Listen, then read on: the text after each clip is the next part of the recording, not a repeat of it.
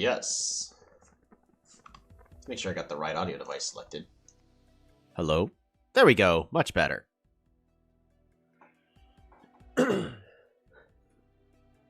decided to restart itself, so a lot of things had changed. How's it going? Good morning, everybody. It has been a while.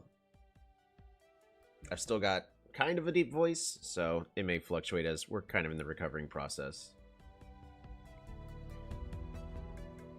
We are live, right? Yes. Fantastic. Let us make sure we are live. Hello. Let us make sure we are live. Oh boy. Hello. Let us make sure we are live. Yes. Oh boy. We have successfully made sure that we are live. We have successfully Which means we will be able to get started on this stream. Isn't this fantastic? I'm glad nothing will possibly go wrong.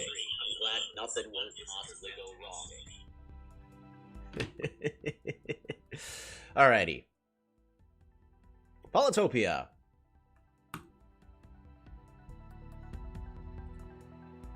Come on. Did you crash? There we go. Full screen. Fantastic.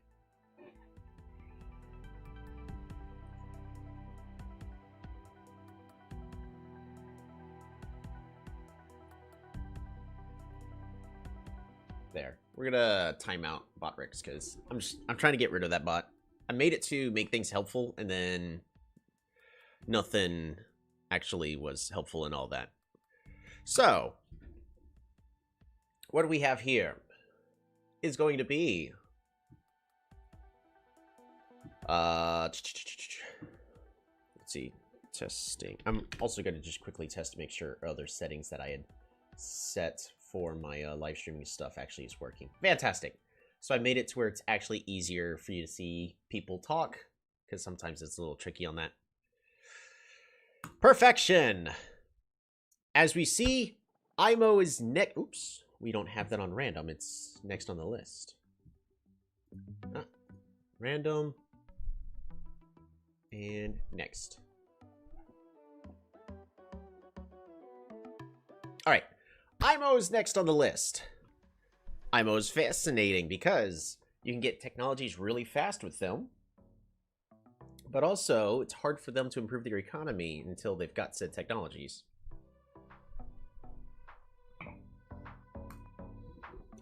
"15 opponents, crazy AI, let us go." Mighty leader, you have chosen to rule the IMO tribe. Explore the world and expand your empire, but watch out for the other tribes. Alright, so we have Cymanti here, which we can't bridge to them, unfortunately. We have Polaris, Venger, and looks like going to be a barter off here in the corner. Not gonna lie, these are a couple of the tribes, pretty much all the tribes you would not want to start off directly next to. That and Illyrion. I actually got eggnog instead of, you know, carbonated water. Just, I love me some good eggnog. So, what do we want to do? Philosophy makes picking up text a lot easier, but sometimes philosophy is also just a trap. If we go 2 turns without picking up text, we can explore here.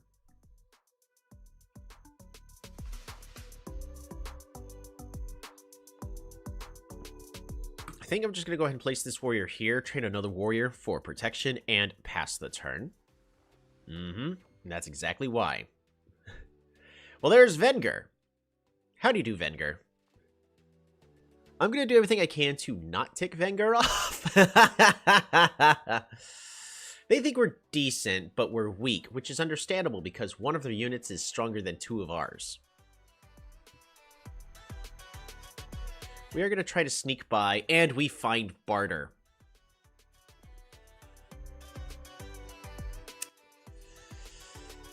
Yeah. Not the best start that we could ask for. So the next question, oh, we have another AI here. Do we explore? Yo, Shalom, you are actually first. Welcome to the stream. Good to see you, bud. We're in a very tricky situation here. I would love to pick up hunting, because if we just hunt and level up, I can try to go full greed with workshop.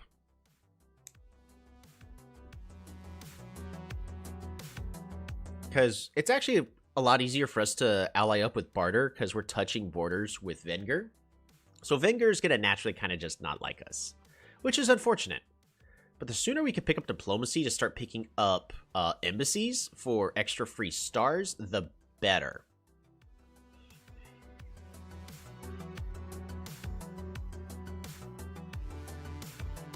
And it's not like philosophy is going to save us that many stars here early on.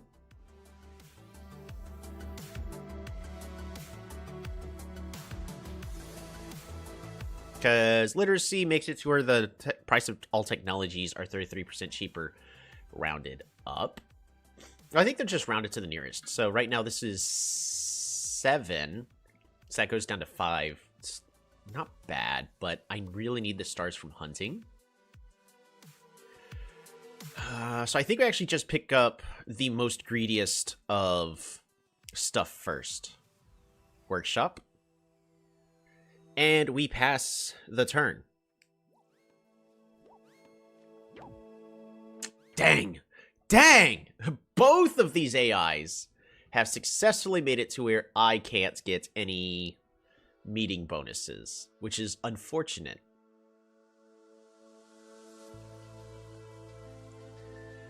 Well, they think we're peaceful, which is great. We're intrusive because... why? Oh, borders. Barter doesn't like us because we have a military unit near their territory. That will change in a little bit. But we need to meet this player up here. Find Aquarion, not attack.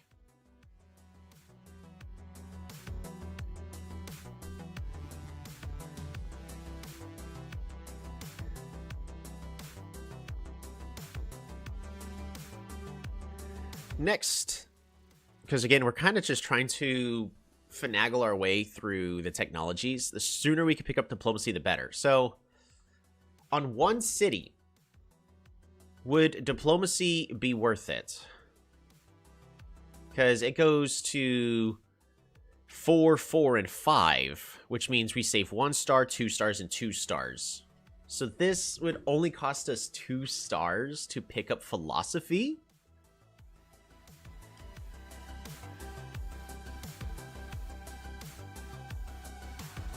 But it also reduces the cost of forestry. I don't know, I think rushing diplomacy is better. So the new question is... well, we can't... I guess the current question is do we need to train any military units? Venger's not going to like us right now because we have a military unit touching their borders, which is right here. But we're not attacking them. I really would like to meet Polaris. Polaris is not doing so hot at the current moment. But 3 stars is 3 stars.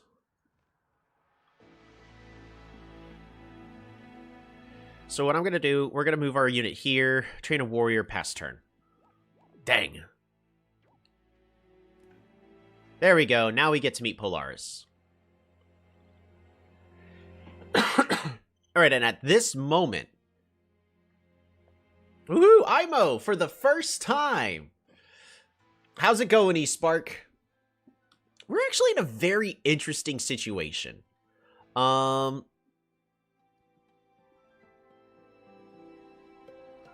See, I really want to just pick up philosophy here. It does save us a lot of resources. So I'm just going to go... we're going to go extra greedy, and we're just picking it up. Because I don't think it affects how many turns it is until we can get diplomacy in our first embassy.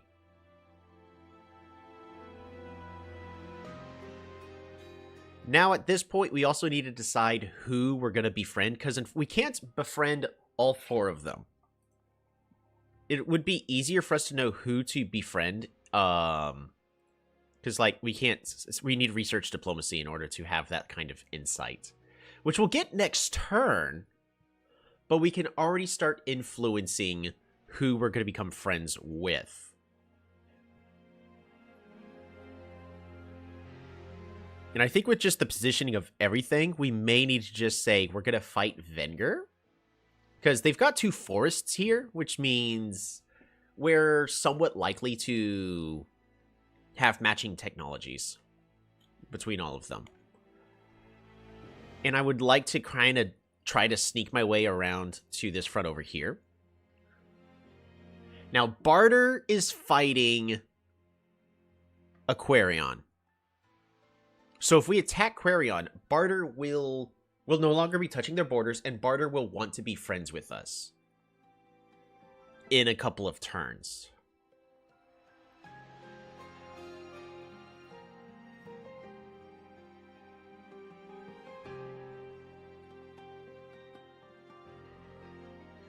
Let's see what we can do. Not good.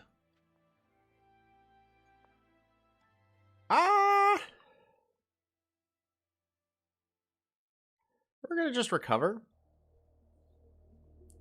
I was hoping it was a warrior and not a swordsman. This makes things very difficult for us, unfortunately. So yeah, Venger is going to just hate us. But they also are saying we haven't attacked them, so that does sway their decision-making a little bit. Like, if I attack Polaris here,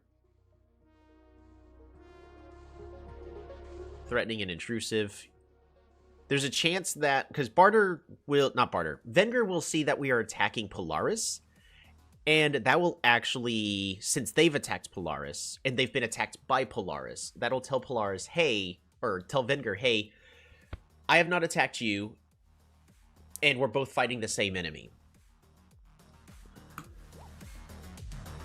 Since there's a swordsman here, we're going to attempt to make friends with Venger. So notice, well, it didn't actually really make a difference here, unfortunately.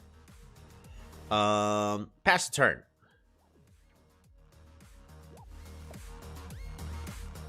And look at that.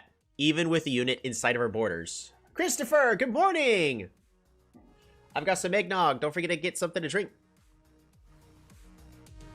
Aquarion now has diplomacy. I'm gonna pick up. I'm gonna pick up strategy. Or is it strategy or diplomacy? Dang it! It has to be diplomacy. Well, we're gonna attempt to start making friends. Weak, threatening. Aquarion actually is not too indifferent with us. This is not gonna work, but we're just peace, peace, peace. And we attacked Polaris. Peace is not an option. I'm feasting on café con leche and some chicken empanadas over here. I'm probably mispronounced the first one, but I at least know how to pronounce empanadas. That sounds fantastic. All right. We need to defend our borders. Bop-a-da-bop. Defender? Or warrior?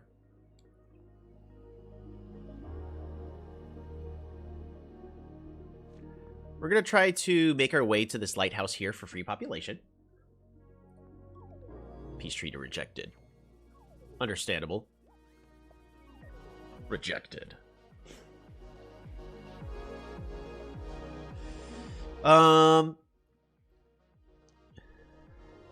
Barter is indifferent with us. Aquarion, oddly enough, really doesn't dislike us.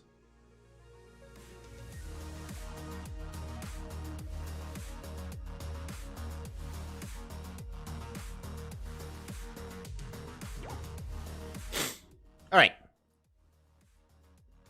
And we are just deciding that we're not going to be piecing out with Polaris. It's just not happening. It's Spanish for coffee with milk and pronounced like leche? Oh, leche. Yeah. Man, I haven't had proper Spanish lessons in ages. So right now, Aquarion is not super happy with us just because we're inside their territory. But we haven't attacked them and we haven't attacked Barter. So they're both going, sure, why not? Venger really just doesn't like the fact that we have military units on their borders. I'm going to go ahead and make this decision. All right, diplomacy.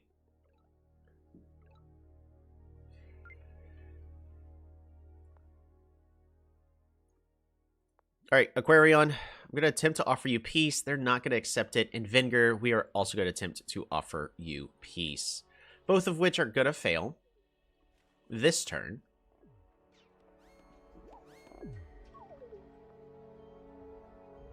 All right. There we go. And we now have our first step towards a proper lighthouse.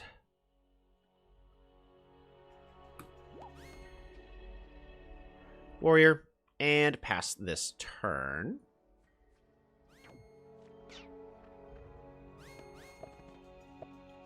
Is there a chance I can make amends with Barter? Probably not. They only hate us. Understandable. Aquarion, I'm going to establish an embassy with you. Yeah, they don't like us because we just have military units in their territory. Venger, actually, we could establish peace with, which is what we are going to go ahead and do. So send them an embassy, and boom. We have now made our first peace treaty, lots of bonus stars. On top of us having philosophy, we are off on the right track. How are we going to do this? See, because if I can continue to, in a way... Ooh, this is actually really, really bad. We have to attack here, and then we're fine.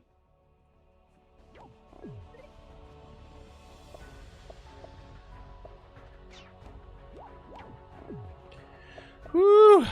Peace treaty has been accepted. Alrighty, we are now friends with Venger.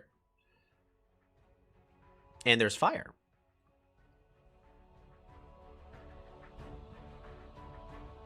Next, is it possible for... It might be possible. Actually, yeah, with this embassy, we should be able to make peace with Aquarion. Ooh, we're just shy.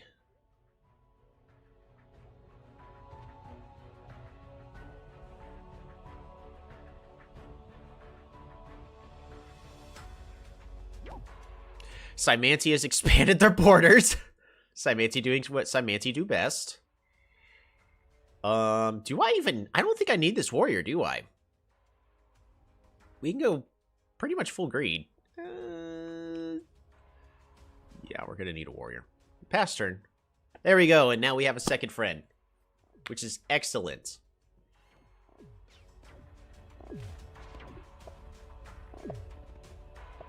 So there's Cymanti. Let's see if we can start finding the world with this.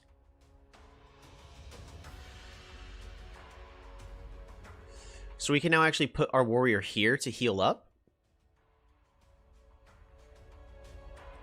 I would like to befriend Cymanti. Well, actually, we might be able to start fighting them. But it's going to be a very annoying uphill battle.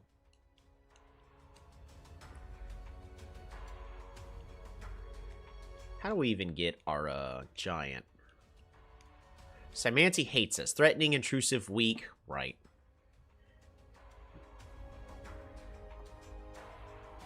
Oh, we didn't even get our pacifist monument. Well, that unfortunately sometimes happens. I just now realized that I failed to get my pacifist monument. That is hilarious.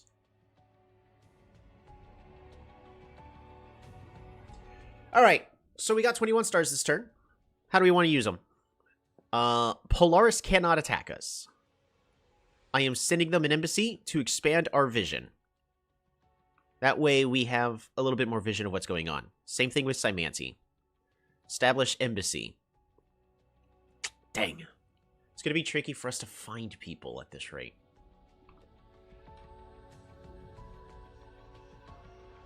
Farming. Farm. Resources.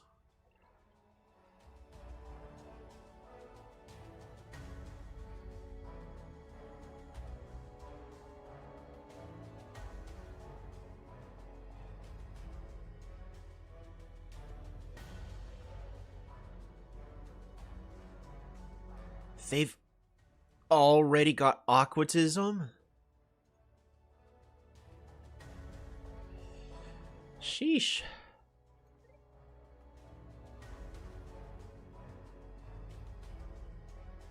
Alright, we at this point just need to take somebody over. Everybody's getting city walls. The issue is these Raichis here are making it very difficult for me because I can't just train cloaks, which is what I would love to do. And then we could just start cloak spamming and discover the entire world that way. If it wasn't for the Raichis, it would be a lot easier for us to actually do so. So I think what we're going to do here is actually just pick up archery.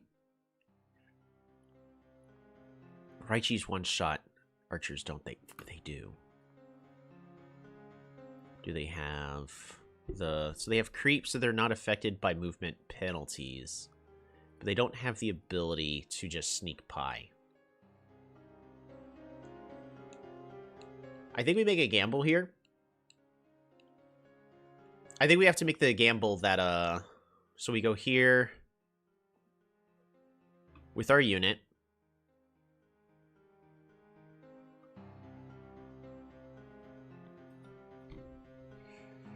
And we go archery, specifically so we could train an archer. Feel like this is our best bet.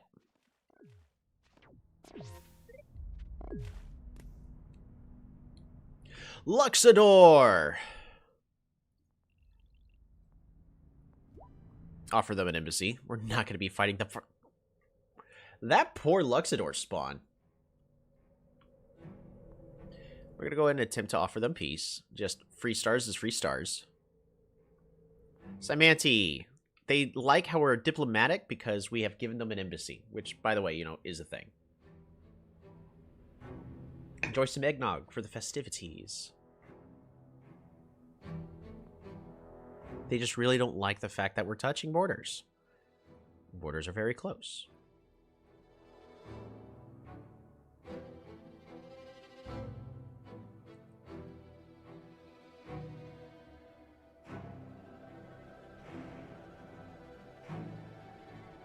Construction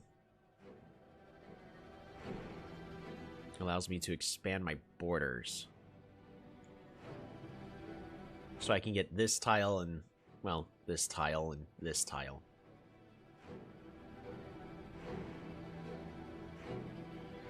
Do I need to just go swordsman here? Picking up the tech is going to cost me 13. I can train as well. I can't train a swordsman because, unfortunately, things are a tad bit expensive. I'll tell you what, though. We do need to kind of deal with Polaris. There we go. No need to level that up. I think you just recover.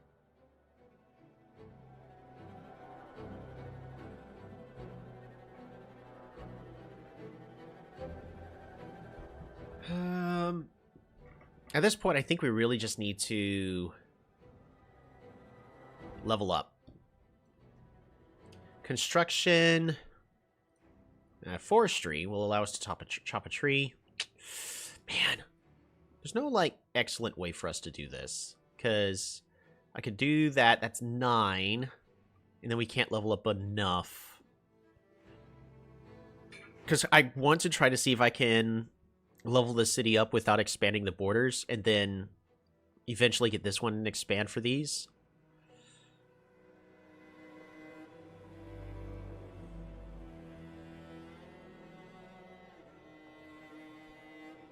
We really need that level, though. How many... Genius, killer, 5 more kills. Nowhere near for the Explorer Monument.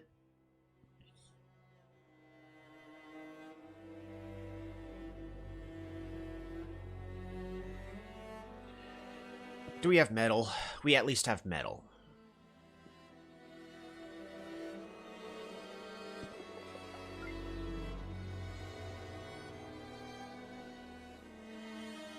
Need you to go there.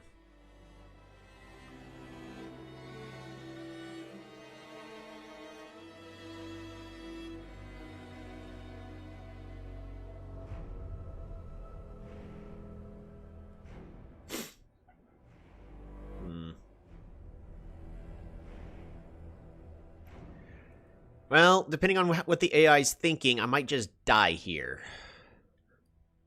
Which would be a massive shame.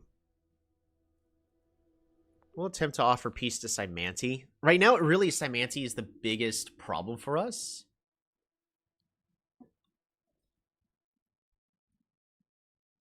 I just need to hold my breath for a turn. Oh my goodness! Aquarion did the best thing they could have done.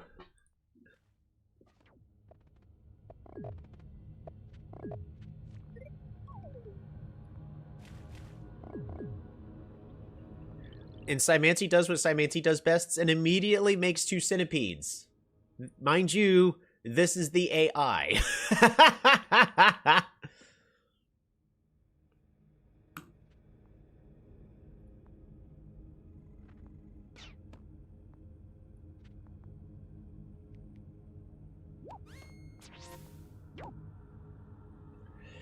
Alrighty. Smithery. Mine. Forge. Now the real question is do I expand borders? We're not doing so hot. The best thing for us to get our giant and really start snowballing, I believe, is just population growth here. We just need those pops. We're also going to... Oh. Wait, no, you have a movement speed of 2 or 3? Movement of 2. Because Aquarion goes first. I was about to say, can I risk getting a cloak here? I don't think I can. I've got to train a swordsman.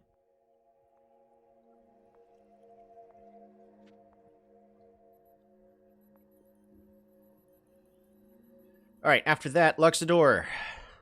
It's not like we're doing much. There's no reason for you to hate me. Now, Barter at least has a reason to hate me. You know, because... I think for the time being, we're going to go ahead, establish that embassy. Still gives us a couple more stars. Okay, yeah, there's nothing there. Pass turn.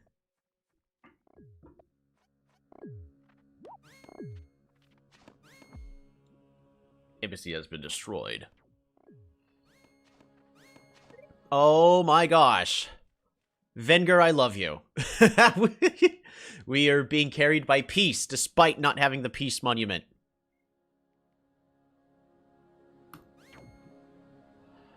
I think the best thing for us to do, honest to goodness, is get construction here.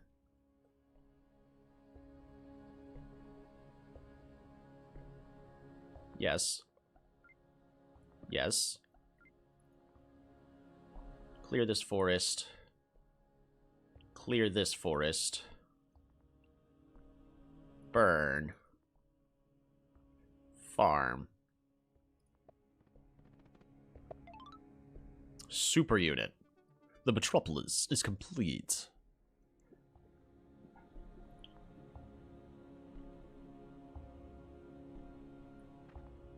Alright. Which means you go here. Attack. Attack. Siege. Goodbye, Polaris. Turn 12. Oh, this is rough. I need to disband this warrior. We need free spirit. Like, look at all these techs we got. And we're just still stuck here. Roads are going to be happening next turn.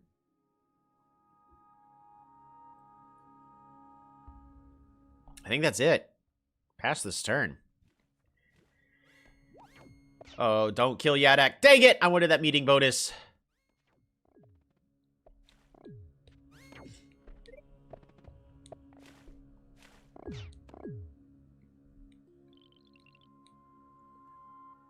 Oh, they managed to unsiege.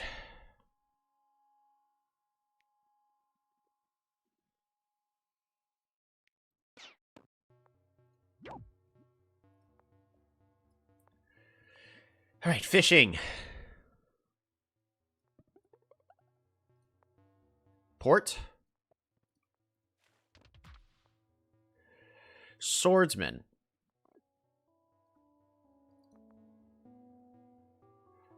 And then windmill.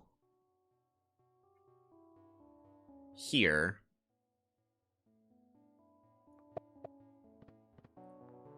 Park of Fortune. No, we can't Park of Fortune this turn.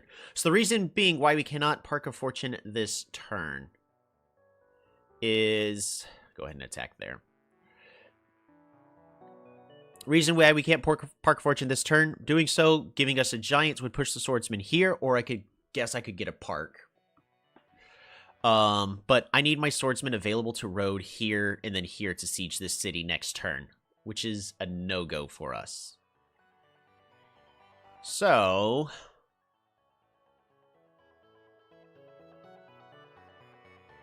pass the turn. Killer Monuments is complete.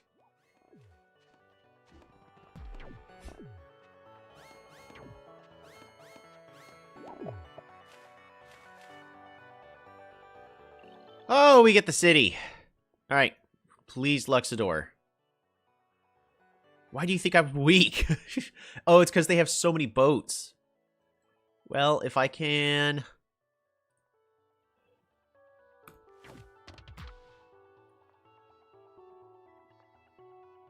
Need you to go here, attack, kill this centipede.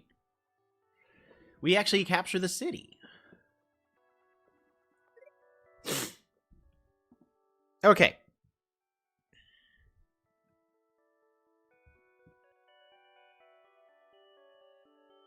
Yeah, but a Juggernaut is disembark, right? The best move for us is to disembark. Yeah.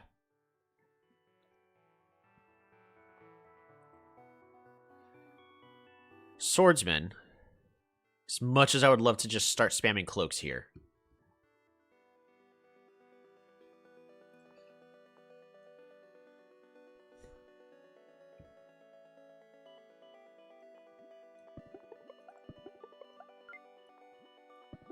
All right. Research all those things. And boom. We now have a veteran on the city with a lot of defense. We are now fine. Bum ba dum bum.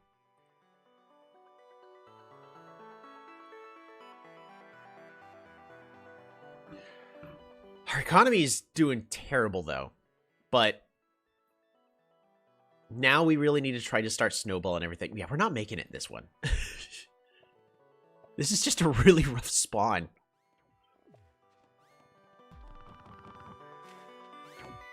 Vedgar, why would you do this? We got our random bridge here.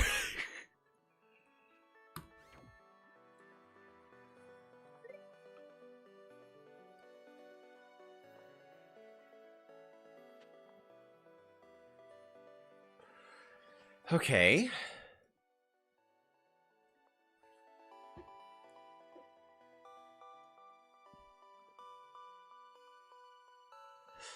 Awesome. Aquarian actually did expand the borders here.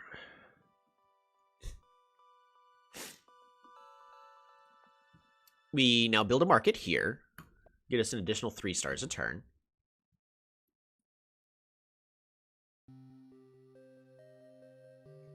Venger, why? What the heck? Why?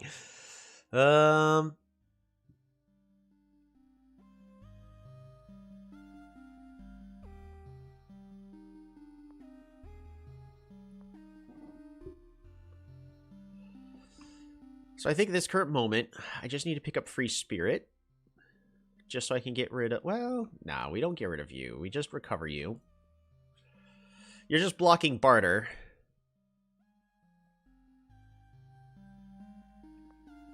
If I get a port here...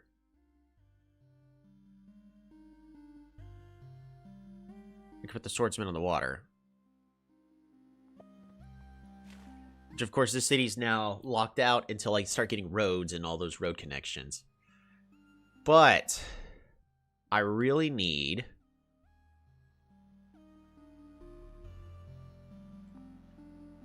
to start getting cloaks. We're going to leave this unit here and pass this turn. Do I attack Luxador here? They're not hating me. You're about to win the game. What do you mean I'm about to win the game? That's just silly. I may have to. Sorry, Luxador. You left me no choice, but you were not liking me. I thought we could have been friends. Oh, and Venger comes in clutch. Venger breaks peace.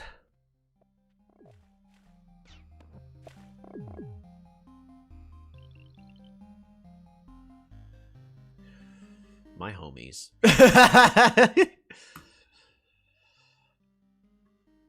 Yeah. So Luxador hates us now. Dang! Luxador jumped up in points. How about no?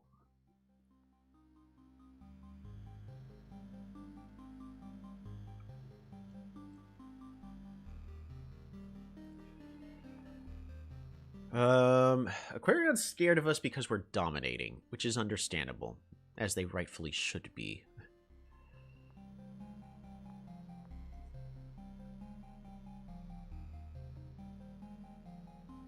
Do I just pick up rammers instead? Nah, it's gotta be sailing, right? Sailing.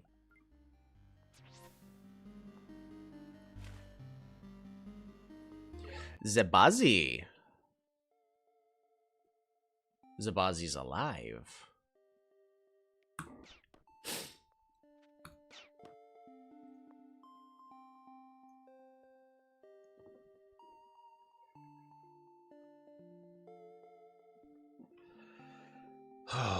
There's no good place. Capture.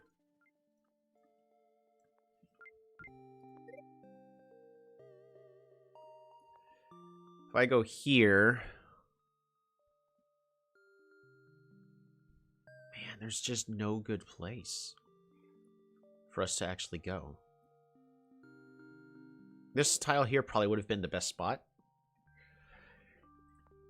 Luxador's just got so many bombers.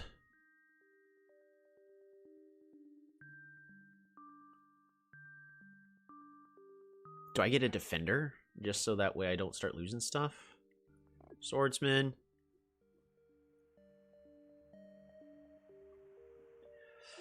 I think I have to go after Venger now. Especially now that they got a giant. It'll give me a lot of extra stars a turn.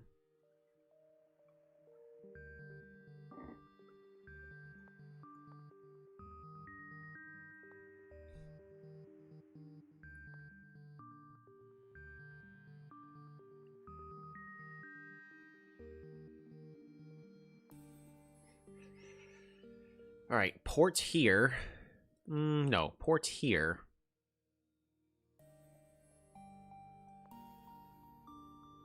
And then what do I train? Just a defender? Yeah. Port. You gotta expand these borders. Border growth. It's our best bet for actually making it. We've only got 14 turns left. Hey, but Aquarion's doing us a favor and already building temples for us, so very much appreciated.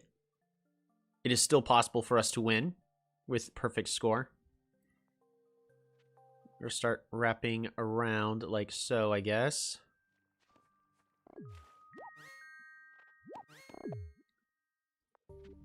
Aquarion is still our best friend.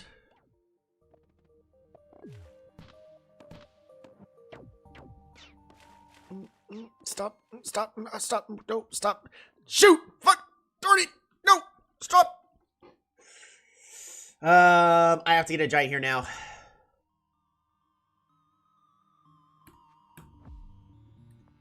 Alright, you started this, Venger. Just know I don't take any pleasantries in doing this. I'm just kidding, I love this.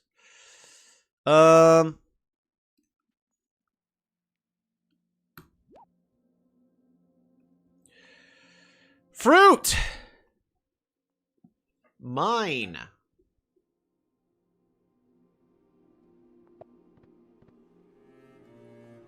And forge. Super unit. Get off. Okay, next, we really need... There's no way for us to build a road connection without getting chivalry. Okay.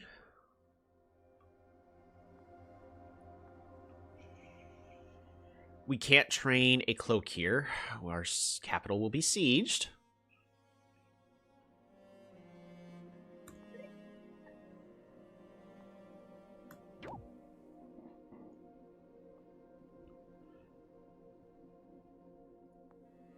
Do I just train a cloak here with the full assumption that...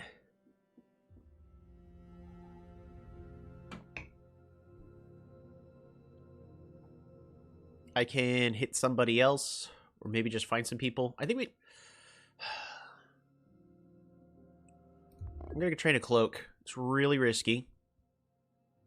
It's not the riskiest play, but it is very risky. It is almost unnecessarily risky. I'd like to train a swordsman here.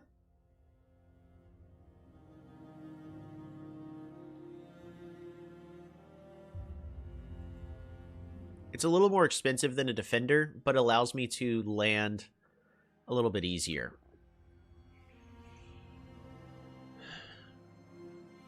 Alright, next turn we need chivalry to connect these cities up. That should be it, past turn.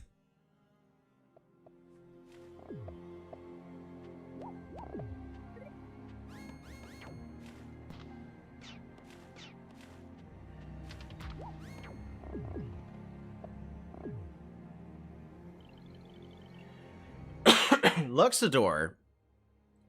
My goodness. Yadak.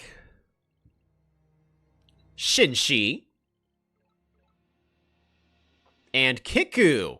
Boom. This is exactly what we needed. Look at all these stars we just got. We're now at 66. So who's fighting what? Shinshi. You're at peace with Yadak. You don't know about... You don't know about Luxador.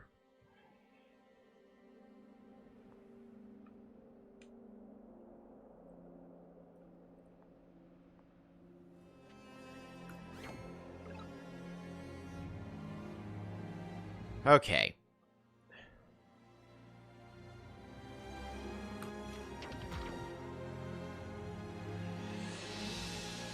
Alright, so... Bop, bop. Bop. Siege. Goodbye, Venger. That was uncool, what you did there.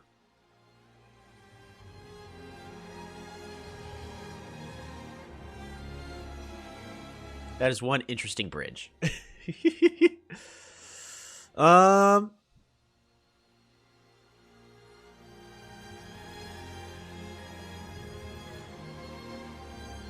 I have to attack here. And a defender is safer. Swordsman. Alright. More cloaks.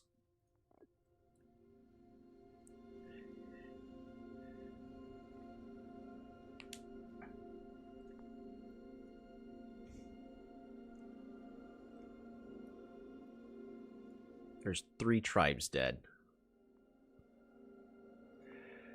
Zabazi has no capital, so I can't become friends with them. And I'm aware that at some point I'm going to have to, kill Aquarion. But Aquarion's been actually taking care of barter as well.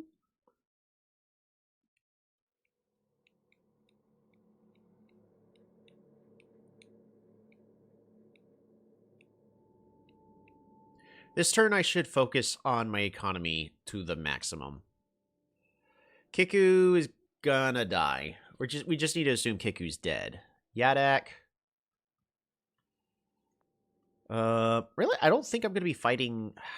I need to be fighting everybody. There's no point in sending embassies at this moment.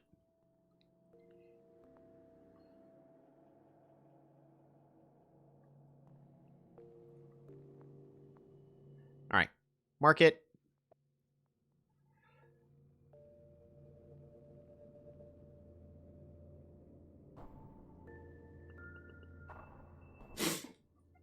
Lumberhots.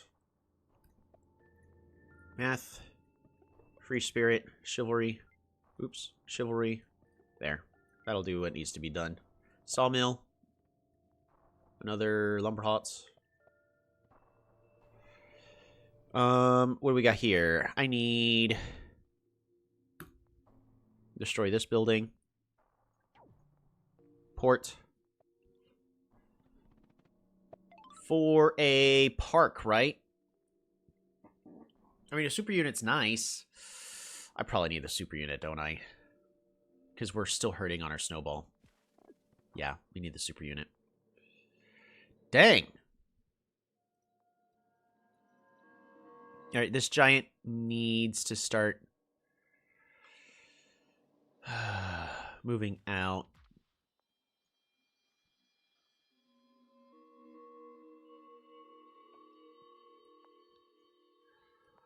And Lumberhot. Another super unit. Yeah. Man, really need parks. I think that does that. If I disband this war, I need this warrior in this location still.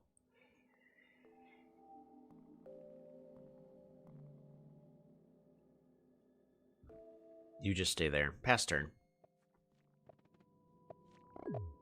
Toad. Blood for the blood god.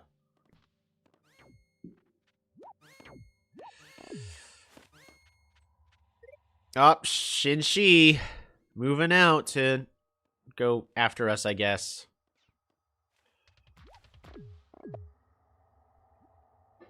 Hi there, Hoodrick. How's it going? You backstabbing jerk. Alright. How's this city? It's of a moderate size. Level 5. Level 4. I'll get the most stars by going here.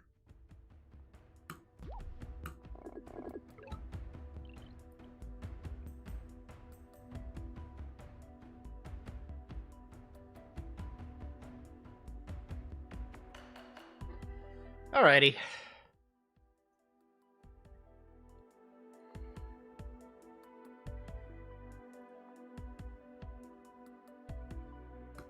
You go here.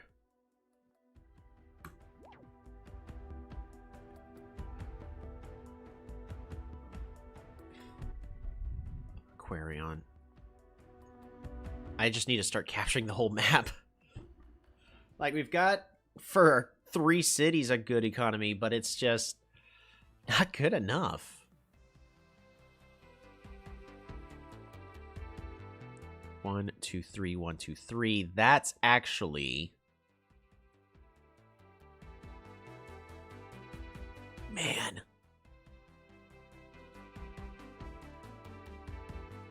Grabbers!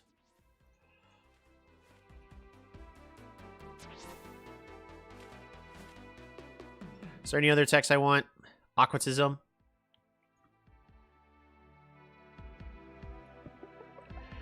No point in grabbing navigation yet.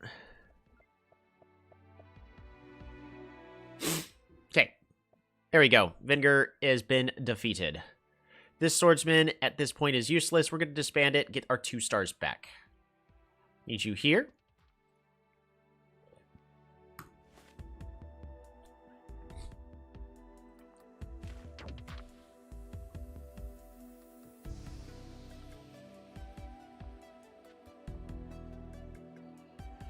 Alrighty, so with that, what is Aquarion thinking? Indifferent.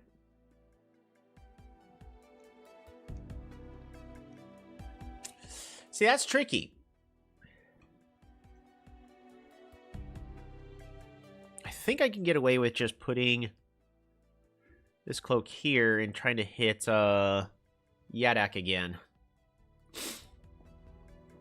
See if I can befriend Shinshi. Why? You were at war with their friends. Oh, fair enough. Udrick, what do you think? We can make temporary friends with you, actually. Boom. They like us. Isn't that nice? Swordsman.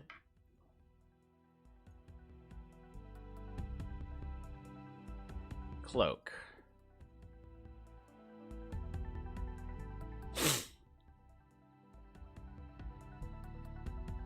Swordsman?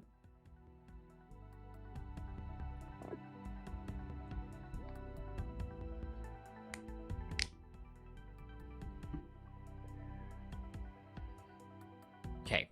I think that just about does all of that. Unfortunately, there's nothing else for me to do.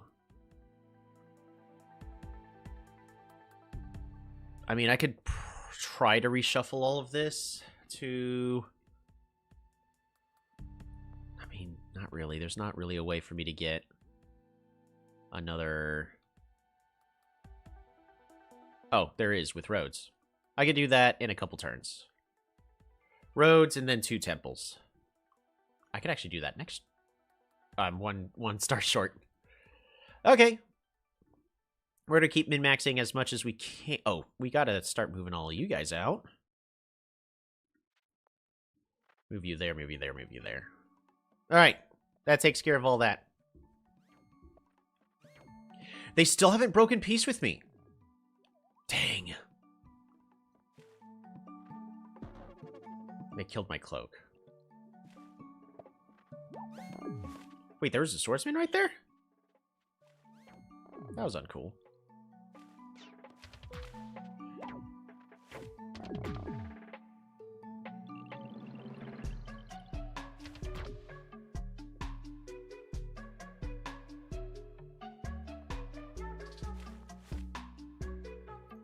Alright, you go there. Rammer.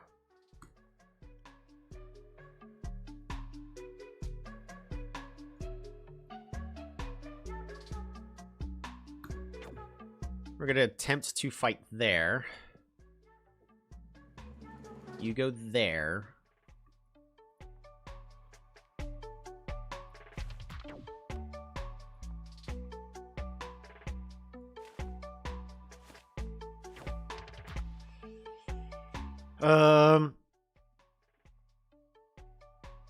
I could put a port here.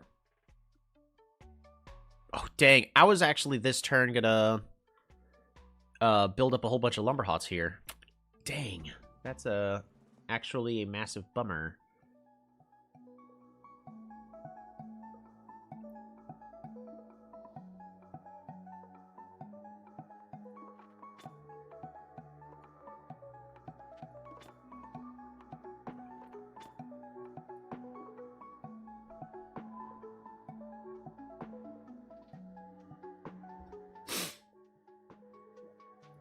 What level? 4.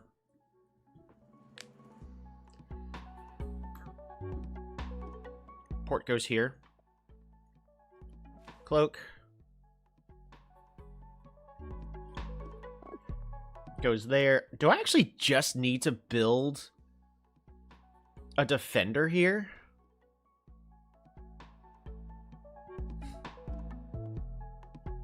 Man, defenders are passive, but... Fortunately, with the way things are going. Alright, port's here. Destroy building. Port.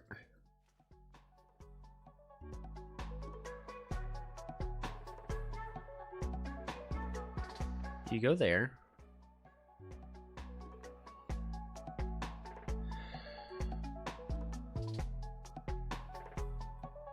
Cloak. Swordsman. I think that does it. Not much else I could do here. It's a tricky situation. I unfortunately can't build water temples, so that can't happen. Aquarion is building up more temples for me. That's nice of them. We're on turn 20, so we're at the point where economy's not the big question anymore. It's world conquest. Which right now is questionable.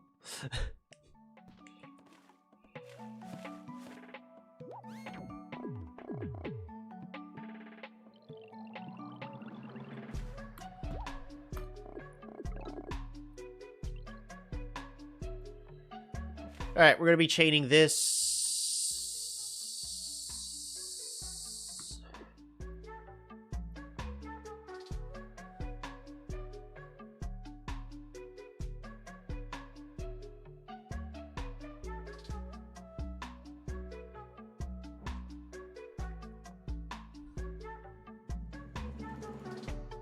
We're going to have to break peace with... You just trade a knight here, right? Yeah.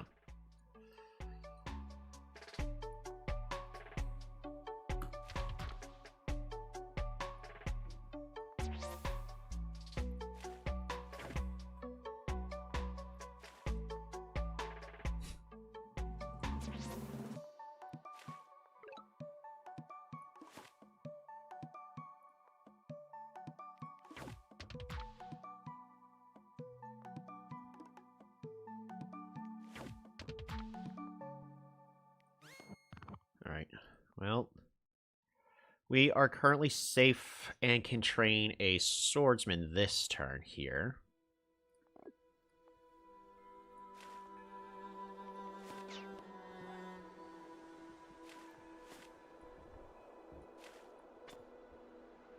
You can go there.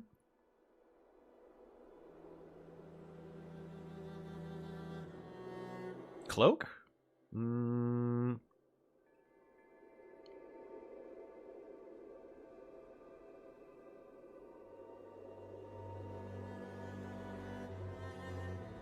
Cloak. Alright. Which means we have 18 stars to do whatever else we want to do with Lumberhot. Lumberhot. Unfortunately, that's really it. Until I can... I mean, I've got a couple of monuments. Road.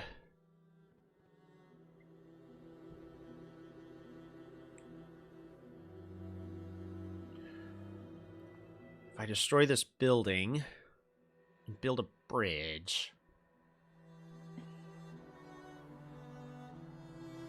it'll allow my knights 2, 3, 4. Yeah, it'll allow my knights to assist on the front line over here.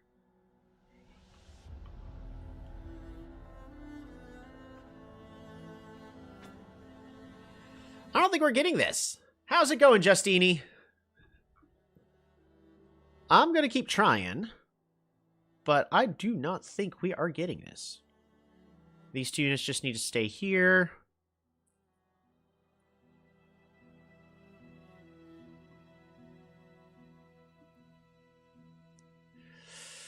Yeah, this one's just a tricky one. Aquarion, I gotta break peace with you. Pass turn.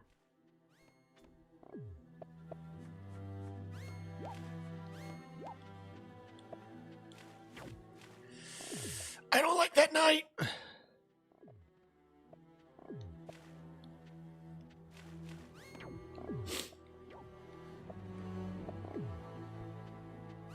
Hey, and then there's Imperius. We get to meet the last two players that are currently alive.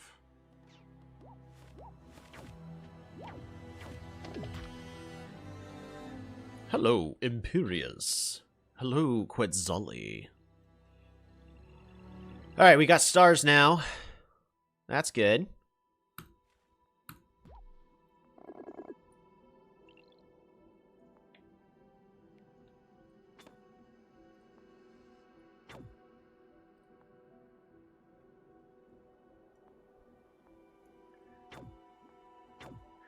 There. That takes that city for us.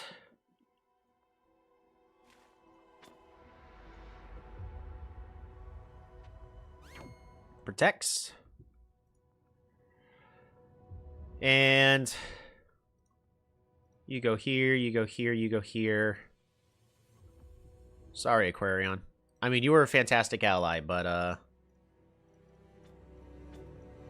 I need to take your city at some point.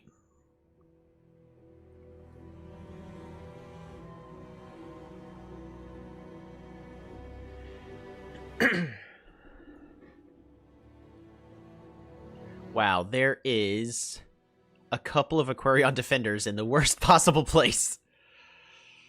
How unfortunate. Can I get away with sieging this? Almost. Navigation.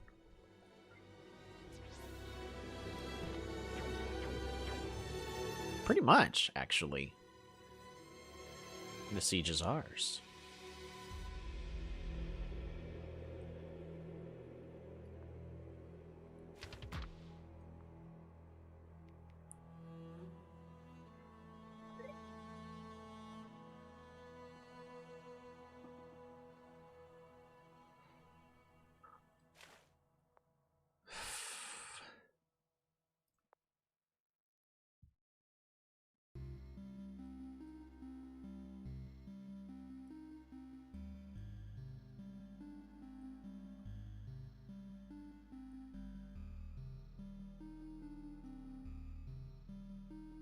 Not good. Alright, we put this cloak here. I thought I was going to get more value out of this cloak, but I don't think so anymore. We're still going to try. Put this cloak here.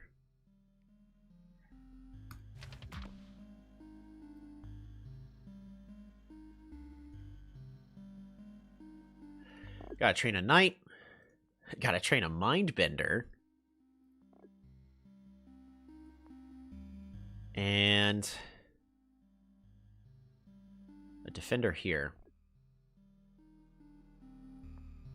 After that, this knight needs to just go here and hit. And then train ourselves another knight. After that, we've got 38 resources to improve everything.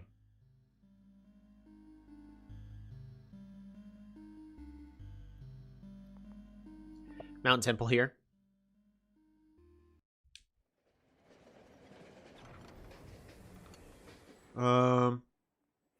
Destroy this building. Burn this forest. And build a farm. Gets us a park.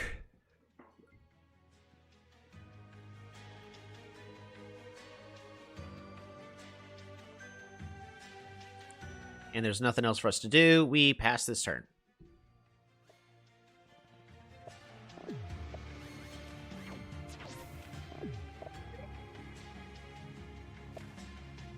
Ooh, a free Schwartzman.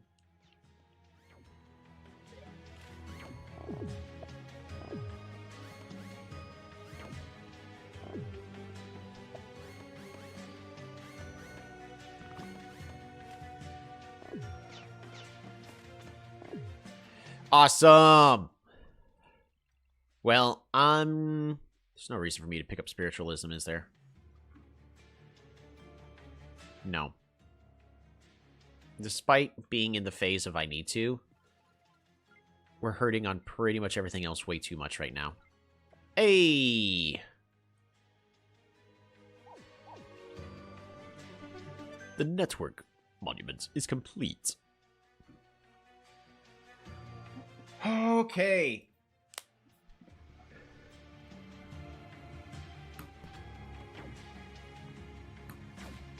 All right, take that. I want this city that doesn't exist yet.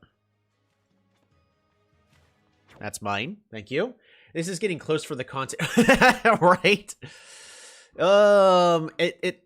At this point, it really just comes down to, can I clear everything out fast enough?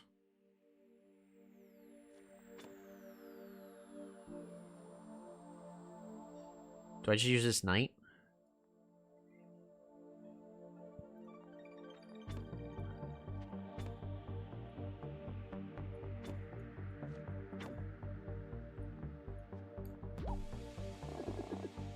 Perfect.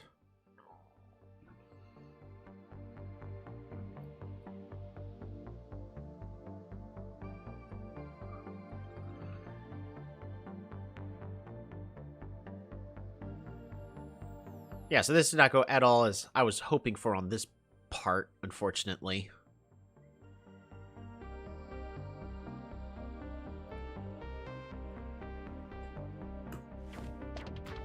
Go ahead and clear all of that out. Make this trade.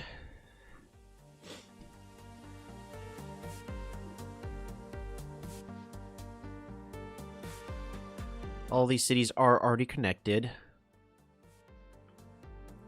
We are friends with Hudrick, so this is already fine.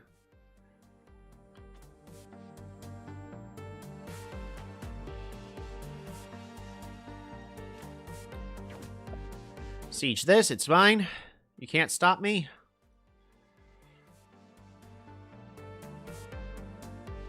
Lumberhawk. Well, I can. They've got nothing but defenders here. Which means I can train... Well, I can't train a Mindbender because they can move this defender away and then a swordsman or vice versa. So we gotta train a swordsman here. I want to make sure that you get died to death. There we go.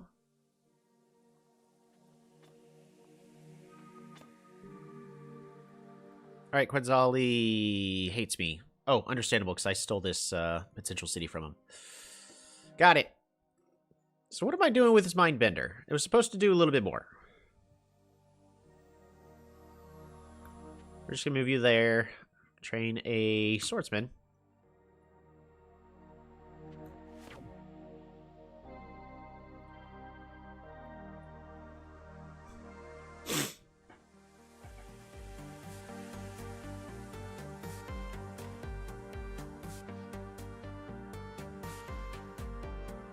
Don't worry about these defenders, I guess, because they're dead, actually, next turn. Barter's essentially dealt with. Knights to rush them to the front line. Because I really just need to have knights rush forward. Alright, that's all the units we can train. At this point, should I actually just level the city up?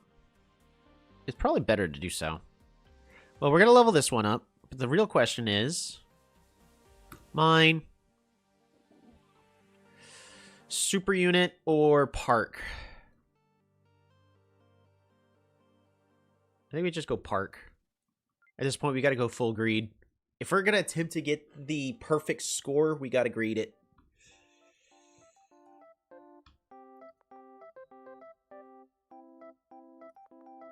These units here are getting very annoying, by the way.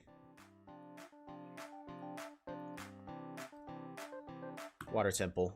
Start getting these extra points. Perfect. Pass turn.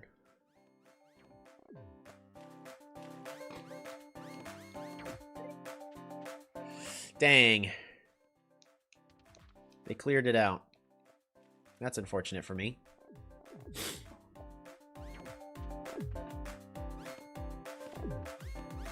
Peace treaty. All right.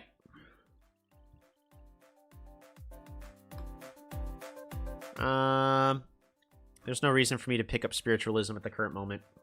There's a tree here I can technically build up on. It's not worth it. We're going to go here.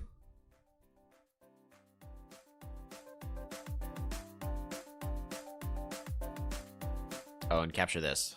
I need Aquarion gone.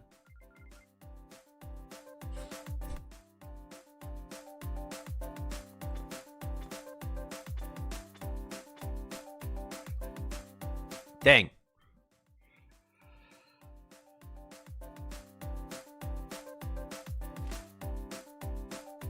Start moving everything forward.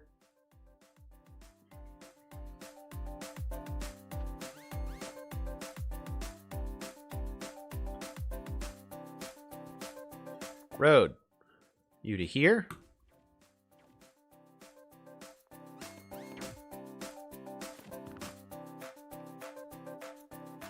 Those are both kills. Bomber.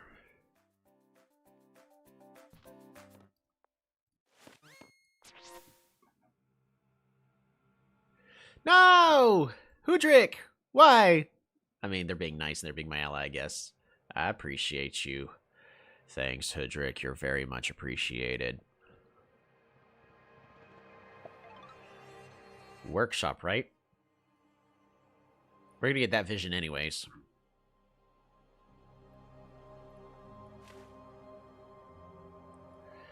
This guy's gonna do nothing, so we're gonna disband this pirate. Disband this 4 health pirate. These other ones, we need to start moving to the front.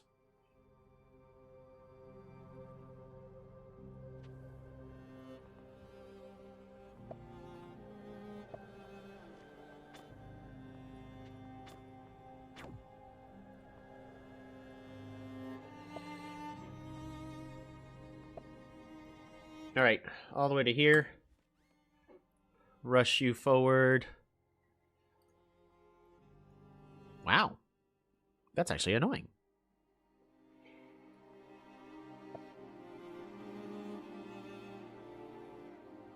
That is very annoying.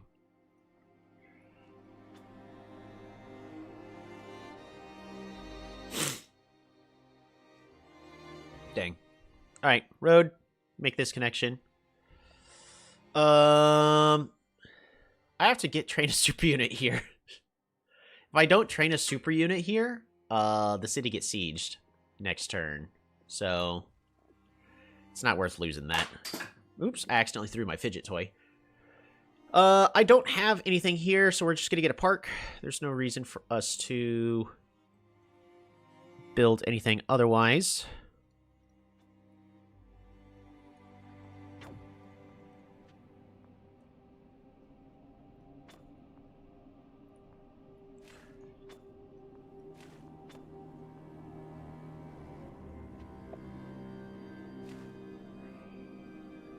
Man.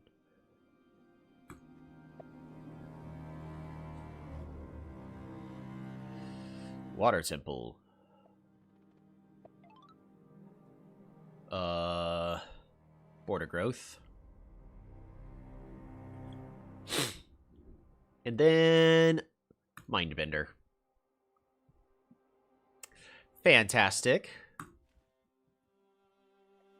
So now there's only a couple of other questions left, such as... Well, you got to go here. I guess you go here, because you'll be on a road. You go here. It's not worth us attacking.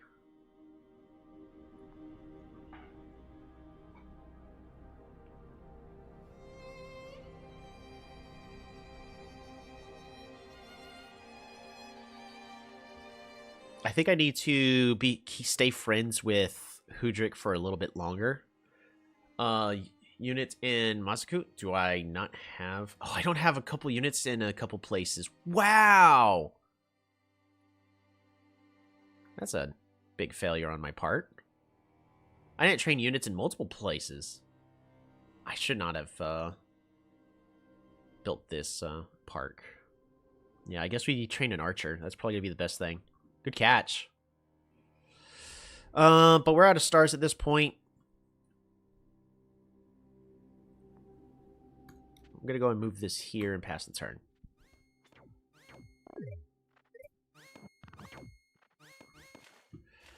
And with... we get 2 giants!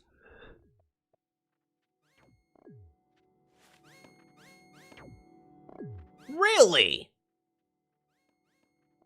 Really?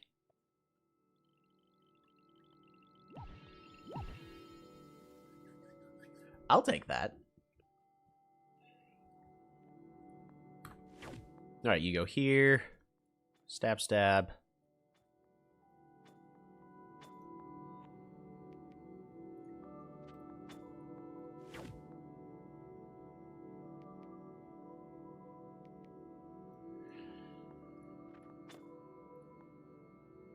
Do we just disband this dagger?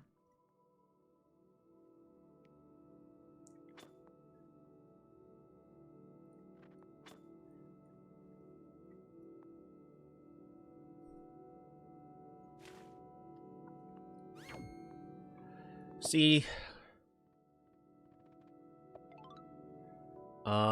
Super unit or park?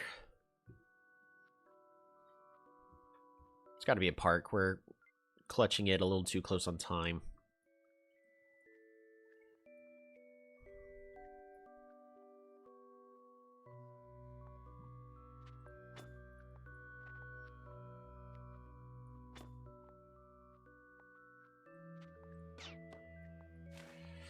Oh, perfect.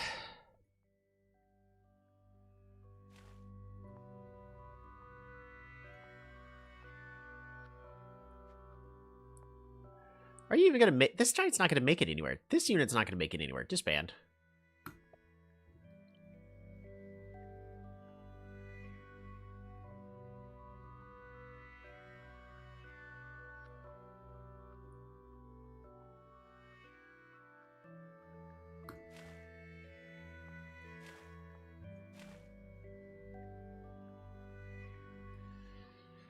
Okay.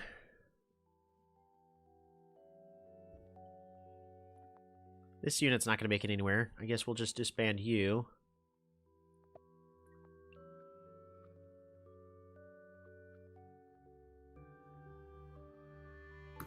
You can go here for an attempted useful unit.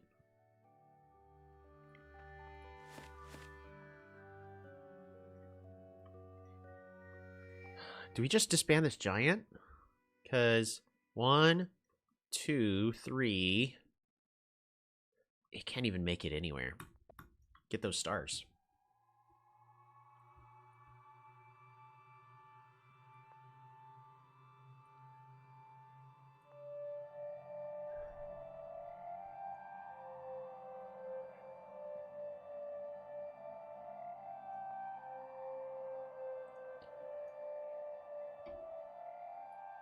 Yeah, I put up a pretty big defensive wall everywhere.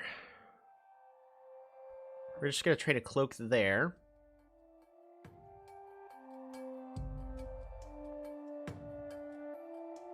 Train a cloak here. But just knight. Knight. Anywhere that can make a somewhat useful unit makes a somewhat useful unit. Knight there. Knight here. Because at least knights in these locations, for some of these places this turn, will still generate some value for us. I've also got multiple monuments I haven't placed yet. So, like, we can place a Gate of Power here, get ourselves additional resources. Grand Bazaar. Fish. Population growth. Water Temple. And port. Super unit here. Park.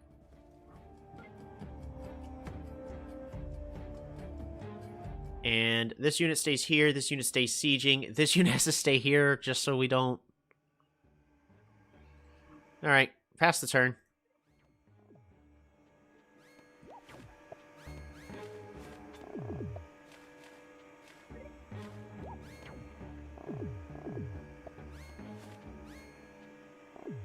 Oh, I meant to break peace with Hudrick last turn. That's why we're not walking into their borders.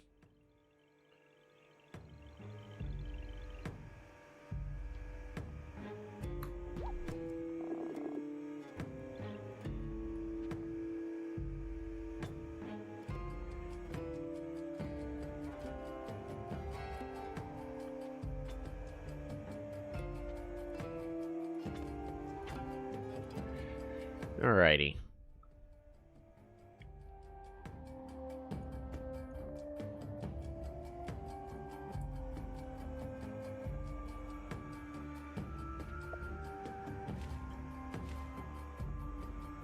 Move there, move there, move there.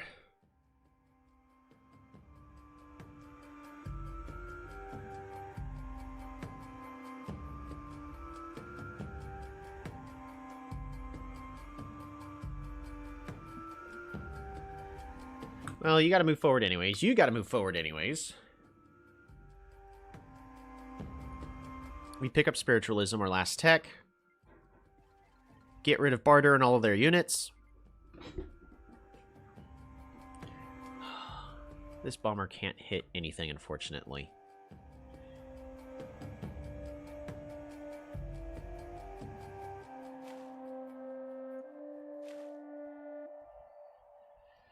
Okay. You need to go here.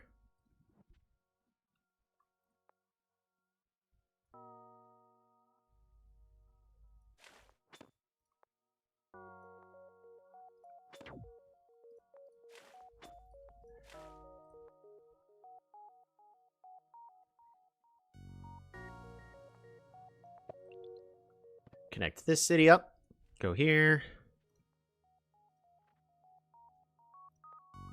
Do we just disband you? Heal others, so you get a healing.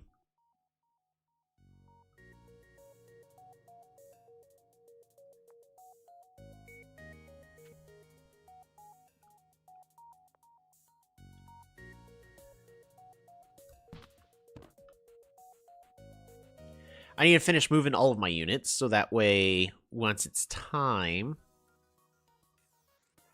Let's see. Yes, I want to see you mind bend that giant. It'd be possible, yeah. Alright, move this knight all the way over here. You aren't going to be doing anything. There's a chance this guy can do something. One. That giant can't do anything.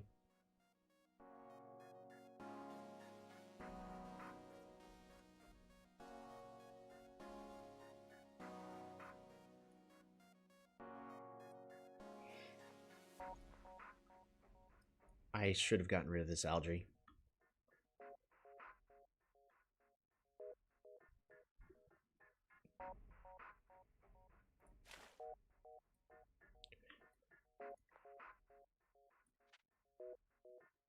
I need to convert this into a bridge. Cloaks now are too slow. Essentially, whatever units I got now are the, for the most part, are the units that are just going to have to accomplish everything. Catapult here. I can train a catapult here in order to ward off this. But I really need to focus on just building up my score.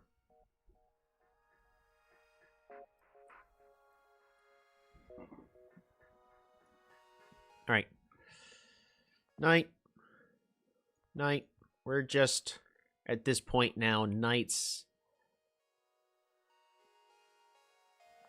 everywhere that can. Cat. Cat. Water temple. I think that does it. So before we pass our turn, I don't want you there. I don't want you on that.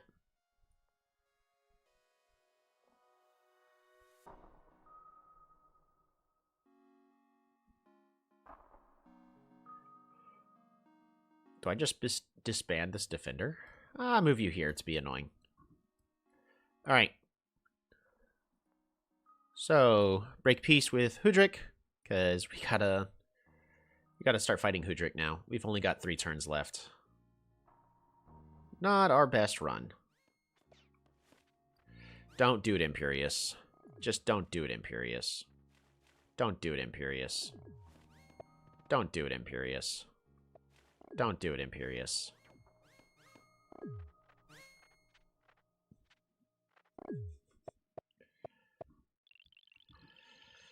Okay, well, they did it. Alright, this city is ours.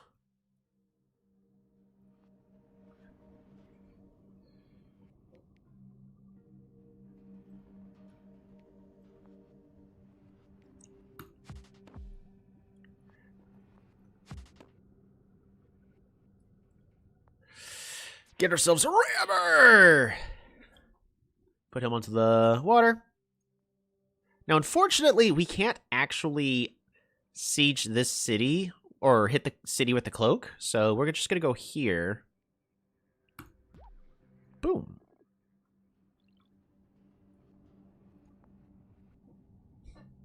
Can I siege it this turn? I think I can, actually. Yeah! Boom!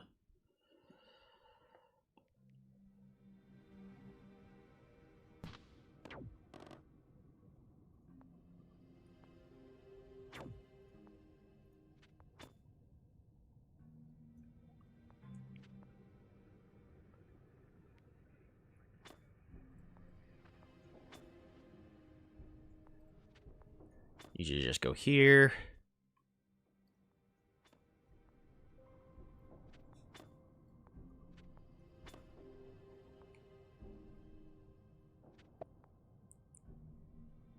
Hooray.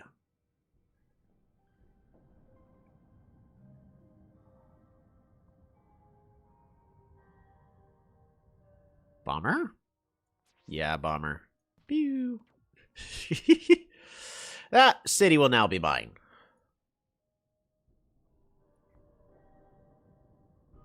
Alright. Rammer, because we can't forget about this unit. That's all the way back here. Perfect. Alright, so now what do we do?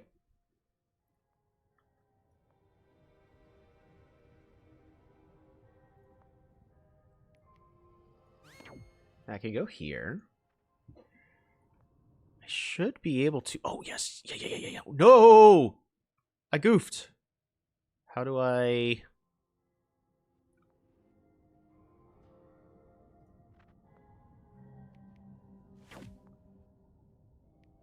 How do I ungoof? Why am I like this? Alright.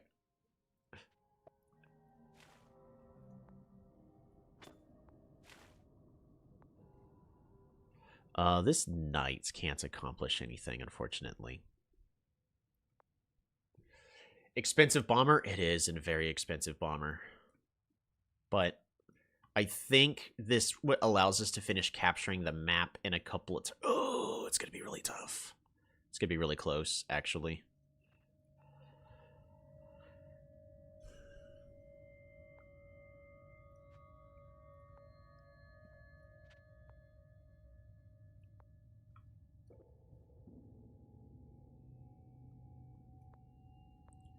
Destroy this building.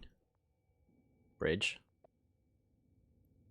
So now these guys can start going 1, 2, 3, 4, 5, 6. Do I really want to put them here? Not really, but kind of got no choice. Road.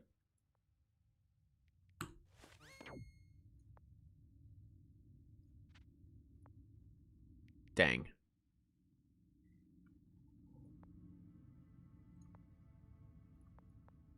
Road.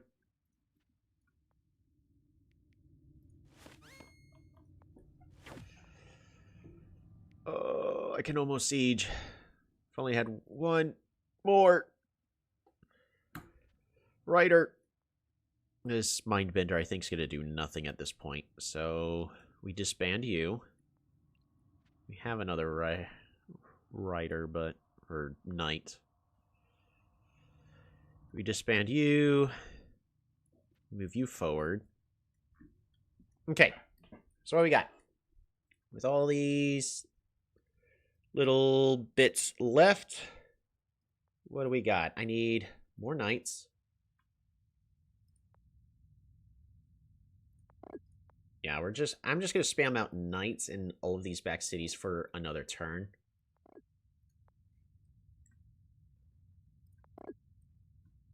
Okay. That does all of that.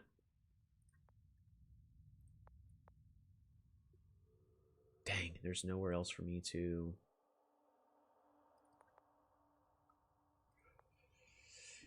clear this forest and build a market. Yeah, much better. I should have done that a little while ago. Is there anywhere else I could just place down...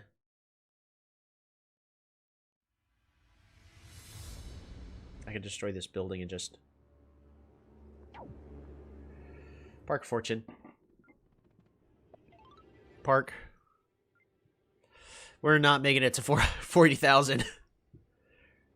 Like, we've got a massive push here, which is great. I'm going to start hitting that giant down. But I don't think we have what we need to capture everything in 2 turns. I'm going to keep trying. 2 more turns.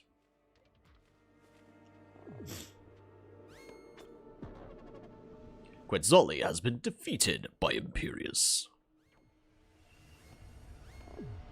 2 turns left. The Wealth Monuments is complete. This is mine. This is mine.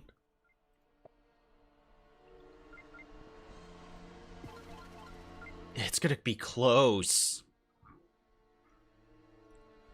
You go here. Move back. Land.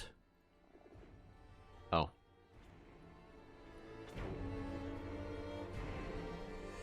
Mine.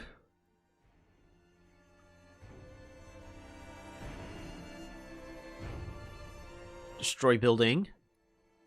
Bridge. Just so that way it's easier for us to get our units we need onto the front.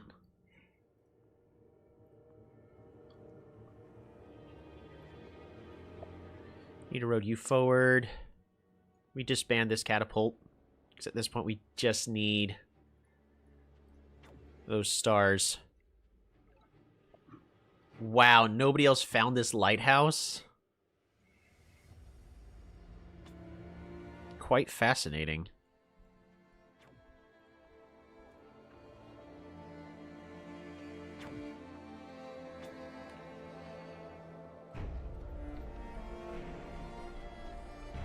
Alright, I need you.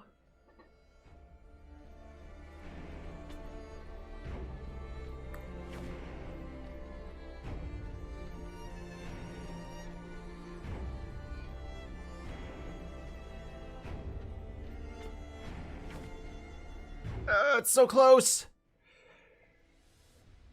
Road. Yes.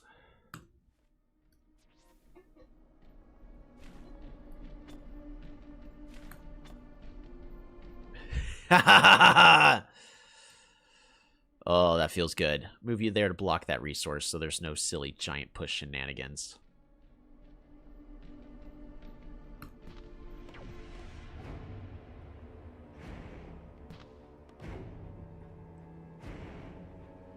This is gonna be close.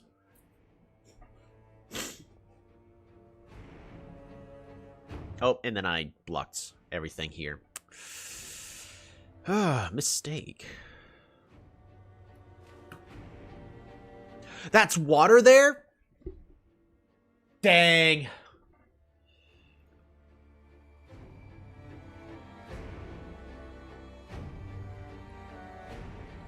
Road.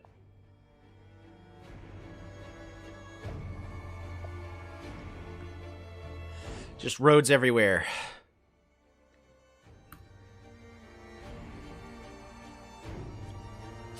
Knights, I need y'all forward. Disband. That one's not going to make it anywhere useful.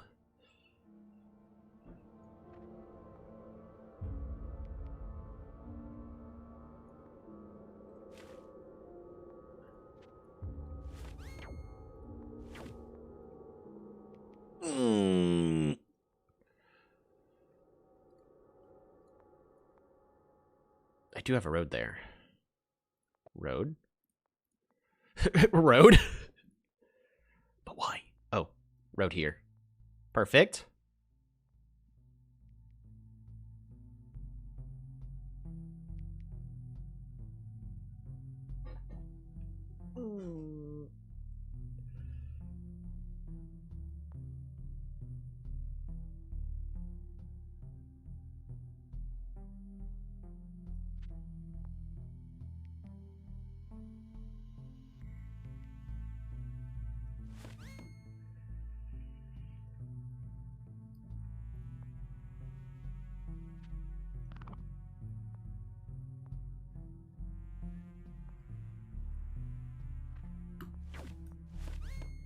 Alright, try to just get rid of those. All of these guys are no longer going to be of value to me. I know we're on the 2 turns where I say it's no longer worth disbanding, but I think I really just need those few extra resources. This rammer is doing nothing, which I think it's better actually to keep it.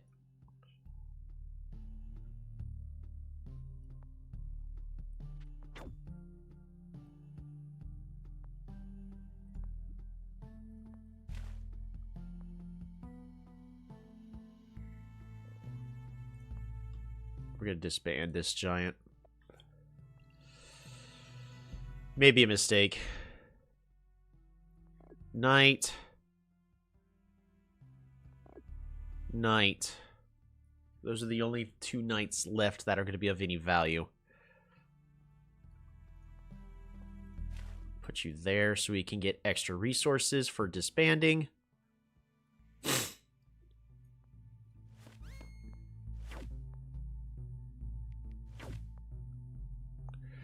Swordsman can one-shot knights, right? I gotta promote you.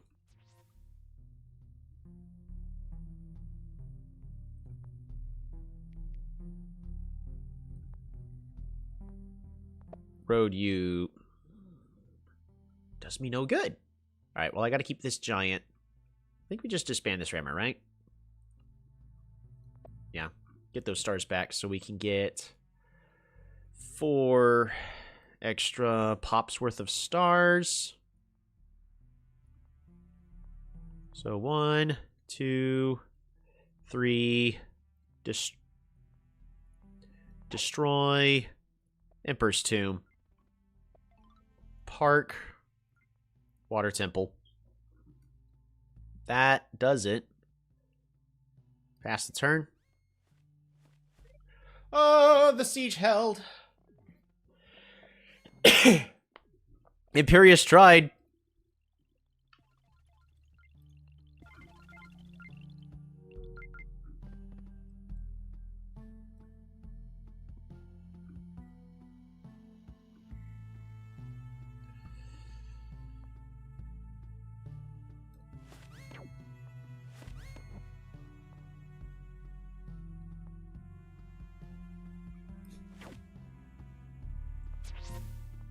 Bummers.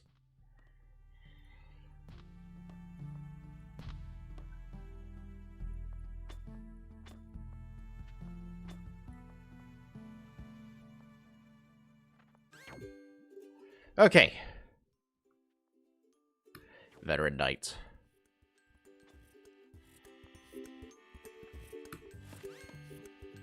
Good enough.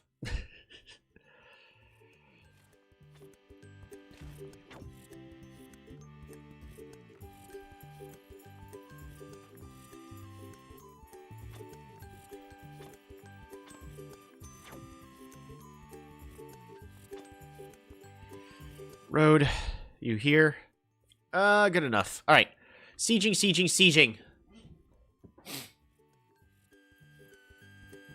Ah!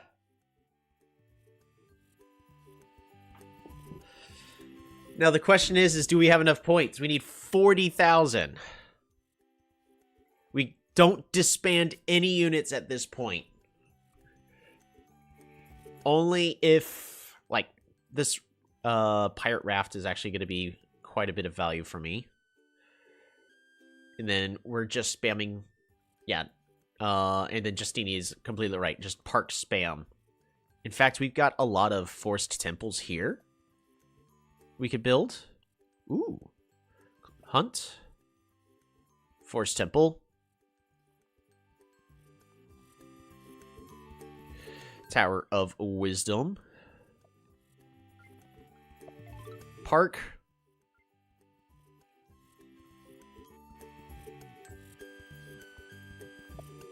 Connect to this city.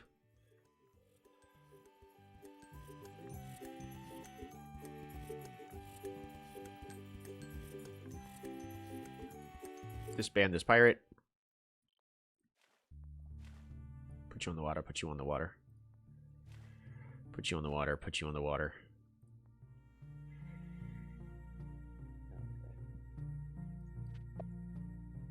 Uncover these clouds and get that so we can get one more monument. Because that's actually still important. We're actually gonna move even more units over just in case. Just to help remember.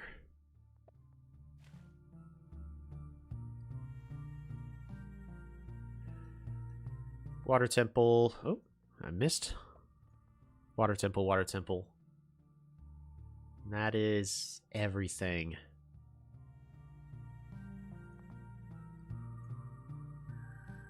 Oh, I missed a forest temple here. We'll get that next turn. Lighthouse is really important. Yeah, that's additional free stars.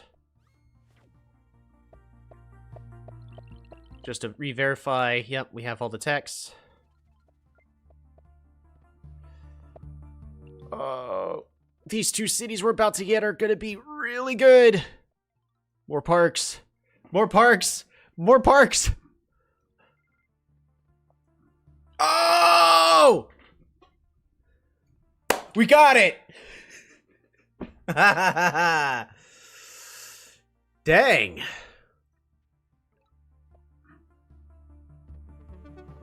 The Explorer Monuments is complete. Forest Temple. Just wow.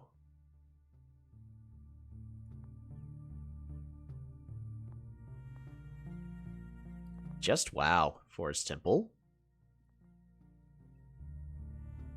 Man, if only I could fit a monument in there.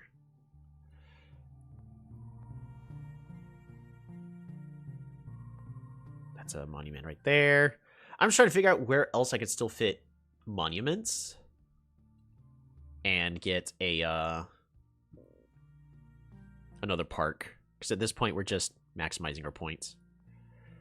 Eye of God.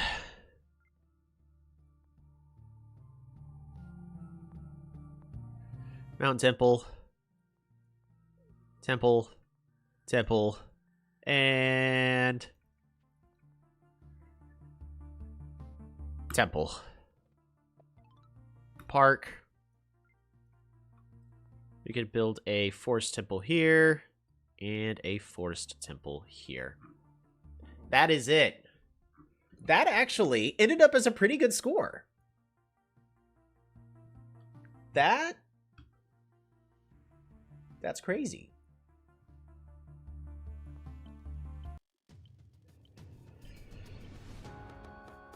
$107, another perfect game. First try with IMO.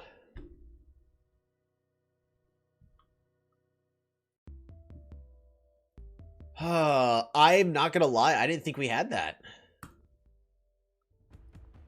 23rd place, not too bad. So, we've got so many of these already perfect. We are only missing 3.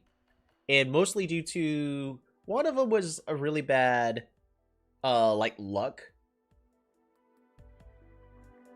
But the others were really just misplays on my part. Nice dramatic finish. Last second. That was way too close.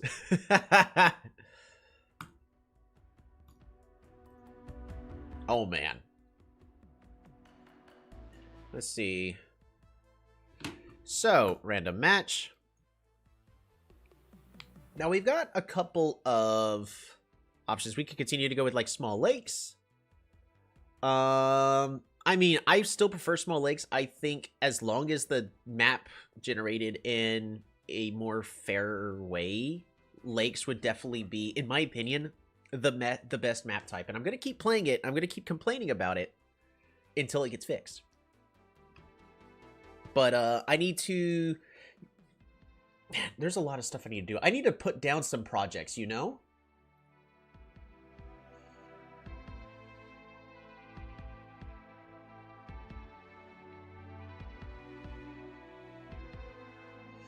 Alrighty. So. Small lakes. Go ahead and give ourselves a good game of Totally. Because they were totally awesome. Whew. We'll see how that goes. At some point, I should maybe play some more Pangea. Because I actually think Pangea is a good map type too. You know what?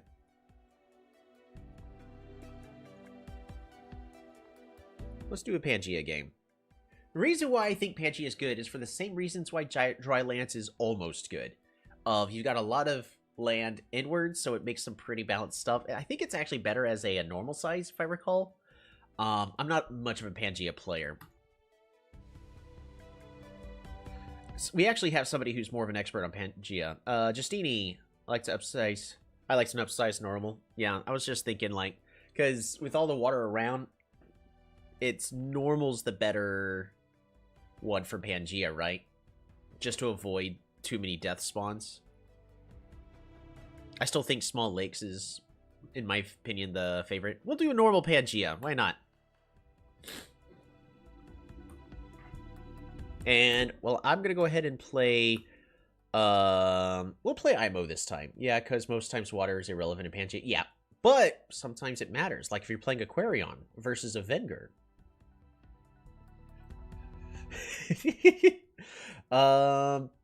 In the meantime, we're going to go ahead and put up the poll. Polytopia General Chat. Oh my goodness, we talked a lot in this chat room. Where is... Do I have a pinned message to make it easier for the tribe vote? There it is. Copy text. Boom. So, that way people can start voting on the next tribe we're going to play.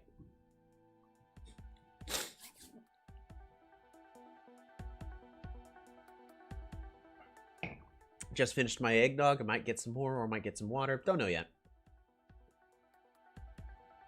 Probably not eggnog, actually.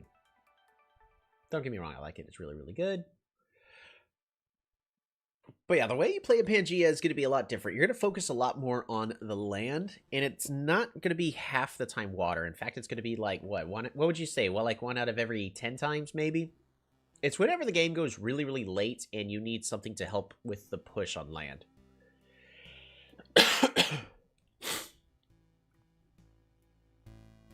Oh, not too bad. How many friends are we at? We're at 104! Yeah, long games, really. Yeah. Alright.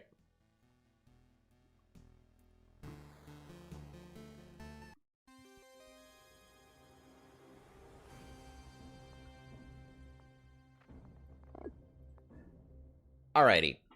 IMO. 104 frenemies. Hey! So, IMO, as we know, they can be very, very good if you know... Oh, I should have been going around the side. On the outside instead. I'm in such of a habit to always race towards the center because of the habit of the center control wins games. Ooh, we're playing against Kiku. How fascinating.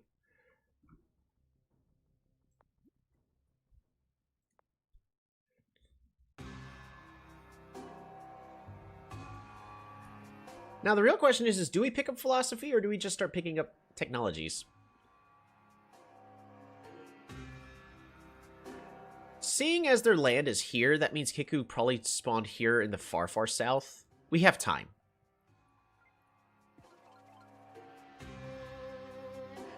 I'm going full greed. They're gonna rush water to prove us wrong, right? Hey, if it happens, it happens. I mean, I have plenty of outlets. Like, I'm pretty certain we have a city here. That or it's a troll island.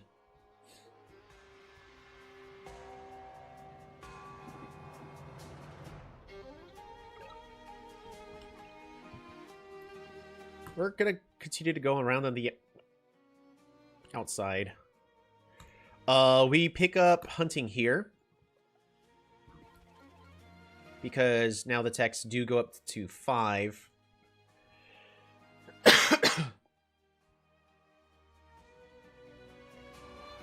Sorry, I was sick not too long ago. I'm still kind of recovering. Pacifist Monuments is complete. Now, we've actually got a really good spawn here.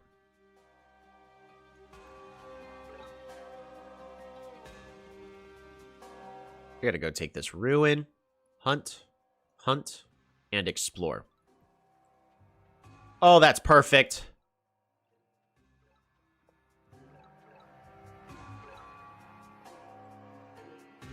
Hunt. Workshop. Now, do I put it here so that way I get another workshop? Right? Workshop's better?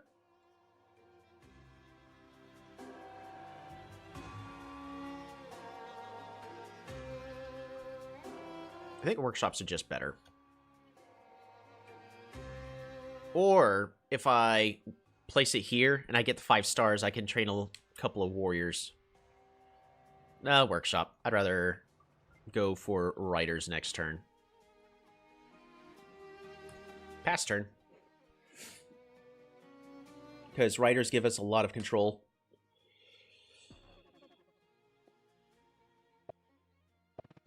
Oh, I actually just realized I didn't see this ruin here. Ain't gonna lie, I did not see that ruin there. Alrighty, we're gonna pick up writing first. Ooh, I missed. Oh, I missed. Research. Oh, that's really good. That's like really good. It's almost like it's good, but also really good. Organization for almost a free level here. Resources.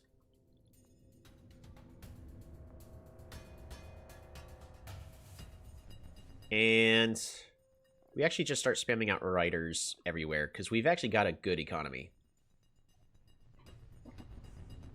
We do have a good economy right now because we're at 10 when we need 9 for all of our cities. Now that's because I am an aggressive player. Zeke, how's it going? This is because I'm an aggressive player. I will always constantly say that. Since I'm aggressive, I tend to go, okay, get just enough stars to just throw out riders. This is a strategy that I like to employ. So for a lot of people actually know the ways to fight against it, which is why, you know, like especially against the really good players, you'll see me lose a lot, is because this really aggressive strategy will only catch somebody unaware that doesn't quite know what they're doing, which also everybody that complains about Simanti. Throw out Mindbenders? I could.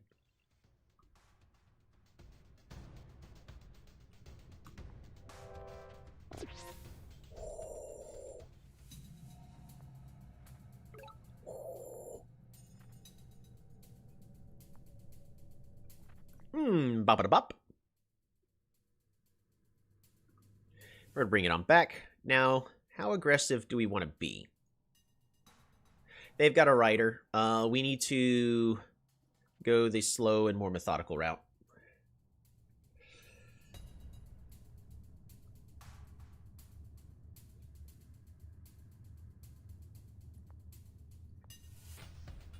I actually want to start building markets.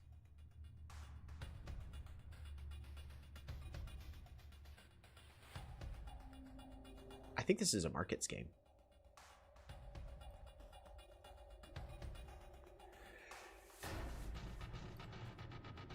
Alright. Only 2 more riders. Pass turn. But, like, look at this.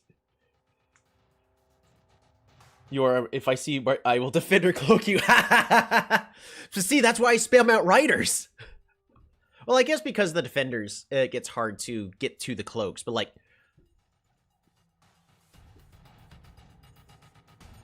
I've got a very strong setup right now. Ooh.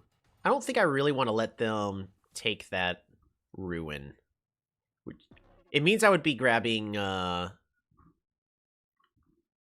You have to level that up and get an explorer. You do realize that, right?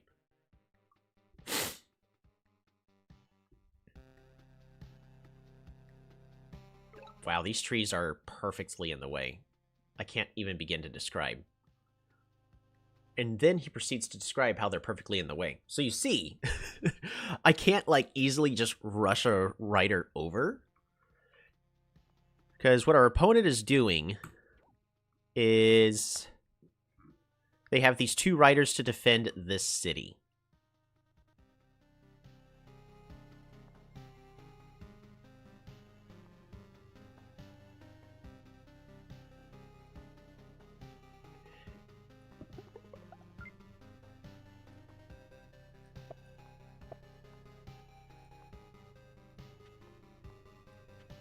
That also tells us there's a village there, which we're going to bounce onto.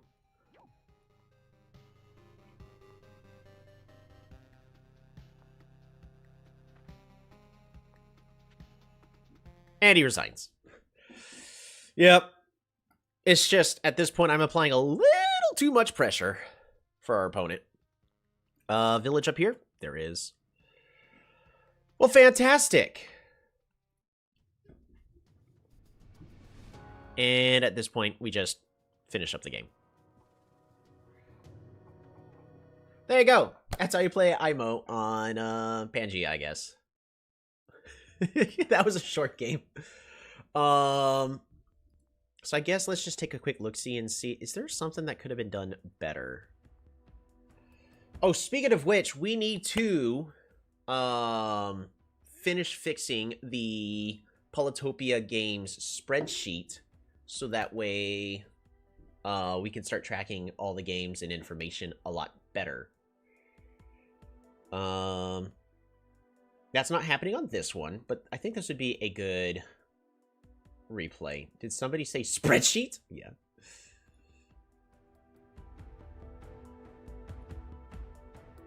Let's see. So 2 days, replays. And then it is IMO perfection. There's 107. And what? 107. 189. And then boom, save this, and it's IMO versus Kiku. Normal Pangea. Boom.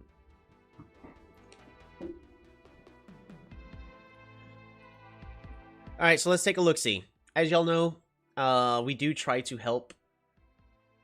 Just in case for some reason, you know, our opponent has decided to stop on by, go, ooh, I recognize that name, I hate this guy, but let's see what went on, because I do always try to offer feedback on what could have gone better. So watching this from our opponent's side of the view, this is an alright spawn. You really would rather, for Kiku, be going around the outside of the board. Level up, get herself that workshop. Fantastic. How dare they hate Told.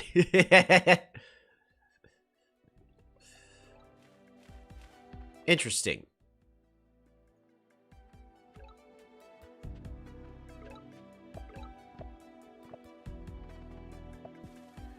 Resources. Okay, good.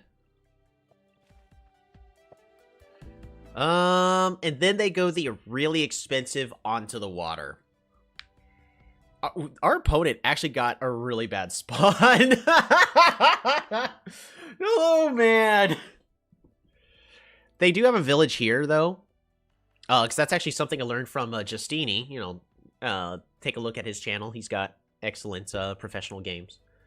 and stuff like that. But one thing I learned is apparently you're pretty much guaranteed 2 villages to be touching yours, assuming that there's enough space to allow it. And since there was not a village here, there's definitely a village here on this tile. And if we just reduce that, boom, look at that. There's a village back there. So it's just the rule only applies for lakes and Archie. I stand corrected. But there's still another village over here. Pangea, Dryland, Continent, and Waterworld can still mess you up. Yeah, definitely Waterworlds. But I think that rule should really apply to everything. Oh well. Because here's the question. What is this gonna do? It costs 7 stars to do what? Nothing. What they could have spent those 7 stars on is pretty much writing and writers, which they're gonna need on this Pangea map. So they shot themselves in the foot that way. Because also, if they decided to get writers instead, writer here, and instead of going 1, 2, 3, it's just 1, 2 onto this village. So really, this port here is just the wrong play. Bop-a-da-bop. Aha! Yep, so they're currently making the plays in order to defend. And our opponent does the correct thing here, and they just set up to defend. So they can unsiege here. But that really puts them behind. But at least it allows them to, stay in the game. However, at this current point of time, like, if you look at the points, we're 1,000 points ahead. Mind you, 400 of those is going to be...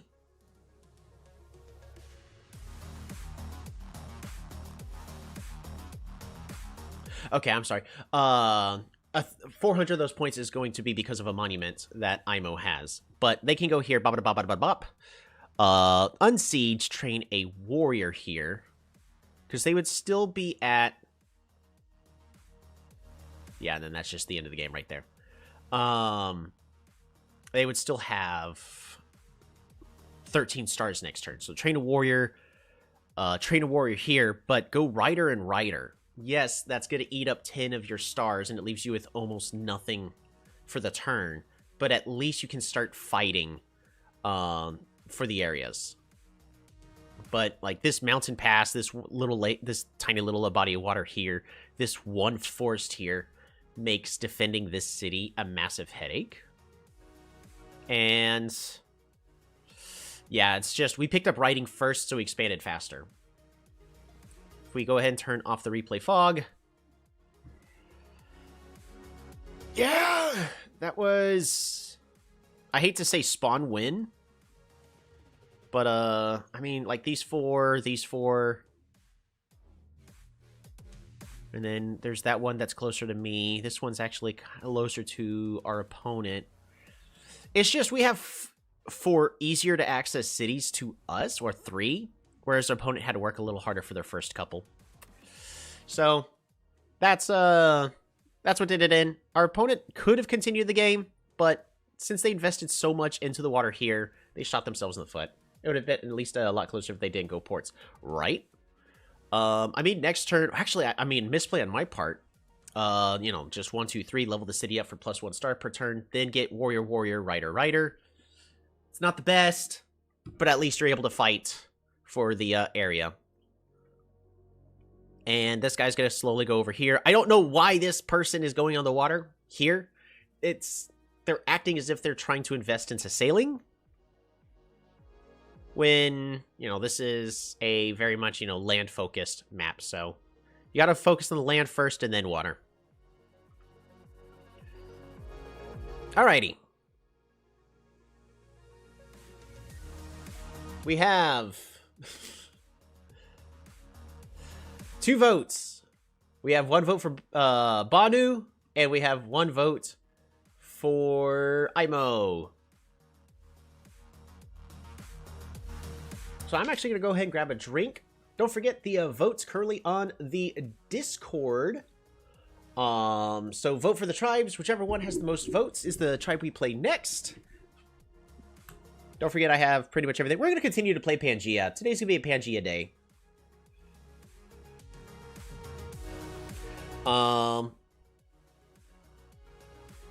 Actually, so we'll leave this here. So Pangea, 250 might. Whichever one has the most votes wins. If there's a tie, then whichever one is voted for first. You're allowed to vote for multiple tribes. Heck, you can vote for every single one if you like really, really wanted to. But, you know, just any tribe that you want to see, go for it. I'll be right back.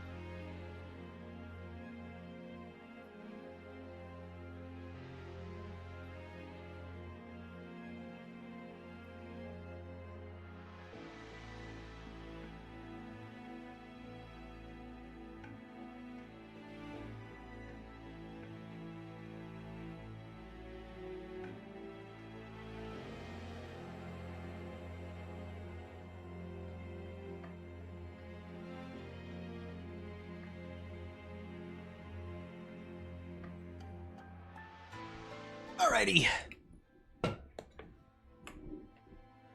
Blueberry cheesecake. What Polaris too, right? Alrighty. Would have at least been a lot closer if they didn't go ports. Yeah. So it looks like the winning tribe is going to be Polaris. Boom. We'll see how that goes. Not going to lie, besides Luxador, Polaris is probably one of my worst tribes. So, we'll do the best we can. Thematically, they are a really cool tribe. Hey, it's A-Talk!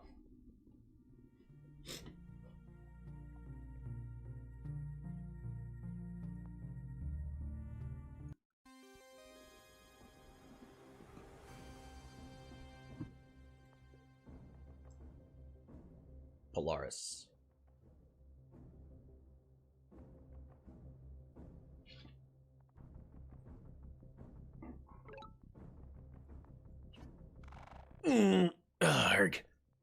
Warrior. Pass turn. Polaris. Actually is a pretty high skill tribe, I would say, in my opinion. Because you have to also have experience in how all the other tribes play, or understand, like, what the best resources are going to be, and all that.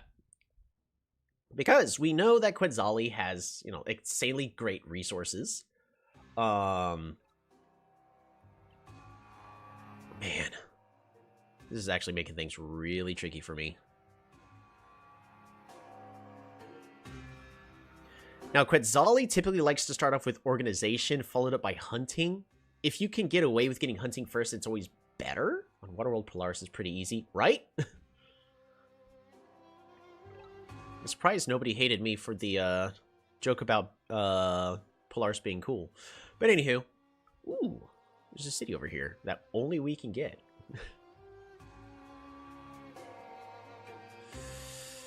Alright, well, we gotta go to organization. A fruit. Fruit. Workshop. Capture. I ought to lose against basically incapable Polaris player, but run over the ones that don't really know the tribe. Right? That's very much me, unfortunately. And I am, unfortunately, also one of those incapable ones. So I'm going to do something I typically, you know, tell people not to do. We're going to pick up our early ruin. Hey, there's Quetzali.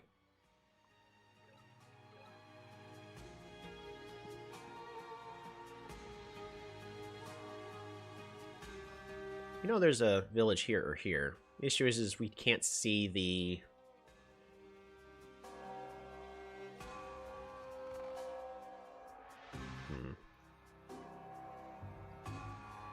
Do I pick up writing now?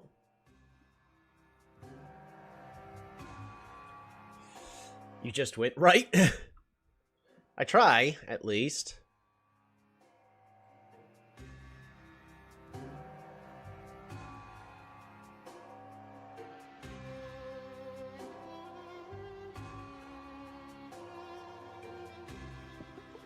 Might be a mistake, but I'm just gonna do it.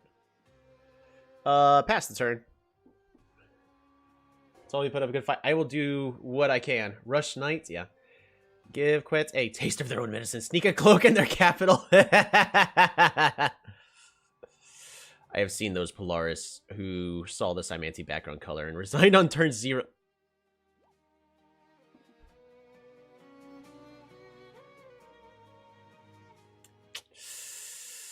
Arg. That is heavily unfortunate. My economy is still terrible. Do I really should just let, I should probably just let this ruin go.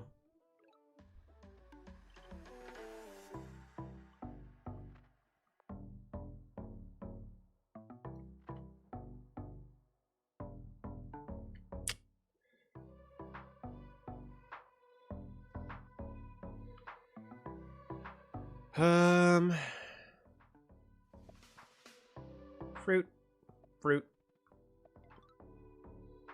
I need a better economy.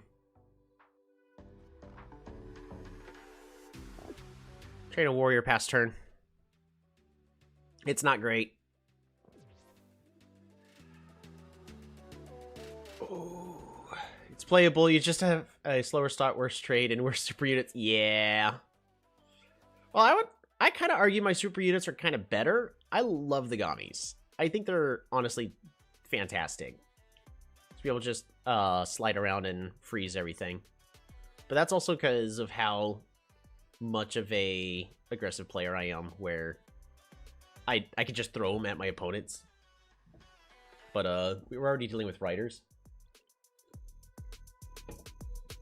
Gommies get bodied by riders. I know.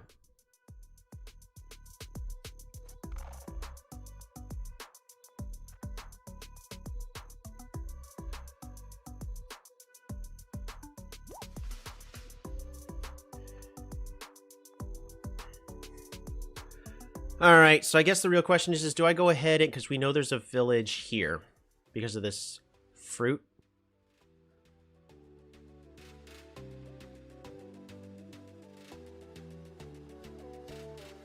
I need to pick up a Mooney here. And a warrior. Pass turn.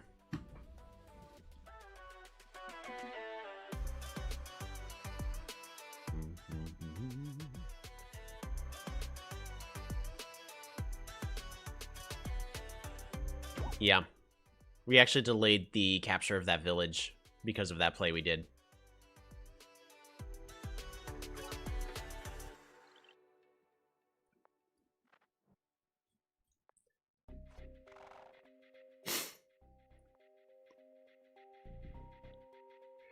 Dragons greater... Yeah.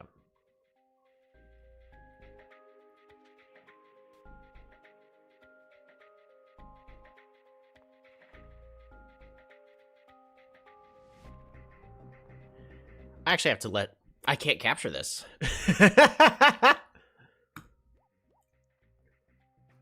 What is this game?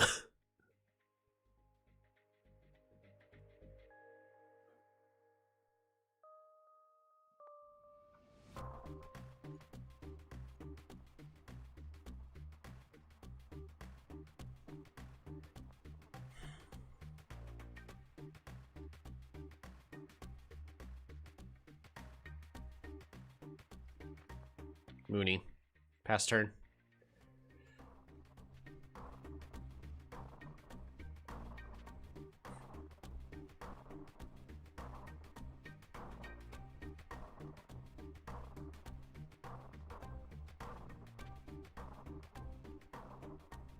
Fascinating.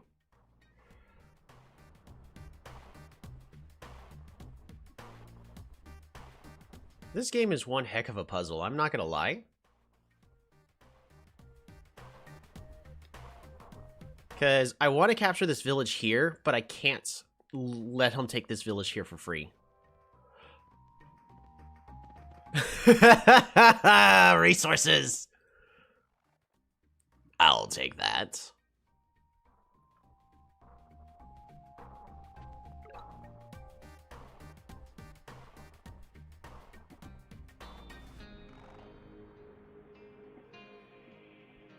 And this actually puts a lot of pressure on our opponent in a way they don't want.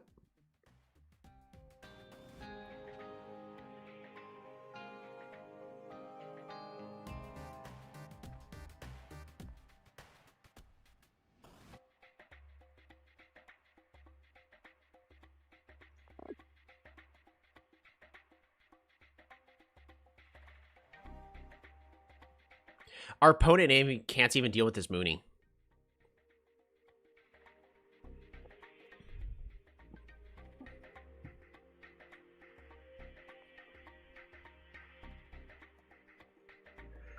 I'm gonna pass turn. What are people saying? We're sort of kill us, and then we rode. Maybe roads are the answer. Roads would definitely give us some good mobility, but roads are not as good for Polaris. They're good for the riders. They're good for their basic land units, but like all their skiing units.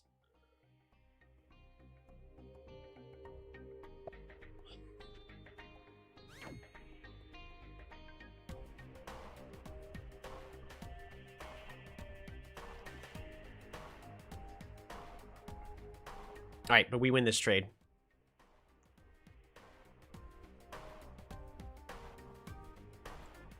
Oh no! Anyways, last week... There might be a village here.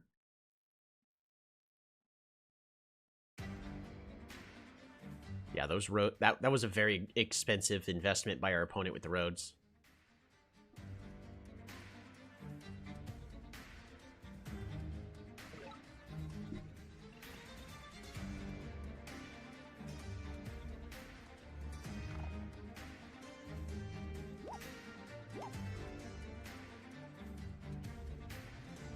We almost get tech, but basically.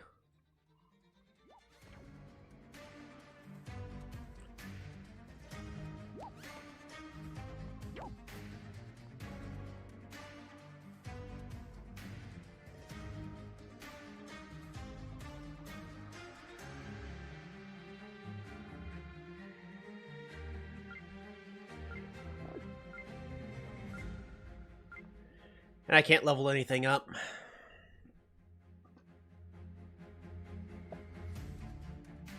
Our opponent has roads. That's actually really bad for us.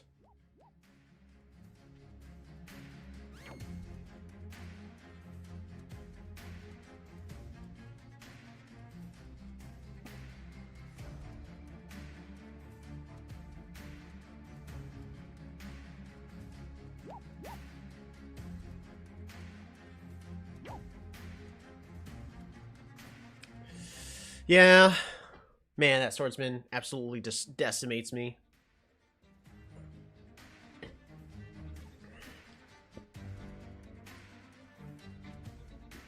Because he could actually just build walls here, just because.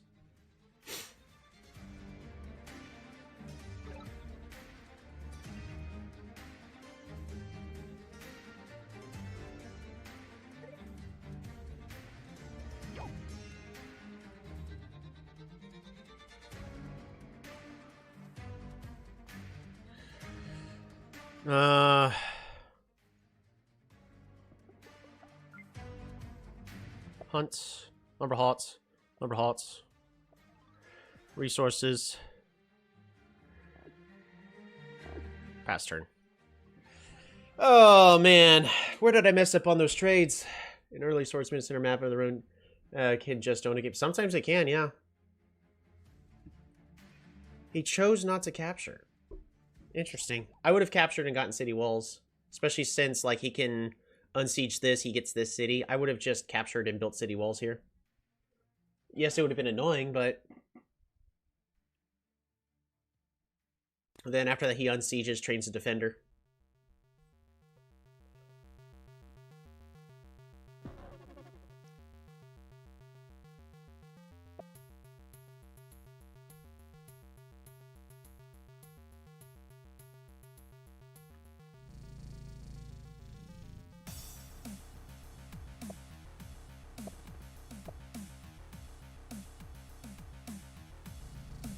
I feel like I made the right decisions, but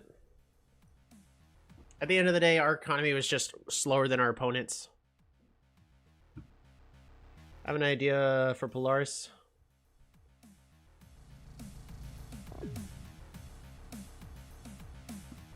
I just start building defenders.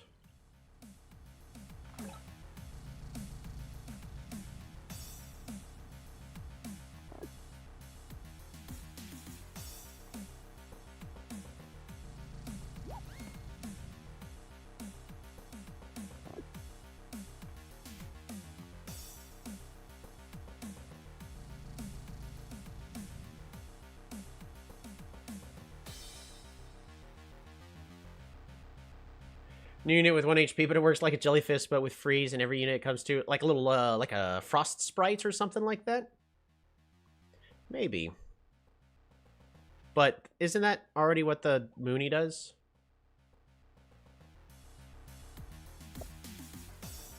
It's basically just a different Mooney. I don't know if that's really, what they need. Only dies to ranged units, so it'd probably be annoying to fight.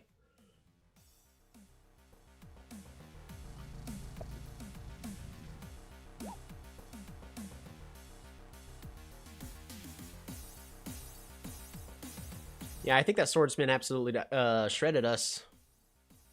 Was there a way I could have stopped him getting that ruin? There was, right? Because I don't think we're coming back from this game anymore.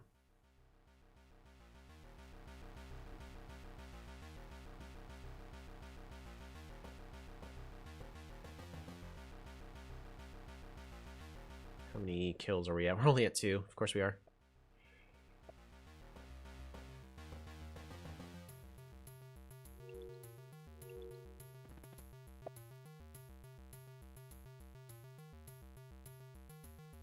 We can't even threaten to capture this city. We're actually being threatened to lose this city. Vet, southwest of that ruin incoming. Maybe.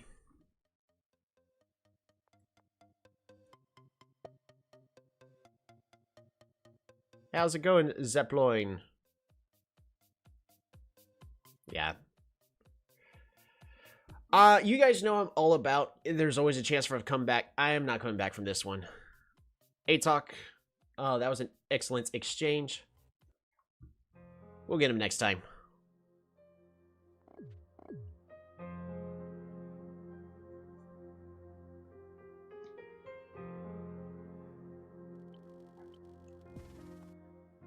Dang.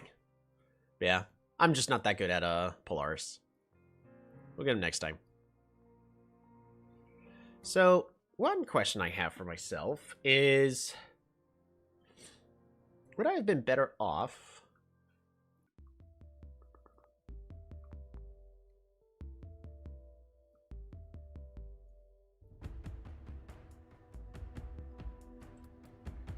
I feel like moving this Mooney this way was the correct play. I could be wrong. But should I have just trained a second Mooney?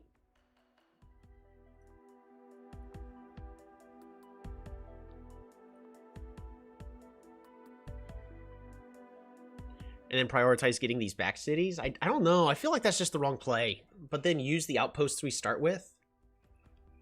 That just feels wrong. Would that have been better, though? I mean, there's no way for us to actually know that that would have worked. That's a huge gamble.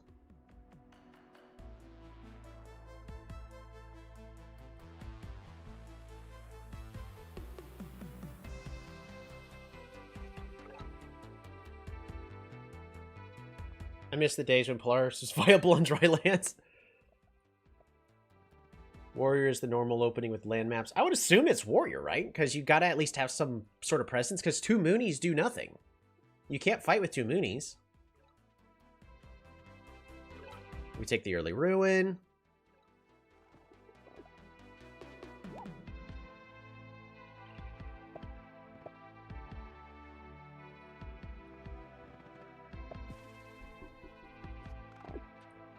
Would I have been better off just freezing here? I don't think so. I think we're just in the exact same situation, right?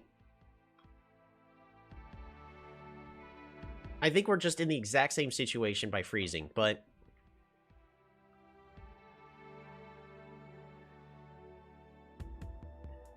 I should have moved this warrior here. This rider here. Frozen. Warrior, at least. I think it comes down to you got an explorer and they got a swordsman. Maybe.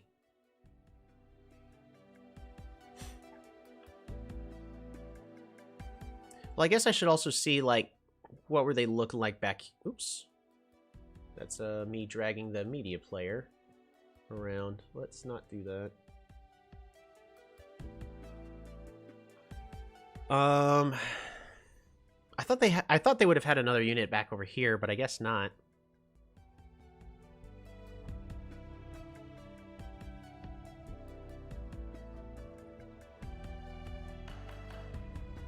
Because if I go there, our opponent kills, sieges, but this is frozen for the turn.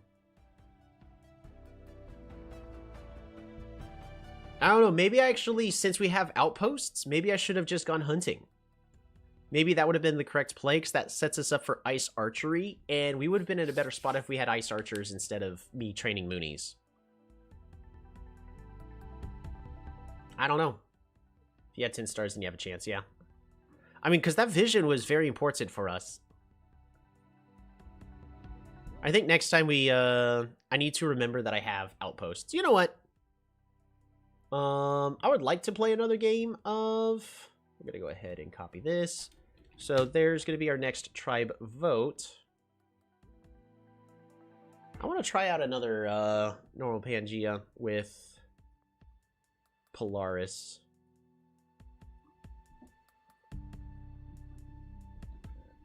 I mean, outposts are expensive, but they also work for the,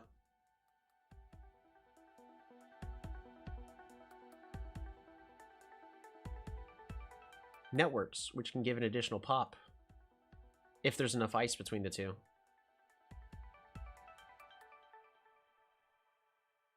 I don't know, it's an interesting game. There's a lot of questions on that one that can really be analyzed and reviewed. Really that one turn, I think. Because... even though we can all agree that, yeah, it wasn't so hot that we ended up getting an explorer and our opponent got a swordsman, but, like, vision, I would say, is pretty much worth just as much.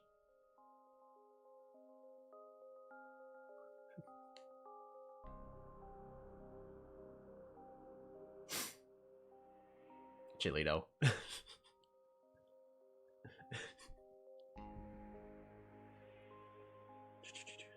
Hey, Christopher! Welcome! We might be playing an Illyrian game this time.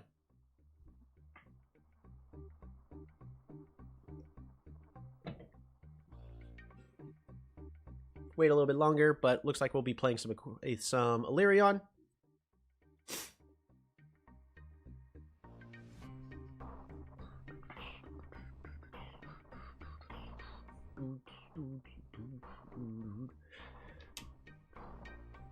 Oh, did I save that replay? I don't think I did.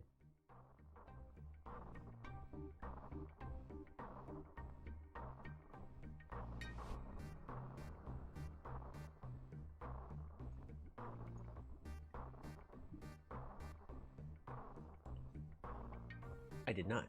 Let's save that replay real fast. And that one is Polaris versus Icarus normal Pangea versus Atok. Atok. There we go. Now I got it saved. Alrighty.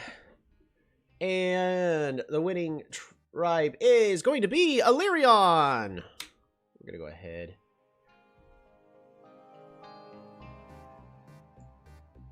Copy text. We're going to go ahead and flip the vote for the next game. I should have enough time.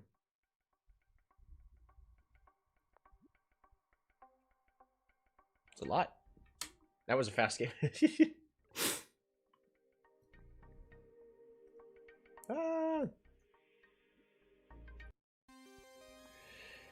Alrighty, Illyrion, you get to be aggressive.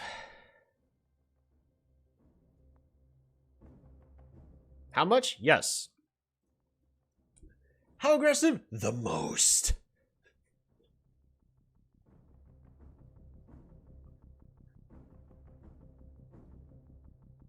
Oh, I should be score counting.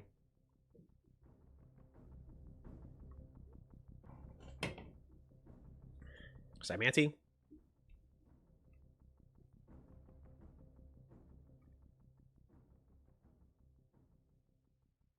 This might be a sanctuary map.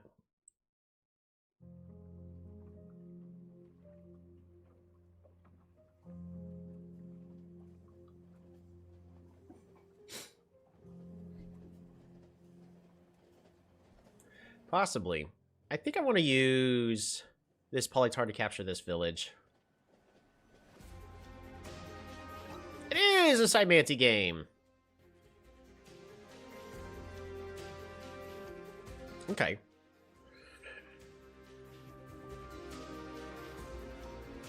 Every map is a sanctuary map, right?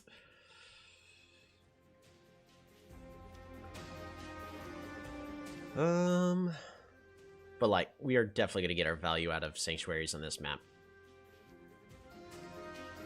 And of course, you know how I play. I like to spam out Polytars. Man. Yeah, but that's actually not going to be the correct way to fight against Cymanti. At least not for the start. Because Polytars kind of get shracked by, hexapods.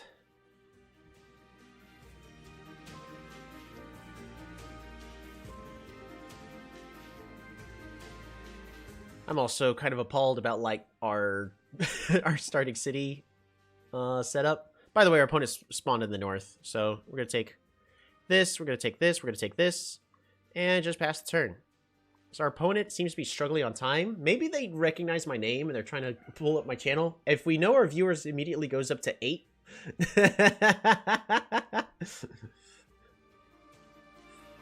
We'll see. I joke. Unless.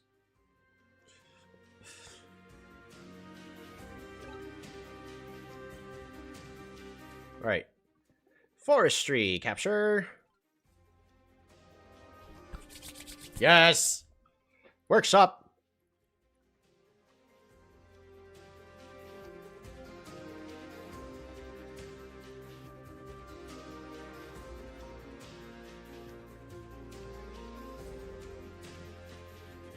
We'll see. That's big money right there. Yes. Oh, resources. That's really good. Because now I get to go full greed.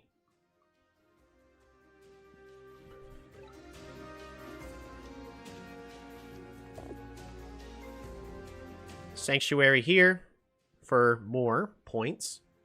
Train ourselves. We're going to go backwards, actually, just a little bit.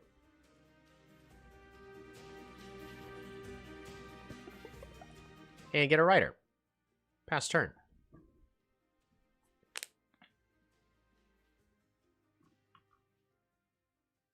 But wait, why didn't I build 2? Well, you see why I didn't build 2 is I like to be able to alternate between sanctuaries. So we're going to build a sanctuary here this turn. I'm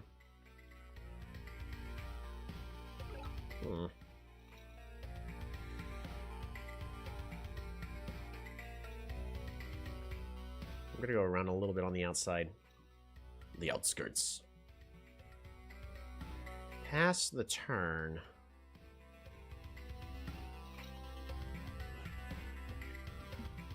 Because I do love my Polytar spamming strats.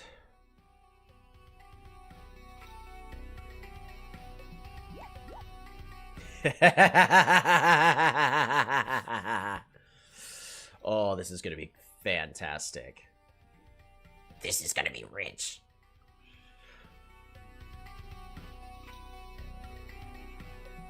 We're going to take this city. Will it be enough for Symanti to rage quit?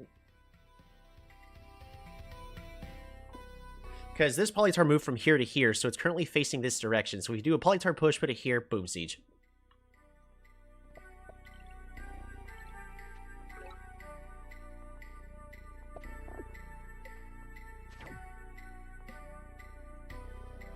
Ooh.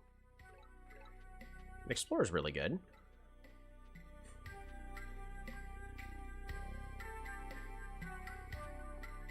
Recover. And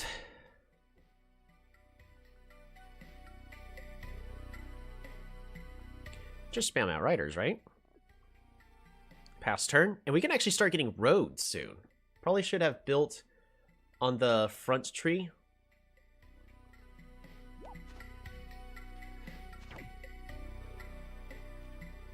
Oh, boom. We actually prevent them from taking this.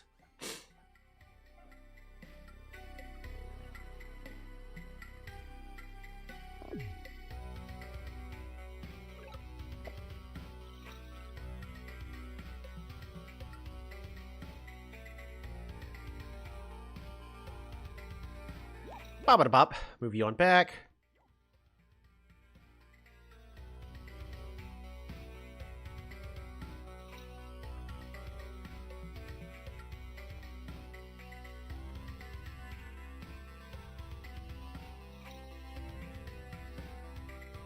The west tree?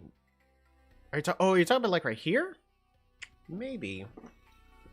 Actually, yeah, you're probably right, because then we can use this for a lumber hut. You're 100% right, Dan.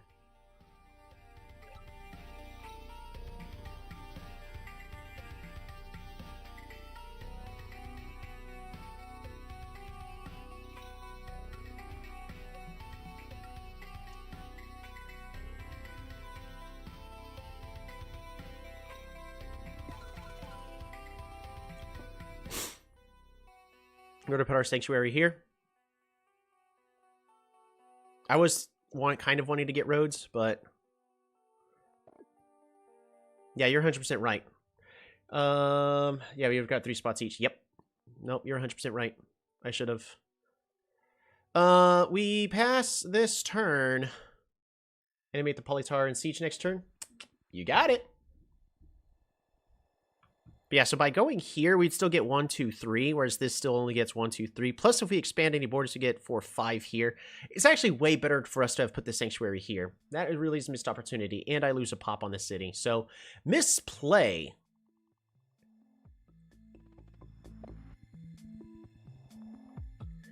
Built a workshop.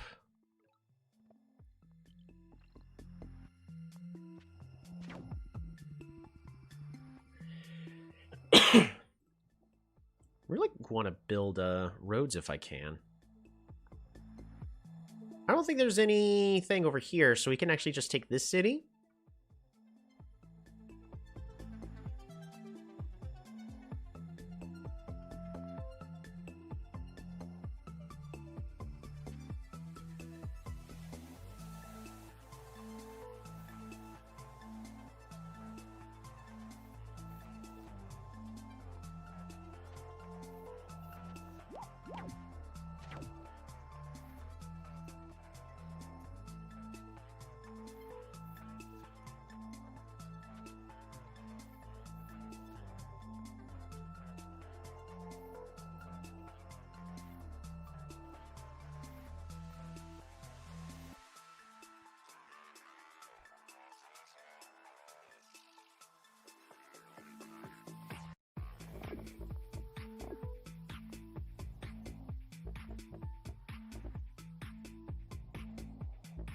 I need roads.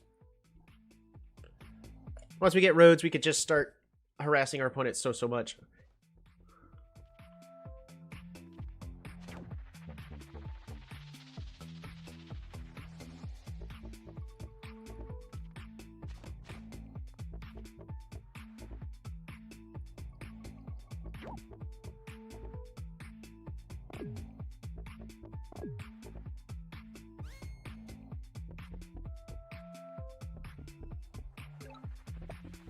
Alright. Roads.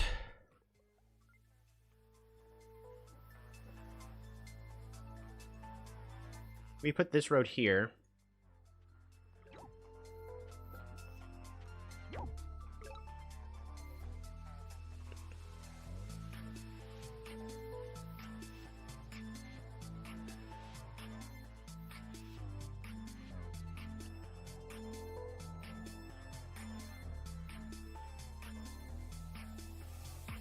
How much do I really care about?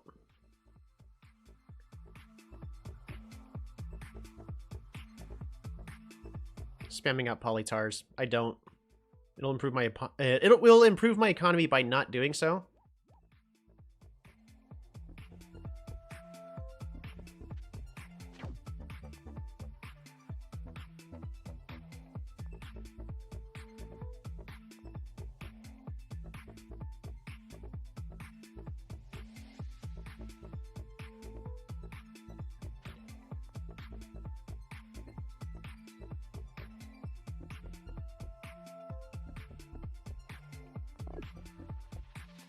I'm sorry, I'm doing a lot of planning whenever I'm actually taking these.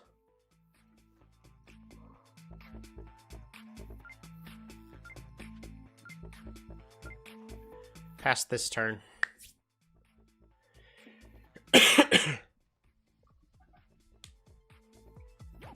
For the swarm.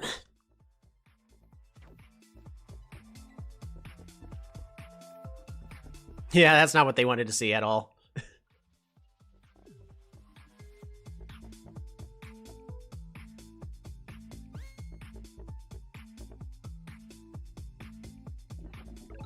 We are holding our opponent back economically, which is fantastic.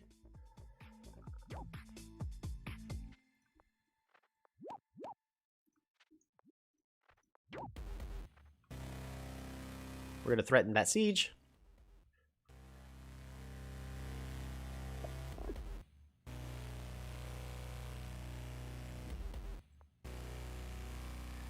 Any techs? Org?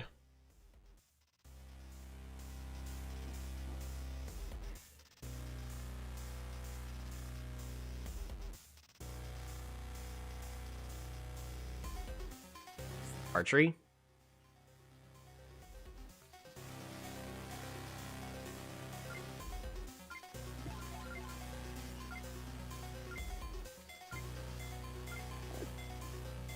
There. I need to plan out my turn. So this is here to defend this city. We need to actually start applying pressure for that one. By moving our unit here.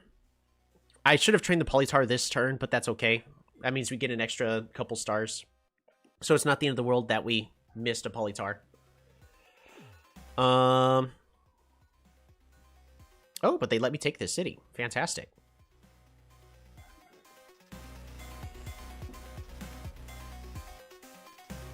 We can siege this city. No, we can't.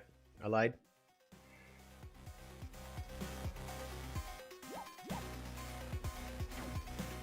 The killer monuments is complete. Road.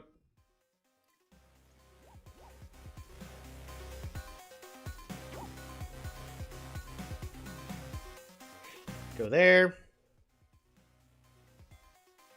Bop-a-da-bop. Bop. Bop. Like, yeah.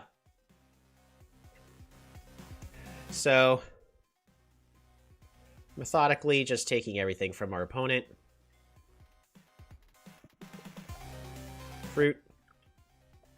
Workshop. But we didn't have to do that. Extra tech if we built the sanctuary in the right place. So, again, we shot ourselves in the foot that way. Oh, I almost messed up there. Fruit. Fruit.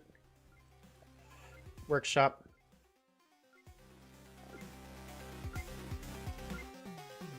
Yeah, there we go.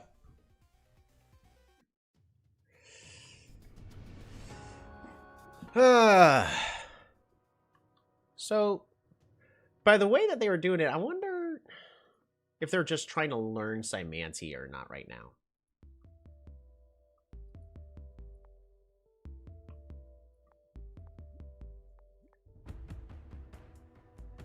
Hey, Jaybird, how's it going?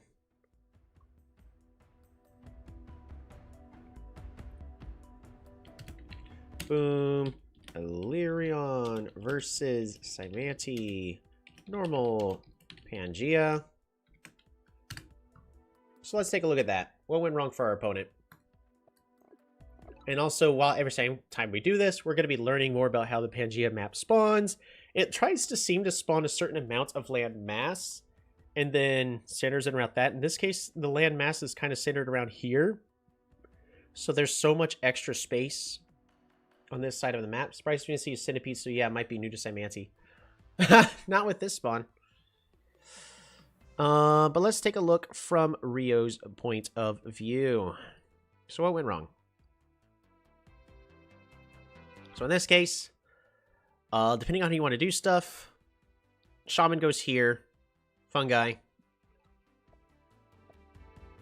Ah, clever.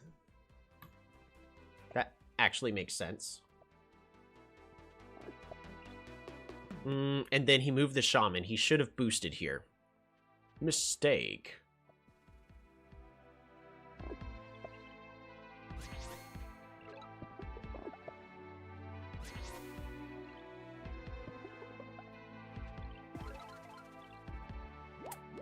And he's just not spreading out properly. So, our opponent shot himself in the foot by slowing down his rate of expansion. He needed to do an Explorer there. Because now he has to play defensive here.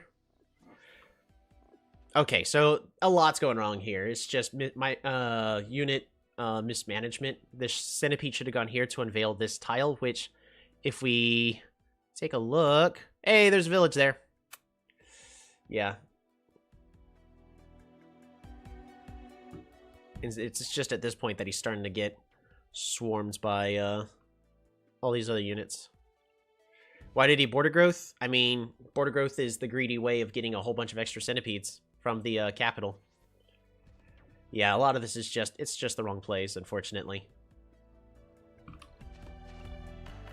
Alrighty.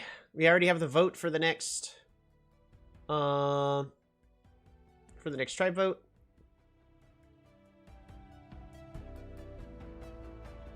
There's currently no votes, so... I mean, when I was first doing this like a year ago, I was like, hey, what map and all that are we playing? Maybe do it as a random, fantastic. But I think it kind of became known as, like, we do the Small Lakes. Small Lakes I still find are, like, good brawl maps. But, we're just gonna do normal Pangeas today. Ooh, we got a Venger vote. Not even Venger, it's the Cultist vote. That'll be fun.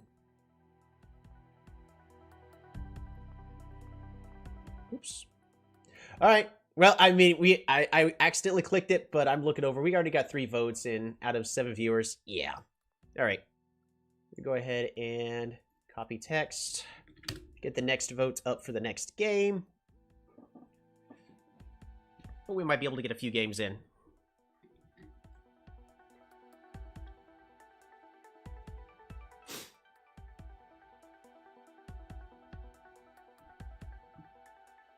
Immediately a Luxador. Why must you guys forsake me? What have I done to deserve this?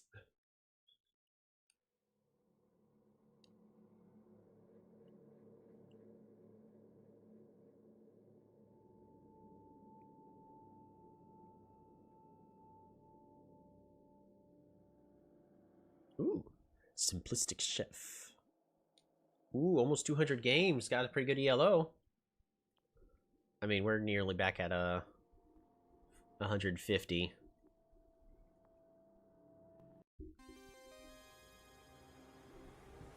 All right.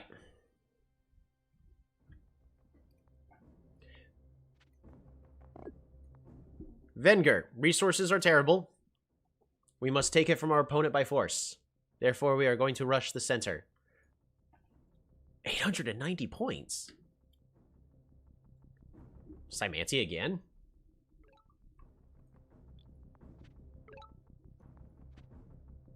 Oh, misplay. I wanted to put him here. Oh, well. Not the end of the world.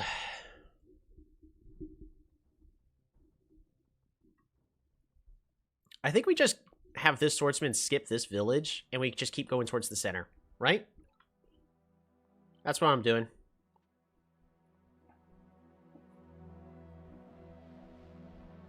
It's not like we're to have the resources to do anything about it anyways. Samanti with a perfect explorer would get that, but unlikely, right? I'm thinking that's what they did, though. Jeez.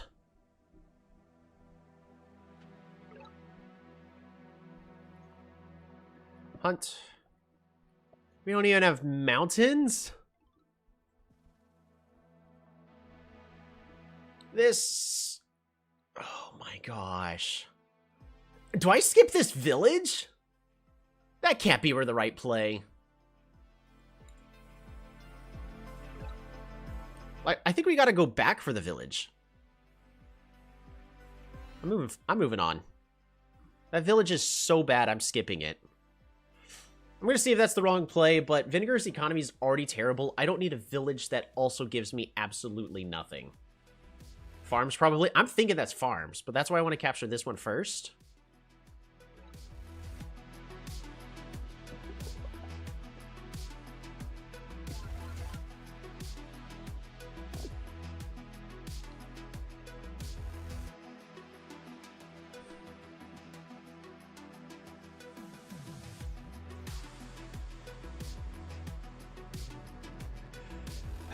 We'll see.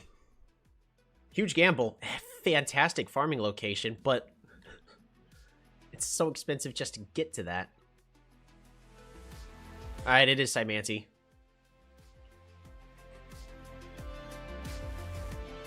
Hunt. Workshop. Warrior, pass turn.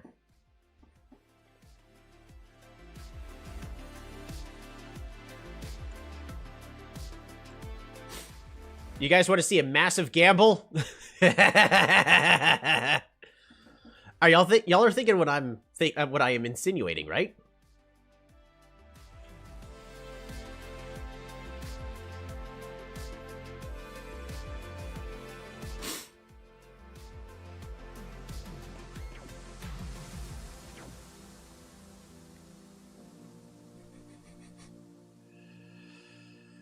Oh man. Well, there's Simanti. I was gonna go here and figure out what's going on, but guess not.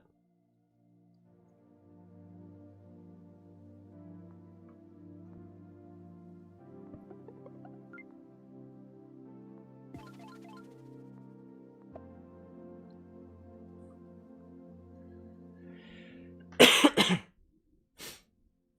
think I chop here, level this up.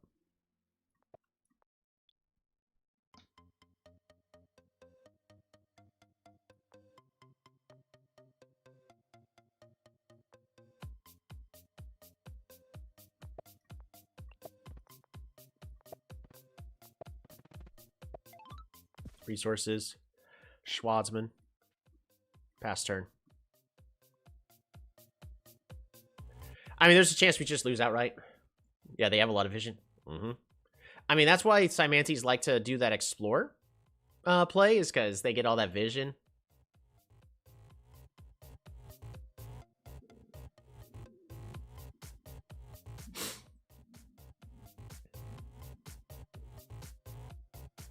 Throw? I actually think they did.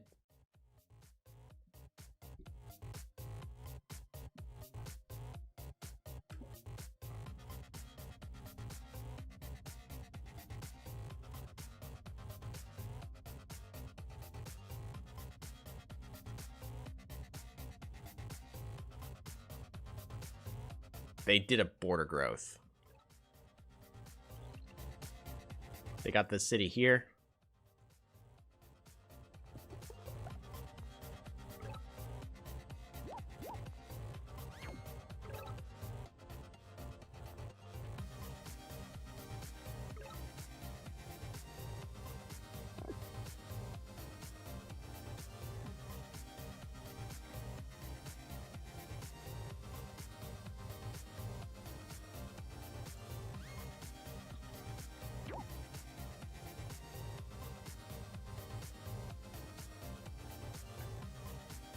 He can't train a single hexapod. Well, he could train a hexapod here, but he can't train a hexapod here or here.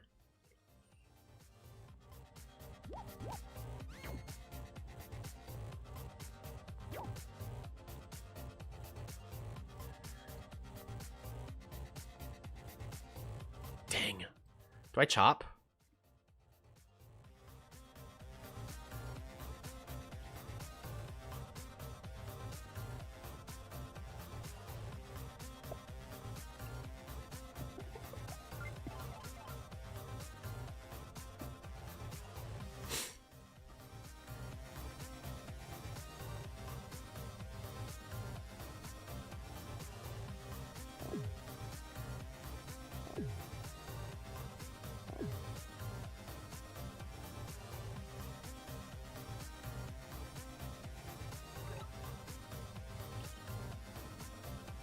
So his shaman's back here. That's actually bait. So we can't take that. But no matter what, our swordsman's dead.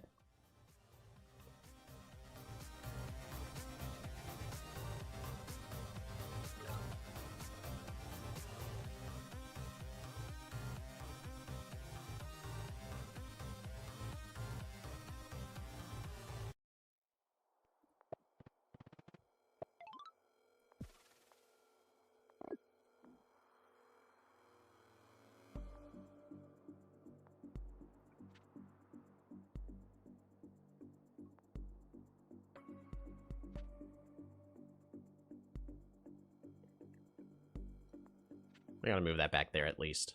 So now he's kind of forced to kill this swordsman. I mean, he can.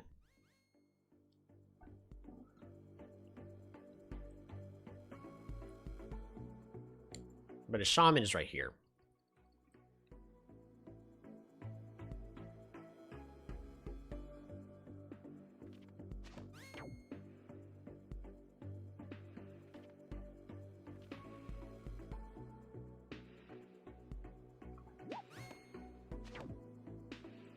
Fascinating.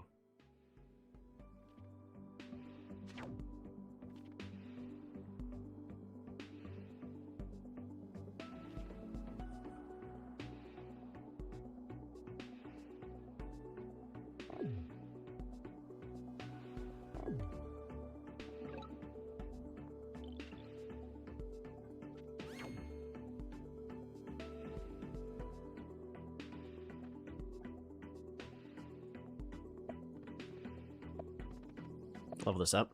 Resources. Swordsman.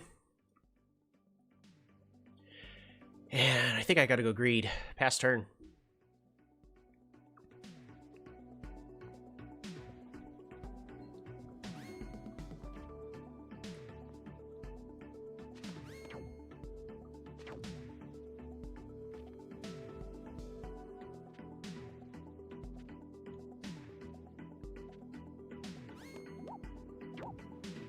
A veteran swordsman!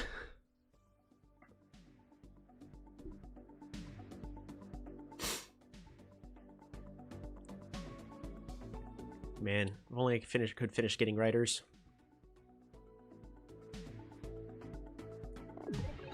Three more kills.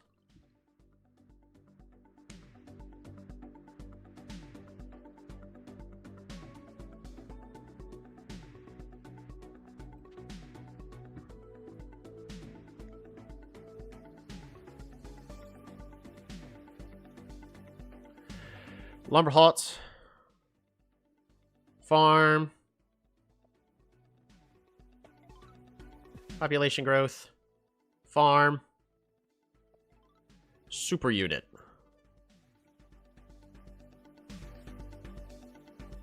I have to move back to at least here. No, to here, or else I lose the city.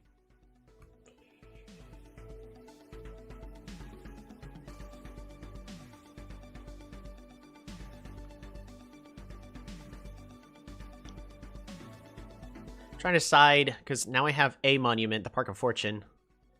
If anywhere, where does it go? I think...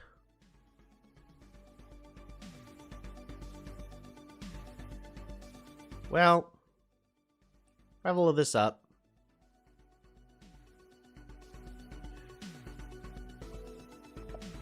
We get stars, which we kind of need now. Which allows us to get a swordsman in the now.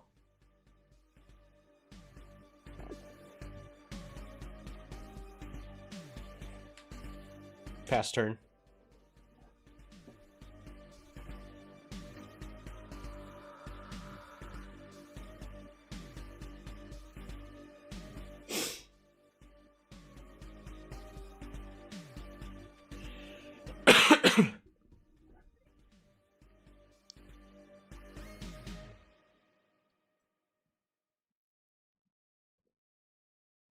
Alright. Need to get riders. You're just gonna siege there. Why? He should have held the siege! Oh well. I guess ruins are good. It's interesting that he went with, mycelium.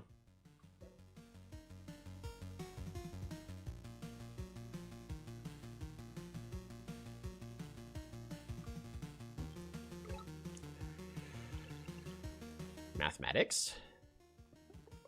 Capture.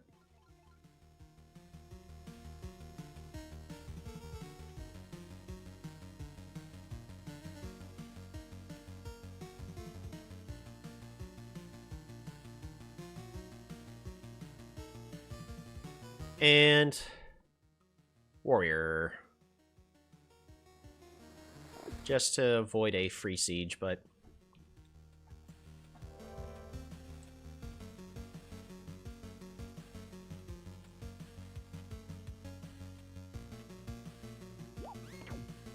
no, that was a misplay. Why would you do that?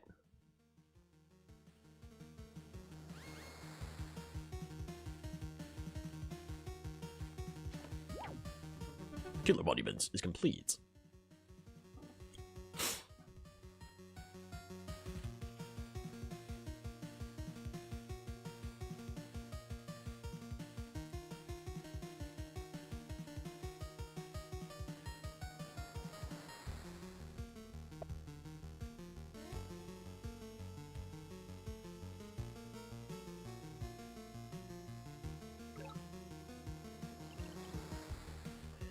All right, Schwarzman.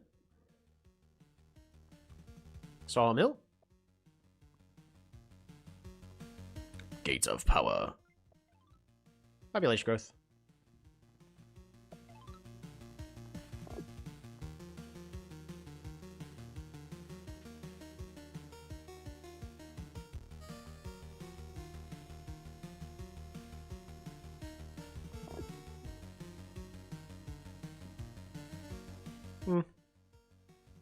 Misplay.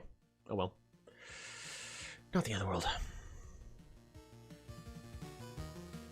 Yeah, I'll kill it. Just so that way they don't get a free siege over here and make things extra annoying for me.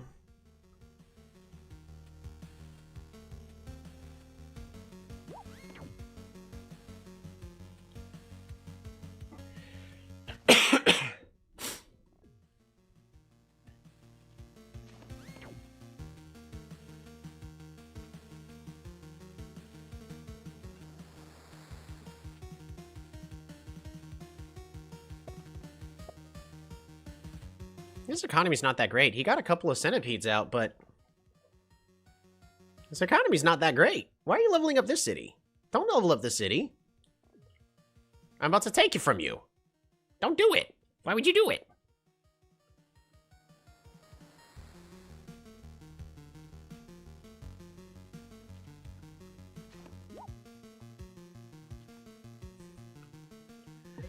But why would you do it?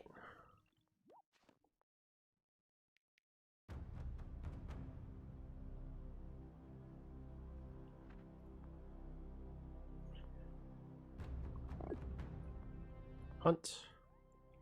Lumber huts.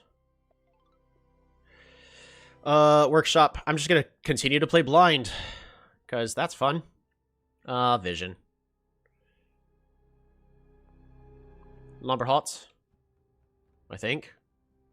Yee. We're gonna go ahead and chop here. Schwarzman.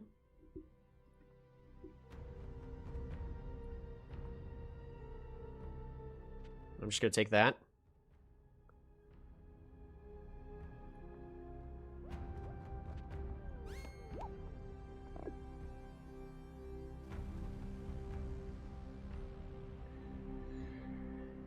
That should do it. Pass turn.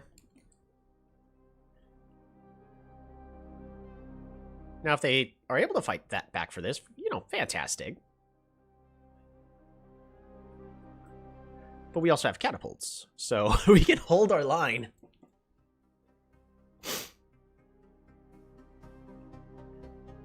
Oh, there's a warrior in range. Man, that was dumb of me. Why did I train a catapult there? I should have put the catapult, I guess, back here. I shouldn't have trained a catapult yet.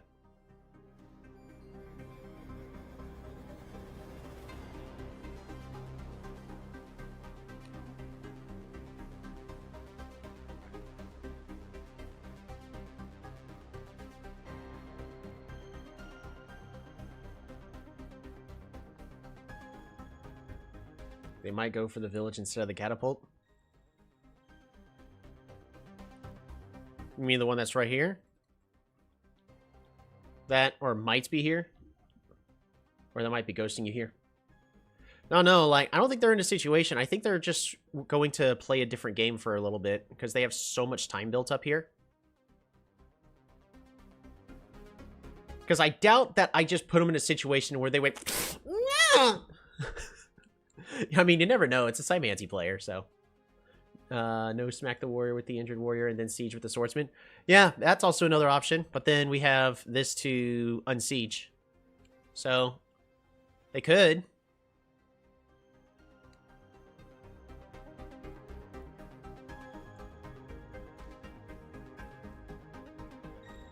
I need to finish leveling up these cities back here.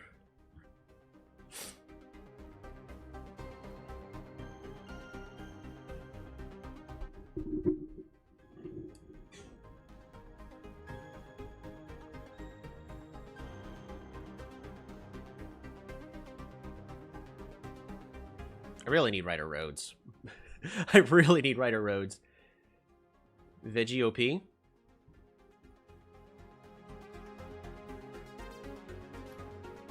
It's like, I don't see how they unsiege this here. Which allows me to take. If I was my opponent, I'd keep trying to establish better... Like, unless they actually gave up. But... I doubt it. They have better... Unless they have a bunch of angry hexapods back there. They could. I doubt it. They would have been a lot more aggressive if they did. Right? Their economy is not great. It's absolutely terrible. They have two centipedes that can't do much. They could siege this city here.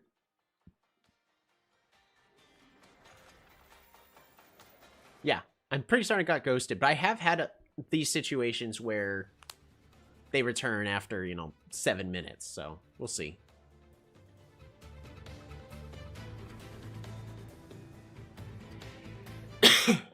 Oh no, it's not a free win, therefore gotta give up. Friend zoned again? I don't even think they accepted my friend request. No, they didn't. I didn't even get friend zoned. They closed it on their phone. I mean, they had pretty much 9 minutes, so maybe something happened in IRL. But I think they really were expecting a free win.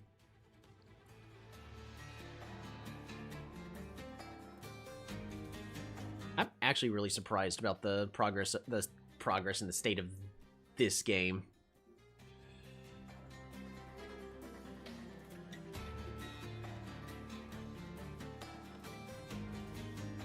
It is a tricky spot for them to be in. So, what do we think would be the best thing for them to do here? Because they could siege, but then I just done siege and the swordsman's dead. Fantastic. Let's pretend they got 2 hexapods in range. We're gonna go to the bot commands. Cancel. /O for optimize. We got hexapod, hexapod, hexapod, centipede. Versus a giant at 31 HP. They can kill it, but they have to do it in a specific order. Hexapod, hexapod, centipede, hexapod. Can they do it the other way around? Calculate. So hexapod, hexapod. Oops. He, centipede. Oops. Oops.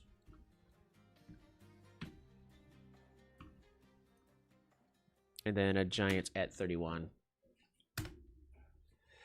Okay, so they can secure the kill with the centipede, but that's assuming they have like 2 hexapods in the back. Doesn't that make you choose which to save? Yeah. Well, if they can siege both cities, choose which to save. Possibly. I mean, I can unsiege here, can't I? Well, I guess. Because they could go here, bop that.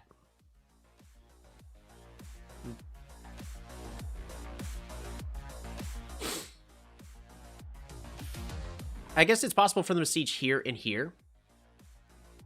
Attack, catapult.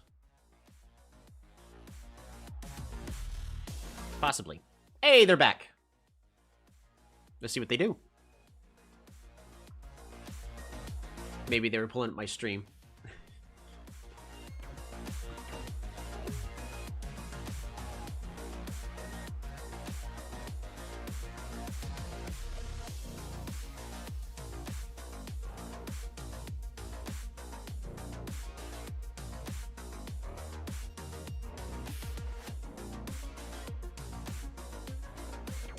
One.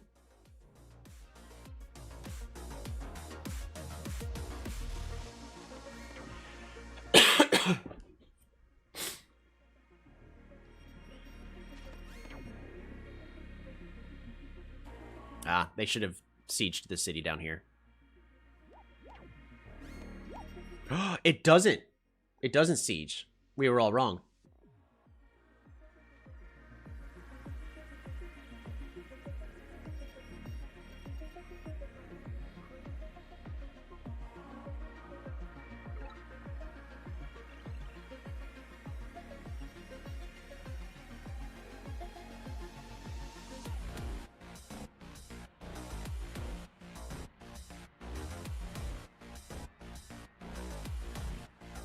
Dang.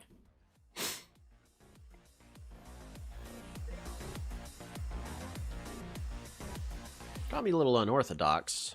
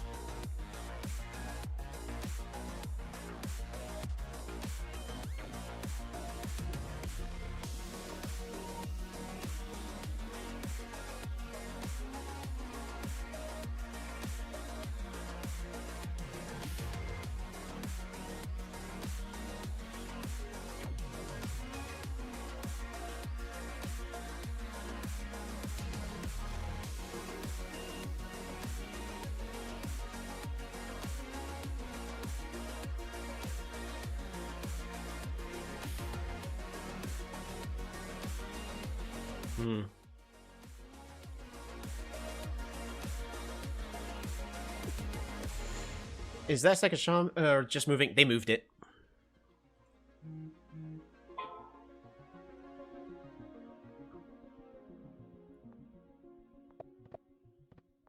Sawmill here. Resources.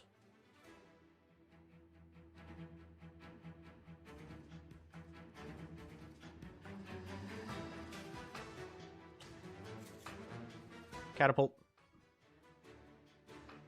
Pass turn.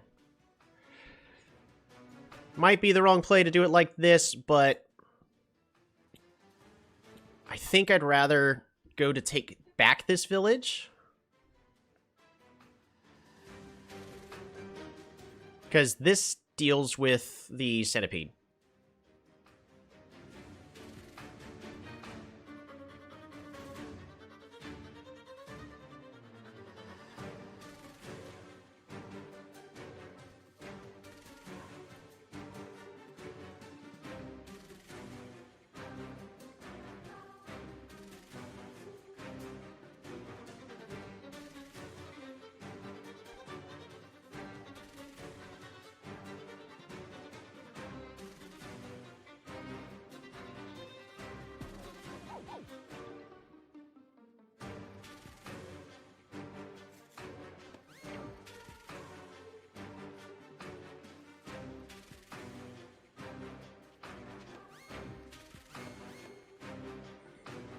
Yep, not enough. This match is sponsored by Polycalc.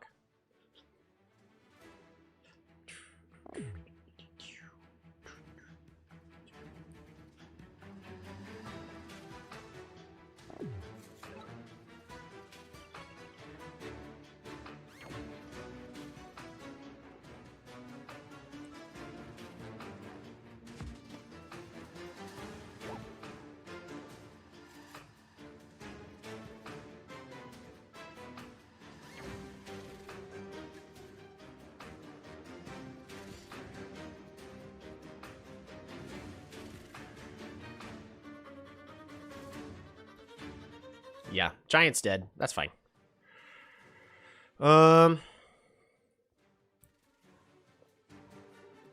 Lumberhot. Farm.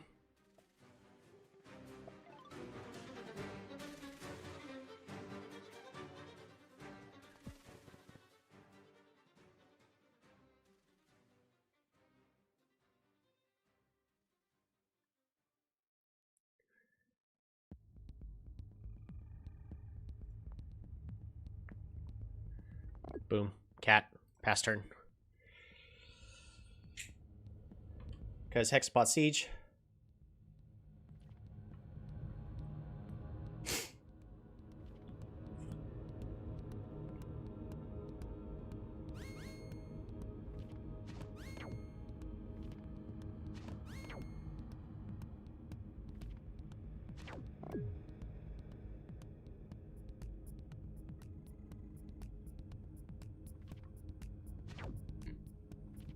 Yeah, tricky spot. I don't know if I should have given up that city.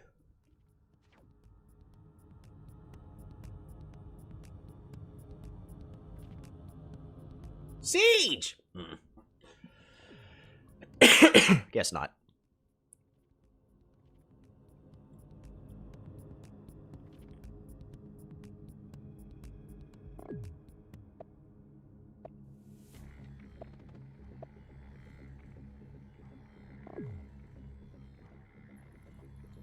This took a turn? Yeah, it's fine.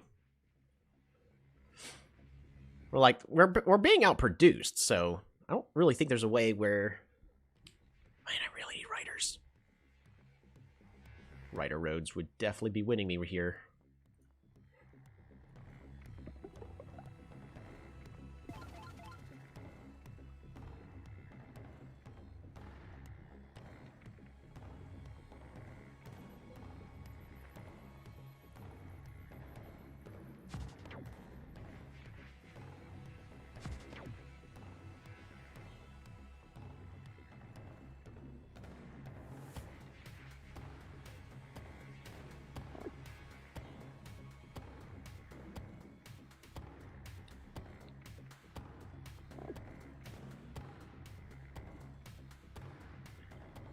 Okay, pass the turn. Not the greatest spot. This city's gonna get sieged.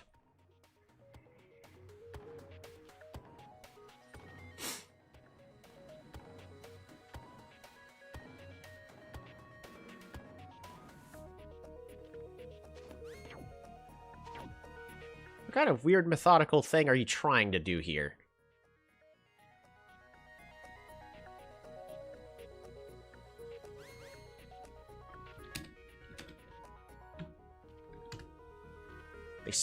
This catapult still kills the hexapod, so it does what it needs to do.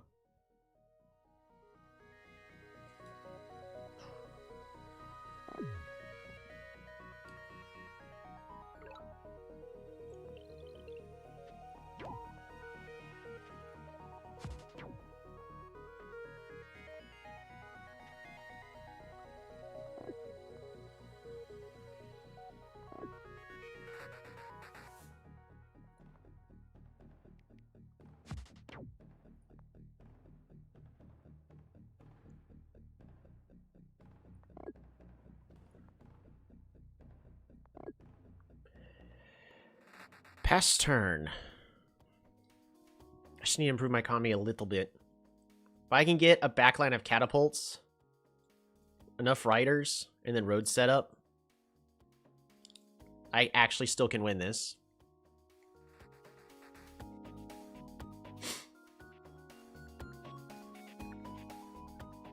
Maybe I should have just unsieged that city and just kept defending it. Maybe that was the correct play.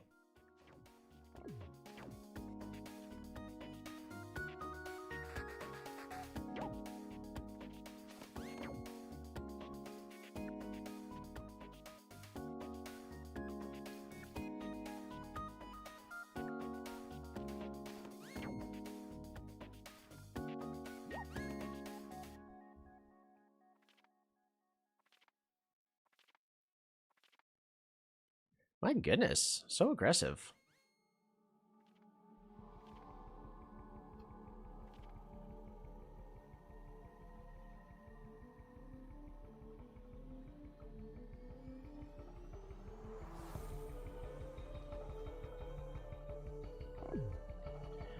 Just need to keep having superior trades, I guess. Defenders would be better. Can't afford them.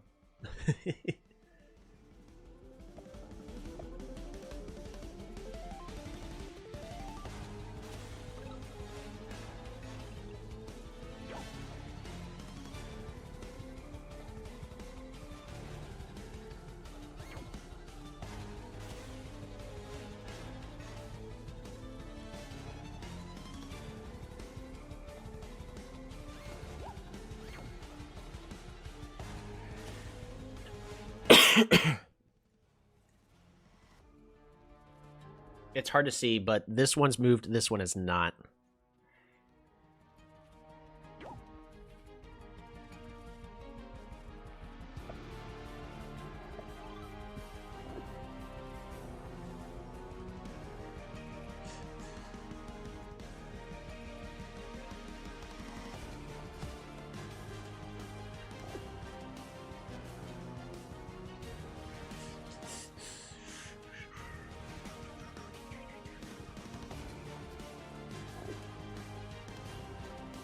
Pass turn.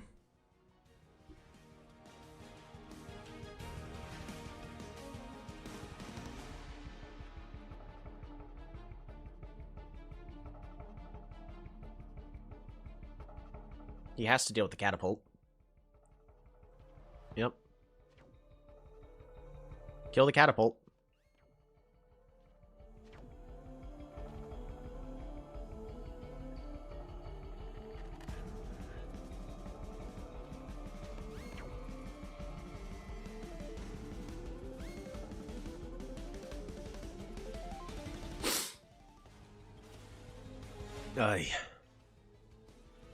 You gotta kill the catapult.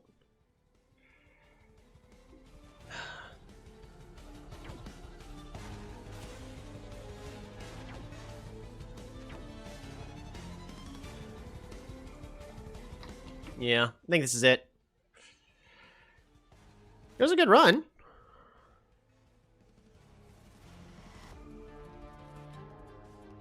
I just don't have a good enough economy in order to make a comeback from all this.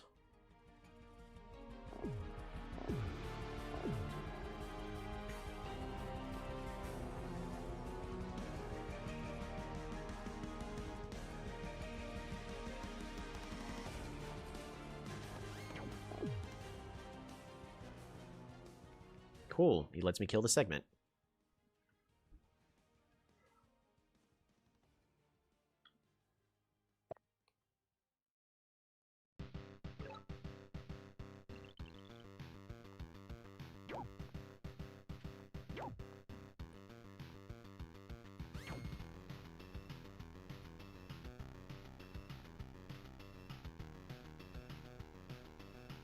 Yeah, I don't think we're recovering from this. I think it's just too many units.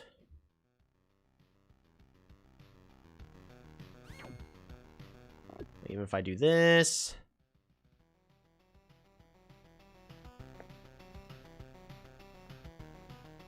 Clear this forest. Schwarzman. Schwarzman.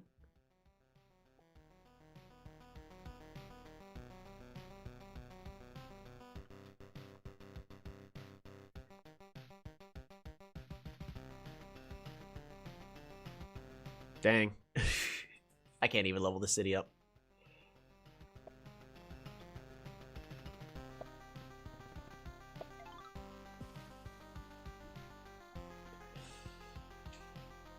If only I was able to get roads sooner.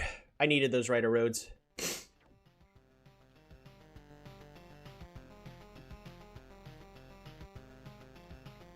That's a shame.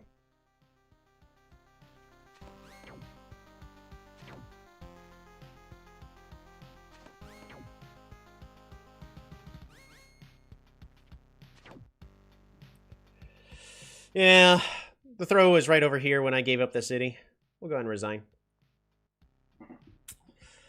I thought that was going to be the right play, to just take the city back, but apparently I just get outswarmed there. That's a shame.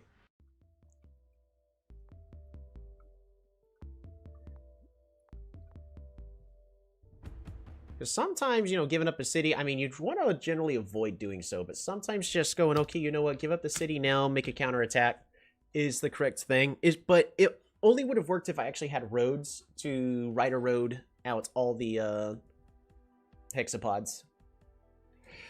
Cultists versus Cymanti. Normal. Pangea. Yeah, that's a shame. Because I definitely think for this one it was Shared Fog. This moment. Because we actually ended up, you know, doing pretty good about making a comeback at a lot of this stuff. Yeah, we were actually...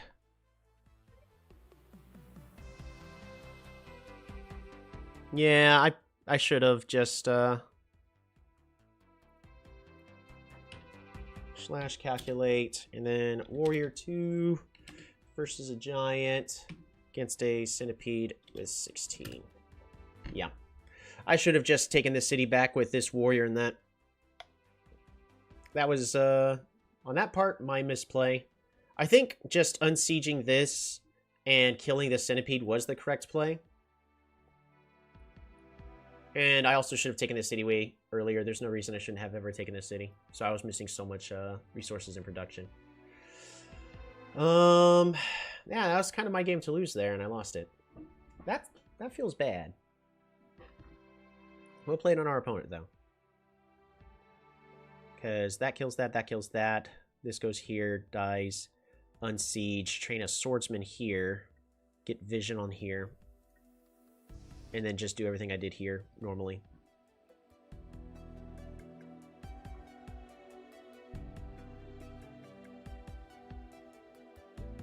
Yeah. That's what I should have done instead, and that's where I lost the game. Because I even mentioned that, like, you could kill the Centipede. Sometimes it just takes time. I kind of don't want to stop playing, but it's also, we've been streaming for 3.5 hours. So, probably should stop.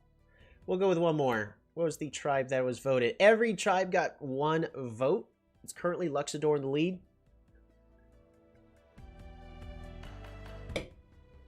Well, every tribe that got voted for got 1 vote. It's going to be a last Pangea game.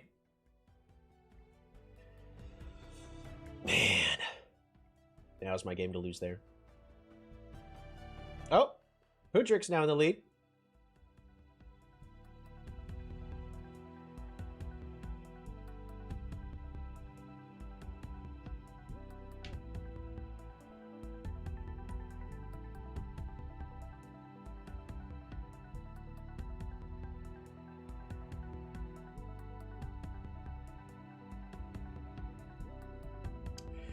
Ooh.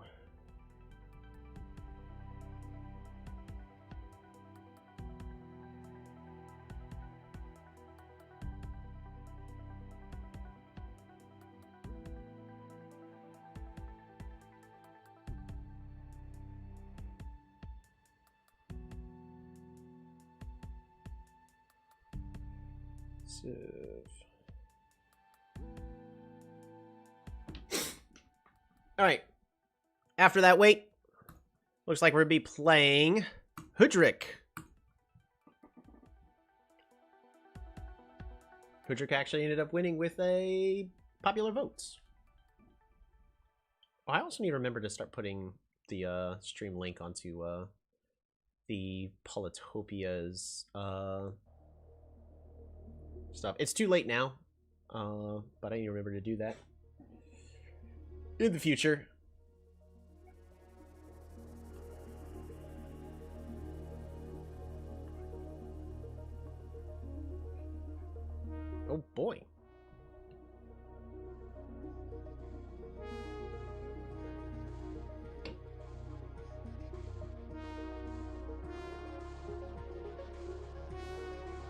Great dog. 7579. Nope. Guess not. I mean, they probably see this ELO and see like 346 games. Oh, it's a Cymanti main.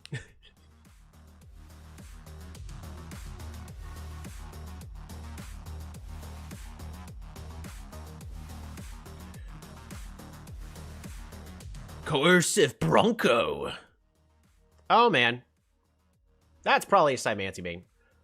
I also would like to just... The other reason I don't like playing on Pangea is will be playing against a lot of Cymantis, just because Cymanti is good on...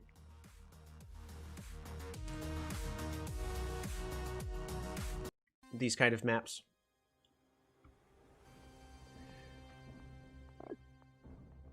Alrighty. So, Hudrik is very interesting with their openers. Hey, look at that. Archer is vulnerable, but it's their first starting unit. But their warriors have a defensive bonus, which against Cymanti is actually pretty good. Means they can only get one shot, even with a even with boosted hexapods. But it's not a Cymanti. So it might be something like Imperius.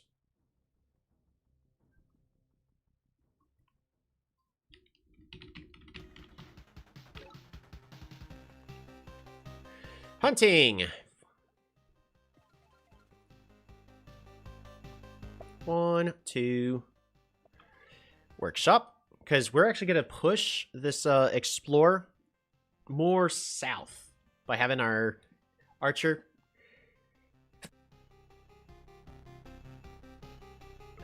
By having our Archer go here first. Hunt. Hunt. Explore.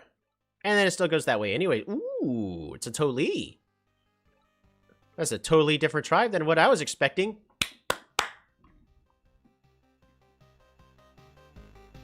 If we had Illyrion with this map. Well, don't forget that the resources are different per, tribe, but, like, if this was Illyrion, which is also why whenever you're playing team games, like, something like, going Hudrik Illyrion's an interesting pick.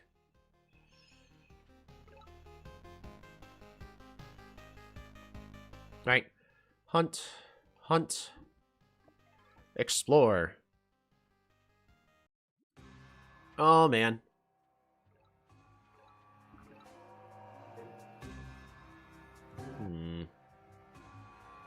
Yikes. That is a big yikes. 10, 7. A little bit short on resources. So what we're going to do is... There's not going to be a village here.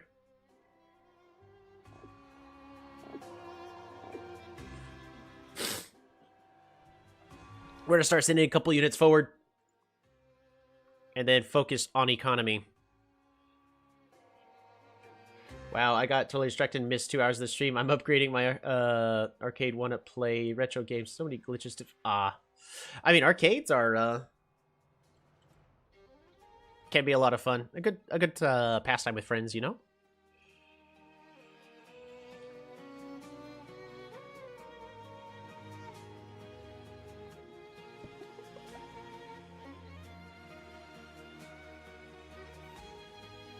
Pastime. We don't need to train a warrior that badly.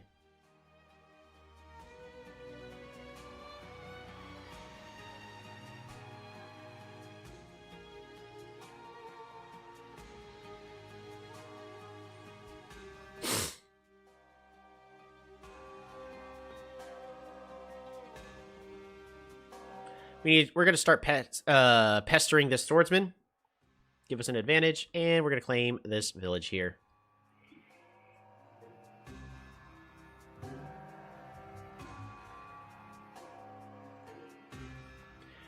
I am going to go ahead and pick up forestry, because our economy is actually really bad at this current instance.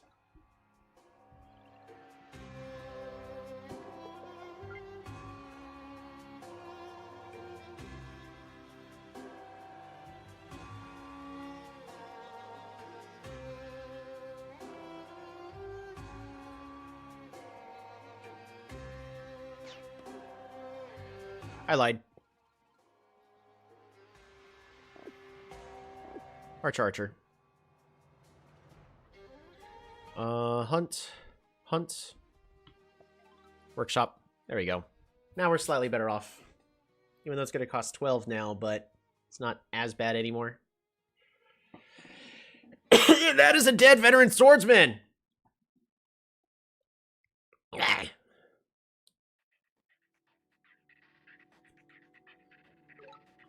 Wow. I feel bad for these exchanges. This is why Vision is OP.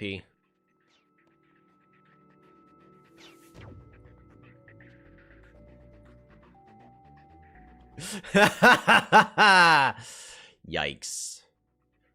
Ooh, organization? Nah. Resignation in 3, 2, 1. That is a really bad spot to be in. Ooh, there's the riders. Is this a known opponent or random? It is a random opponent.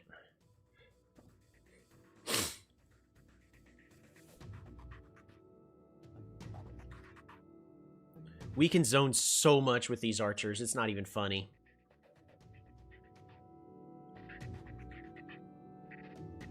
Alright, need to maximize my economy. We're going to go forestry, sawmills. Might be able to rush out a couple giants. But the thing about rushing a tier 3 tech like sawmills, it makes markets viable. Give us stars, please. Oh, I would love for us... I mean, stars, veteran, research. As long as it's not spiritualism, then we're fine.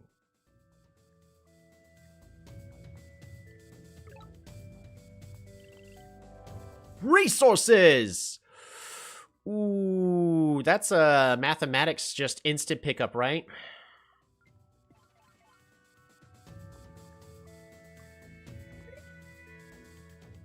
I gotta respect the potential riders.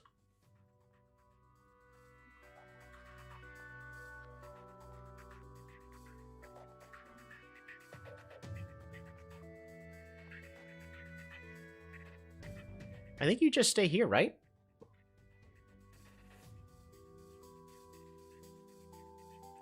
Nah, we spread him out. Our opponent already has knights, so we gotta be careful. Oh wait, that makes it even worse. No!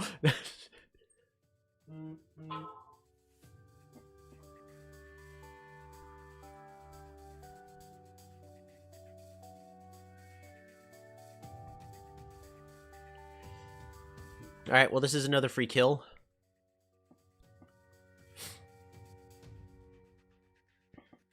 Actually, it'd be better if I could kill it like so. You know what? I'm just going to do it anyways. Move you here. Move you here. Fantastic.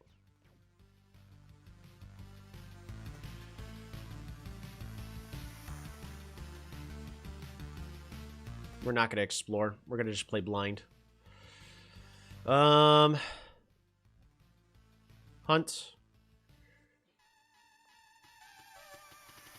Lumber huts. Lumber huts. Resources. Hunt. Hunt.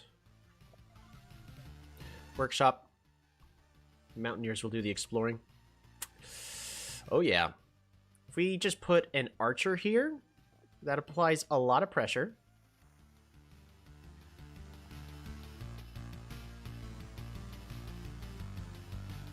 I really just don't want to get over aggressive. So I think at this point, maybe I should be playing aggressively. We'll train a warrior. And pass turn.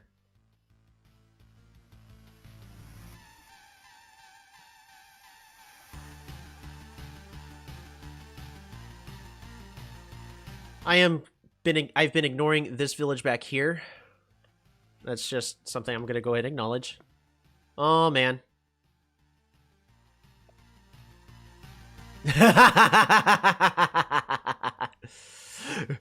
Get out!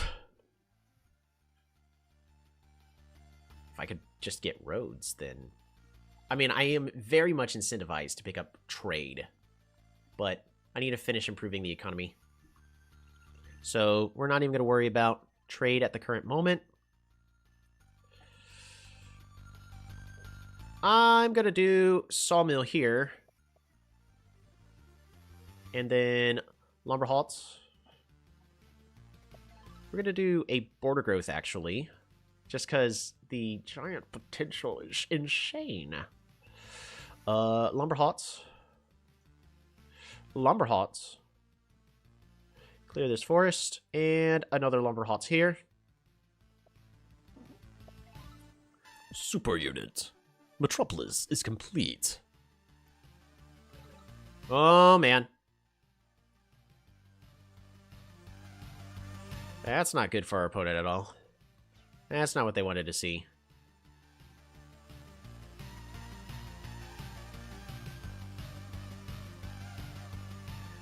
Which we can now use.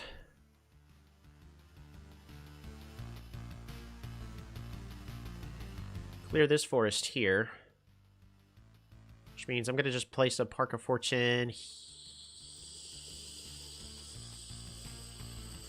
here. Nope, Park of Fortune goes here. 1, 2, 3. Resources.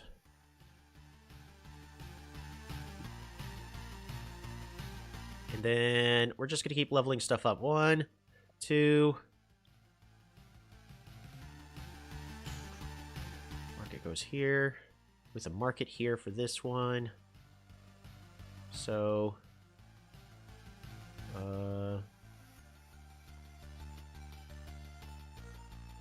lumber halts. Resources.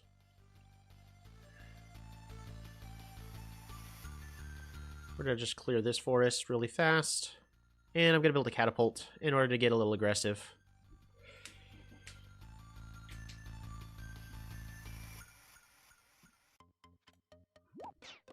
Ooh.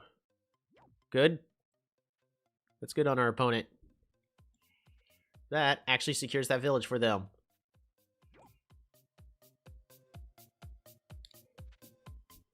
Well done.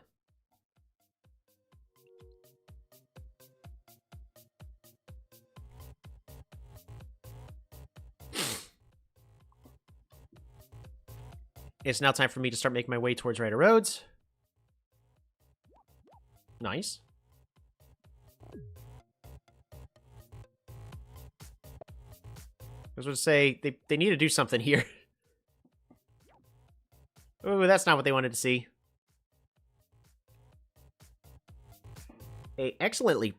Well executed by our opponent right here. So they actually saved themselves by doing all that.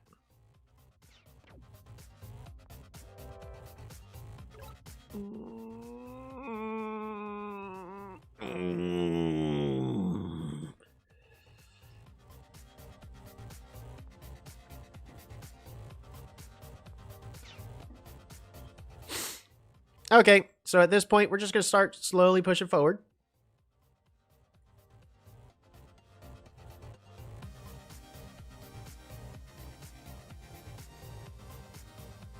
Organization, right? Fruit. Fruit. Fruit. Lumber halts.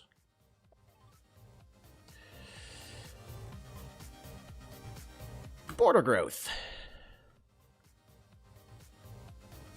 Mess up their plans of roads. This gives us another good sawmill place. I'm currently setting up for markets, is what I'm setting up for. Pangea is one of the your favorite map types? Fantastic. It's good to hear. Everybody should have a favorite map type. Mine still is going to be lakes. There's so much good potential with lakes, but unfortunately gets missed a lot.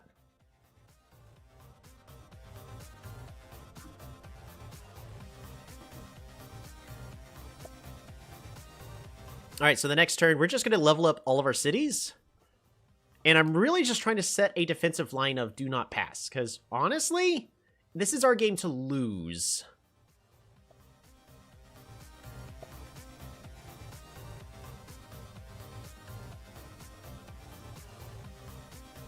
We could very easily just lose this game by...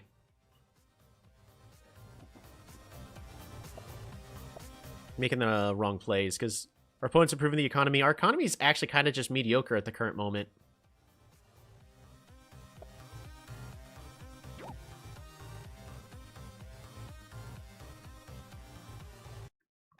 How many kills you got? None. I'm going to throw you into the meat grinder.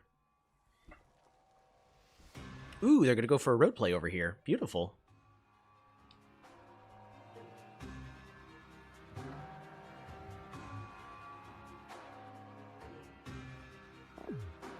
Yeah, they're going to go for a road play because they can actually still reach. And then 2, bop. Isn't it beautiful?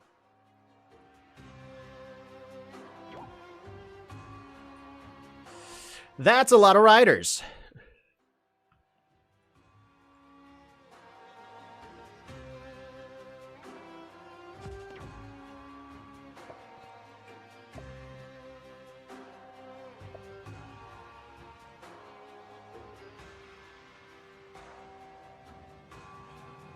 So we're going to push our catapult here.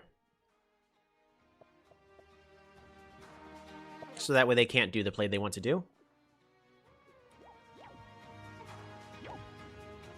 And that protects our catapult. And now we're also threatening this city. We're gonna start moving these units forward. We're gonna bring this back. And pass the turn. So there we go. Any news on the spreadsheet, by the way? I haven't had a chance to add to it yet. We're still making improvements. What we're going to do is I'm going to be taking a bio break after this game, and then we're going to be working on the spreadsheet. So the street, I'm going to put the stream on the Be Right Back whenever it is time. And then we'll return to actually just... Ooh, nice. Look at that. Good road plays. But every single time we're getting one of these giants, we're improving our economy. And that's also going to allow us to just do more things.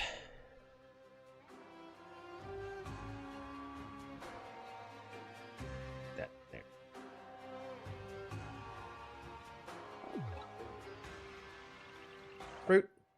Fruit. Come on. Fruit. Lumber hots. Resources. Fruit. And lumber hots. Resources. You can go there.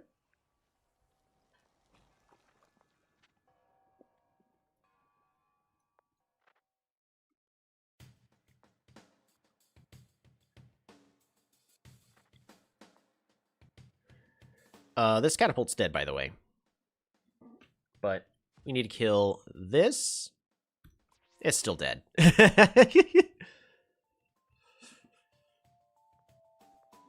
We need to start getting our own riders. A rider here. And I'm going to train a warrior here. So with these warriors to go around and set up a line over there, pass the turn. But our opponent's main goal is they have to kill this catapult. Completely understandable. Kill it with the rider. Bop-a-da-bop. The rider can then zip over to here and start threatening to capture these cities. Oh, but they don't have vision. Oh, no.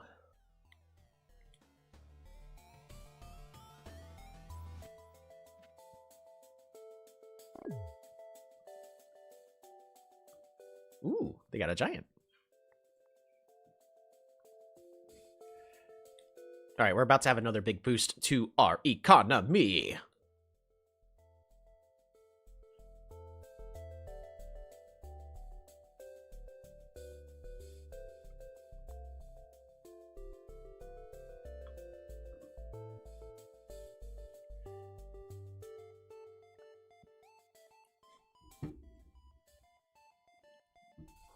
Yeah, the spreadsheet is just, I haven't been able to touch it for almost a week. Just busy with work. But this time in a good way.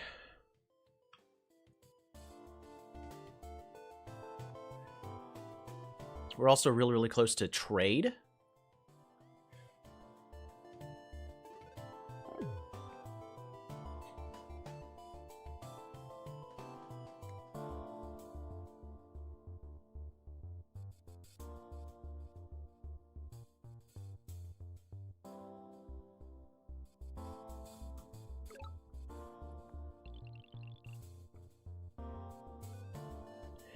We're going to go ahead and put this giant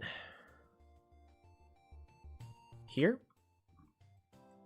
I'm going to put this giant here because he's got the defensive bonus. Roads. Roads allows us to secure this. The killer monument is complete.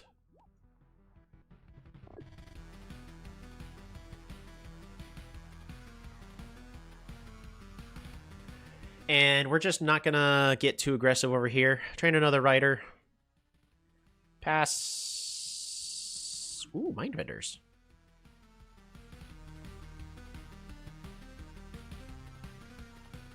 Pass the turn.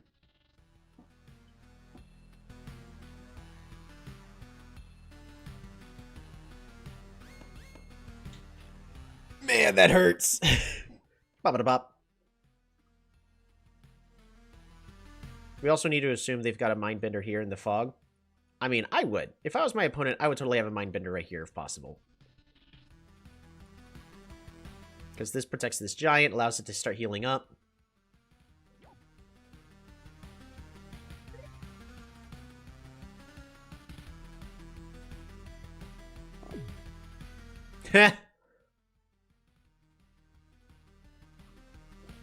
Alright, so we need to respect the Mindbender push.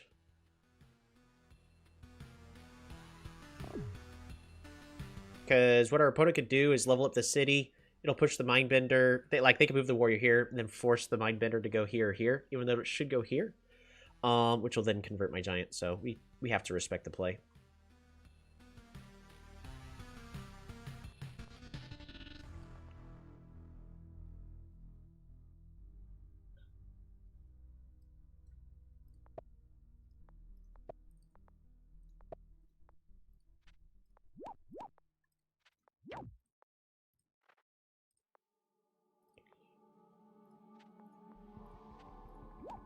Bop-a-da-bop. We're just going to secure this. Hunt. Hunt. Workshop.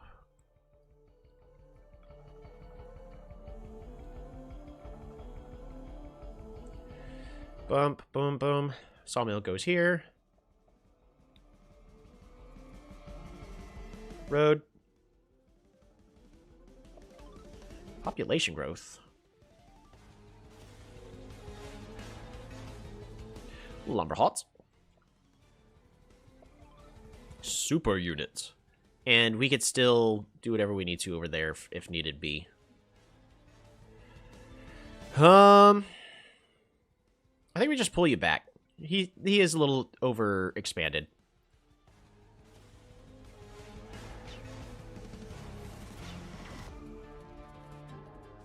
All right, and we pass the turn.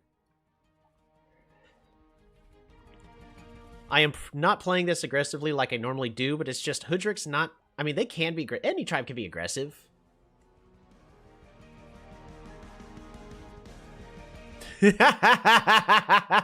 Beautiful.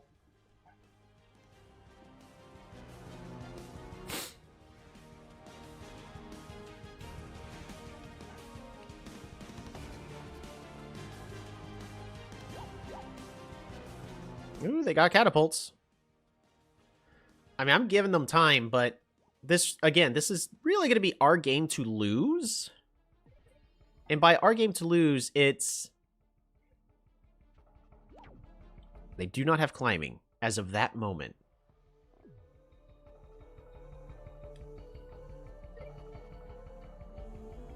And all I'm doing here is zoning, by the way. I'm not actually trying to, like, siege with these giants.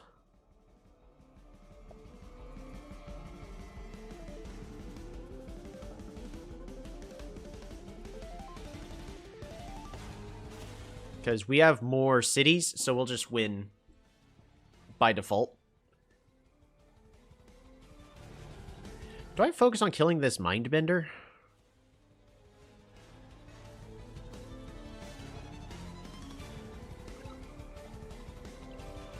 Ooh.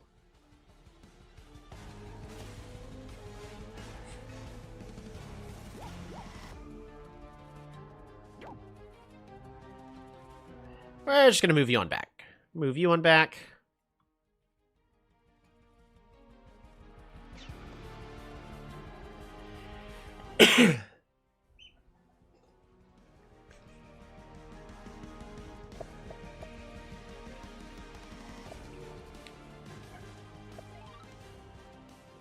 Reason for me to do a border growth here.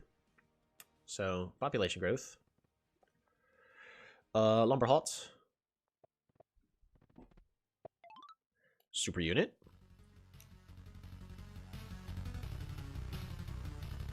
Road.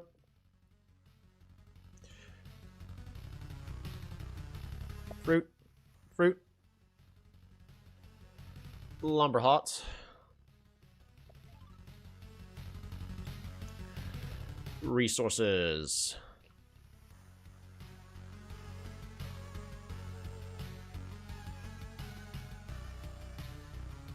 Archer here. Rider here. Pass the turn.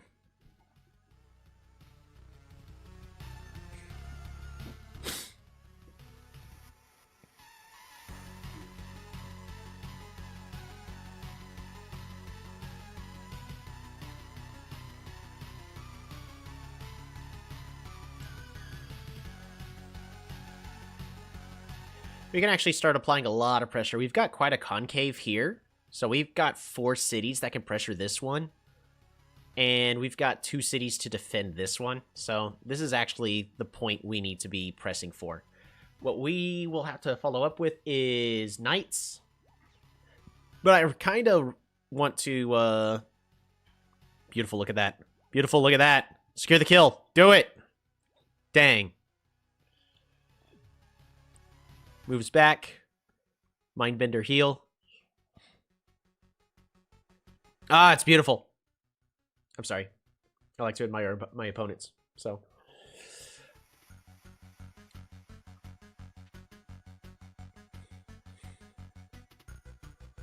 This is bait. We actually can't do anything about this warrior. Because if we go for this warrior, he could just do the Mindbender play and it goes to here. So I can't do anything about this warrior at the current given moment.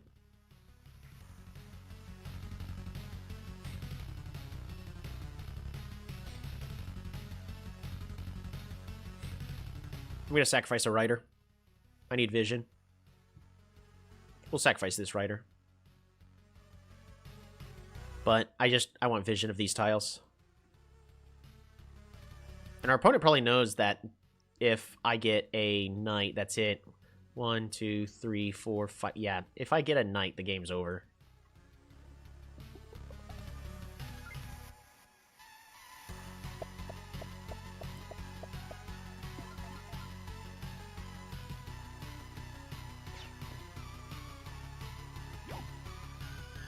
Alright.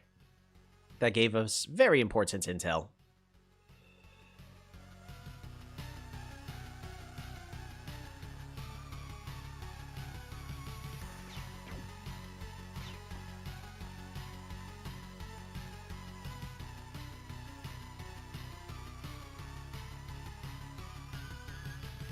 Archer. I wanted to build a road here and move this giant to this tile, but it's not the end of the world. We're going to start applying this pressure. I said I was going to do it, so we're going to do it. We might as well keep you there. Might as well keep you there. Pass the turn.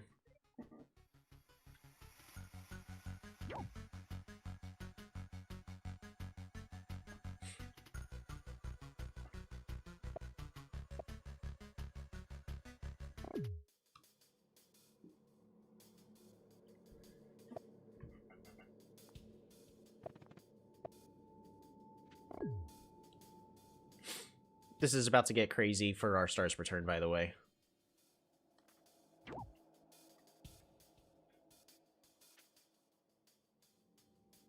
They can actually hit this. Oh, they actually could have sieged this city here, and there's nothing I could have done about that.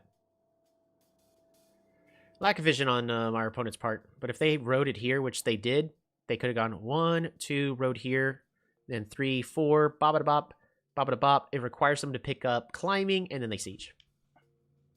And I actually would have taken that city from me. I mean, they're doing the right thing by applying this pressure. This pressure is very important.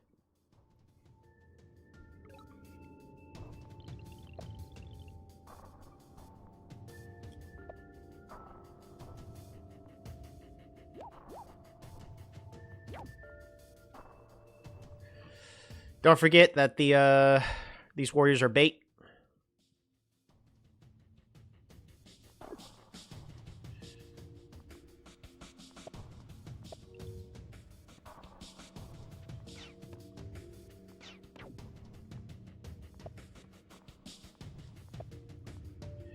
Road.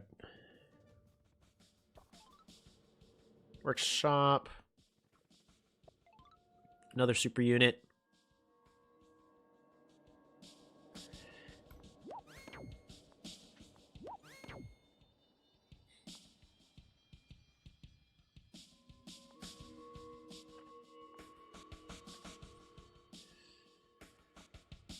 Okay.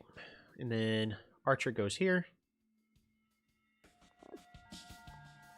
Catapult goes here.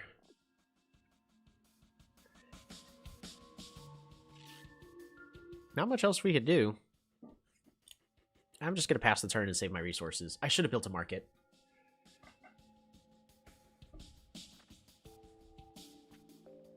I think our opponent knows that this isn't going to quite work. Alright, so now we've got a standoff, which all I got to do is train like a catapult and plant it back here.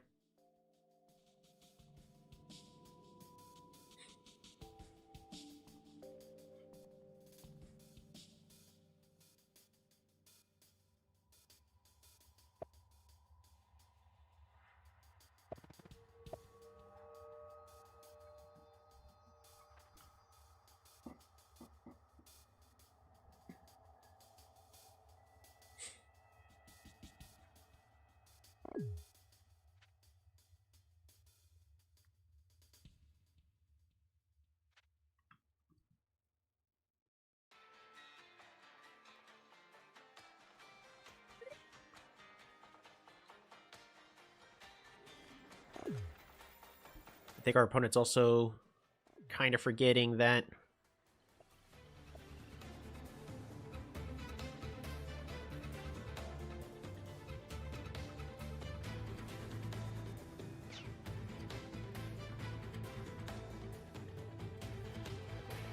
we can actually just... Ooh. Kind of want to plant this here as our first defensive unit.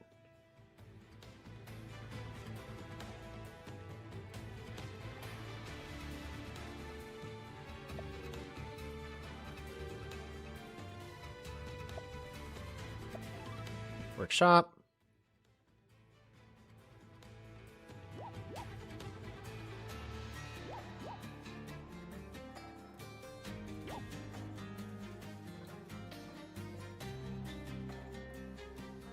Alright, this giant here also protects my city very well. And I'm not gonna train a unit there.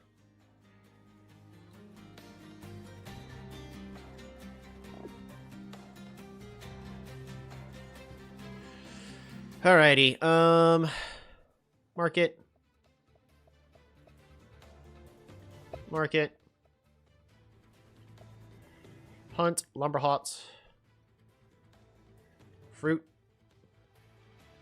Hunt. Super unit. Clear. Sawmill.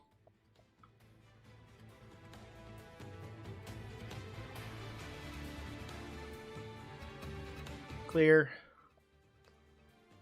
Fruit. Border growth. We're protecting our borders and making it easier for us to maintain these roads. Again, I'm playing the slow game because this is ours. If I do something wrong, I could definitely lose this, but we're trying to make this as difficult for our opponent to take advantage of our terrain as possible. So a lot of border growth, yeah, but it's also a free conversion, which is fine. This unit's going to go back here.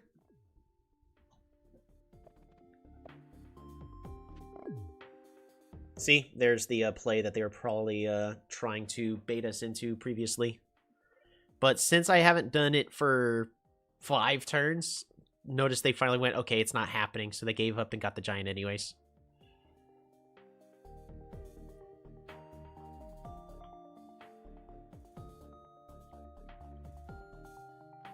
Yep, they see what's about to happen. Because I have 2 archers in range to hit the Mindbender.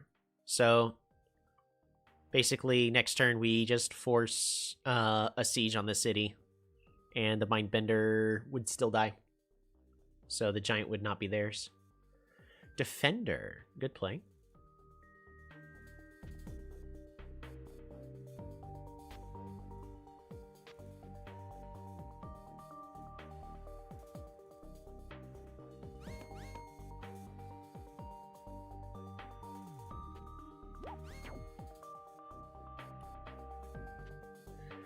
Start whittling down my giant. Sounds good.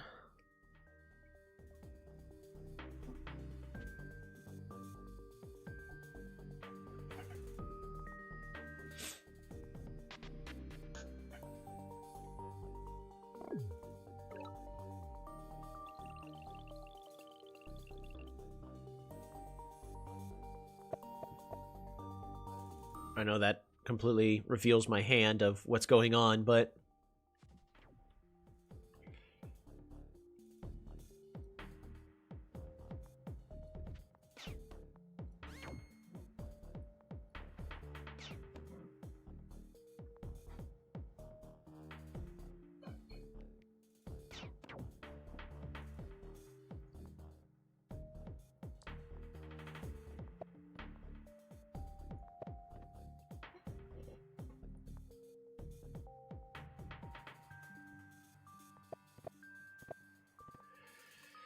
market.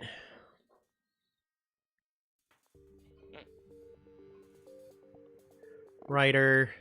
Lumberhot. Super unit.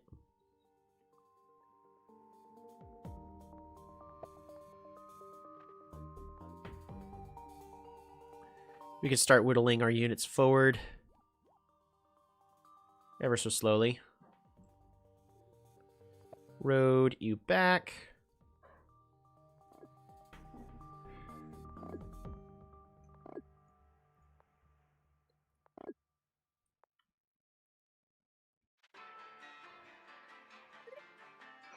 Is there any other units?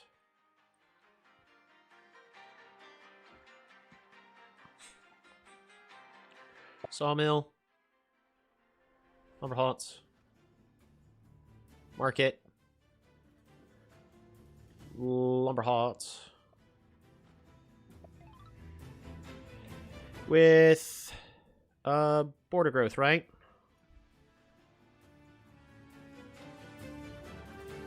Population should be enough. Yeah, population's enough.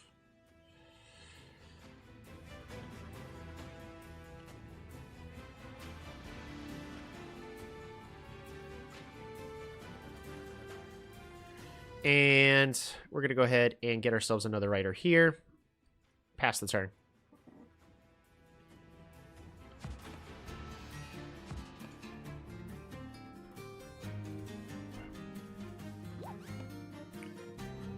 Trying to unsiege makes perfect sense. Gotta throw everything at it. It's going to be very close. The real question is how do they deal with the follow-up?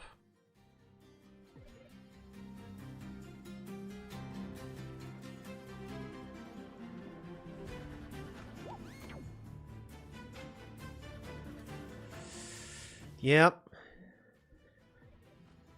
like I said, we got a lot of cities worth of production over here to force a siege in this spot. So how did just toying around with the opponent at this point? Kind of.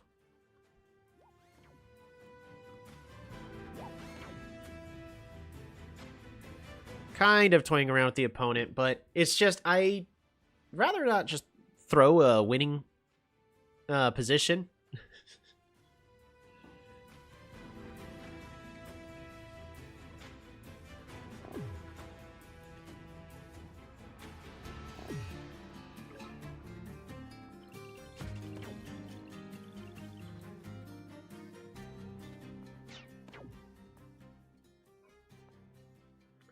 We're gonna have you.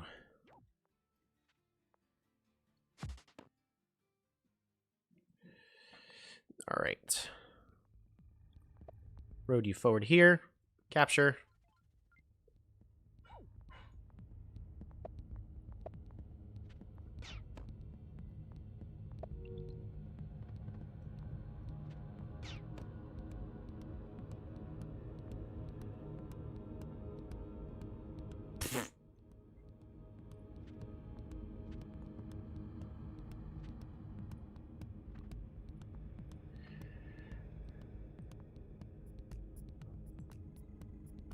Pretty much we could do whatever we need to at this point, so... Start moving you forward, see what else we got. Oh, man.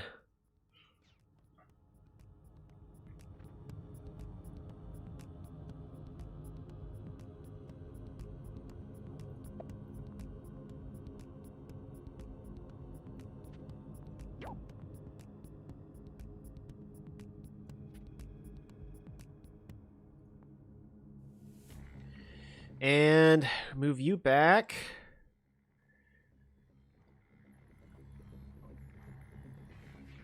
Train up a catapult.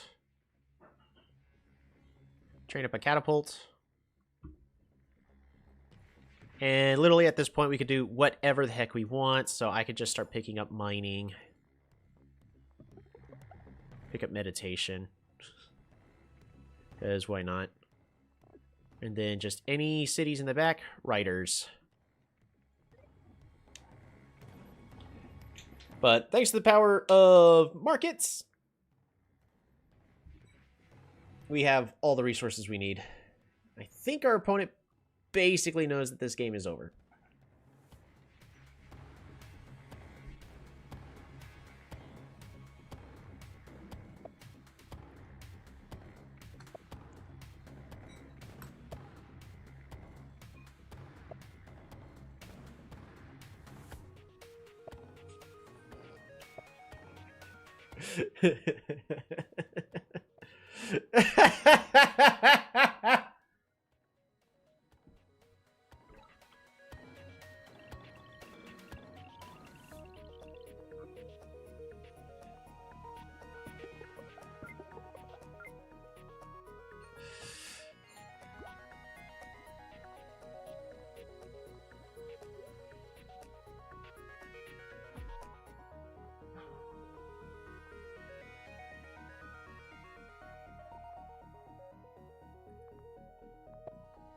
Here, take this giant too.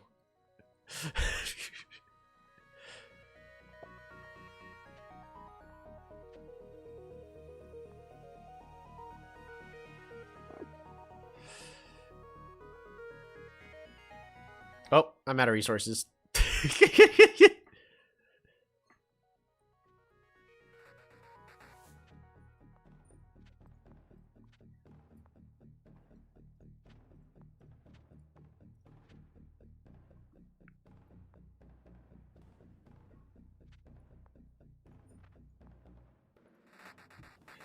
Friend request accepted.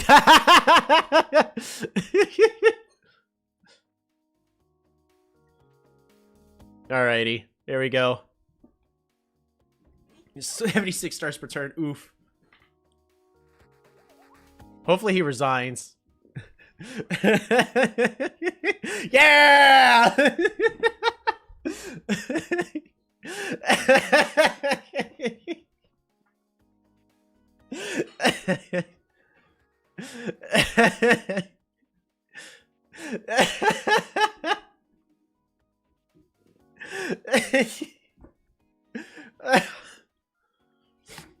Alright, that was well played by our opponent.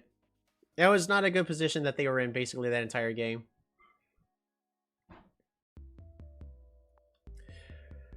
Winning with peace in the square is a glorious thing, right?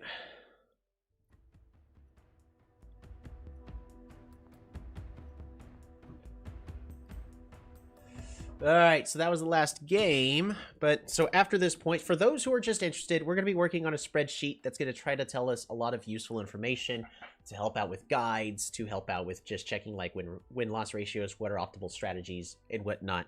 This thing's going to take a lot of work to fill out, but once it is properly filled, once we have everything figured out and filled out, this thing is going to supply us with so much information. The game was Hudrick versus, it was totally normal Pangea. Coercive Bronco. So they accepted the friend request too. So versus, they were cool. So we'll Coercive Bronco 23. Just in case they end up becoming a reoccurring person. We'll go ahead and add that specifically for them.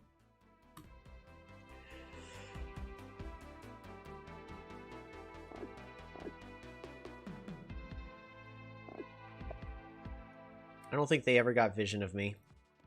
Because based off of how the game was going, I don't think they got a proper explore off. Well, they did. They explored, but they didn't get to see my capital. I don't think they ever saw my capital in the end. They did!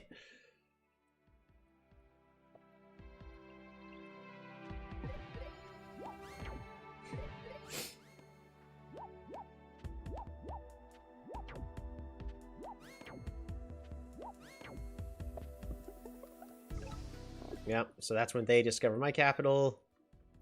And then...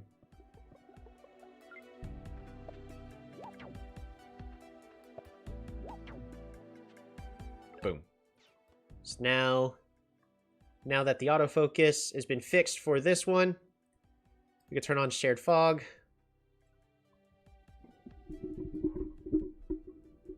I can tell you what, with the be right back, what I can also do is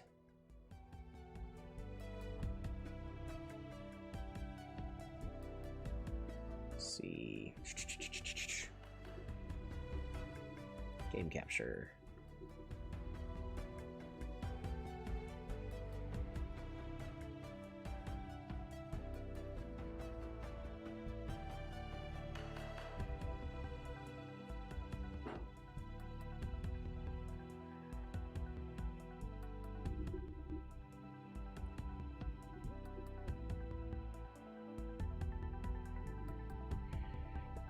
Be right. Be right. Can I add like gradients for background?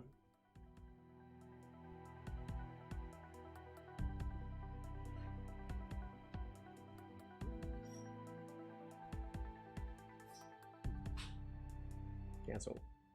No. No.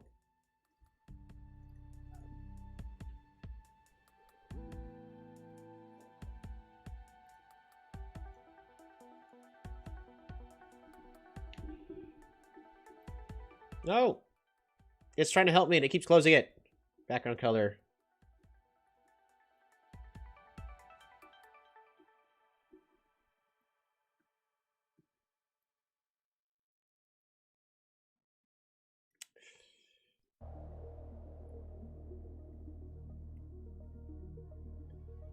We're just going to leave it as be right.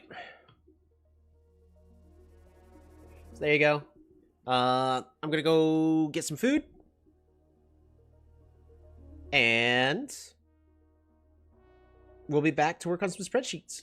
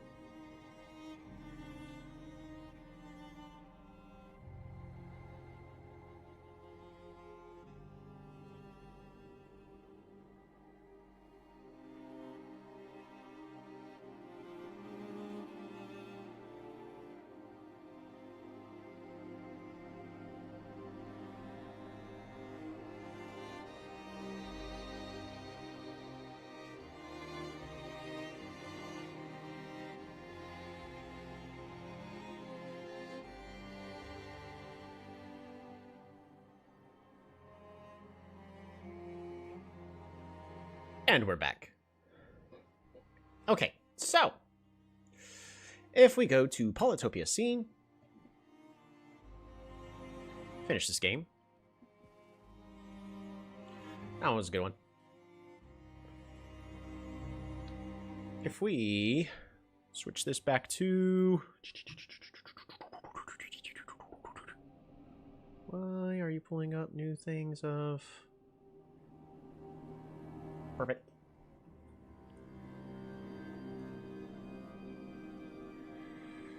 Turn off the full screen.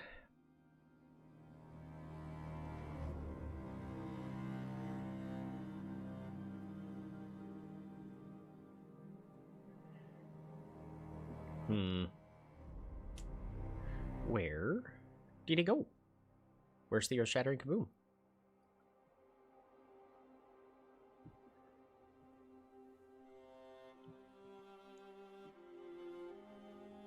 Boom, spreadsheet. But I also need this to be that one. Boom. Perfect. Alrighty. So, I'm going to go ahead and move Polytopia back over here.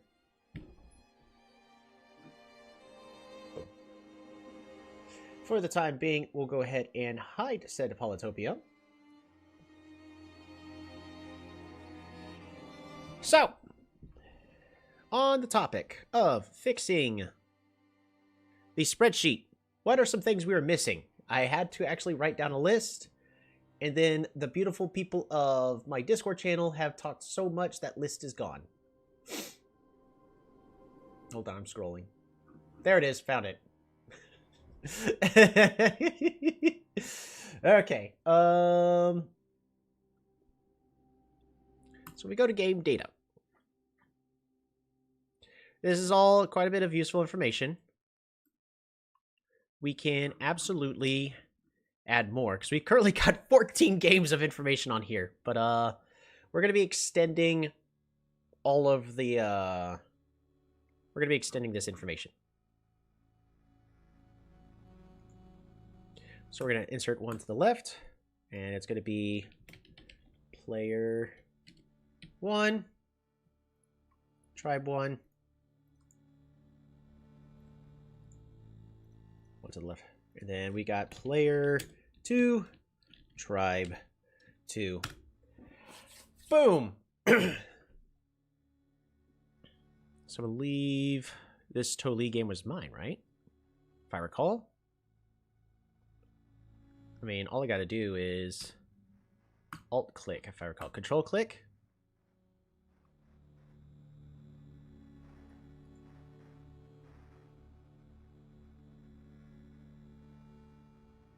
Forget what I actually need to do. There we go.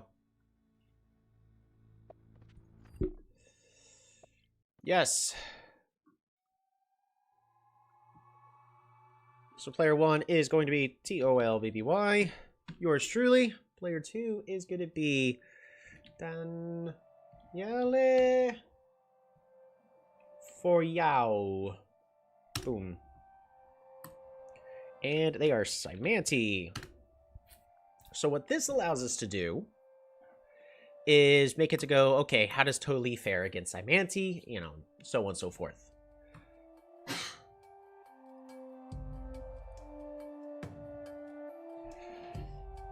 So we got to fix that for all the games, but we'll go ahead.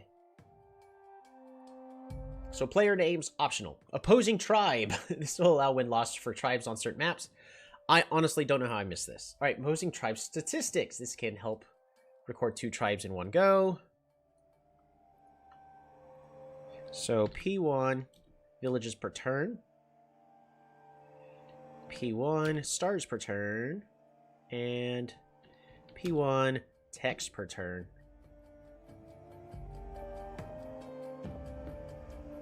Boom. There we go.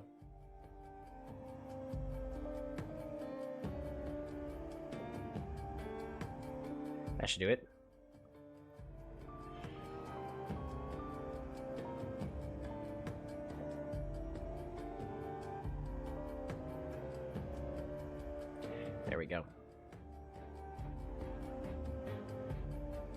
And of course, we're going to add P2 villages per turn. P2 stars per turn. And then P1 techs per turn. Oops, P2 techs per turn. So yeah.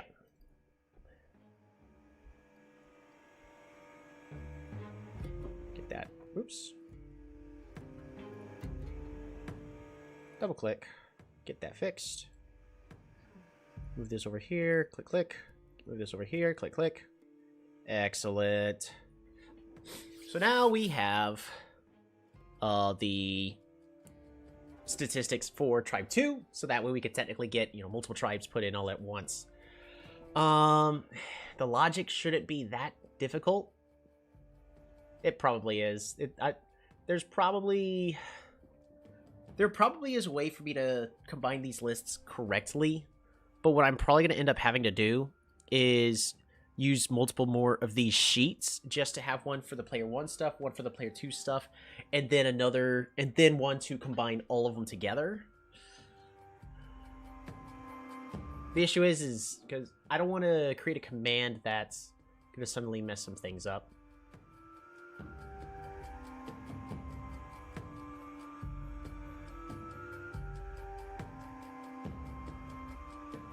Random friend request on Discord, so probably not. Posing tribe statistics, and then while we're at it, because there were a few more. This is basically all the stuff I personally think would be important, but thanks to Justini's feedback, because counting how many units we have in every single village is gonna be insane. But I believe we both found a better method that is more reasonable for us to keep track of. And that is going to be insert one column to the left. P1 unit star purchase.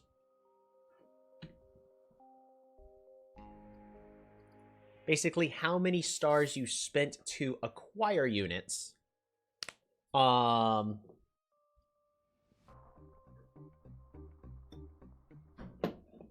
that way we can actually see a military being built, because keeping track of how many units are actually on the board and the stars cost of that would take ages.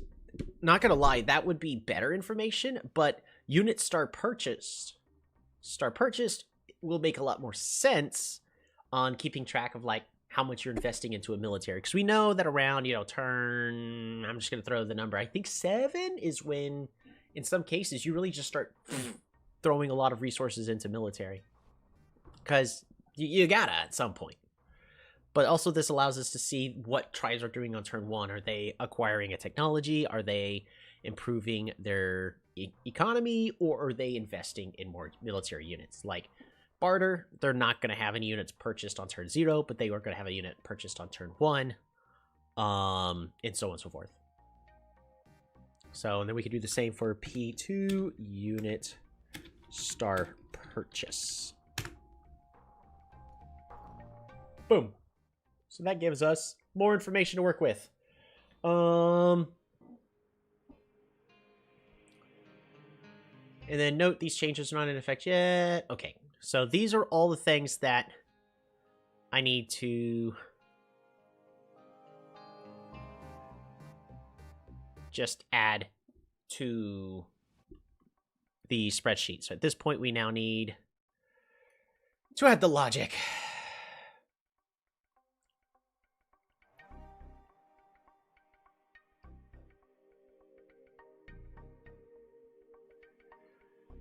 Once I'm done with this, it'll be a lot easier to just add the information.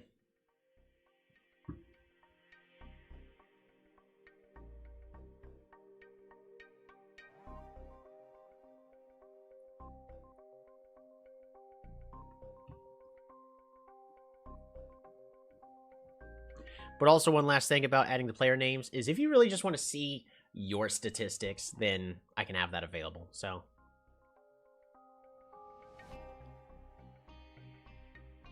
because I do soon want to have just tribe evaluation. I'll need to lock all of these other sheets. I'll have to do that off stream so that way, you know, we don't end up doxing everybody. But basically just to give like a drop down and go, okay, show me the statistics for this tribe or show me the statistics for this player. And so on and so forth.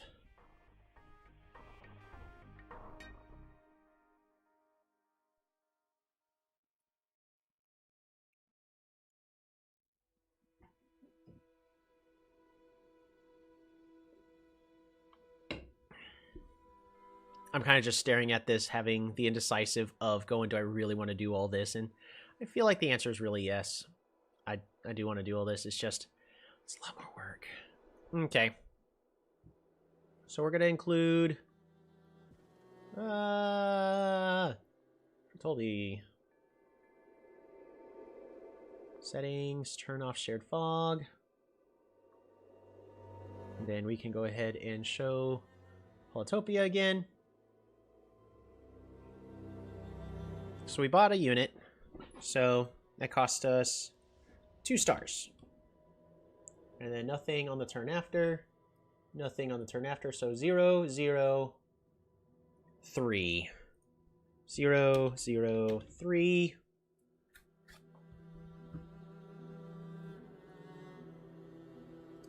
Zero, 3.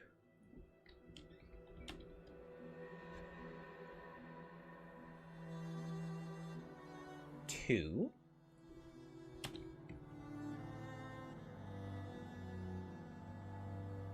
0.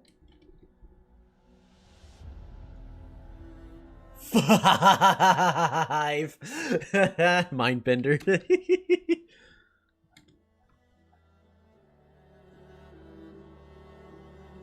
Another Mindbender.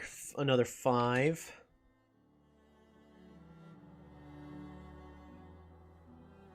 And then...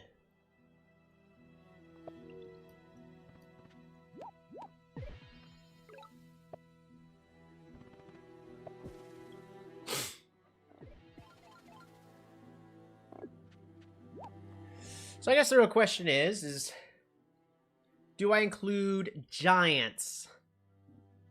Do I include giants in this? Because giants would be... You get 8 stars back, so it's technically 40. I think the answer is no, because you didn't invest stars into it. So 3.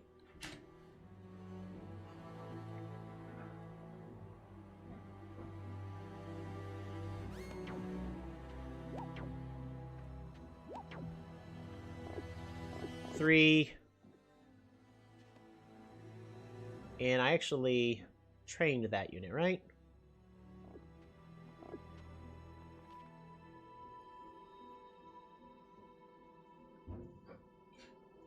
Three, 6, 9, 14, 17. Of course, this is me whenever I purchase a whole bunch of units. Keeping my 1. Just 5.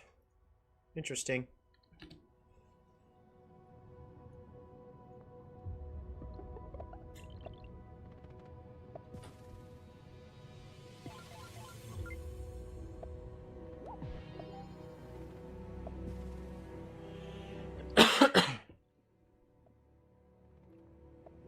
I didn't train any units that turn, so 0.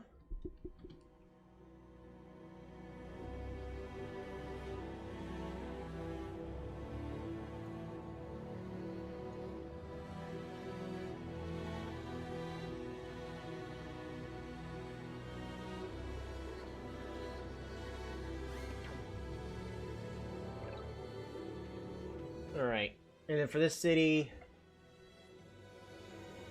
looks like all I just did was train.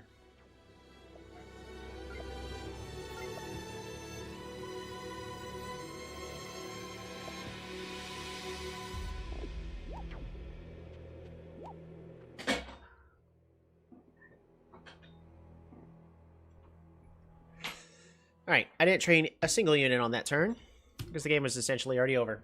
So there we go. That is the statistics for the player 1 unit star purchase. Which we could do the exact same thing we do here.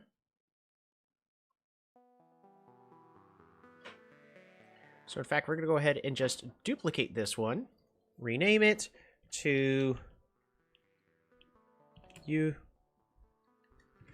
Tribe Unit Investment. That's actually a much better name. Why didn't I think of this myself? I'm going to keep the unit investment one right here. And then it's going to be... Oops. We go to data. It's not ILM. It's going to be O. Tribe unit investment.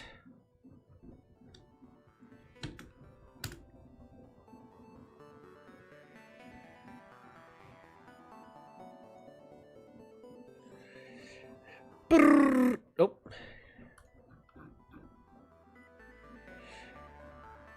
We got to make sure that I get at least whatever amount I got already there. Perfect. So that is the split for that.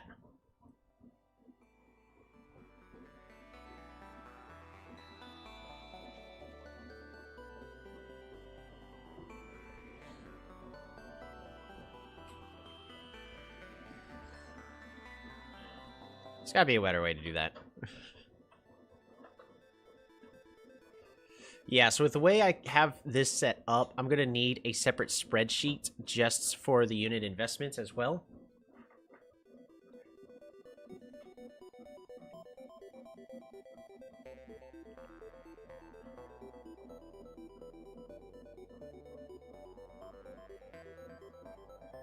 See tribe villages, that should be done by turn 14. Yep. Okay, so all that's currently matching up perfectly.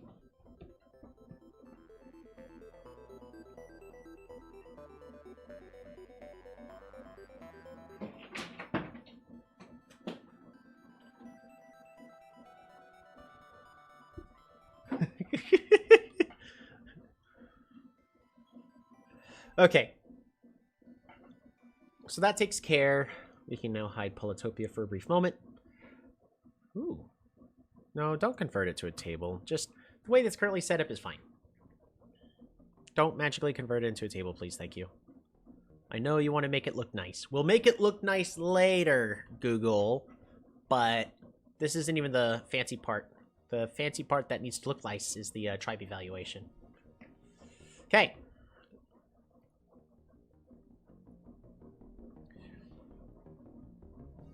Also, I think there's actually currently a bug in this one. No, I think... No, this one is working back. Ziki, welcome back! Yeah, I returned a few minutes ago. So, we're currently... Yeah, because the whole research thing is a massive headache. Yeah, Aquarion.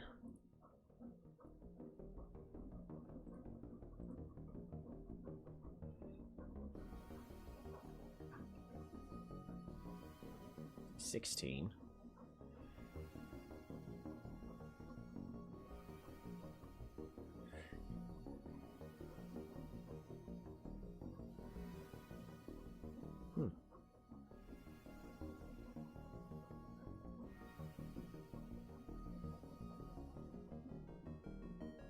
Why?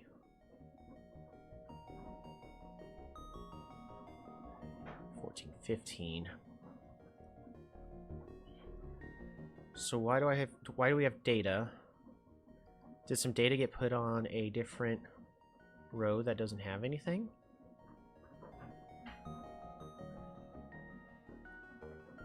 Research.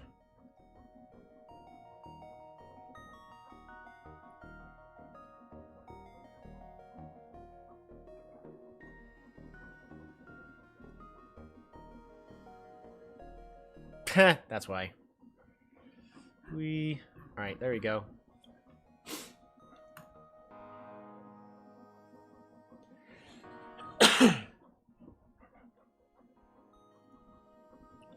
So that takes care of that. Now, I could do this the lazy way, which might be the best way. For now? I don't know. I really want to try to make this as foolproof as possible. Because essentially what I would have to do is add up both the tables from this one and then the same table from player 2, just because of the way I have this set up, where it's just grabbing the game data. So maybe there's a better way for us to be grabbing that. So I would want it to grab all of them from this point onwards that actually, you know, have names. And then same thing for all of the tribe 2s that have names. Like if this has a name here and it has a stat here, fill in that information. I just finished a long rehearsal. Nice. For Christmas stuff, that's always, well, probably not super fun, but I at least really appreciate the final product. I always enjoy that kind of hard work.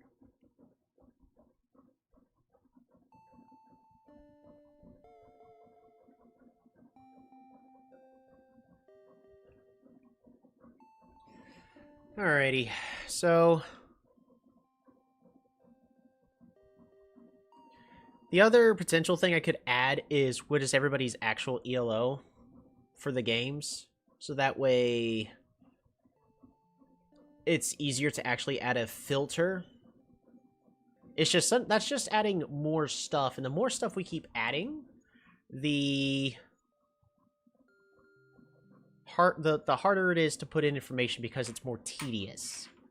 So, but I'm pretty certain player yellow is also not everything, but it is going to make a difference to see the average statistics for players of a certain ELO spectrum, like from 1300 to 1500 versus seeing the statistics from players with an ELO of like the 900s. But if I add that, then anybody here who's newer that wants to contribute, they still can, and then not feel like, hey, they're going to absolutely destroy the research because they're not good enough. Like, well, then we can see like what kind of common mistakes newer players are making when it comes to that. It would make sense.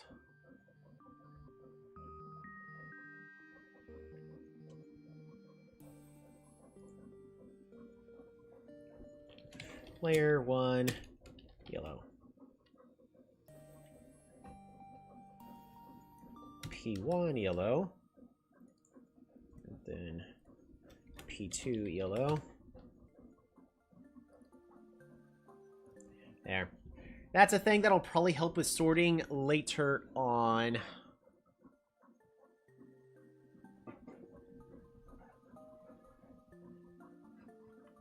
So for this instance, I mean, I can grab Cymante's stats, like everything that they do and purchase.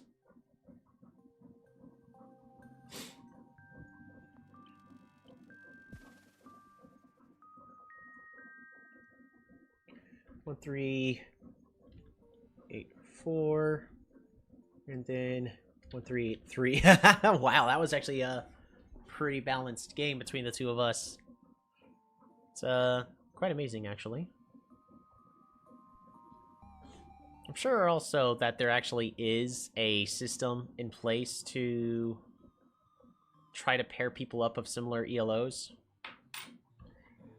But this should be all the information we need to really understand, like, what are players doing on certain turns. Like, for the tribe unit investment, turn 11 is when I really just threw a whole bunch of resources into my military. And then from that point onwards, it was just all about control. I didn't even purchase any units in the last couple turns, so...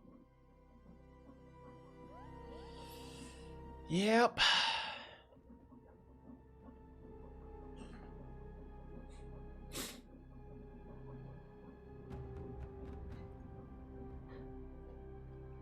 then if error. And then I'm trying to remember. It's boom.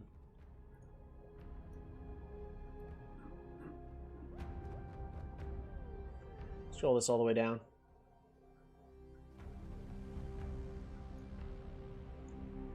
It's a little tricky to actually know when stuff, like what information we got, but I mean, there's 1,000 cells, right?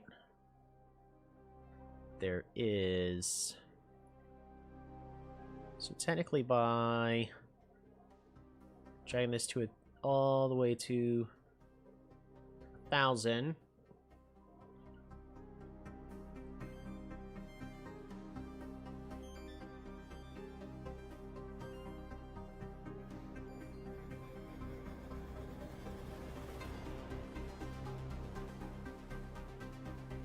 Control Z.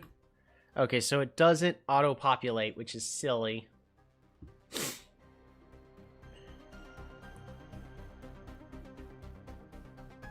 But by doing this, this makes it to where this spreadsheet now can hold 1,000 games. Will we actually get to that point? Probably not. Oh yeah, and I think I forgot the game version.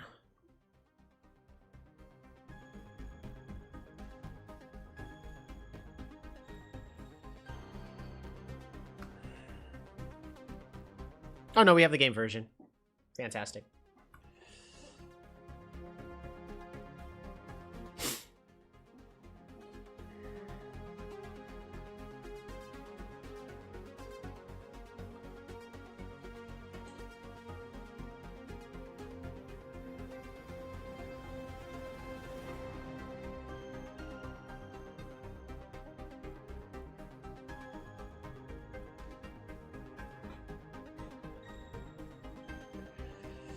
So, in order to make it to where all this information will grab the correct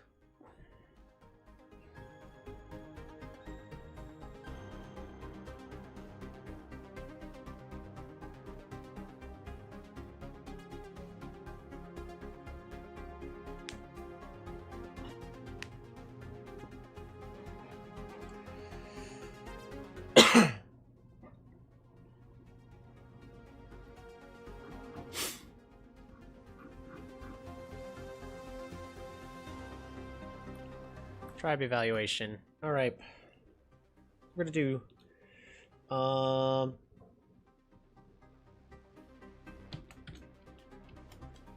there we go. So I'm just going to put that P-Tech.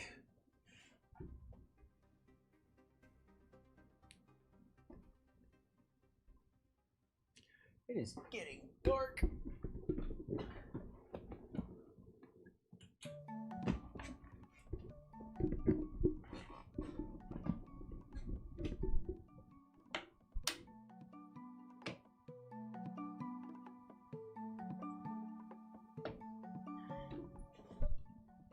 All right.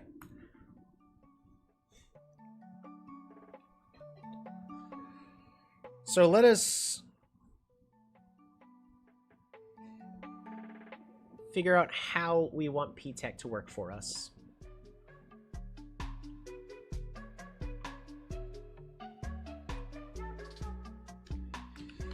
Player, and then I'm just going to put all for now.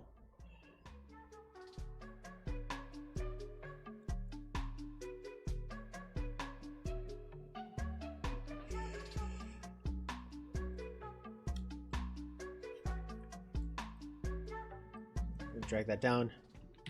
Game version. And then just all. There actually is a proper way for us to turn this into a drop-down list, which we will be doing. But at least for now, I'm just going to be putting all. Player. And it's... Let me go ahead and pull the game up on my phone really fast.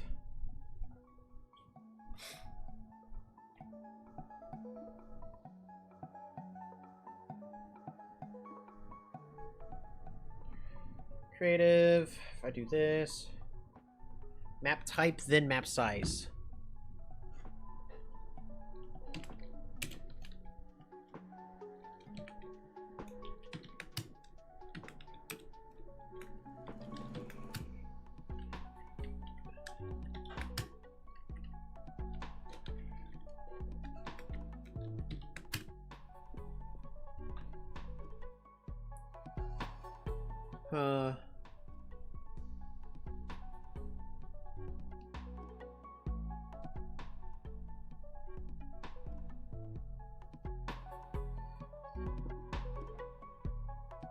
So now we got to kind of figure out a couple of things, like how I want the information to display, because, you know, that's kind of important.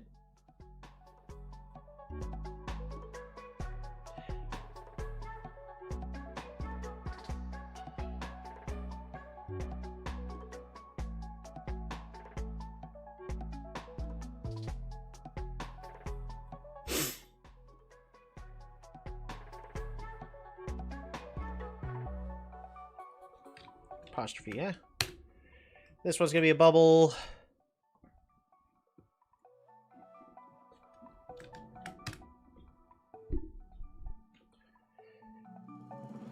Players. This will be a bubble.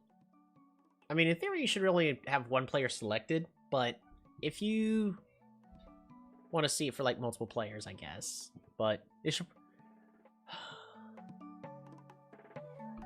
Yeah, actually, just player is so tribes.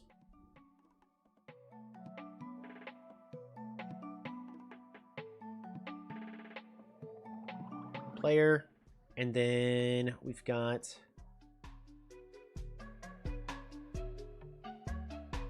conversion, ELO, and then I'm gonna put 0 to 2500, you know, like that. So that will actually be a range. So we got the min and the max.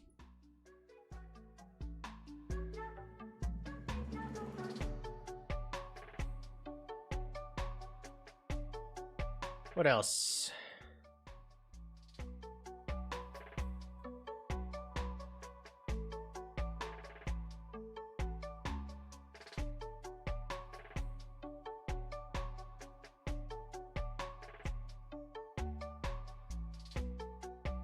I think that's all the information that we would need on that right there.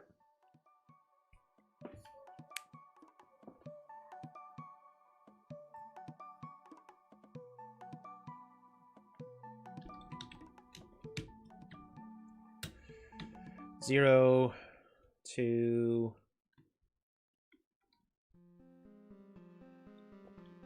32, I guess. Because the current maximum is... Hey! It looks like somebody's going to be contributing. Justine's on. Looks like the current max is at 34.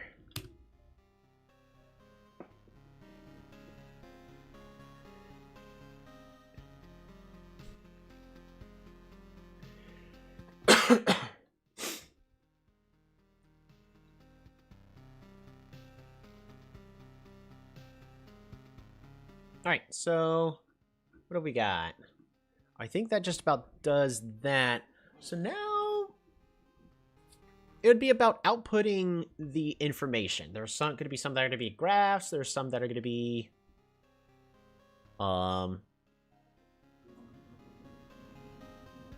like I would like to have average tech tree available. So what it information goals.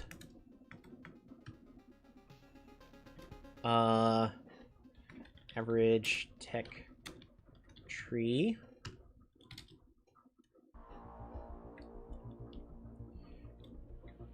Tech chess.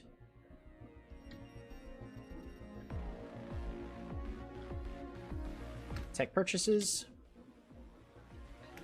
Unit investment.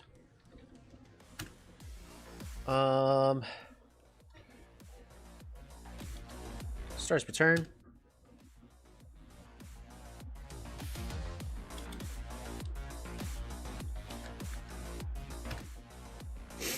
villages.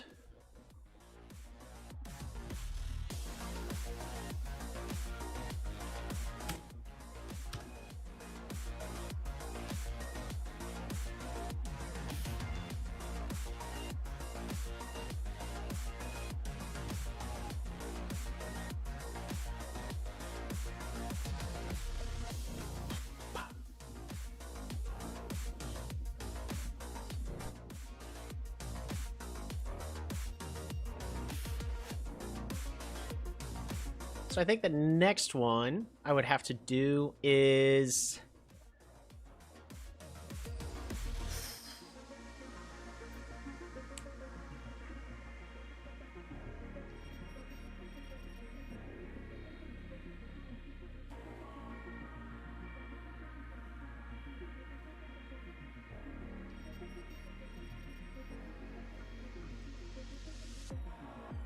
This is the information goals to have. If I'm missing something, please let me know. But I believe this is all that we'll need of allow us to look at the information, and then this is the information that we should just see.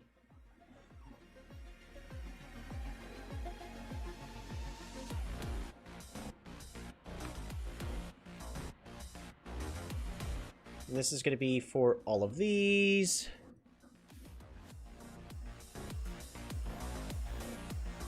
Right. I actually need to do the same thing with this research tracker for all of the other ones. Such as tribal villages, to just count them up.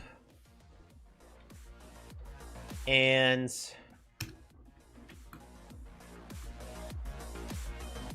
outputs everything in this here.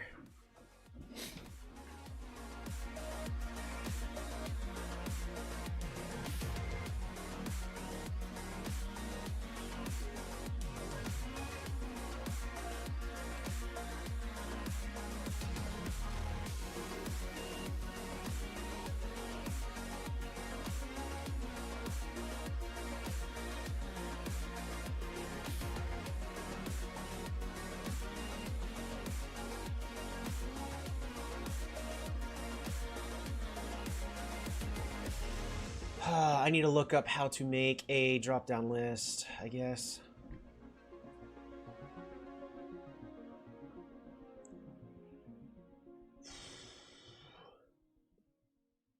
Because we're not fully finished on analyzing this information. Because at the current moment, like, we have Aquarion here, Aquarion here, so we have 2 Aquarion games that I just like this research tracker I need to have paired up. But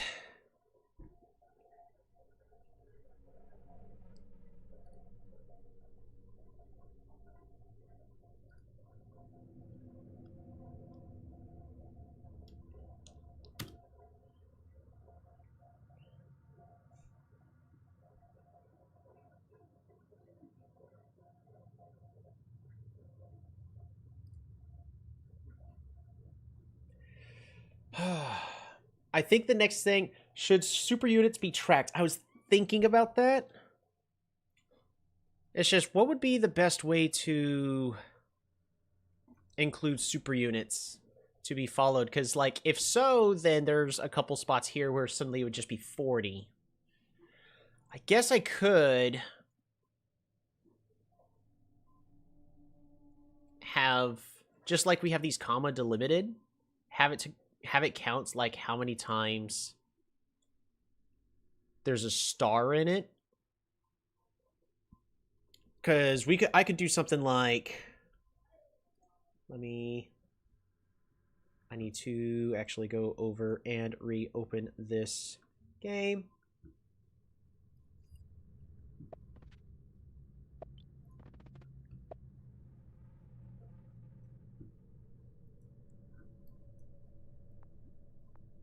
And I guess we'll show Polytopia as I'm grabbing this really fast.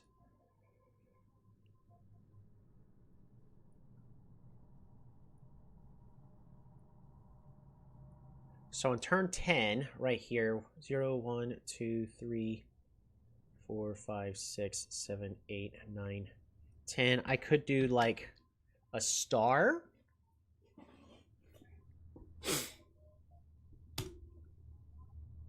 I could do something like that. Make it to where every star is technically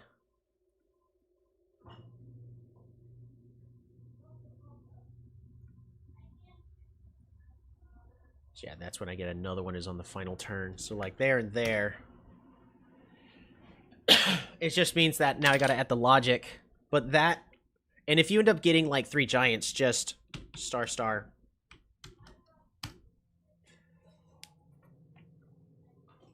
So that way, whenever unit investment goes here, you will see right over here 3 star.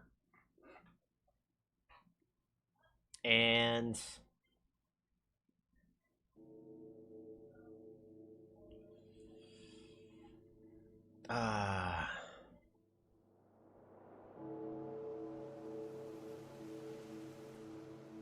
see, for me, the easiest thing would then for it to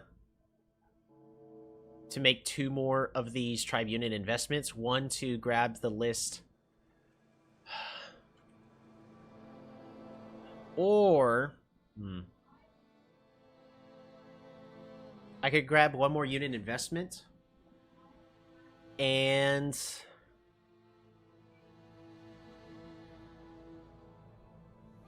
tell you what. So here's what I'm gonna do. Duplicate, copy, tribe giant.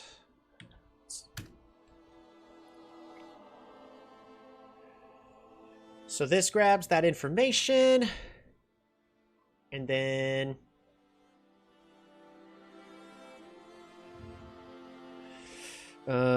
Google Sheets count number of, let's see, a specific character in a sentence.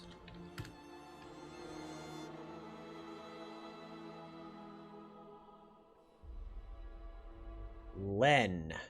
Interesting.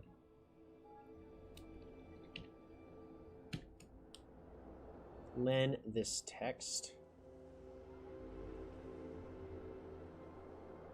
Len substitute text to search for, text to search, boom, search for that.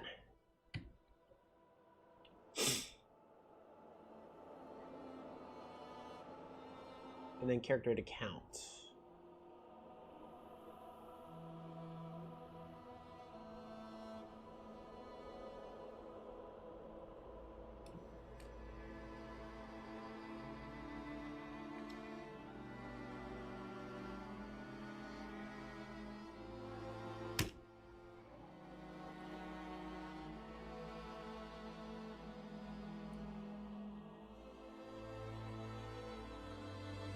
Ah, shoot.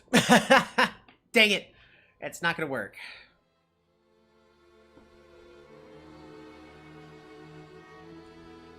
At least not that way.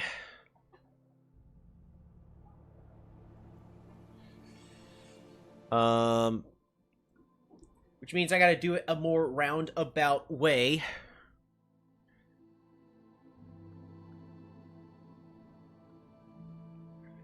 So this is going to equal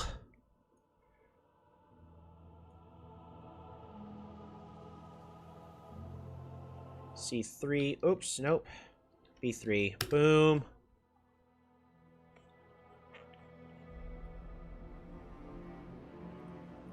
Then so let's do that. Len substitute this text. Search for that. Not applicable.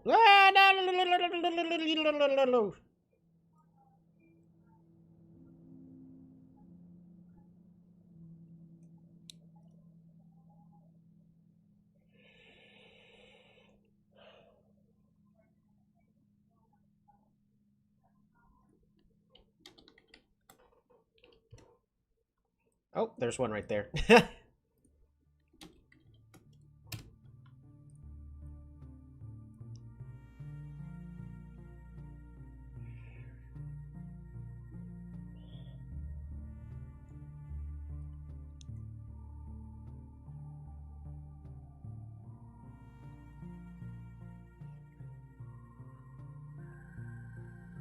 When minus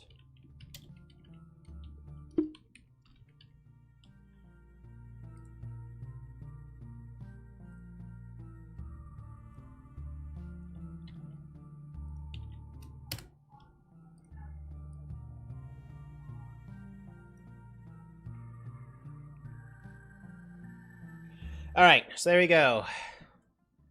There's a giant there, and there's a giant there.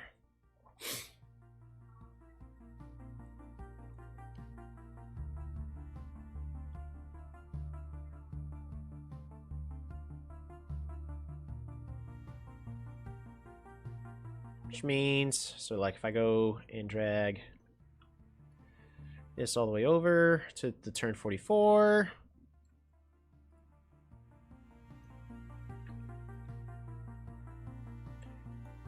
Boom. So there you go. You can see that in this game that Justini is updating. Turn 8, turn 9, a giant was acquired. And that was it. Now, I guess the last question is should ruins be tracked? But ruins are not are really random. And I don't know.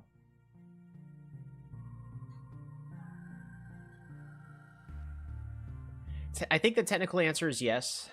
Of ruins should be tracked, but again, we're trying not to make this as tedious as possible because out of all this stuff, you're not really going to.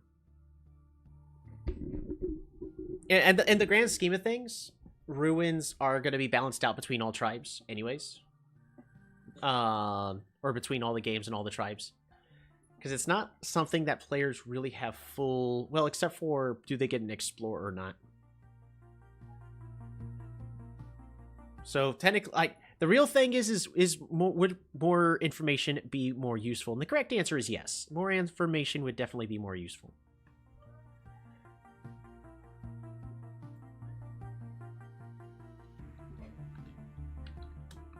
If, then...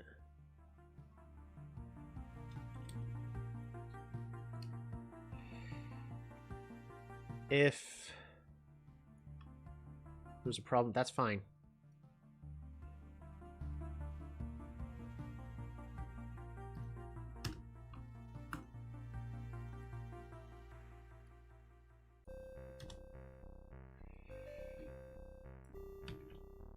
If this equals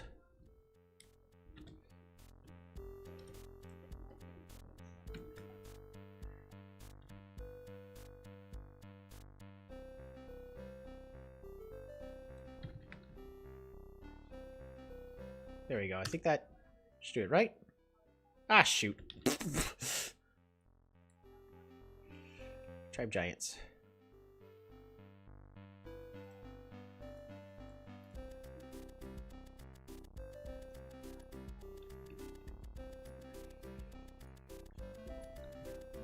If this equals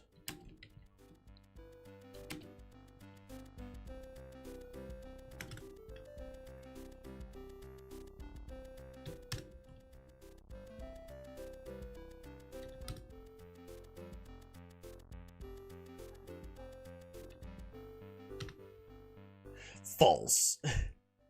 Bears beats Battlestar Galactica.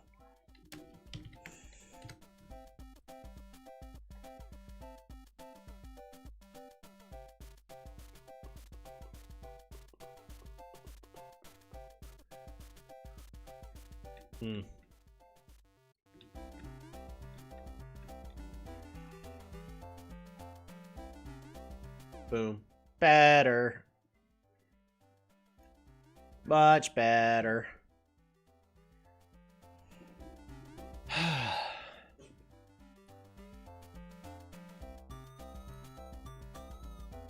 One day I will master Excel so I can put it in my job application resume.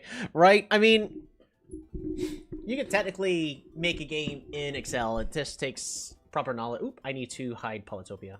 Boom.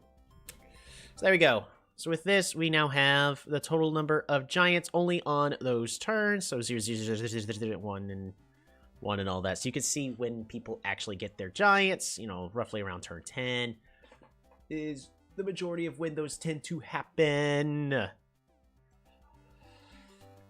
Next thing I need to add. Actually, we need to have one more thing.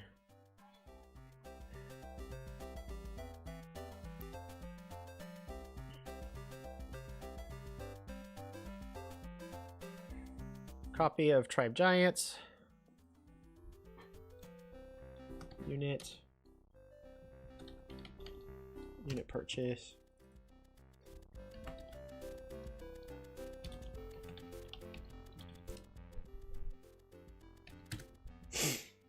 All right, because this should equal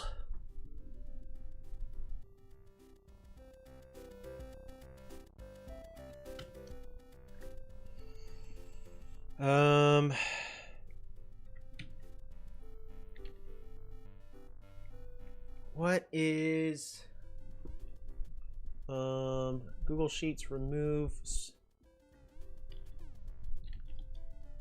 specific. Oh wait, it's literally just substitute. Substitute, search for this, replace with that.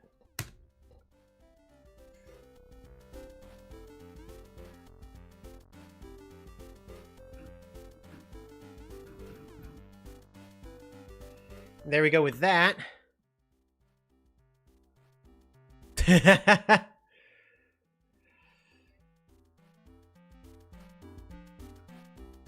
Third 5 centipede.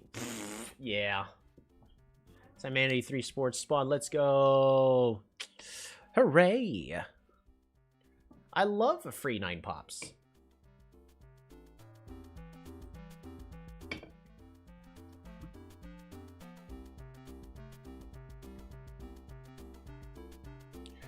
All right. So this gives us more information. It at least makes it to where... What is that?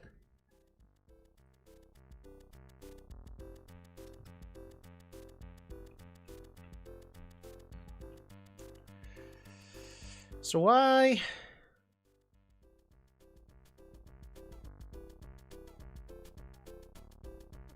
Yeah, we get rid of all the stars, so it should just be the numbers. But for some reason, it's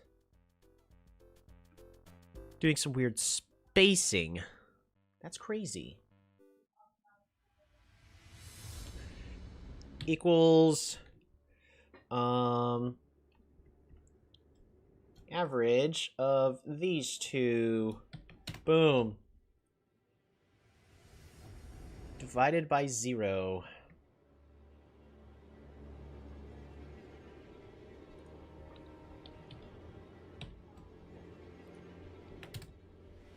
Name? Unknown function number. Okay, so y equals this divided by 2.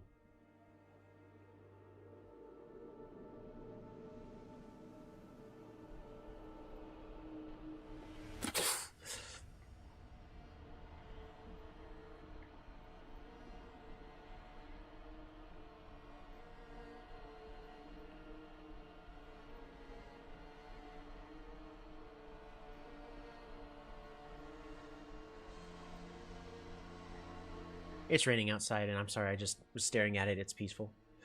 Okay, so this knows it's a number. Unless we do equals average of these two.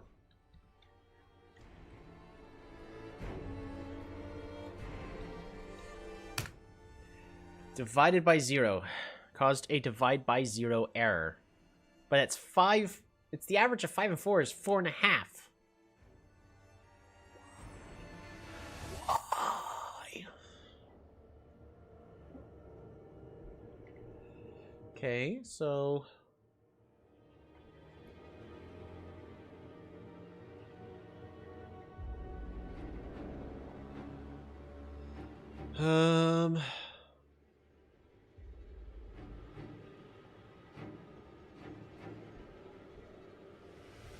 Got it. So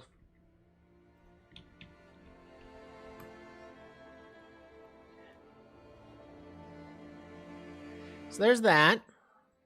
So at least we know how many giants are acquired on each turn.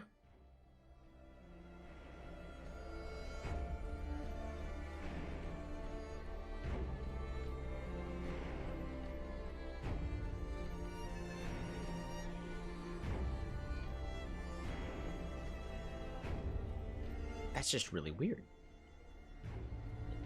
So how is... Equals average of these two. Oops. Of these two.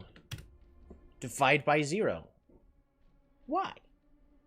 You know there are numbers there.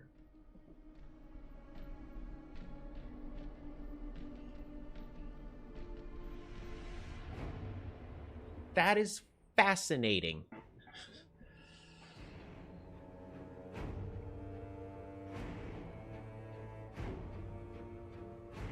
Very fascinating. How interesting. All right.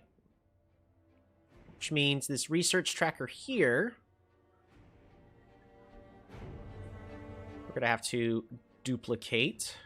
And we're going to just do unit tracker. Tracker. Let's move.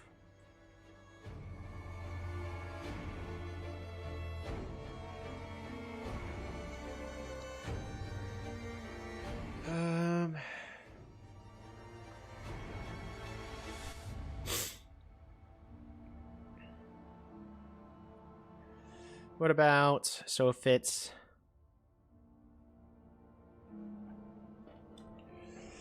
unit investments,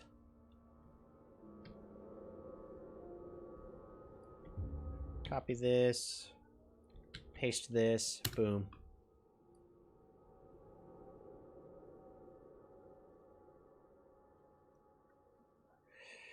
Oh.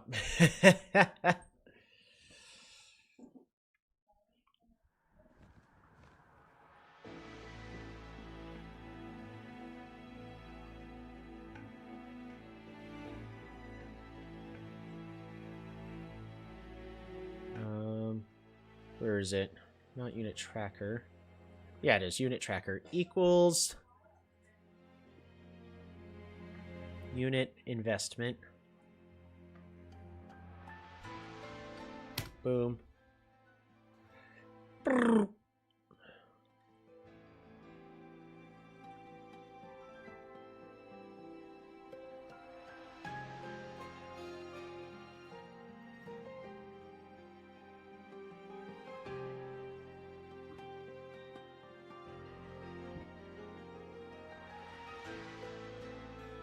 There we go. So we've got an Aquarion and a Toli now set up, right?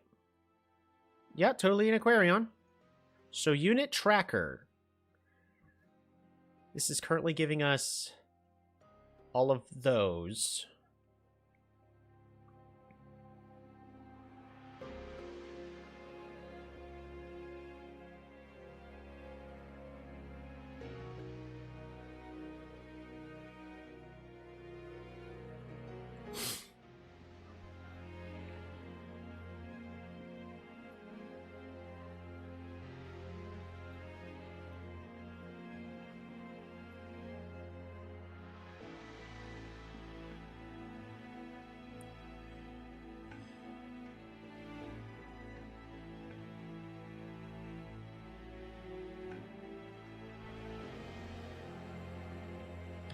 I'm gonna do equals.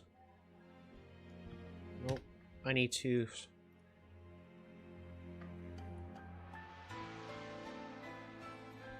Copy, and then unit tracker. It's just gonna be.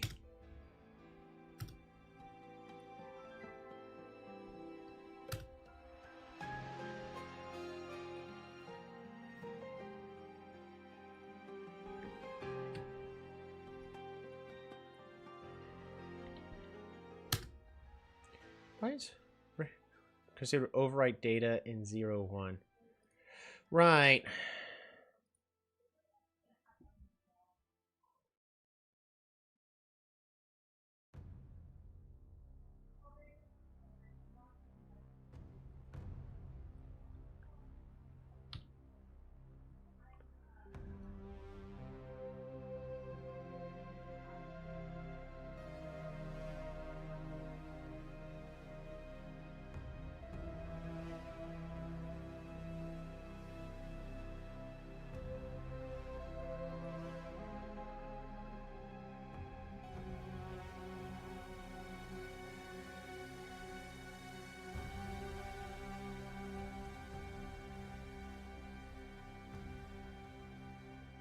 Game length.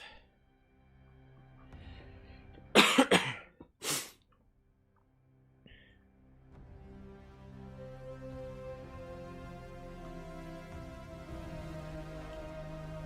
right, Google Sheets. Number of columns based on value. Let's see how we could do that.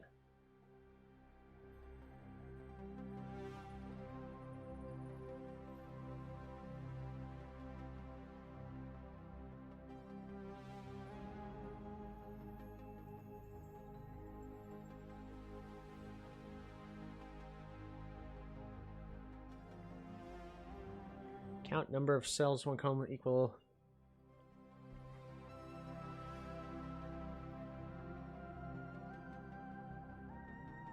Is there a way to...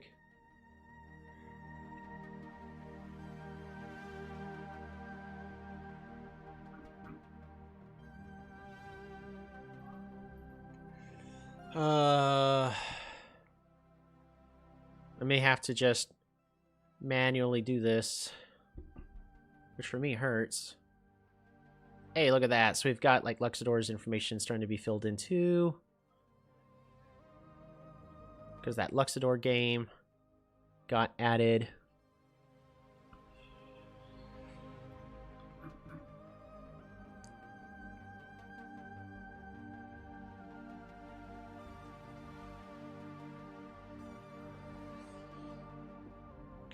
How do I create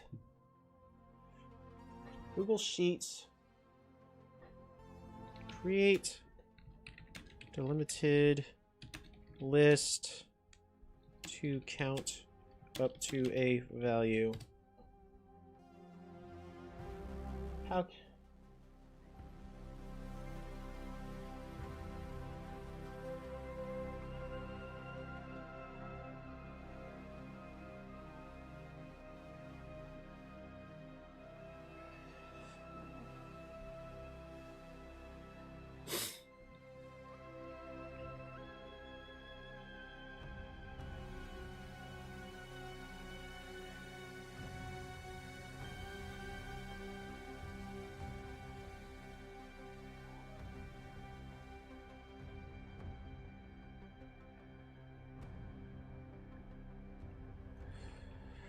Copy.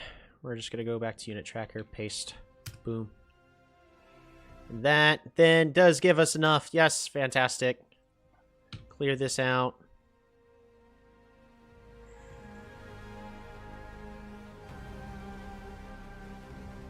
Boom. So now we should have enough. For now, I'm just going to go ahead and delete this row. All right. So now we should have enough rows.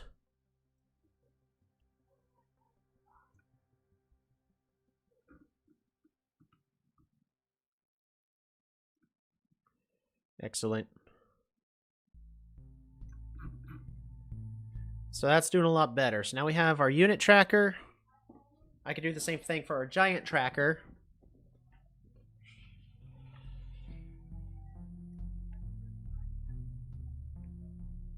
But I also would like to, because I don't know if it's already been done yet. It has been for at least Justini's games. So Justini has actually been kind to fill out the information for his games of the player 2 information, which means we could now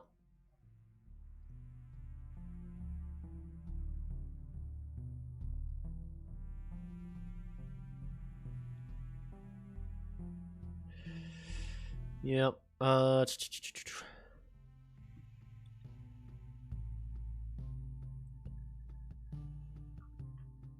This does fill out.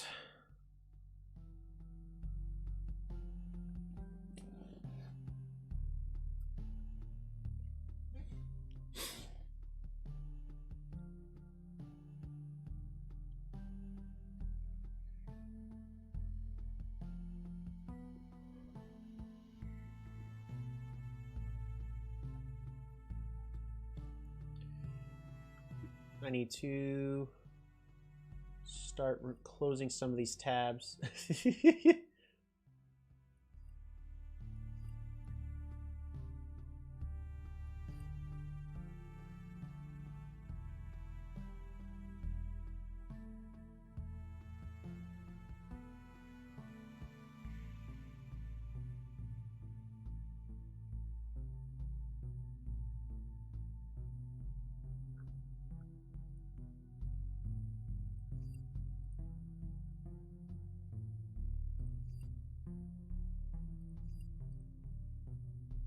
What?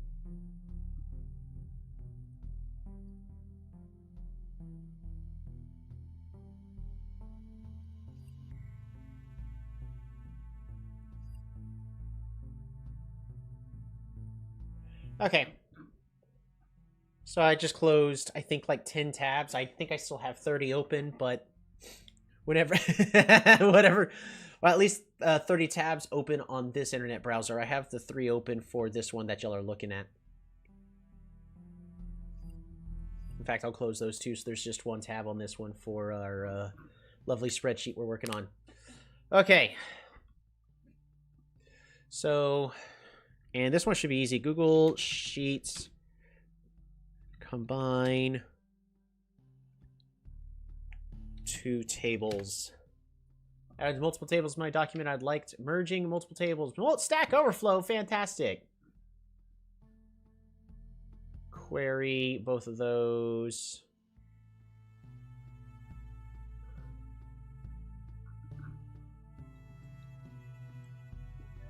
I have lots of sheets describing many different kinds of expenses. Yada yada yada yada yada.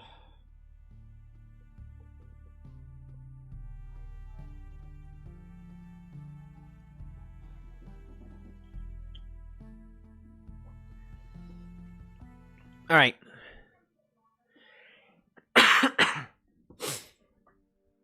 So here's what I need to do now.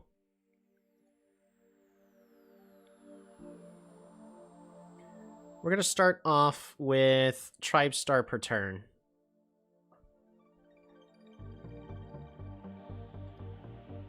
I'm going to name this P1.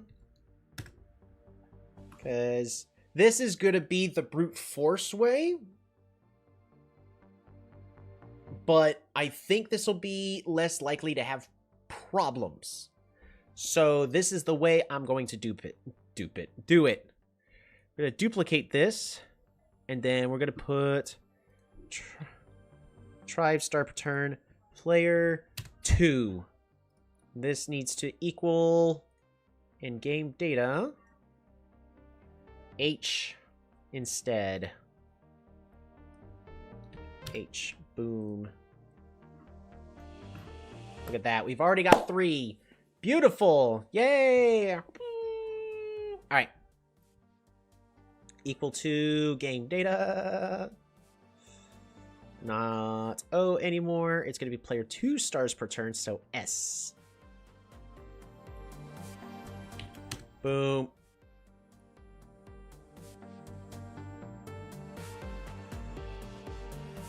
Like, look at that. We actually already have...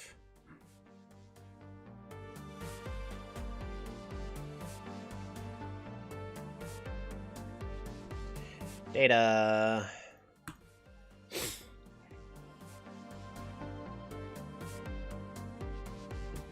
And I need to add the if error.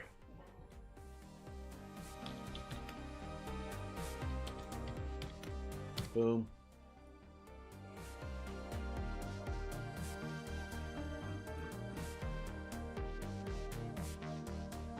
There's probably a better way for me to do this, but again, with my, somewhat limited knowledge, this is just what we're gonna do.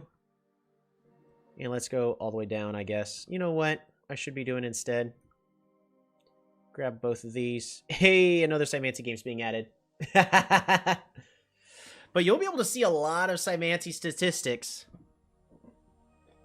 I would actually be very interested to see that Cymancy suddenly just has a low win ratio. Because... Cymancy.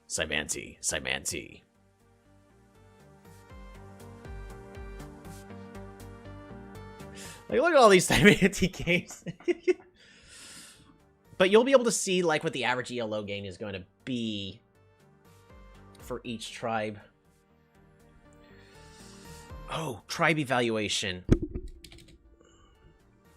Tribe matchups.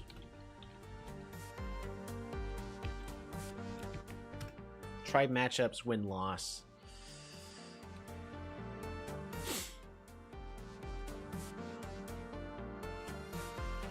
And notice all of this is going to be just specifically for 1 versus 1 games. This is not going to be for your 2v2, 3v3 games. Because that'd be a lot. I will download the game back and bully people with my Nide win out to boost up the win rate. Maybe.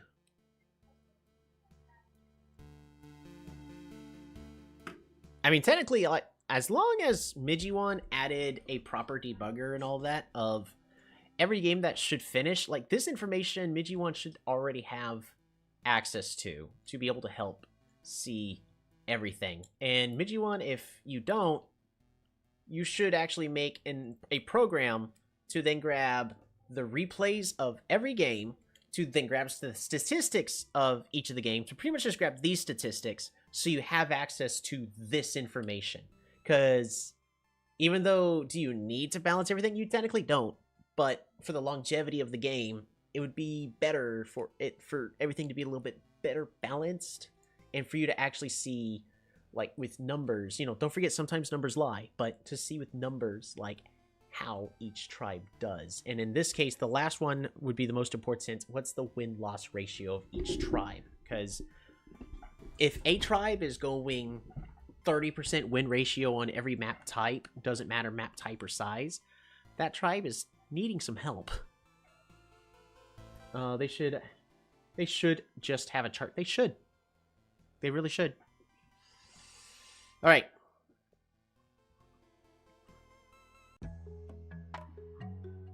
Yeah, so all of these, we have a lot of game data now. It's starting to come on in.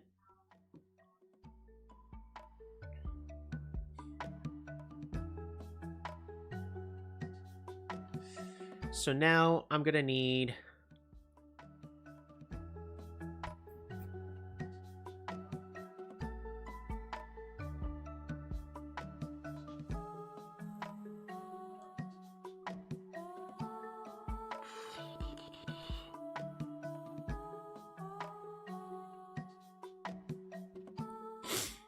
we're now gonna add another one. Tribe star per turn equals, let's see if I can get this to work. Query of boom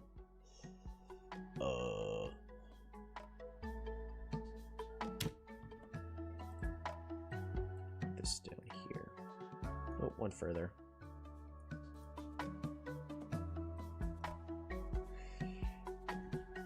Query where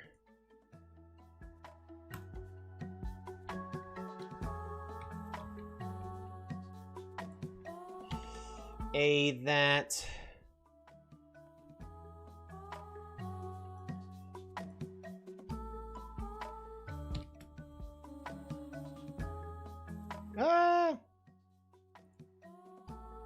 no.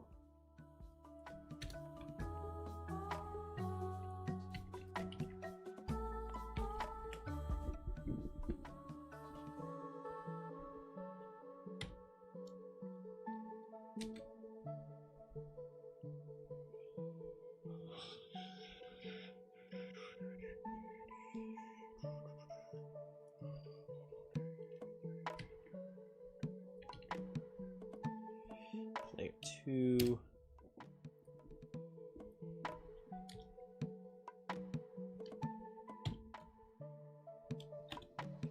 And then what's the query of select all where column 1 is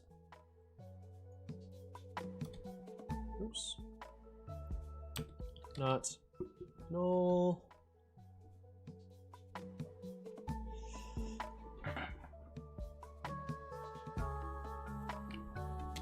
and call 2 is not null 1. Boom. Value. Dang it. 80,000. Dang it. It didn't work. An array literal, it was missing values for one of my rolls. I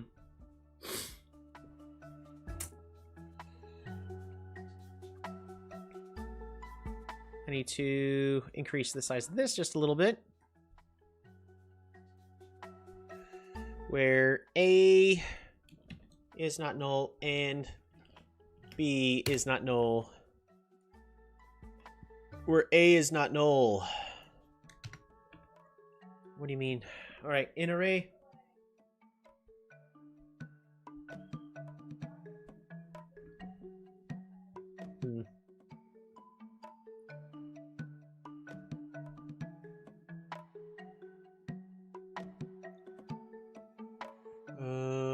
I finally arrived to get something good.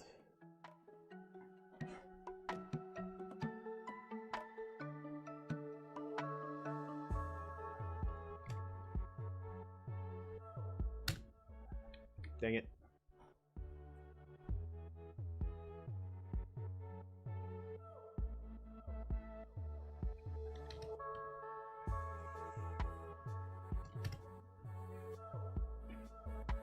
All right, what are we doing wrong?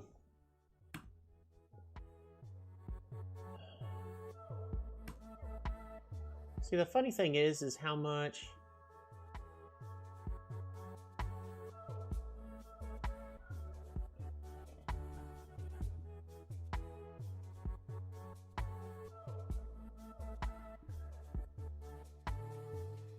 Wait.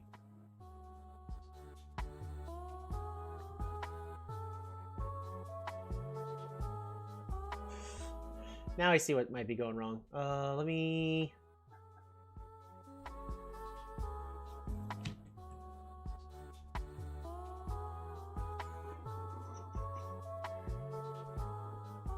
Oh, that's where it's going wrong. What if I just do AT here? No. Found it.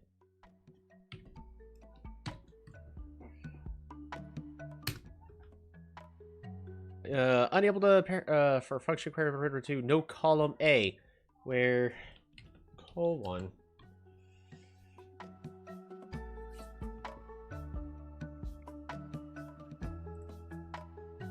is not null, and call to is not null. Please watch these just disappear.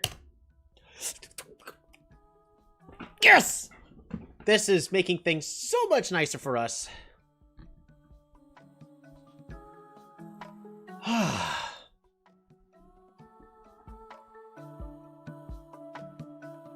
I can't tell you how happy this is making me, by the way.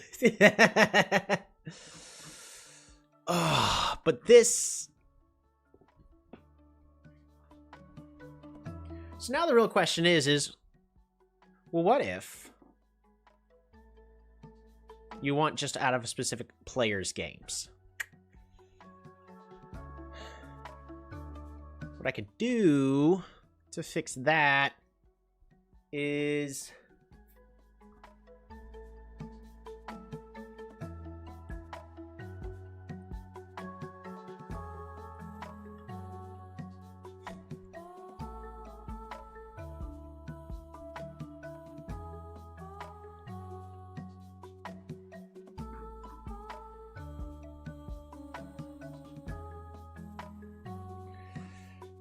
Because how do I make it to where the tribes start per turn?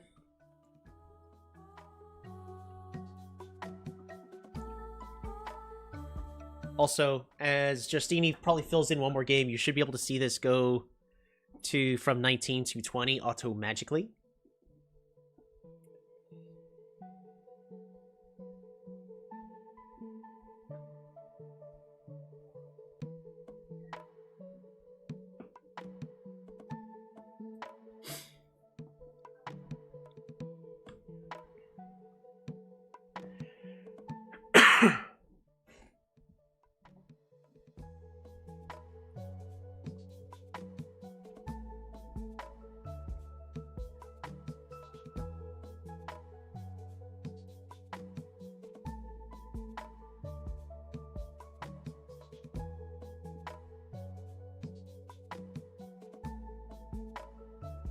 What I probably now need to do is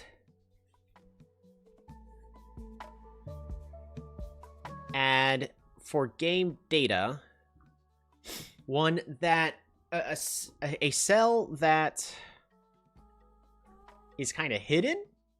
So this would just be a like a black cell here to say show game or show statistics.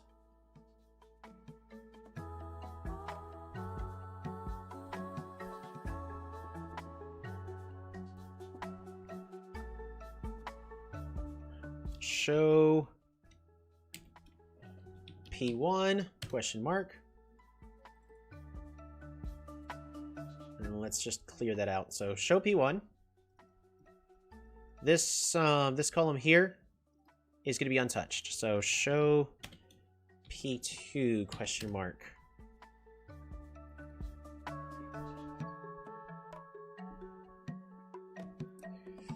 And for now, this is just going to be true equals true.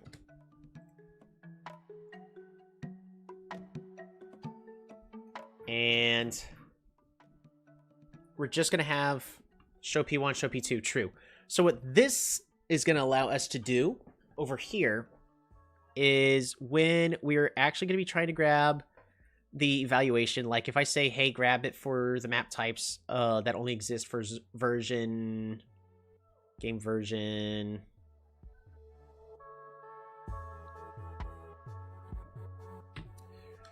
0 to 108.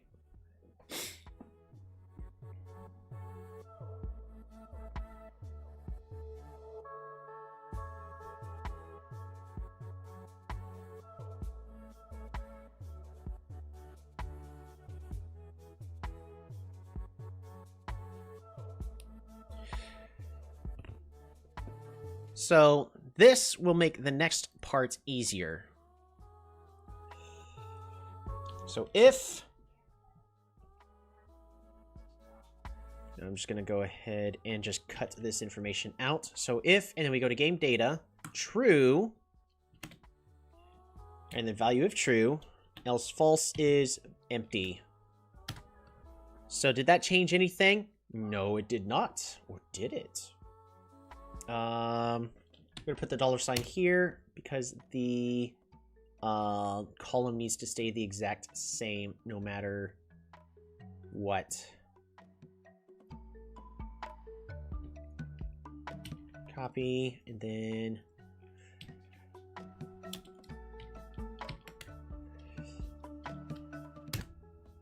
error.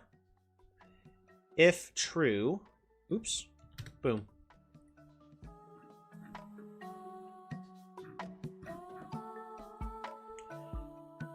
And then if error, that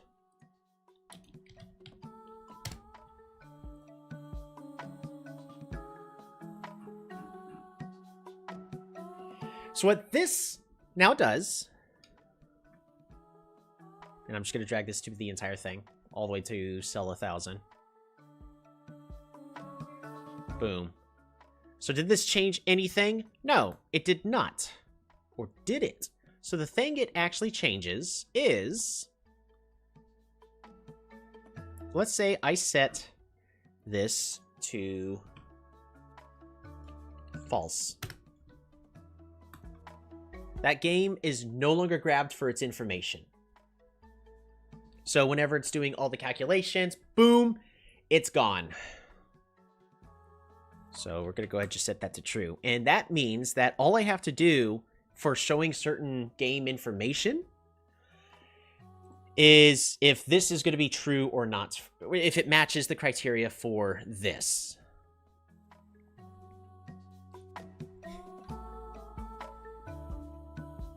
So like in other words, is the game version going to be, you know, smaller, large enough?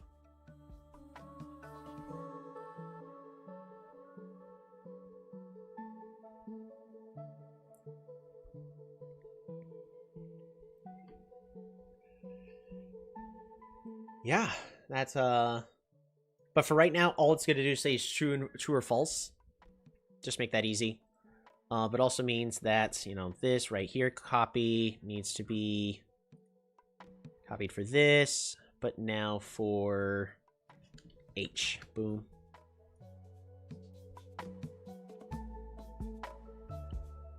Again, so that way now if we click false,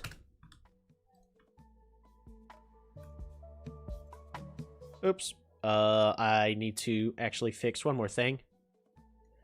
W, boom. Now that says false, perfect.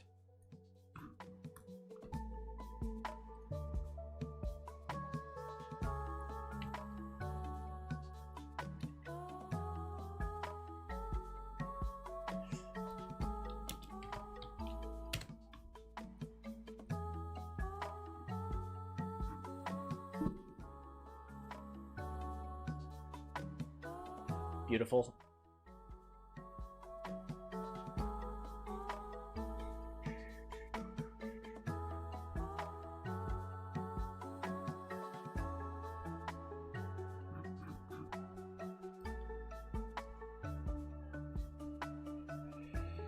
Perfect. So now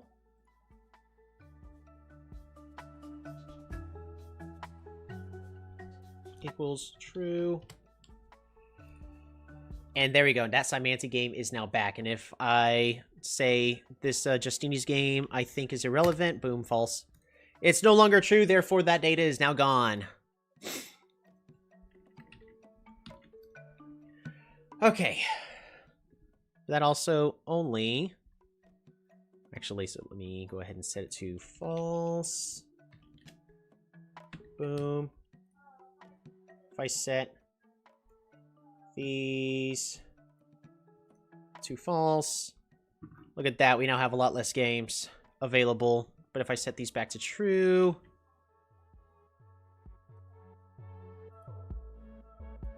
they're now back. Boom, back to 20 games. Awesome.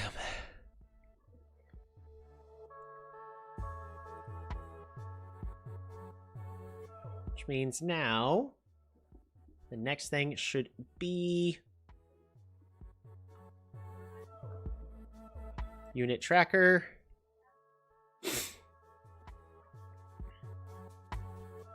Duplicate.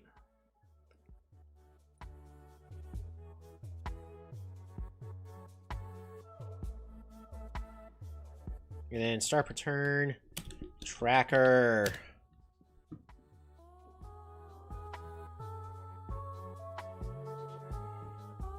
Tribe, start return. Tribe, start return. Boom.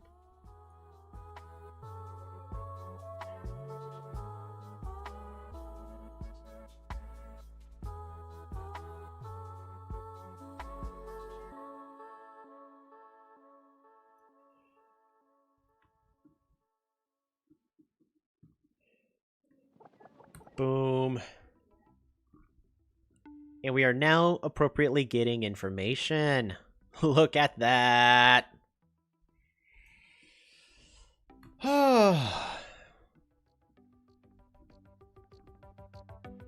This is actually starting to fill out quite nicely.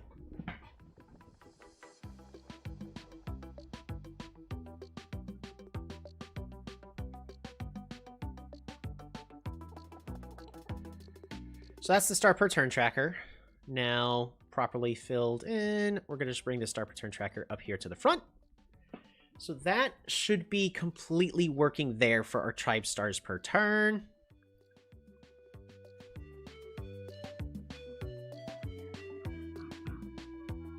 And just to make things easier for you, Justini, because I'm sure you're currently filling in this your information, I'm just gonna hide those, you know, true and true stuff, so we don't have to worry about those.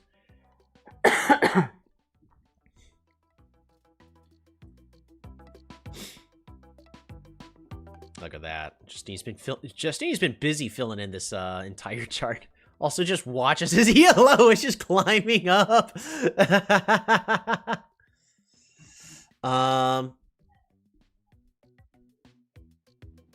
Oh, and let's see.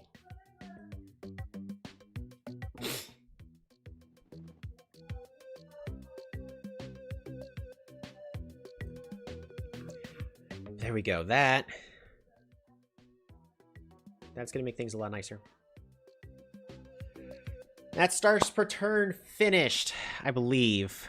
And again, if we go equals false, false, boom, and then make everything false. If we go over to our STP tracker, no data available. Perfect.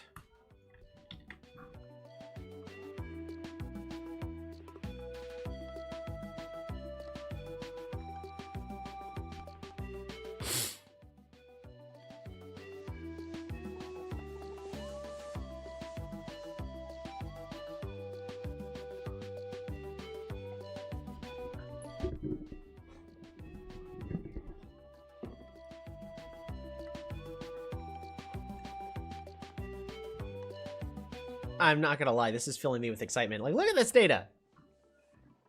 That's already a lot of information.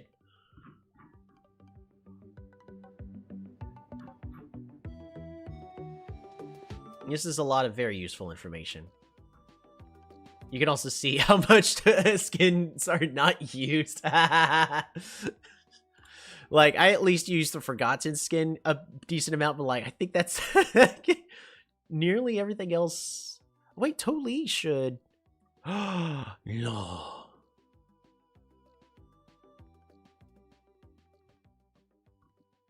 Game data. Totally should be. Did you hide my fault? Oh. Oh, wait. There we go. There we go. Now Totally has a game. So it's working as intended. Because I accidentally hid the Toli and a Symanti game, I believe. Game data.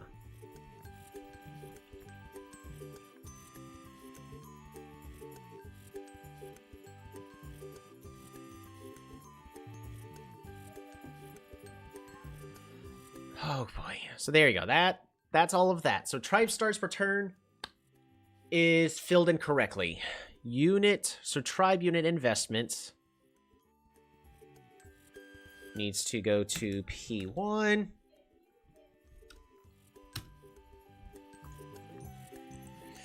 Duplicate. Tribe unit investment. Player 2.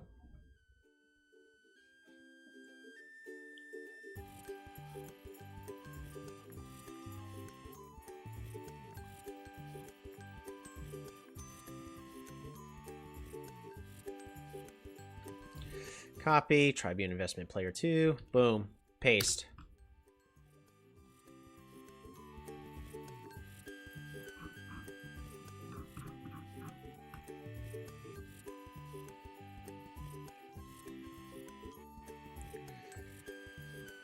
Right, so that correctly fills that out.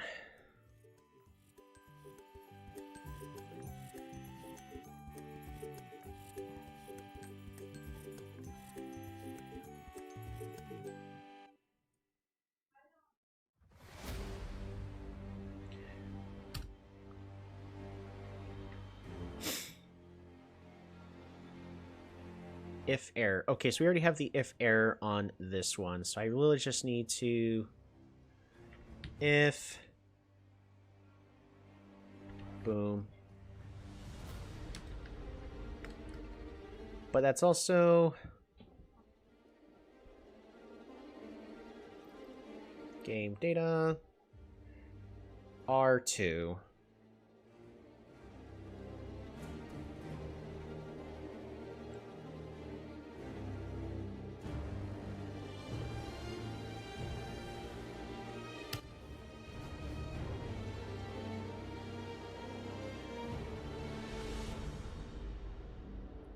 Right, it is R2.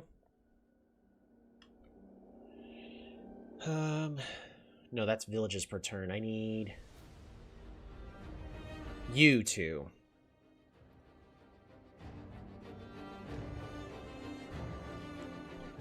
Boom.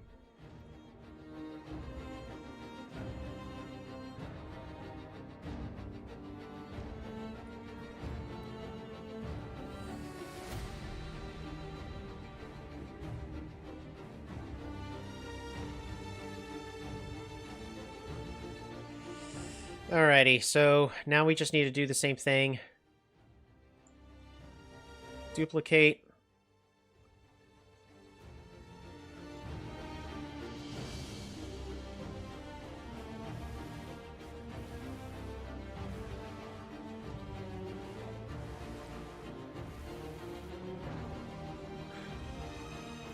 Oh.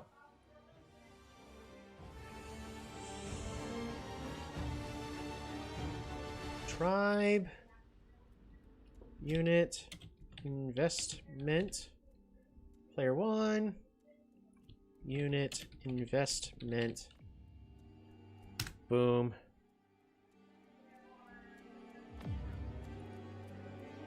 unit tribe unit investment boom.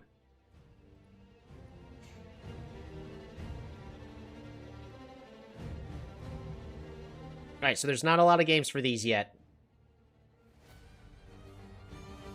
But unit investments now need to go for this one and then this one. Boom.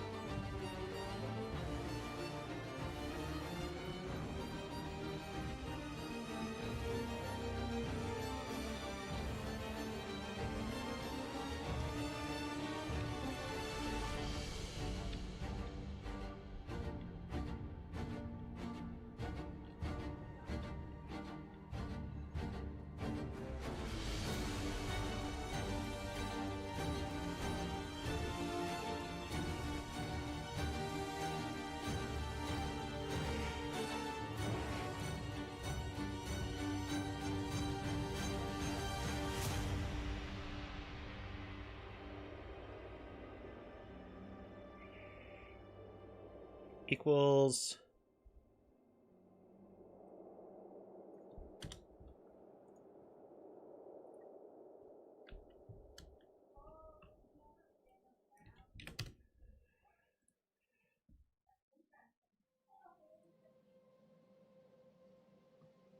Wait, control Z's...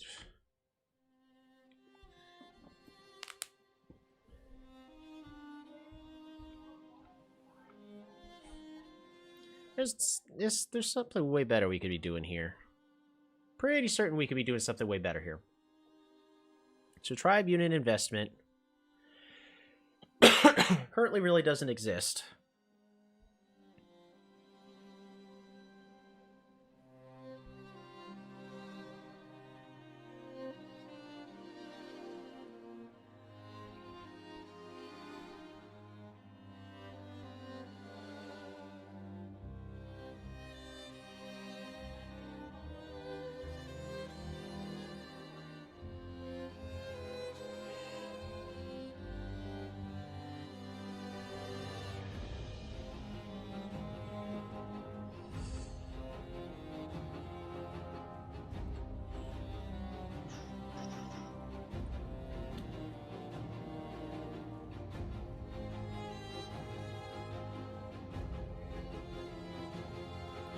Right.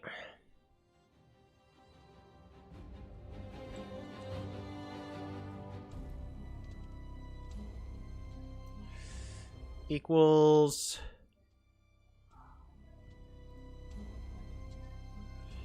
a 3, boom.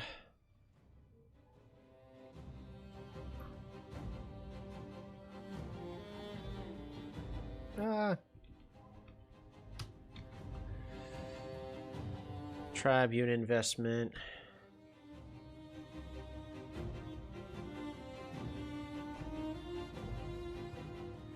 There's got to be a better way of me doing this, because this will get very old very fast. There's got to be a way for me to, like, query this information.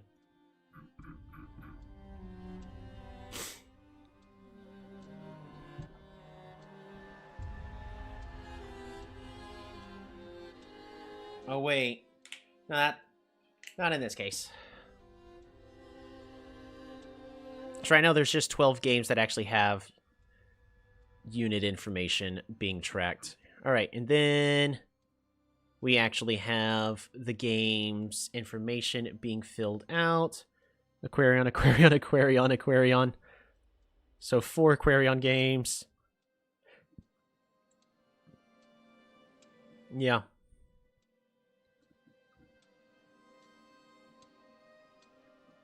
Yep, so that's currently all we got for unit investments. And then same thing with Tribe Giants. Well, because this is the unit tracker. Boom. Boom. Boom. Yeah, this is me brute forcing it.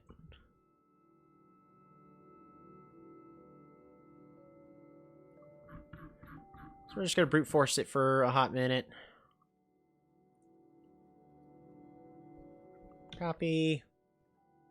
Paste. Boom.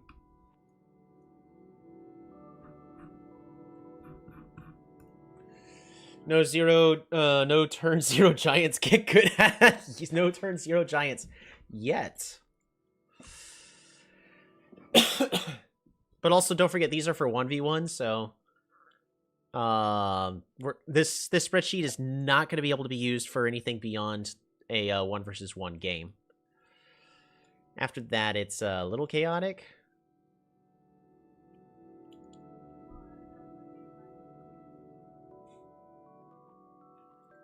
Would be interesting, though, to have that information. So we're going to go ahead and duplicate. And then giant tracker.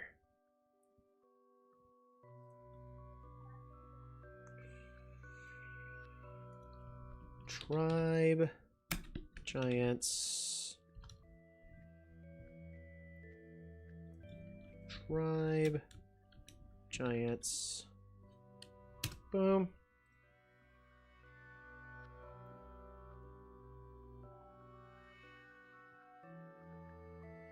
Boom.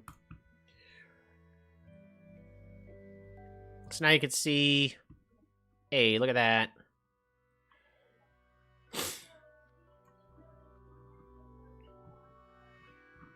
It's a decent amount of information now. So we have our unit tracker.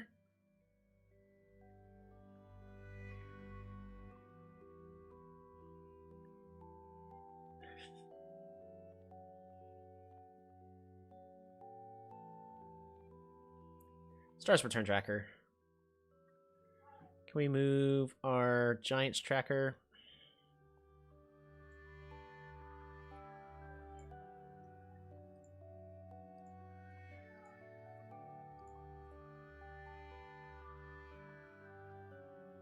I don't know what's going to be faster. Unit tracker, Giants tracker. All right, so now we have our stars per turn tracker, our unit tracker, our Giants tracker.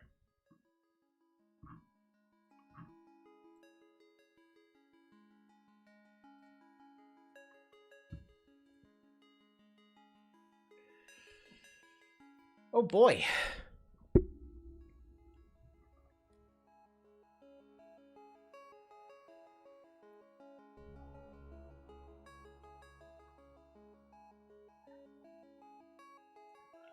Again, any of these that get set to false, the game will hide, but I will have to add the logic for this to specifically say, show this game information or not. Just get Midge1 to release an API for the game data then profit. That'd be a lot better. But it's I could probably go through the effort to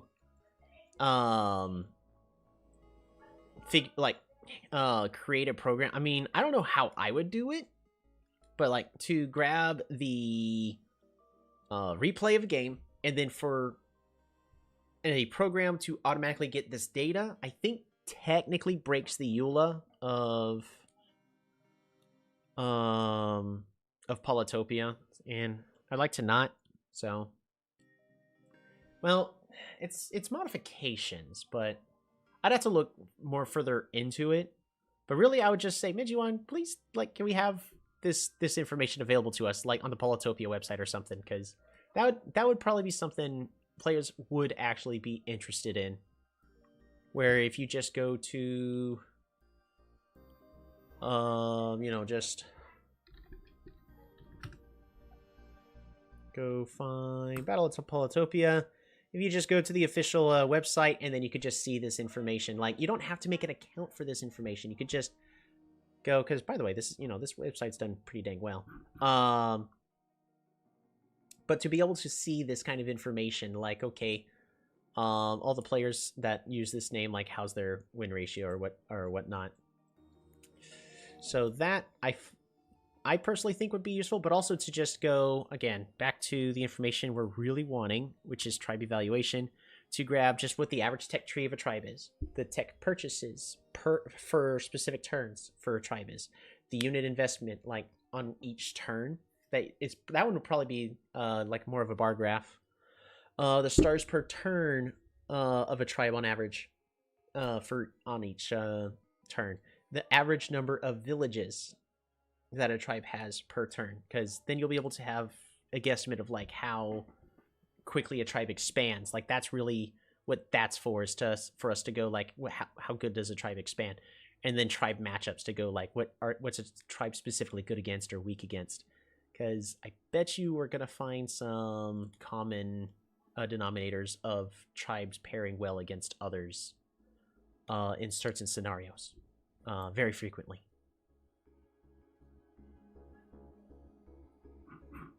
Wi-Fi is so I can't see the stream. You should add a specification for whether player 1 or player 2 is hosting the game. That would be nice for tracking host advantage. I think we're just gonna do player 1 is whoever goes first. Shoot. Shoot. Yeah, you're probably right about that.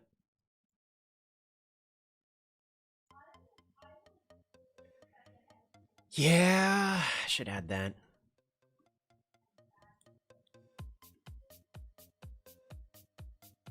Where would be best to just add that?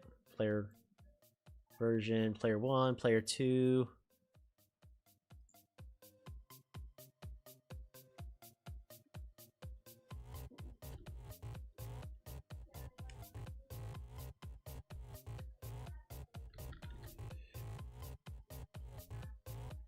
First. So I'm just going to say first right here. So in this case, it's Simanti who goes first. So we're just going to put a 2 here. And that'll be for player 2. Right now that does us absolutely no good, but it will later down the road be able to help us go figure out like if there's any adjustments between someone going first and second. That's easy enough for us to include, so I could definitely include that. So we'll do that.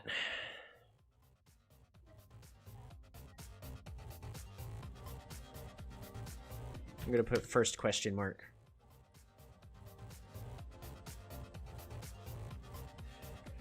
There you go. Added for you, Justini.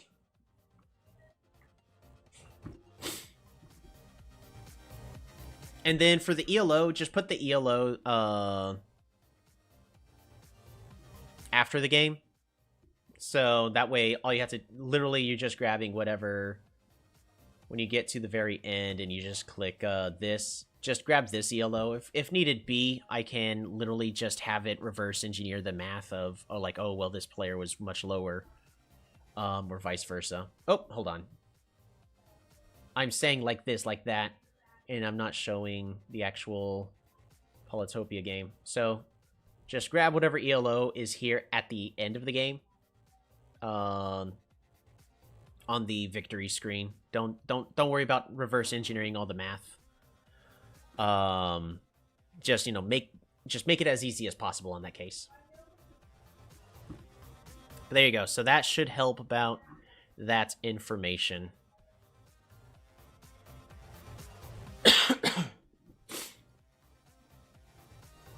So then all I would have to do is specifically grab all this information. But we now are tracking the stars per turn for each tribe, the units for each turn, the giants for each turn. That's available to us. What's next? Villages. Right. Just in case. So I'm going to hide Polytopia, but I'm also going to hide the spreadsheets because I'm going to duplicate the tribe villages. Duplicate. Just in case it immediately decided to dox everybody again. Tribe villages P1.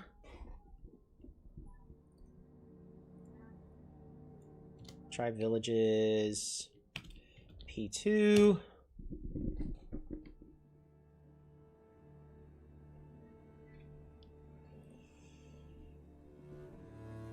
All right, so that means we now need to grab this. Copy. Paste.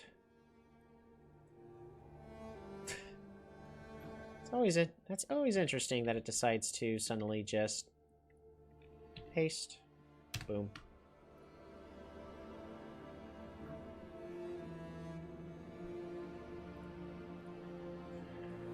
Copy.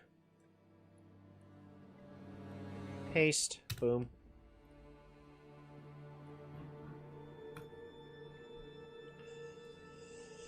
Okay. And this is for P2.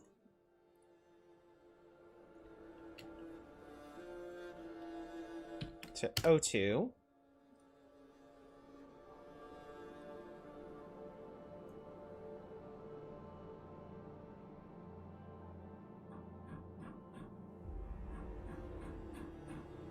Boom.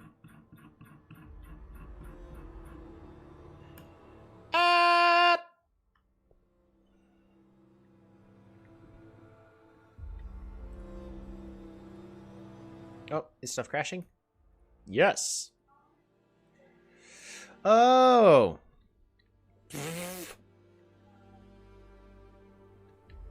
Boom.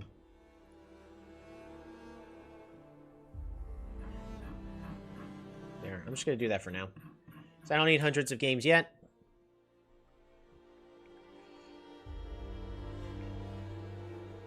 Which means for player 2, village tracking is S.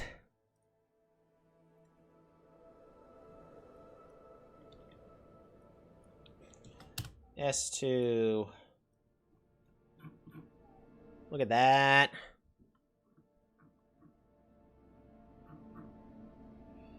Which means now I need to duplicate this.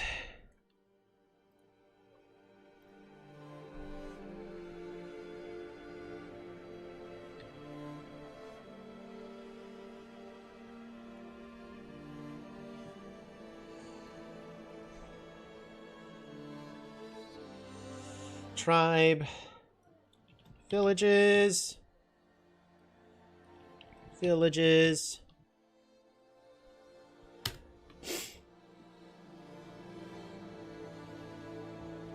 Perfect. Which means, last but not least, duplicate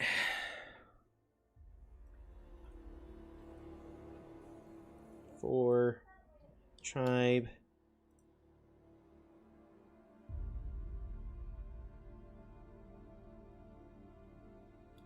villages, and then villages. I'll get this fixed in just a moment, but this should be completely empty because it currently does not exist. Copy of tribe start return. No, this needs to now be tribe, villages. Boom.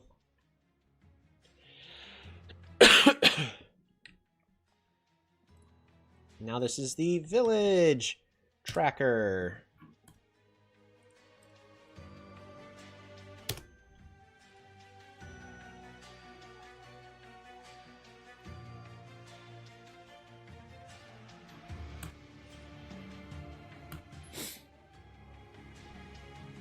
There you go. And now you can see how quickly tribes tend to expand on. Alright. So now we have the village tracker, stars per turn tracker, unit tracker, giant tracker. I think the last one is unfortunately going to be the research. I mean, it's basically the exact same thing. Because I really want this to be accessing everything from the research drop-down list.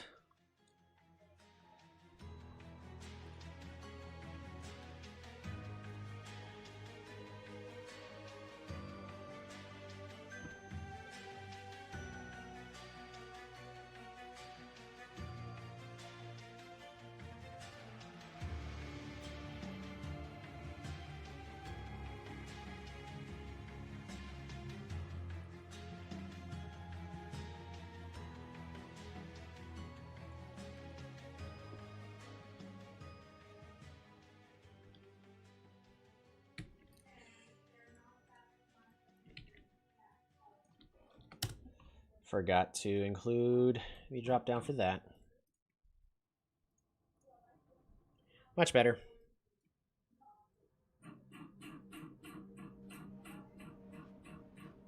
Boom. So we're on 100 for that.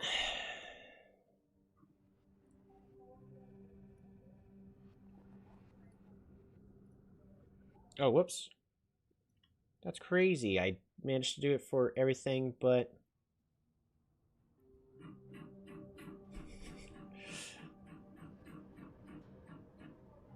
Boom. Much better.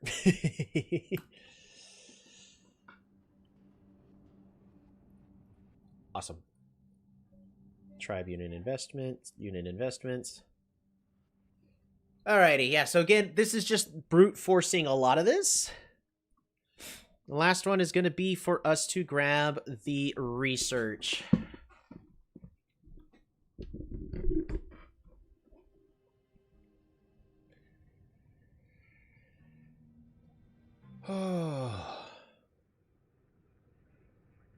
mean, we're nearly done getting this set up. After that, all we have to do is just plug the information in. Well, and then make it look nice. Right? We're really close to being done here. All right, so tribe research. Again, just like last time. Copy.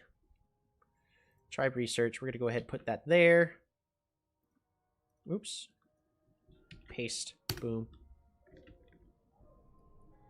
Boom. Paste. Excellent. Much better.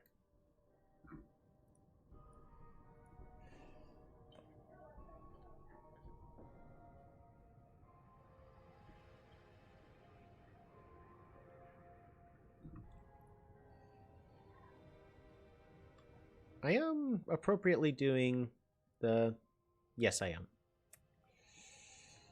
So, copy, and then tribe research for here. Paste. Oops, I forgot to... Q2. Paste. Q2.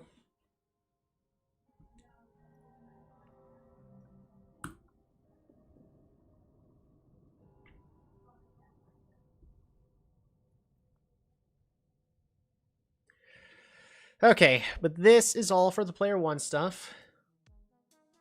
So I need to P1, duplicate. Ah, shoot. Player 2. Oh, I've got a message on the Discord. Oh, it's for my stuff in... Yeah...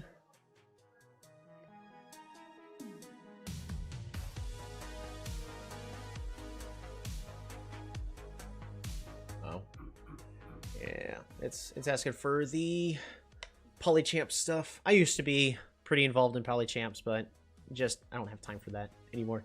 Now I'm working on spreadsheets.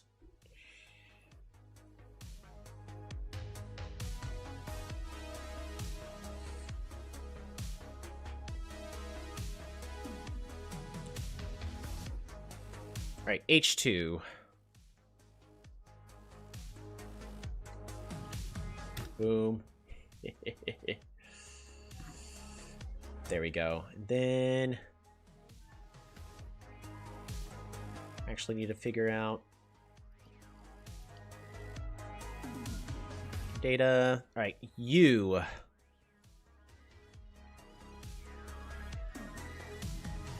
U2.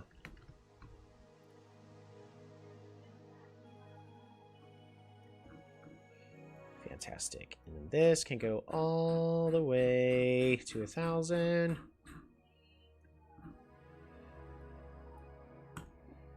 Okay. And then you grab this, duplicate.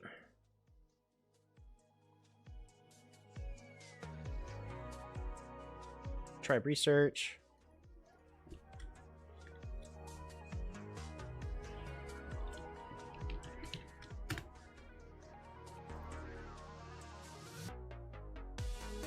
Tribe research player 1 and research. There we go. There is all of our information for the tribe research. And then again, this just needs to be tribe research.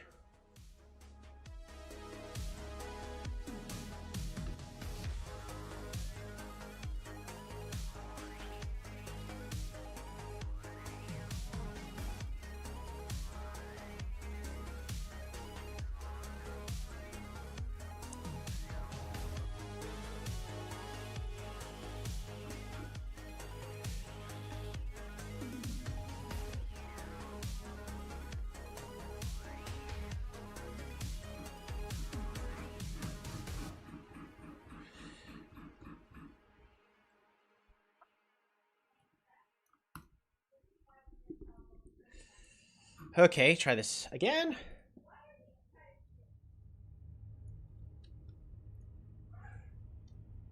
Boom.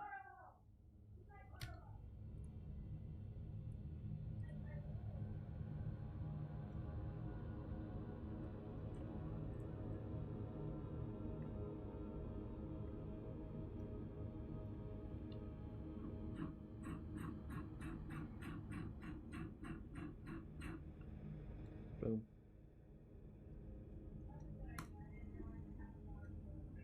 There we go. So that's all of those. And the research tracker. It's now properly got all those games worth of information. Which means we now have... Let's see, is Toadlee on this list? Toadlee? There's Toadlee, yeah. Alright. Yeah, because that's now grabbing it for the correct thing. That's now grabbing it for the correct thing. And then this. Correct.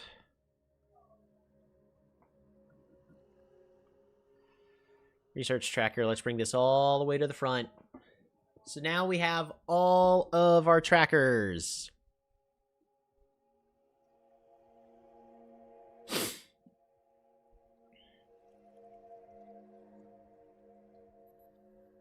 Giant tracker. Boom. So now we have our village tracker here. Our stars per turn tracker. Our unit tracker for that. Giant tracker. And our research tracker for when everything is researched.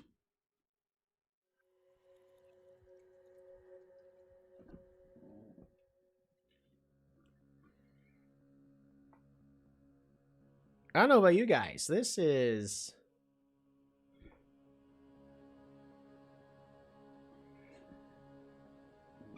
all coming together. Oh, yeah. It's all coming together.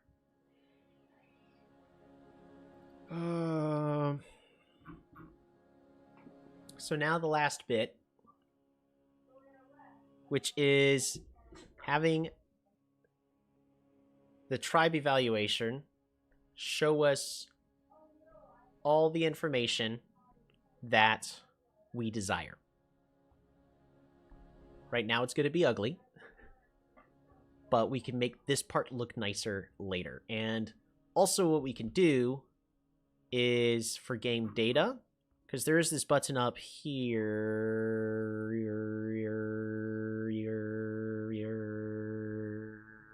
create a new form, where instead of us having to manually put in the information, I could just say, hey, just insert this information into the form, and there you go. And it should auto-magically insert it into this document for us in a way I specify.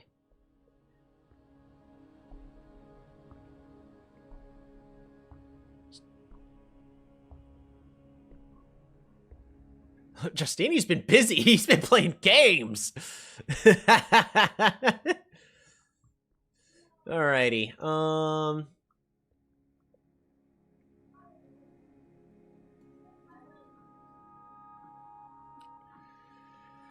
Okay.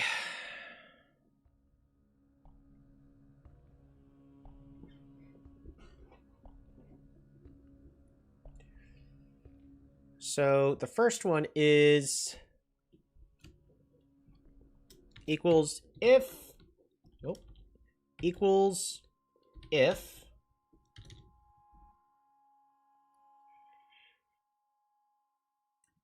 this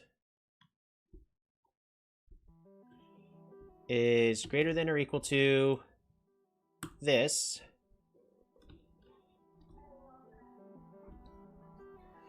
and B2 is less than or equal to this,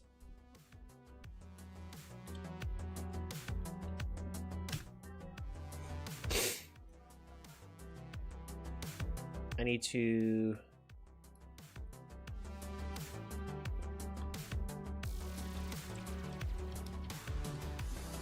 Not applicable. Wrong number of arguments.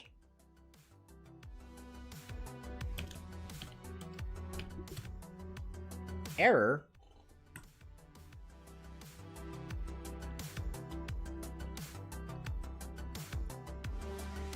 Should be 2 ands, right?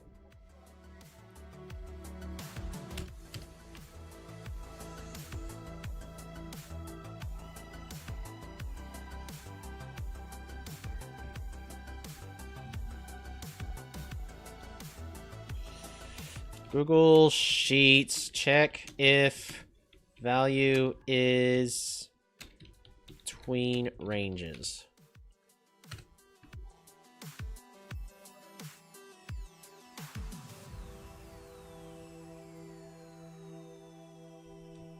Is between value to compare. Boom. Lower value. Boom. Upper value. Boom.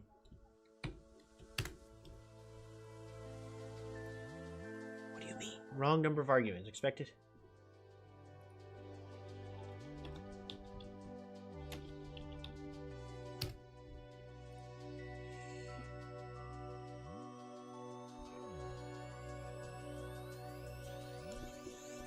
$sign for this. $sign for both of these.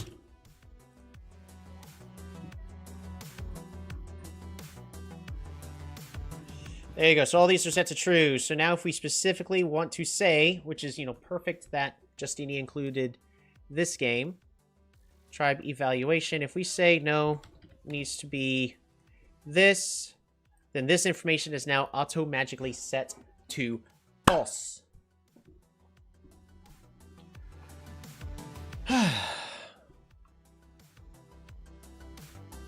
And then that auto-magically fixes our tribe villages to go 21.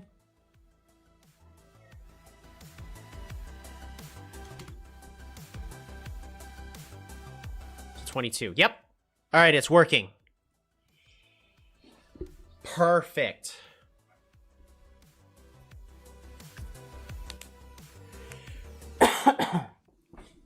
I'm going to check to see. Google Sheets, add slider.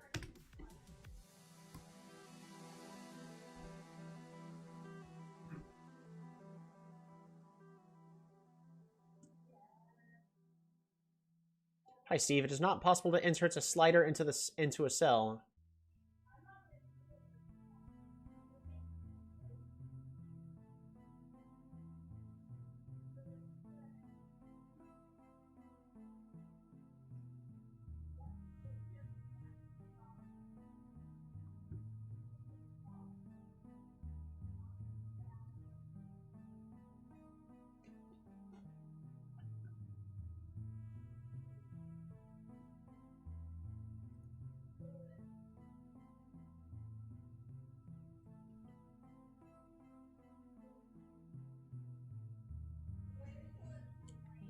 Oh, man. So, looks like I can't include a slider, which is what I really would like.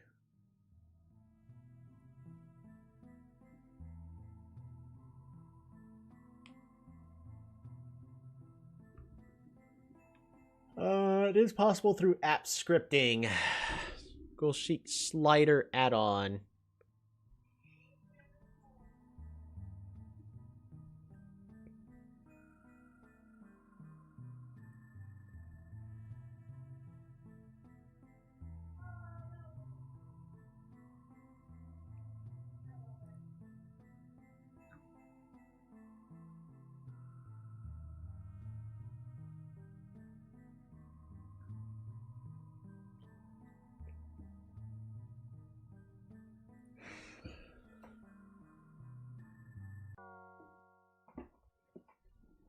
Extensions. Get add-ons?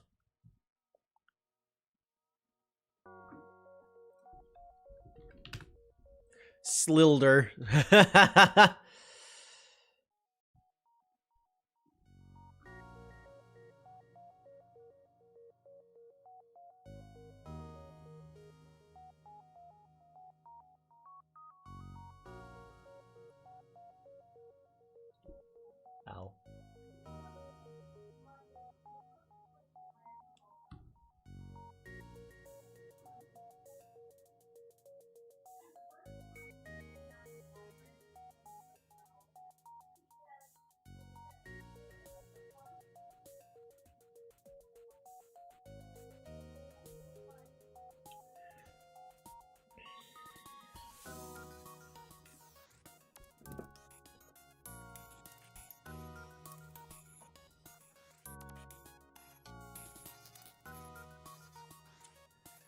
Well, currently there's no way to, like, make a slider.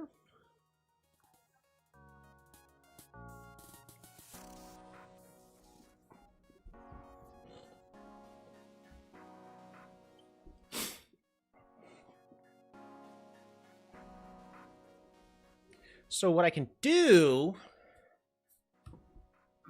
Alright. Well, we're gonna do a workaround now. Google Sheets, drop down menu.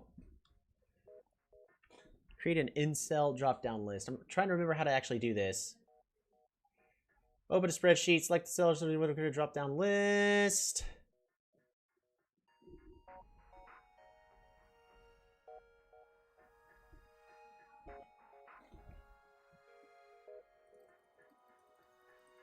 Google Sheets tutorial time. Essentially, we finished setting the information up.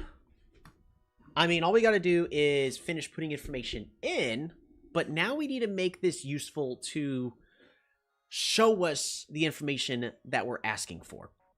Because we got our village tracker, so how many villages every tribe has on each turn. So you can see on average, like Aquarion, Forgotten, are getting it, Cymantes. Interesting. Cymanti on average gets all their villages on either turn 3 or turn 4, whereas most tribes get theirs on turn 3. Interesting. That makes sense. That does make sense. That's very interesting. I actually never considered that. They're technically slower on expanding, even though then they quickly rush ahead to like 3 over here. Yeah. Wait, where does this data come from? We have to put it in manually right now.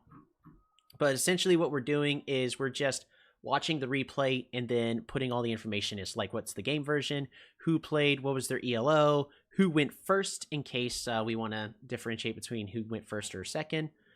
ELO gain basically was say like who won it versus they and on it. The map type, in case you want to only get information for a certain map type. A game mode type. Right now it's currently only mites that are available. But yeah, so like then all the information of how many villages a player had on each turn, and we're just literally putting this information in manually. So it's a little tedious. I'd like to streamline it. Technically, the best thing that would that we could have is grab a replay, put it into like a little program, and then the program spits out this information for us. I would love that. Midgie one, please. But this is just a lot of hard work so that way we can have the information of like how tribes actually are doing. Because one thing I was considering about making manual data entry, that's tough. It is. That's why the information is going to be somewhat slow. I'm surprised Justini did not include the game that we both played, where he or the couple games that we played against each other into the spreadsheet. But yeah, so this is a lot of manual data entry. But once we have this information, it'll be very valuable for creating guides. I plan to include more games in the future. Yeah, same. I plan on including more. It's just once we have it, because don't forget, we're trying not to make it too tedious for us to get the information. Because right now we have to do a manual entry, and that's slow, and each one will take anywhere from 5 to 10 minutes to put in that information. We're actually closer to like 10 to 20 now that we're including player 2, which is technically optional. But you'll be able to at least... Yeah. Okay, I am going to, again, brute force this. Sheet game versions. And this one, I am going to do this on 1.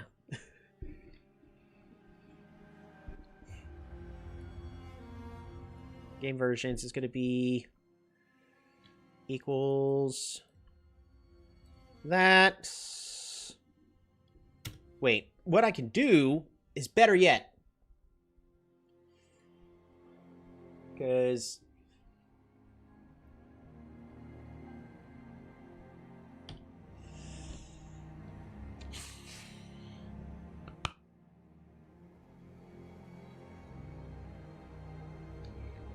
I want to fiddle with this idea of query for this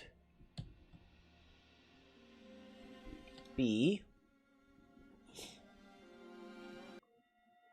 So in order to get to create a dropdown, I have to open up a thing that immediately gives some very, that gives some information that I don't want people being shared. So, hooray. Thanks a bunch, Google. But the cool thing is with the way this is set up, I can get a drop down from a range, and that range is going to be this entire thing. And if we get an update to Polytopia, it will be able to get, 109, 102, 110. It'll automatically fill in for us, so that way I don't have to manually update that. So again, making my life a lot easier. And I can say, okay, 104 to 104, which now should mean if I go to game data, all of these should now say false except for this one, meaning the stars per turn tracker is only returning a single tribe worth of information. Whereas vice versa, yeah, there we go. Stars per turn tracker. Perfect.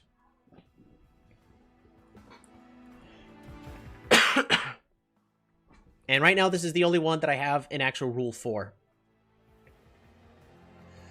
Thanks so much, Google. Hold on, how far are we? I need to make a mental note.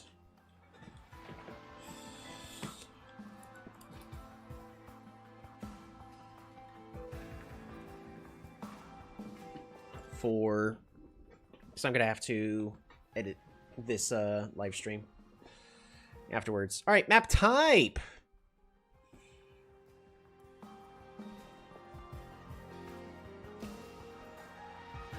Huh.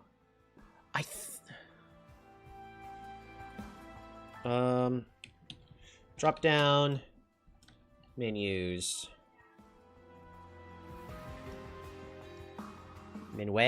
Menus. Copy, paste. But what about for... So what's next? I need map type. So M. Drop down menus. So M2 to M. Boom. Drylands, lakes, Pangea, and Waterworld is now available. So if we then grab this thing here and put an @.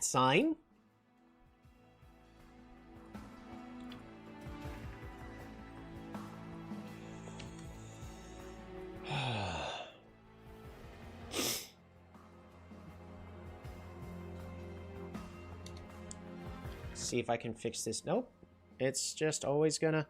Got it. So new drop down. Fantastic. Look at that. See, just like that, we've now created a new drop down that is going to...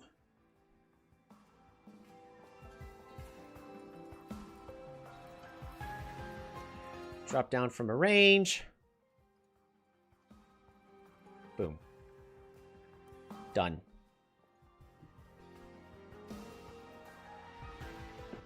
Oh.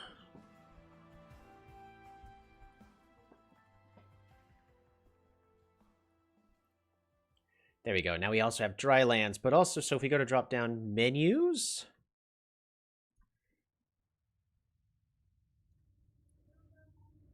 let's move that there, but then put all. So boom, now we can also select all. Again, brute forcing it. We're gonna do this again. Once we fill in the @ docs everybody that we know. Drop downs, new drop down.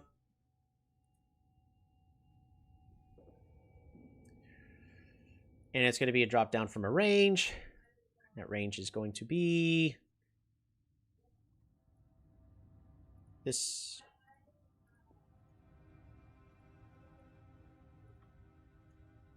Boom. This entire drop down list. Done. And then we're going to include all, and then copy, paste, But it now needs to be a map size. So L.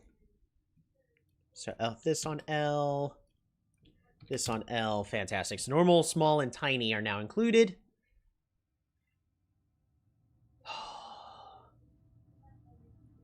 Except we don't want this to be a drop-down list. Edit. We want this to be...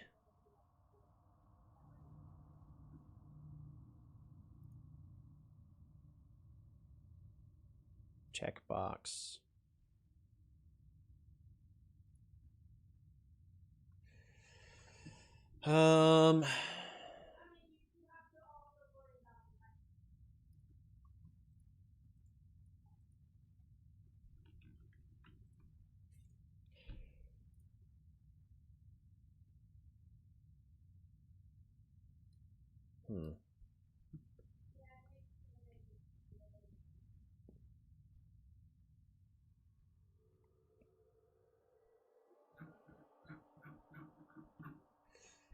How do I want to do this?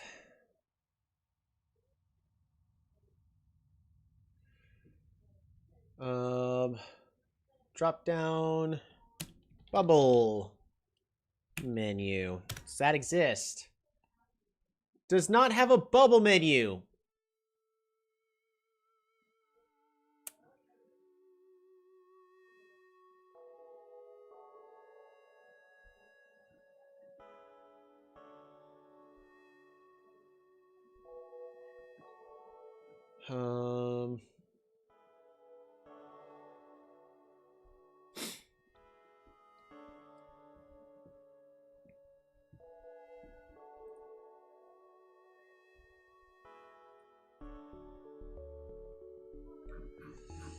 Google Sheets bubbles. Bubbles. Ensure your data is clean. Organized and structured. Oh wait, that's the AI trying to tell me to be helpful. Hindsight that they said insert. Click insert chart. All right, so you know what that means. We gotta hide this just in case. All right, insert chart. That's a chart. Bubble chart under scatters, like. No, undo. How to create bubble plots.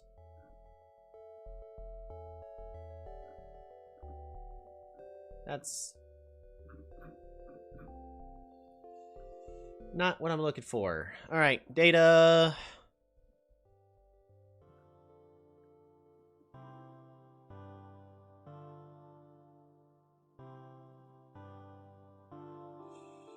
Checkbox. Oh, we could just go to insert.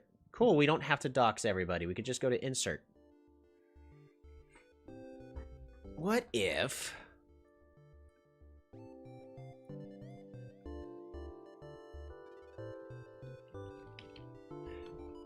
What if checkbox?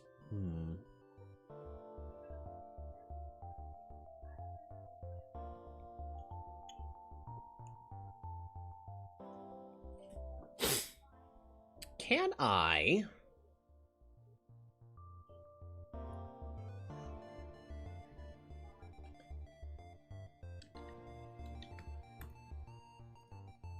False. We can't. Okay.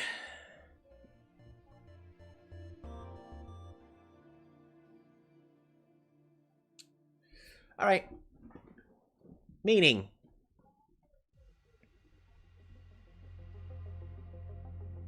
How do I want to do this?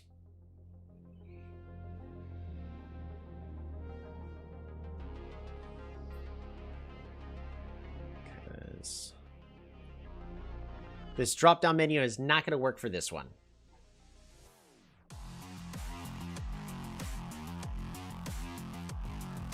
Perfect.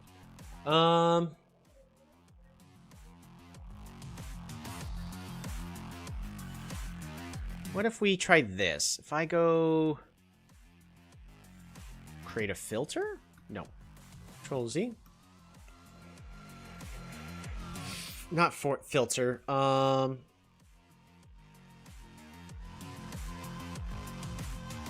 Conditional formatting.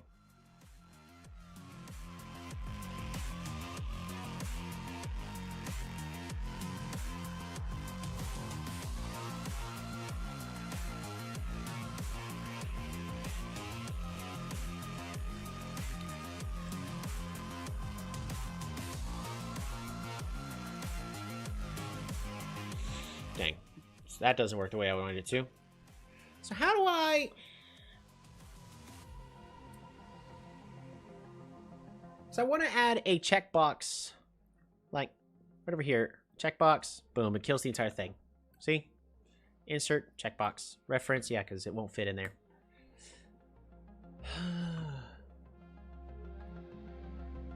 Alright, Google Sheets, checkbox, menu.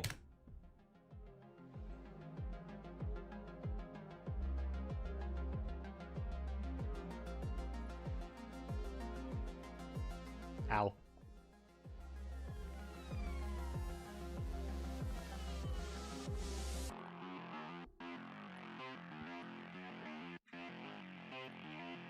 Allow multiple selections? Oh!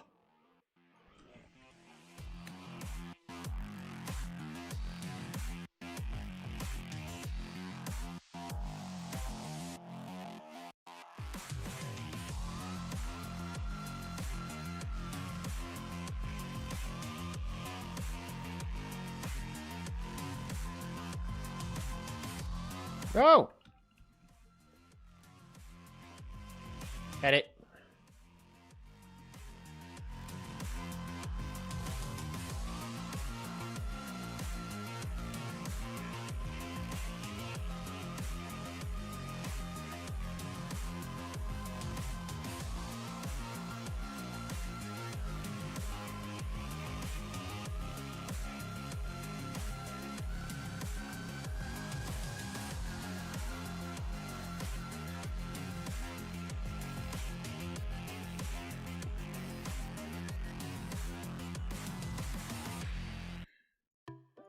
All right, this needs to be from C to Shining Sea. Done.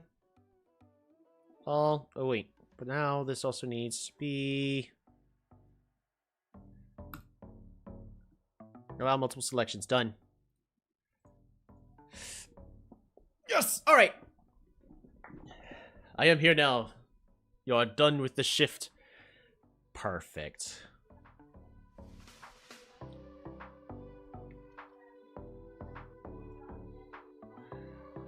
I need to merge these cells together. Tiny.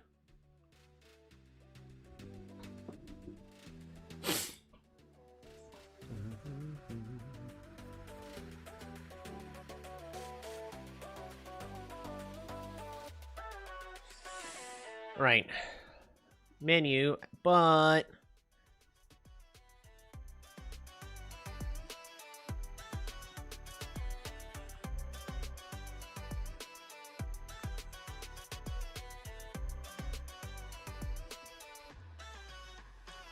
I need to remove the all.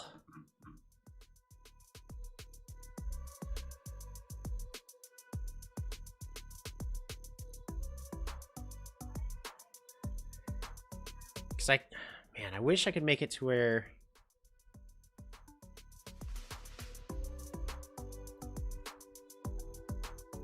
Do I just get rid of all on this one? I think so.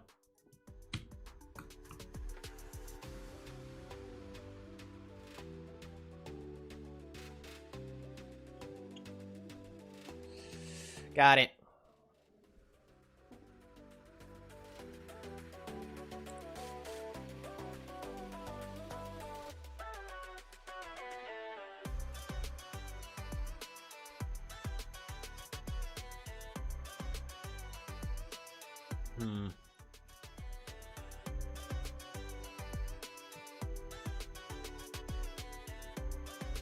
So if that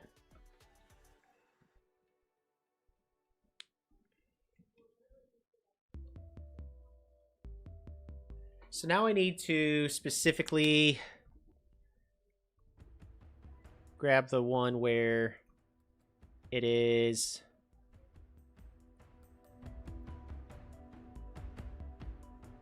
I need to do an ore on this one.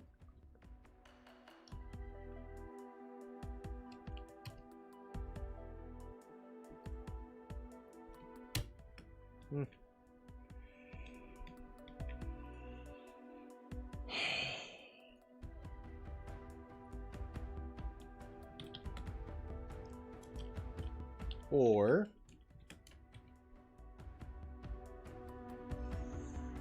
so for this ore needs to be one or the other, which is going to be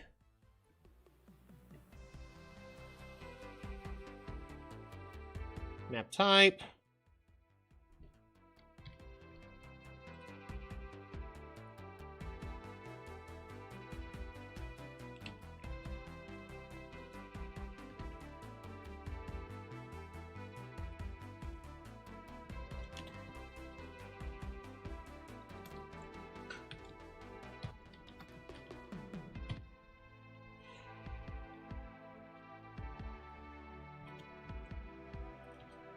And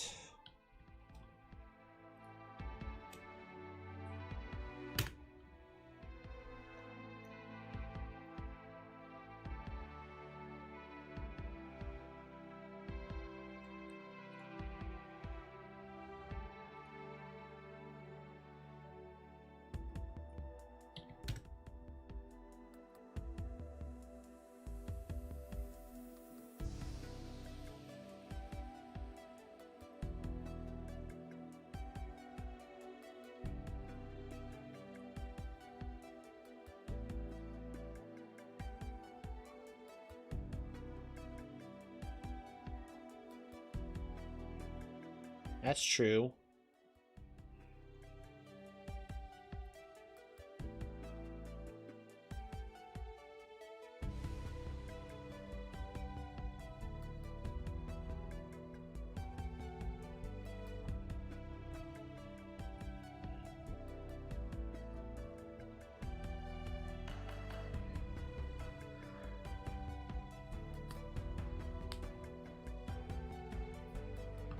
But it does.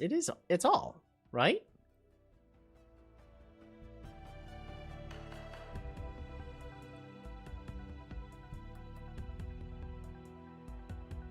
All right.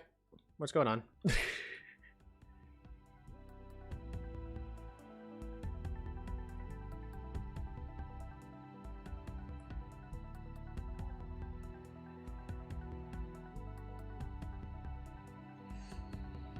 Okay, so it should be working as far as I'm aware, but it's not, so.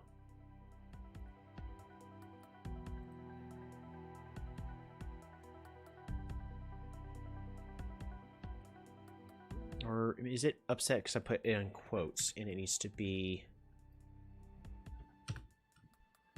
Nope, it needs to be quotes.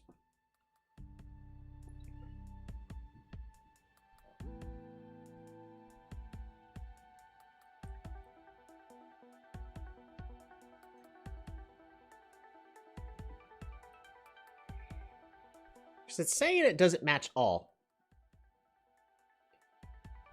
Hey, how's it going? Welcome to the stream. Right now we're just doing spreadsheet stuff. So, mostly boring, but it'll be a lot better once it's complete. I can get this part to work.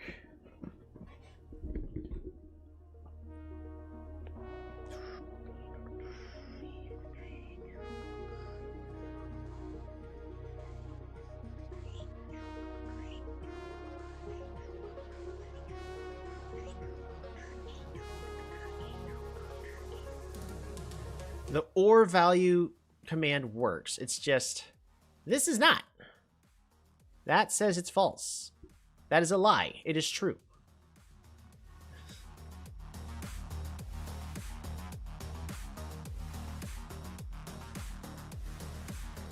What about lakes? What if I put it to lakes? Boom. Is it now true? Okay, so it's now true. So this still says it's false, but this is now true. Oh. I'm dumb.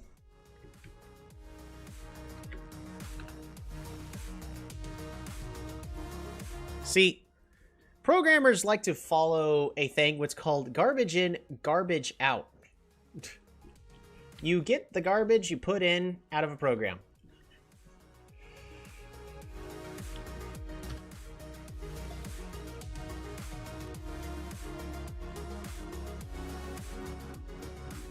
Boom. So now, if I say only grab the ones from the Lakes games, the actual good map of Polytopia, I'm joking, by the way. All of these games that are not on Lakes are now set to false, which means we don't get the information like on the stars per turn tracker. Boom, that's a lot less information. Fantastic.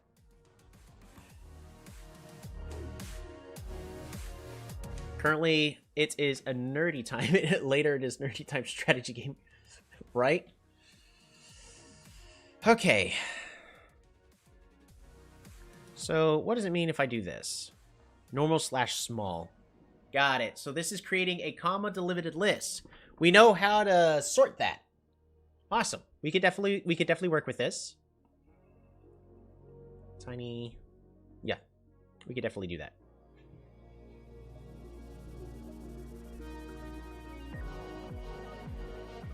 I see you, Justini. Just clicking around.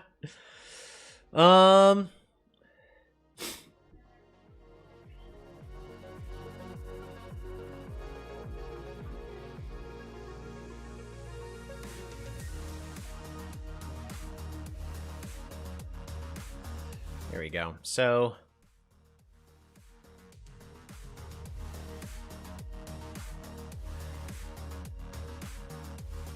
I can now delete this.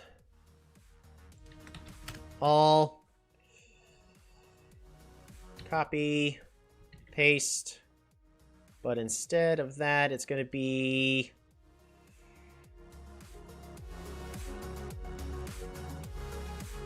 Actually, instead of that, we're just going to grab the tracker. We're just going to grab this list, copy, paste, but delete this and delete this.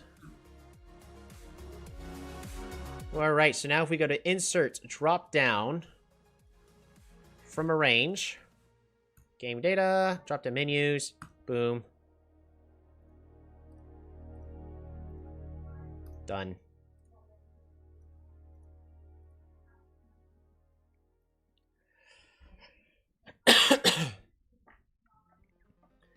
Which means we can now do the exact same thing for tribes.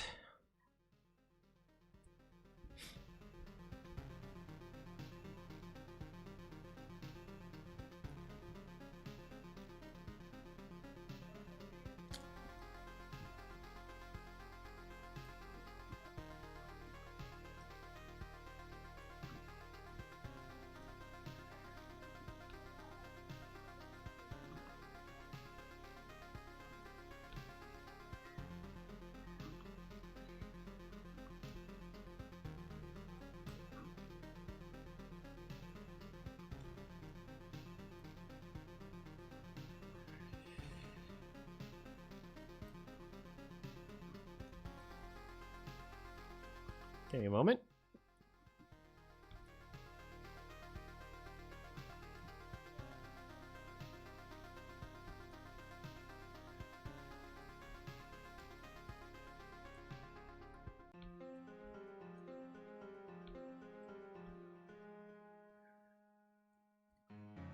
You know what? I got a better idea. Didn't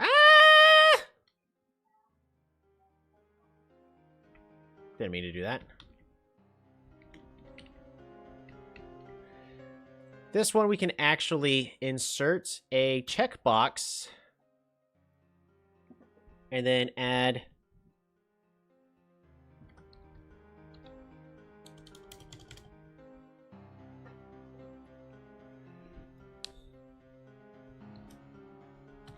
Specific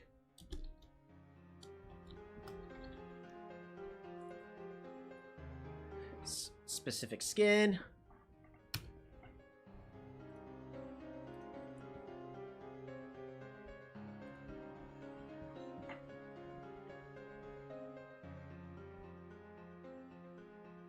What if...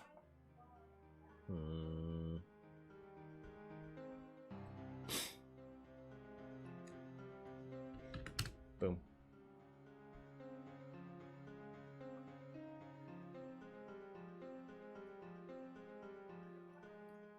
And then we're going to create, insert the checkbox here. So I basically want to make it to where if this is checked in, it's going to grab which list?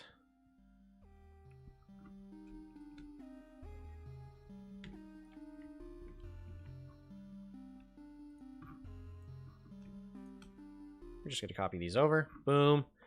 But we're going to go delete every other one.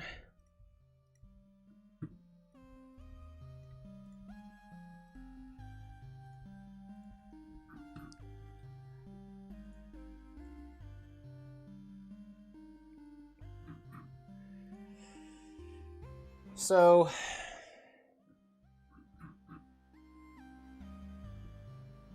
is there a way for me to, you know what? You know what I'm gonna do? I'm making this harder than it should. Actually, just delete that. All right. So this needs to, not that, equal village tracker. Boom. And goes all the way in here. Okay, so if, and then, darn it, D6.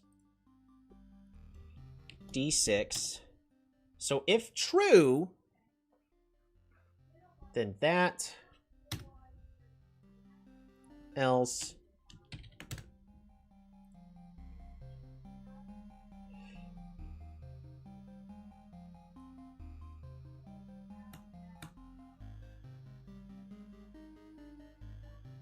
but why?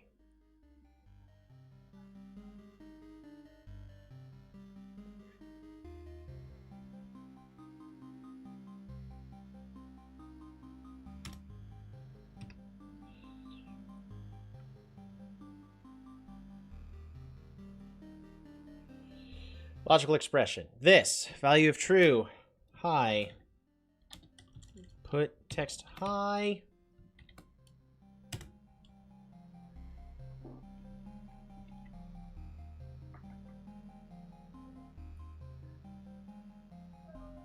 Function if parameter 1 expects Boolean values.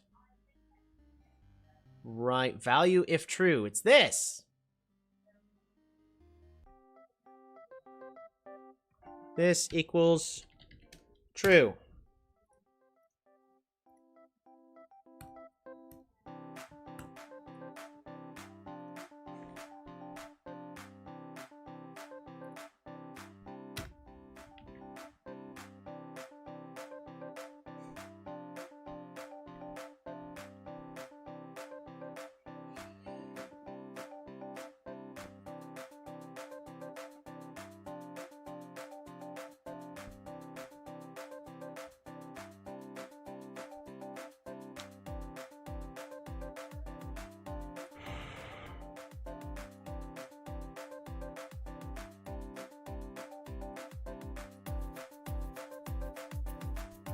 D6 equals true. False.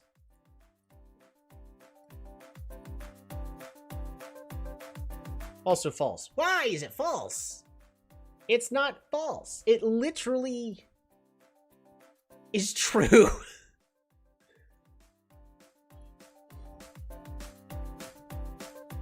How about true?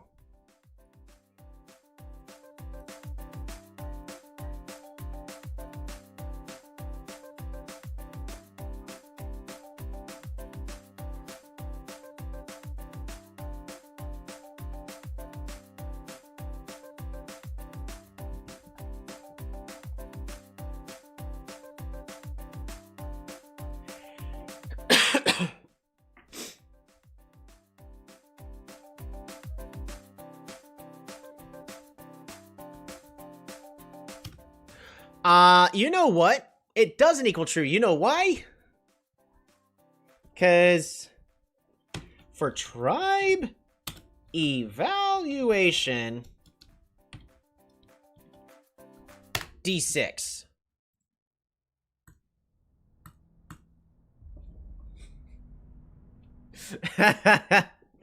See, if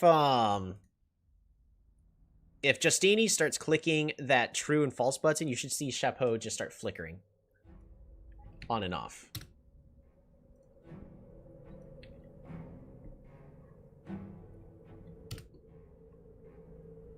See? Look at that. Boom, boom. It worked.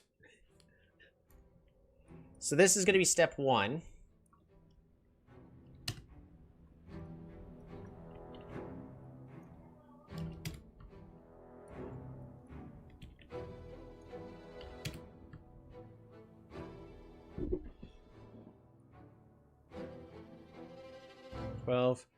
Need number 14.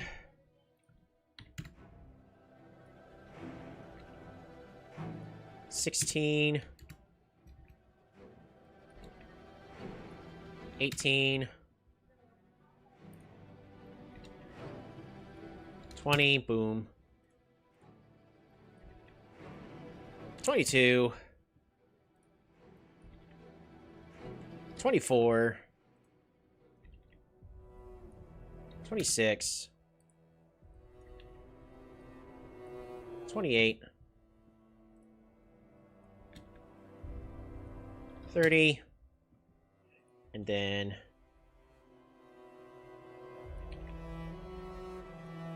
32. 34. Whenever we finally get those tribes. If this and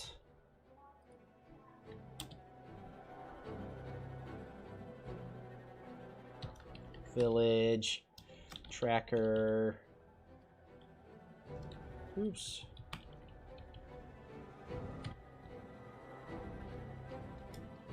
A32.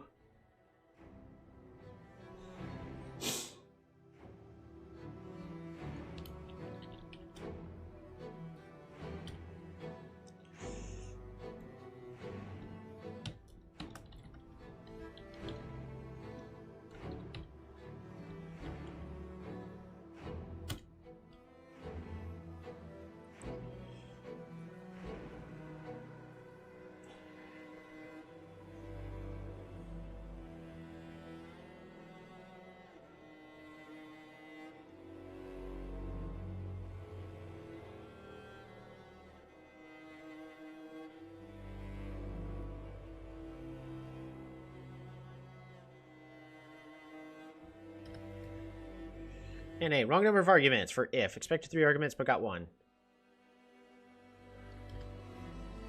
But it got it.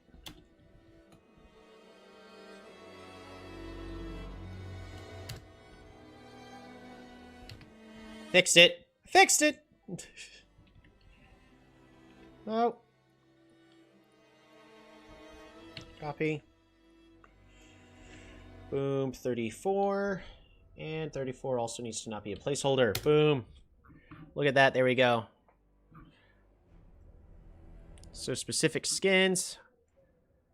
Turned off. It's probably going to be turned off in most cases. So it's Shinshi, Imperious, Barter, Omaji, blah, blah, blah, blah, blah, blah, blah.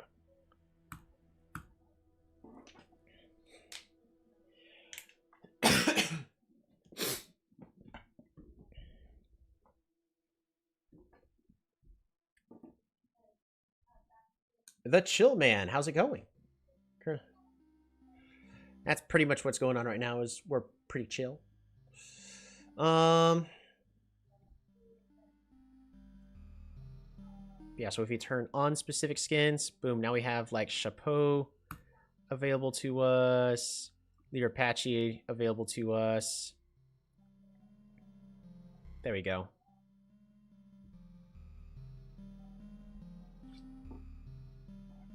So, if we have specific skin, then we'll want it to be that. But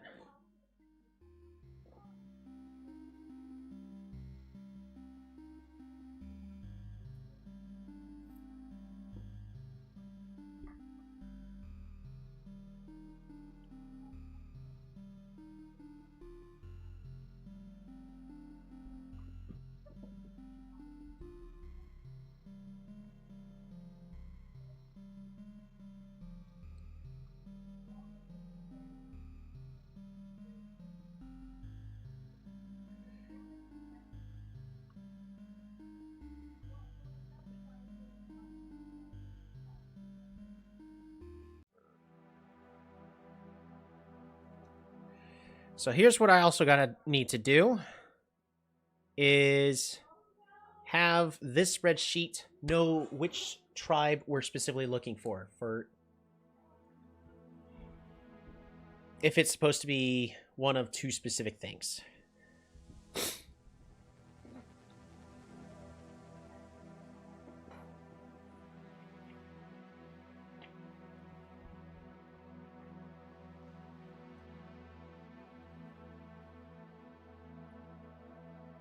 How do I think I'm not going to worry about this one too but that one's just the next one on the checklist. You know what? We're going to do the easier one first. Which is, can I? All right. Drop down menus.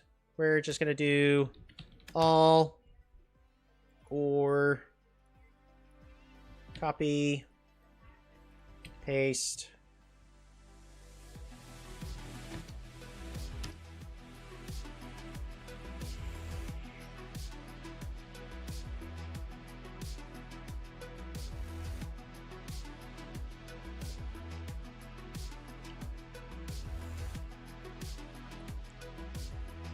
C and F.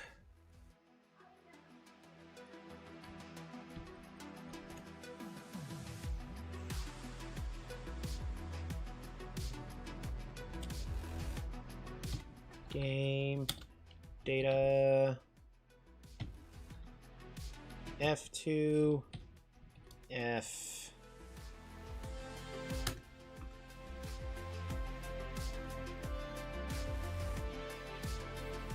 Perfect. So now we can also see every player that is currently in this in here. So we go to insert, drop down.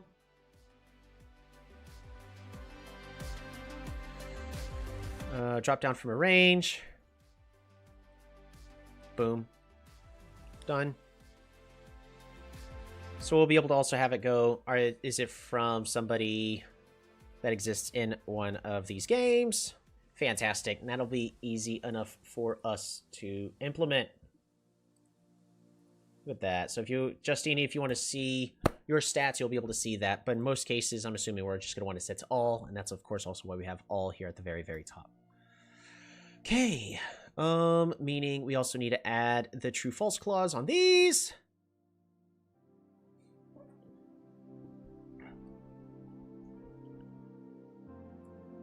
Copy, paste.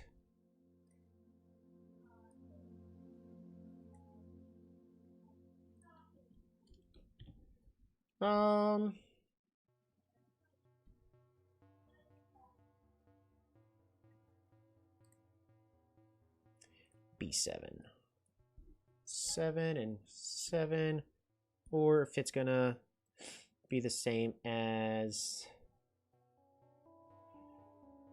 C3.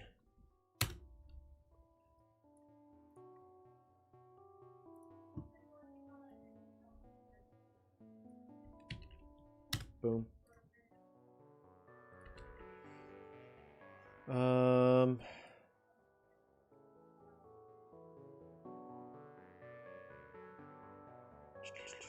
F. So now we'll be able to see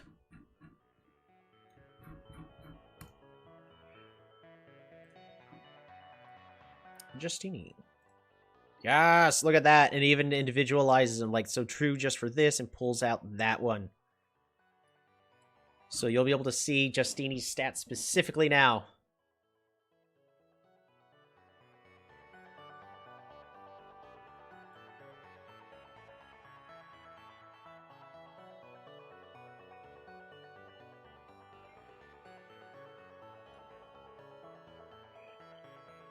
Okay, so why is this not working? Oh, it's because I have it one further. It needs to be 2. Boom. 2. Boom. Much better. It was improperly tabbed over. There you go. So now you'll be able to see specifically like a player's stats Will it matter? Well, maybe way later down the road, but for now, we're just going to have that set to all.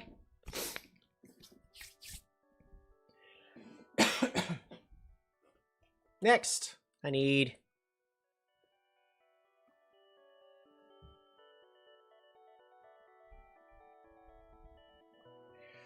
drop-down menus. Next, it needs to be just 0 here. And then same query. Copy, paste, but instead...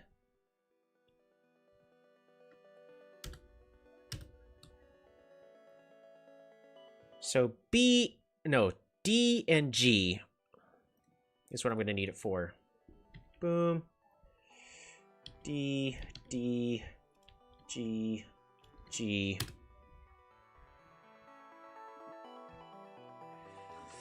Awesome. So now ELOs will also be able to insert, drop down from a range. Done. And then boom.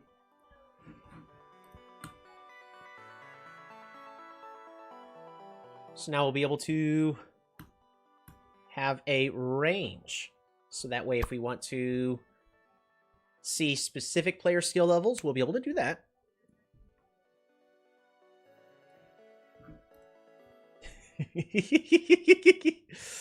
Oh boy. Is in between. Copy. Paste. So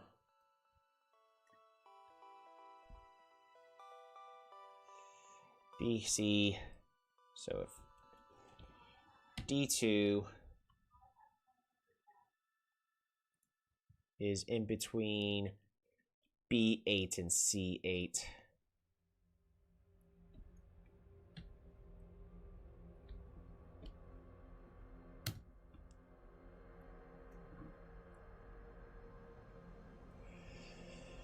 D2, it should be G, if I recall.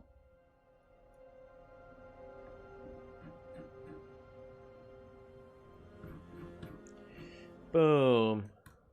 So now if we say, I only want to see the games from like 448 to 672, we'll start to see some of these are now going to start getting taken out of those ranges, like mostly mine, because I'm not a high skill player. I am all about the awesome sauce, not about the good plays. And immediately it doesn't work. Gosh, dang it. Wait, because it should be 448. Oh, did I set it too high? I think I set it too high.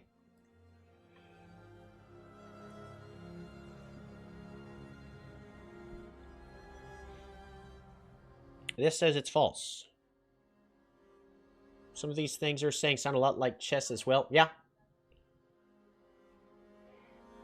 For the low value and the high value.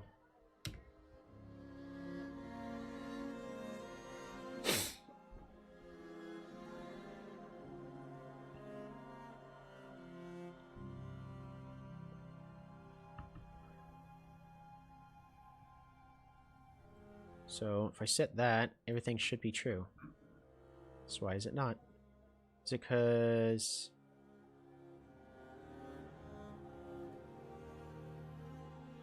oh, it's because we're on lakes. Awesome. All. There we go. There, now that's set to true. All right, now it's actually working. So if I set the ELO to be this, there you go. Now it's starting to filter out the game. Pretty much all of my games.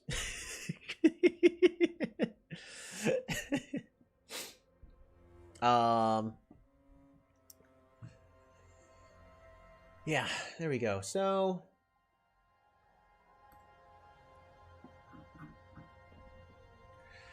But what I'm probably going to do...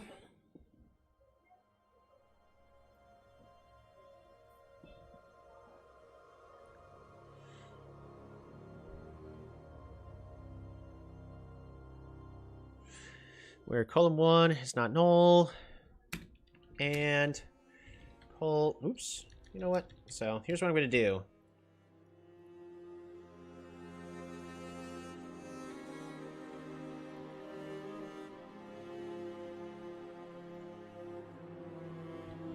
Copy, boom, paste, boom, and column 1 is greater than or equal to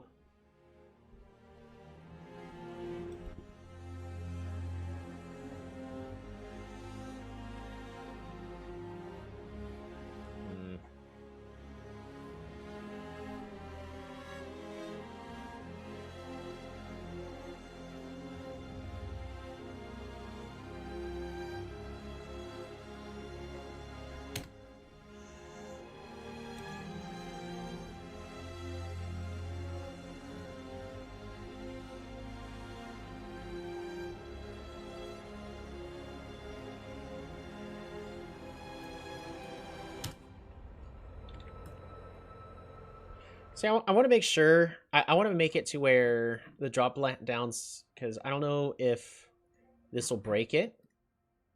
Game data. See, yeah, this breaks it. Which is silly, but it breaks it. So I need to include the logic of that.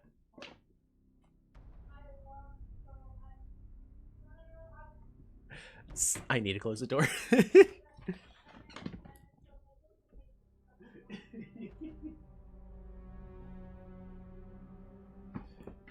It's okay. She's super excited. She's currently fishing a game. Actually, she's holding a fishing competition in her own live stream. So, all right.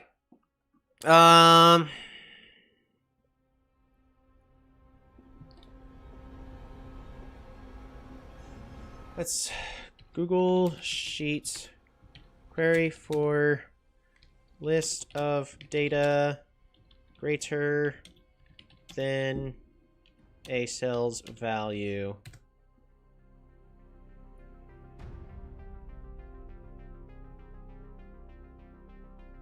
Try this.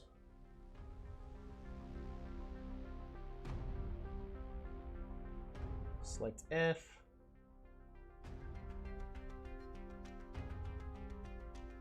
The heck is this?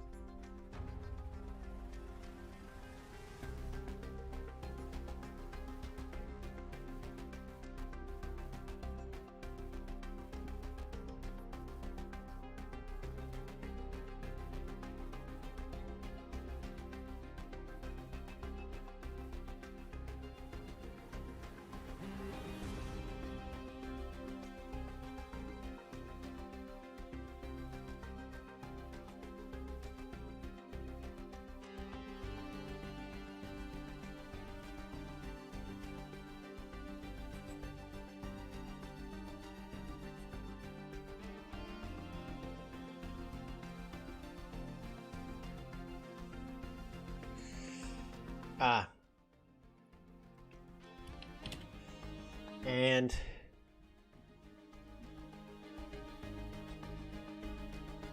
colon 1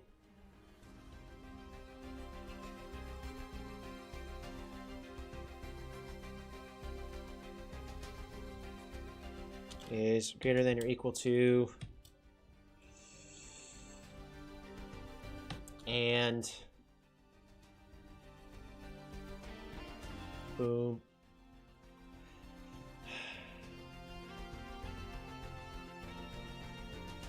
Game data. Oops.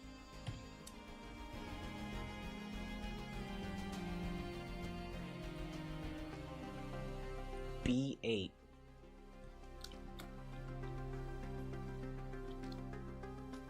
And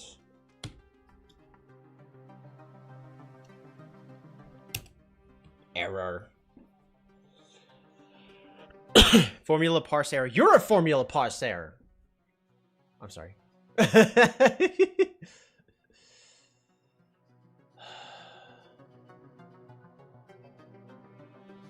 Okay, so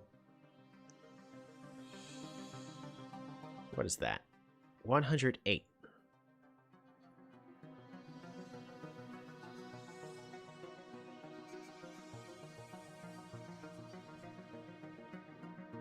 That says 108. Why does it say 108?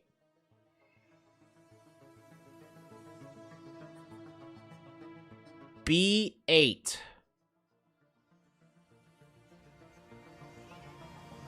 Not game data. Gosh darn it. Tribe evaluation. Error. Start it. Gurs. Alright. Murder. Death. Kill.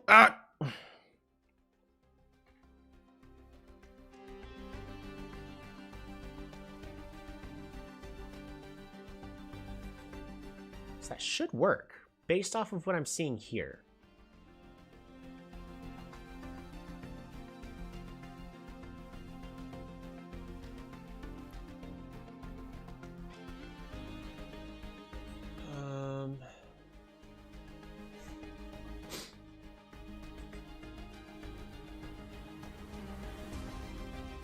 Because this value here,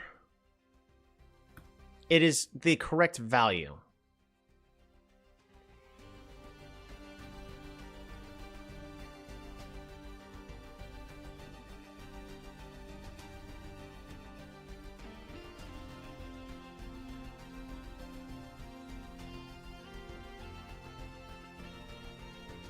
Ow.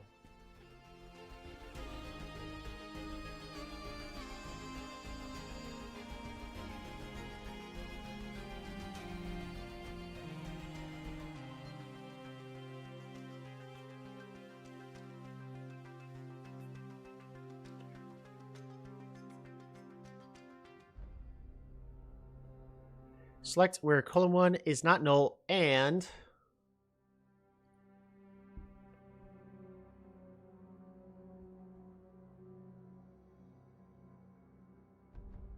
it's greater than that value.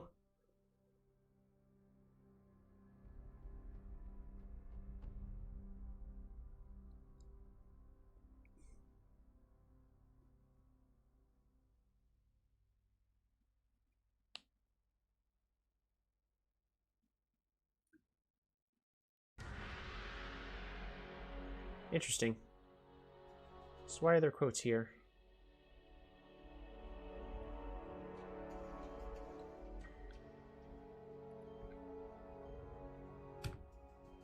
Okay, that didn't fix it. I was seeing, for some reason... Oop, no. Alright, so this is correct, but for some reason it ain't working. Select all where the column 1 is not null in column 1. Because this is all column 1, by the way. And then order by column 1.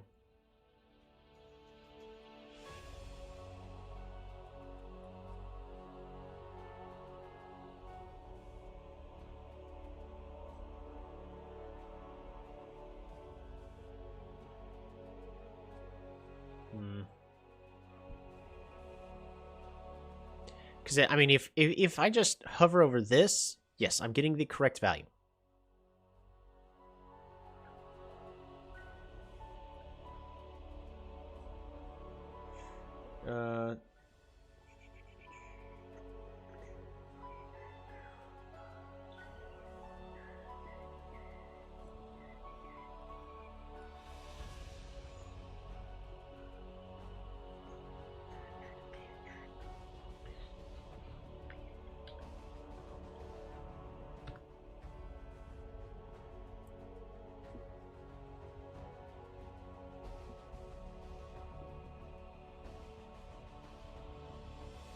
I wish you could tell me what it was gonna...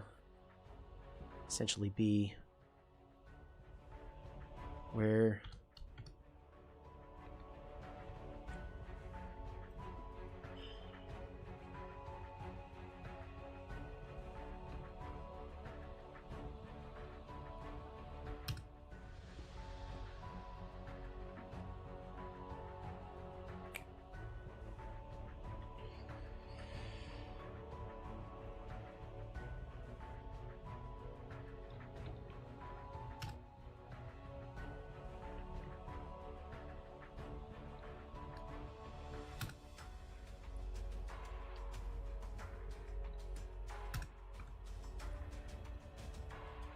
with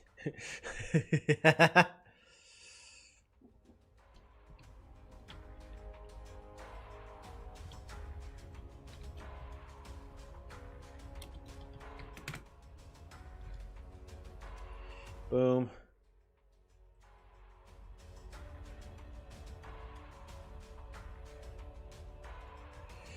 Oh shoot.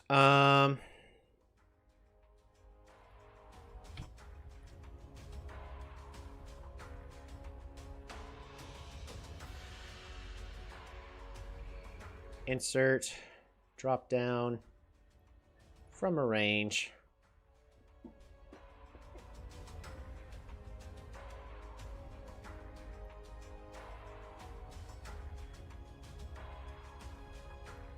Done.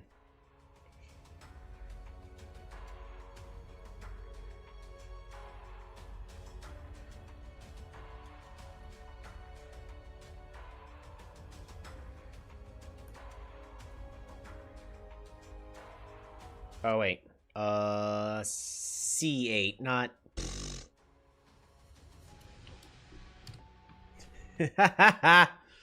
much better. So look at that. Oh, it works now.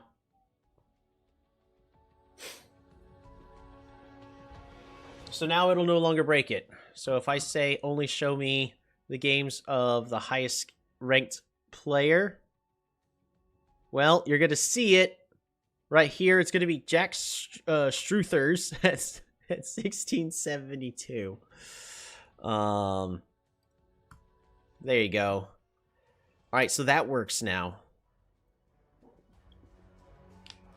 The turn thing is actually not going to be part of the information that it's supposed to give out. That's a separate thing for show us the information on that turn, which I guess is technically the case.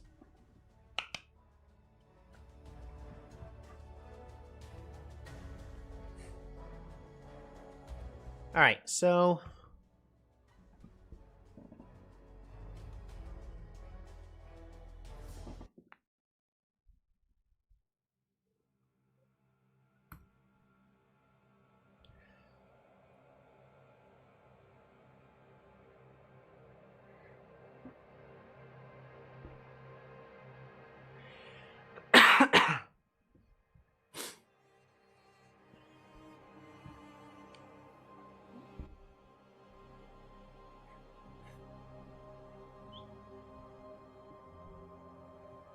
all right.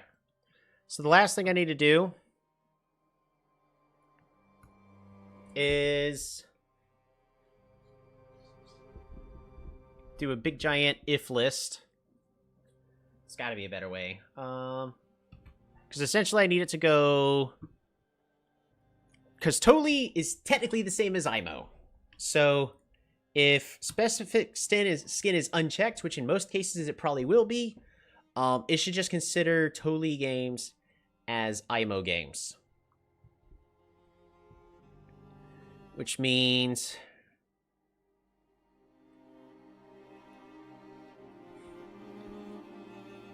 equals if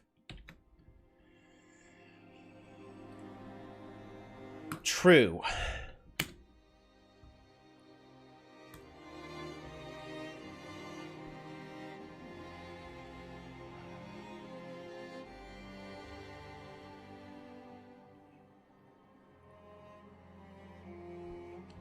how about if we say if not that, then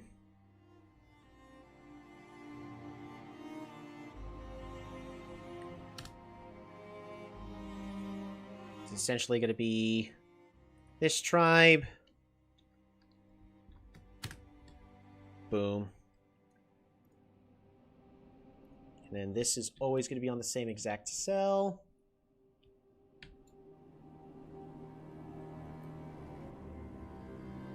Oops. FGH. Boom.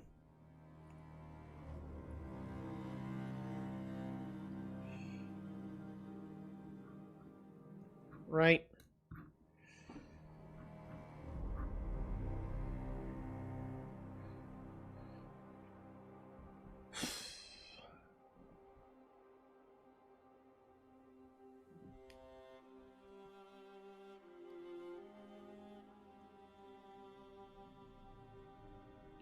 So if its tribe is Shinshi,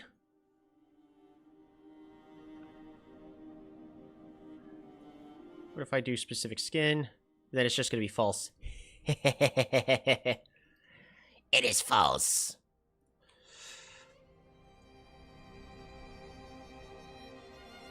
Boom. Excellent.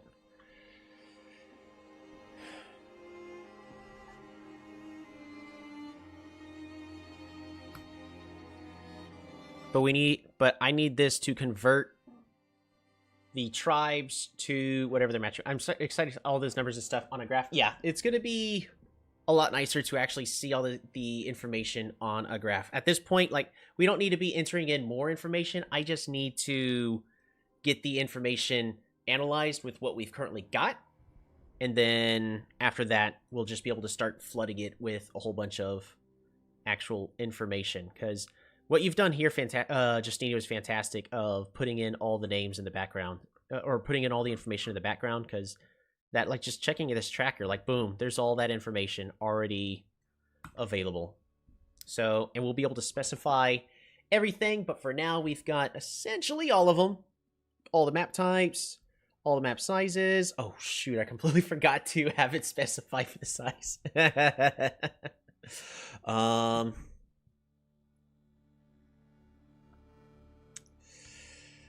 Okay, so how am I gonna do this?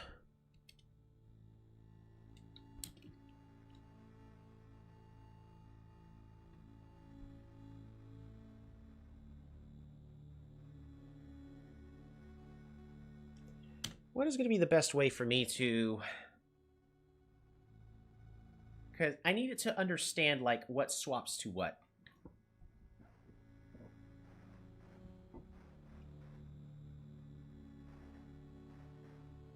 Like, if it's totally, it should understand that it totally is the same as IMO.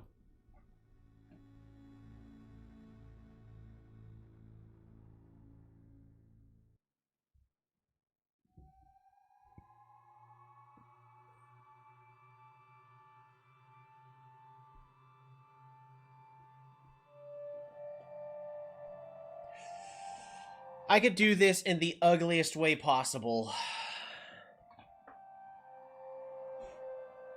The ugliest way possible is if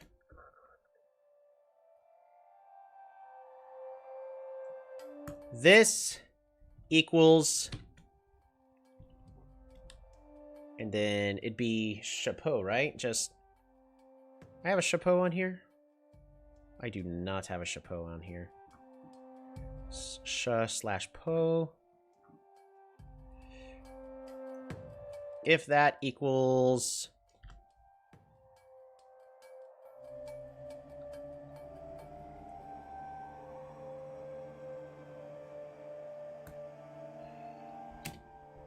then that, else if I don't know if you see where this is going. If E2 equals your Apache, it's actually Imperius. Else if E2 equals Bergurulf, then it's barter. Else, if this is the most ugliest brute force way.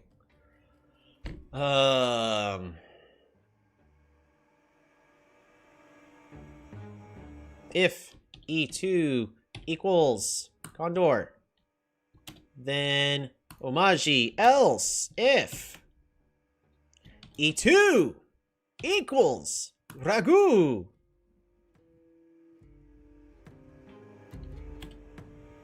Kiku.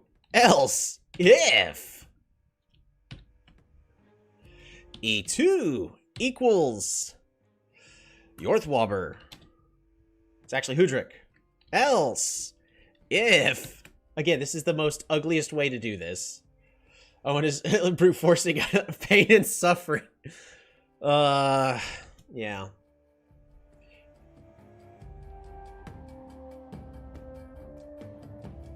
There's got to be a better way. E equals... I'm just going to brute force it, though.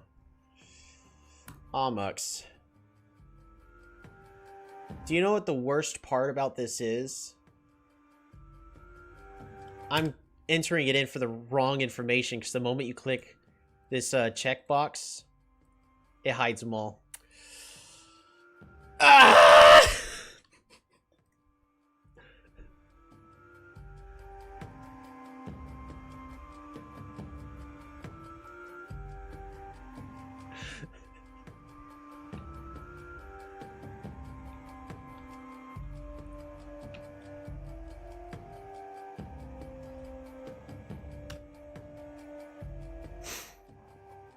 Alright.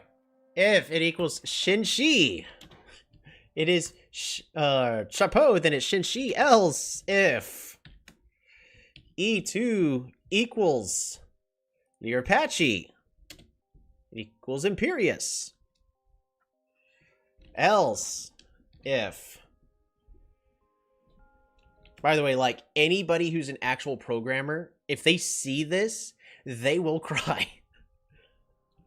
E2 equals Bergrolf.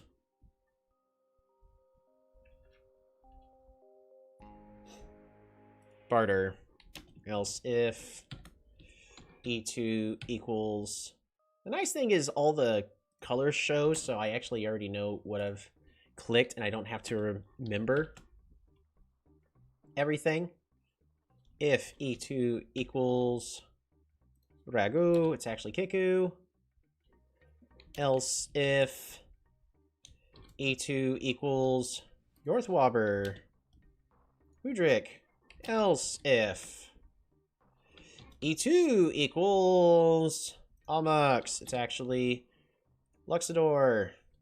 Else if E2 equals Cultists. I'm just trying to think. There's got to be an easier way of doing this.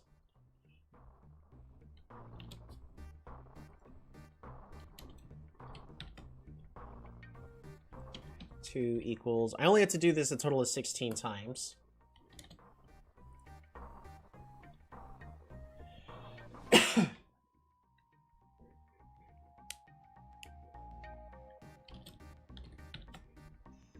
If E2 equals Imo, else if E2 equals Icarus, Squazzali, else if E2 equals Urkaz, it's Yadak, else if E2 equals Forgotten, it's actually Aquarion. Else if E2 equals Midnight, it's Illyrion. Else if E2 equals Placeholder, it's Polaris. Else if E2 equals Placeholder, it's Cymanti.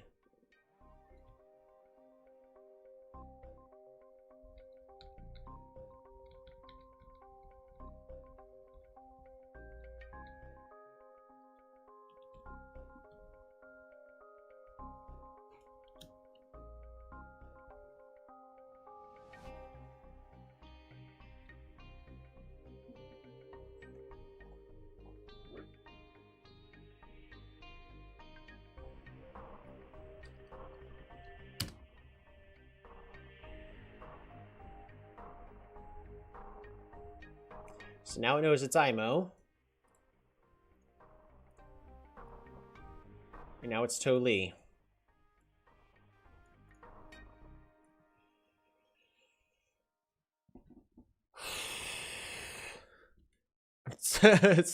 Looking forward to the tribe expansion in 2026, where it'll be so great. And 96 tribe names. Oh, man.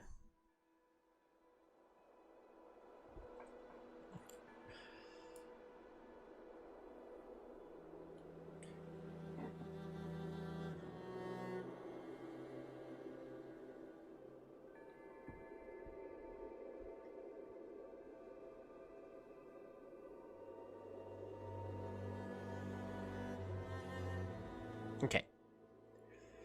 So we drag this over here where it's false. You know why it's false?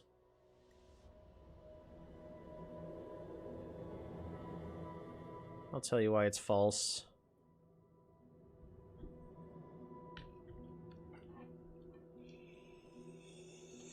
H. H. H. H. H. H. H. H. H. H. H. H.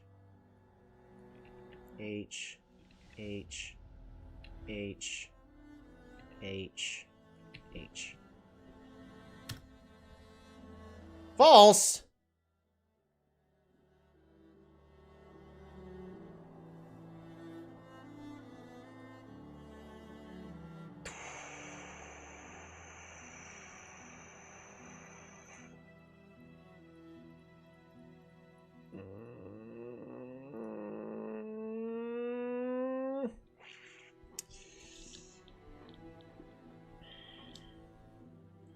$1, $1, $1, $1, $1. Dollar here, dollar there. Dollar here, dollar here. Dollar here, another dollar here, another dollar here, another dollar here, $1 here. Dollar here, dollar here. Oops. $1 here. $1. $1. $1, $1. $1, $1. $1, $1.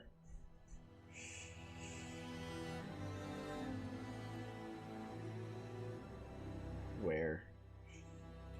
$1, $1.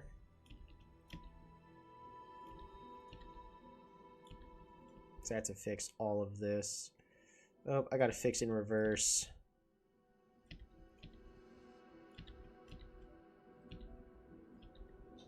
Less likely to drive me crazy. Oops.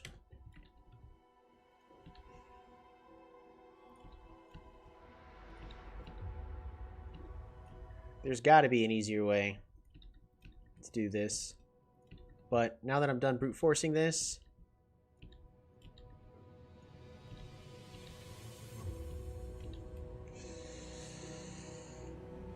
okay, this goes here, and then all I gotta fix is this to be H2,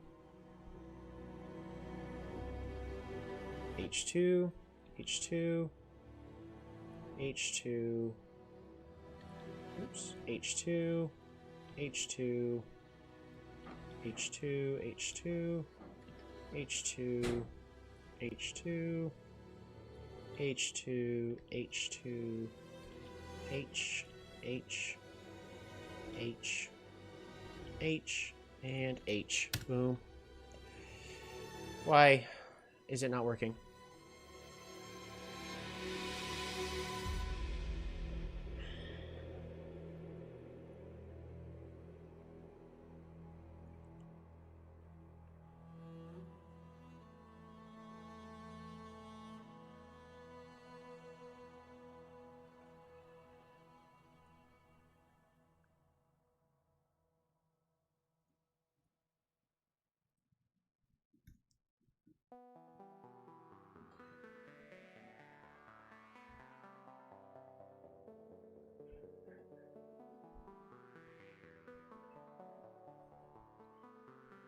I heard sometimes these sledgehammer can't bring down the castle gates.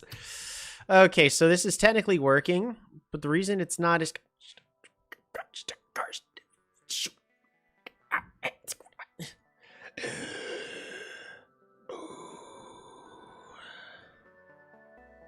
Right, so why is this not working?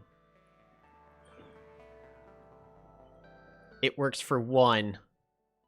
Why doesn't it work for all?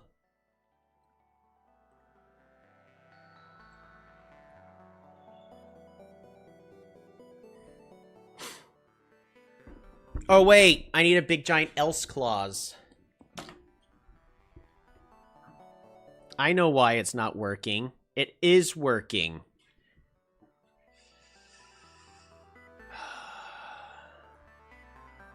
Okay.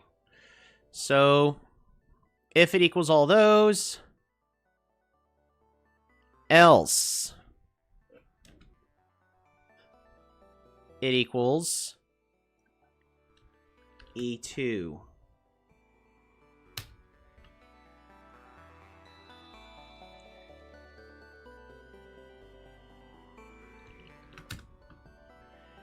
The reason why it's not working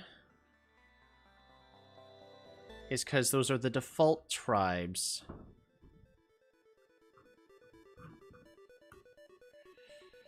There we go. So if you have the specific skins on, then we'll still be able to see it as... Did I?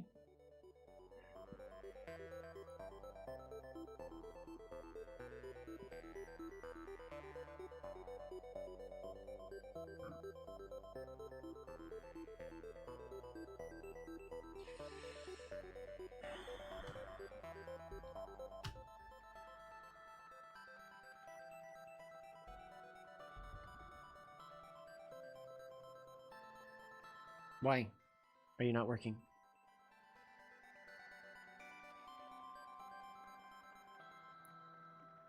Oh.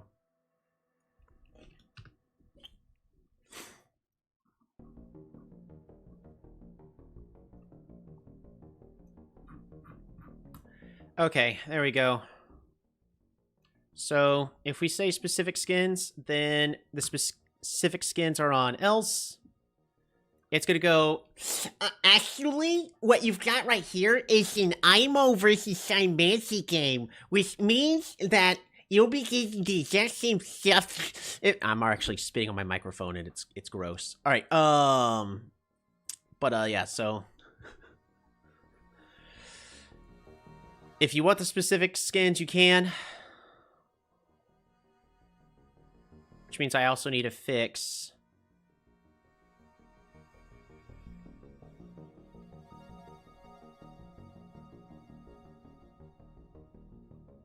Someone save that microphone.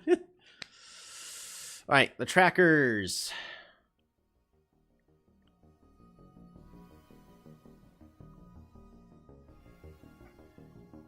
And so if we go to game data, it's actually going to be Y and Z. So Y, so tribe villagers, player 1.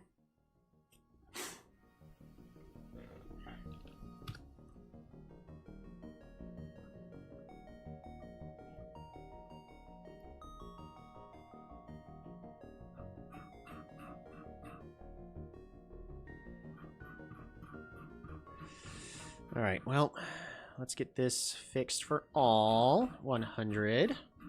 1,000. Fantastic.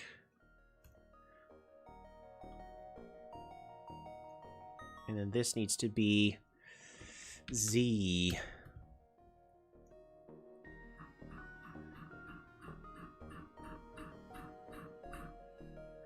Actually, I've got a button to remove the lock. Fantastic. So that takes care of that.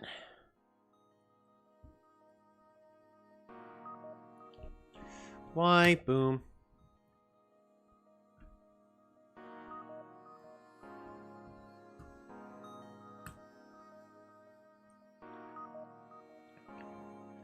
Z, boom.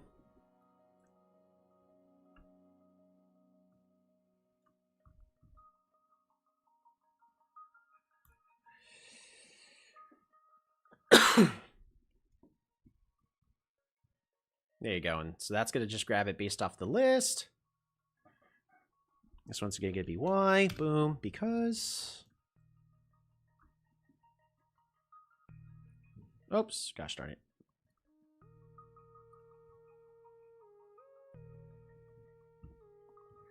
And then Z.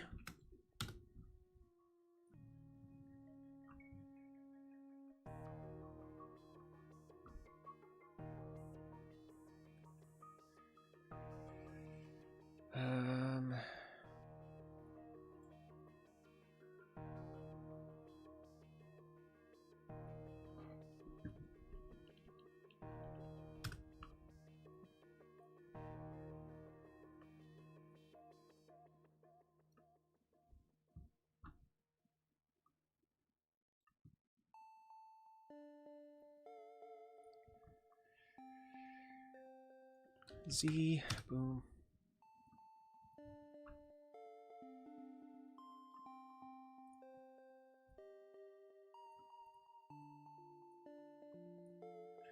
Yeah, because these should...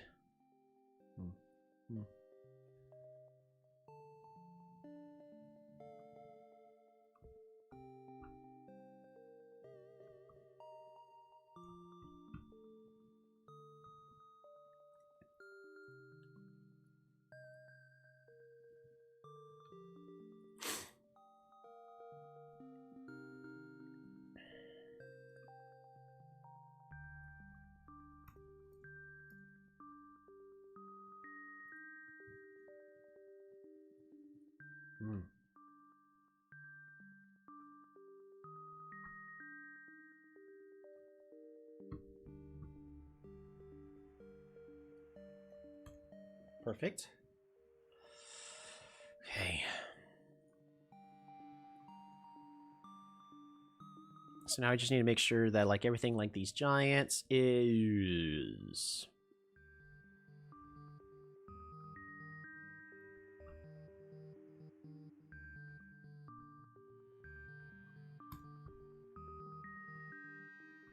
All right, so that's good now. Unit investments. Gotta fix this manually.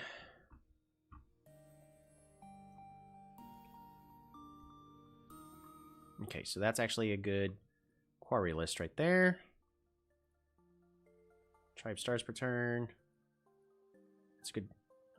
It's good there. Tribe villages. This is actually a single list as well, which means, boom. So we now have, and I'm going to turn my mouse wheel on. So does your tax spreadsheet have this many complex maneuvers and sheets? Nah, I just use TurboTax. I probably should just make my own tax sheet. I mean, like I actually was there and I kind of helped my father make the tax sheet, but then just a lot of changes keep happening. And so it's way more effort to keep up with, but well, at least for me to be worth it. Like I'm okay paying a little bit of money for just to put in my information and then done. Alrighty.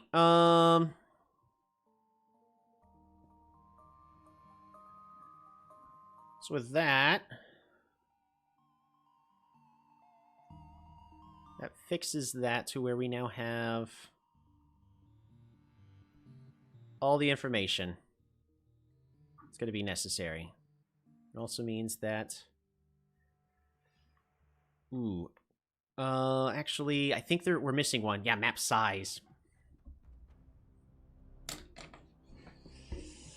All right, we're gonna just look this up really fast. Google Sheets, check if value is in a comma delimited list.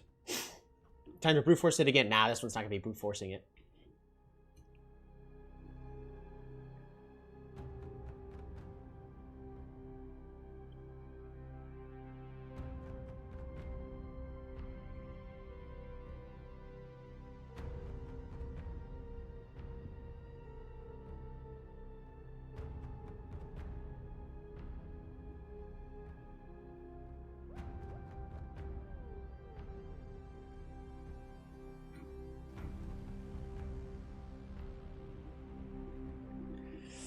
All right, let's...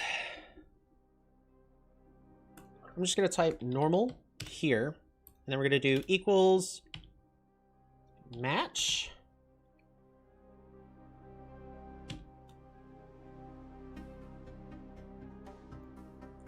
Search key, boom, is in a range of this cell.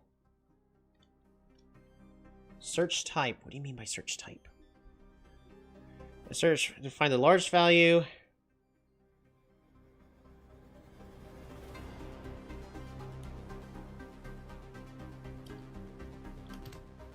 Not accessible. Ah! Okay. So, which means... How do I... Alright, so we gotta go straight back to this.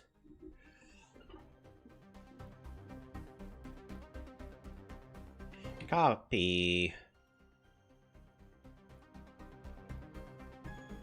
Boom. And then it's just going to be B5.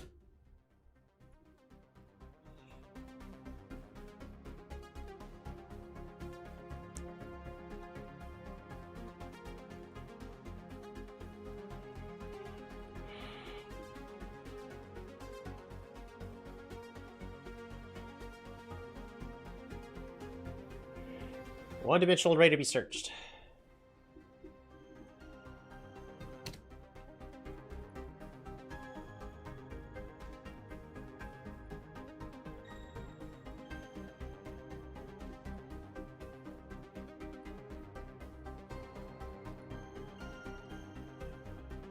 Interesting.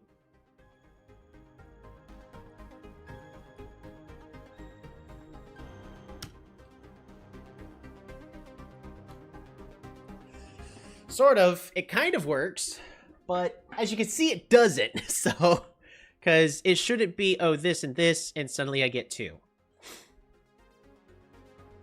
But if this is also here, then 3, wrong. We're also going to do game data B5. Specify.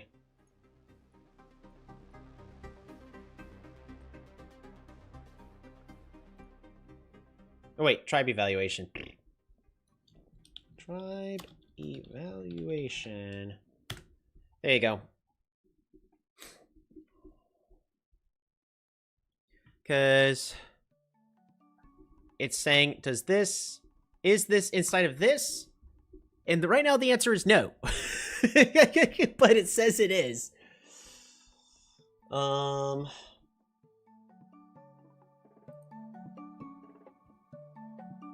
Search isn't a good because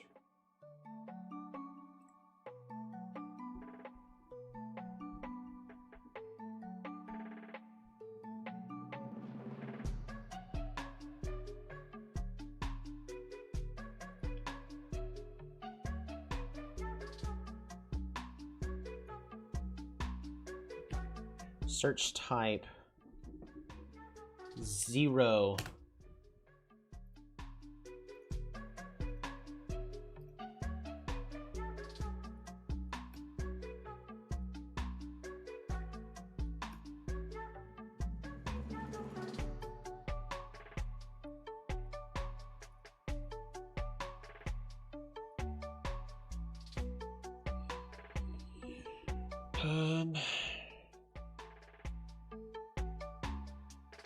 Oh!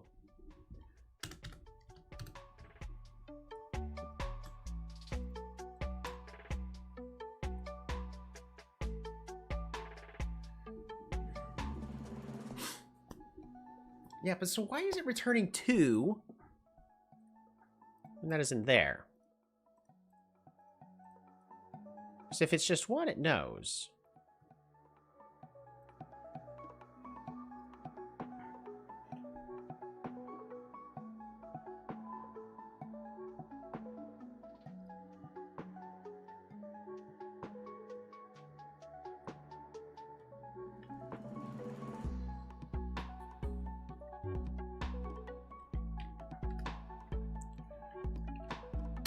Oops. We need to turn that into a formula.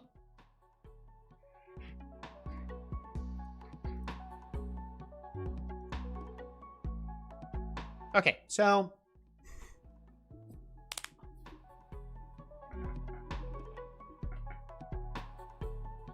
welcome. Yes, split combined with match will do the trick. Wrong. All right, so split.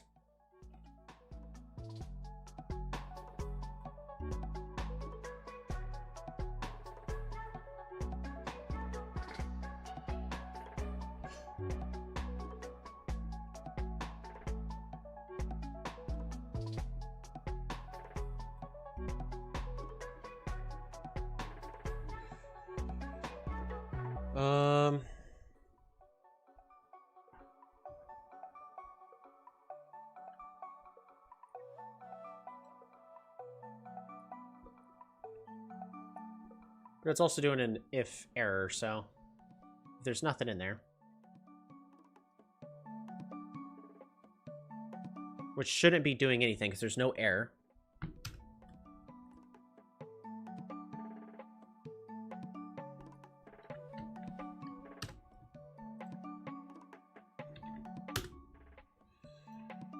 Boom. Boom. See? Okay, so...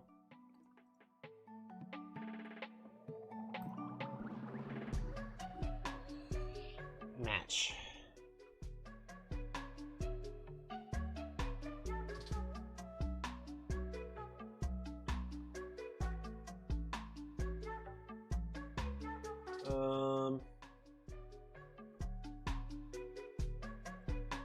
Split 1-1.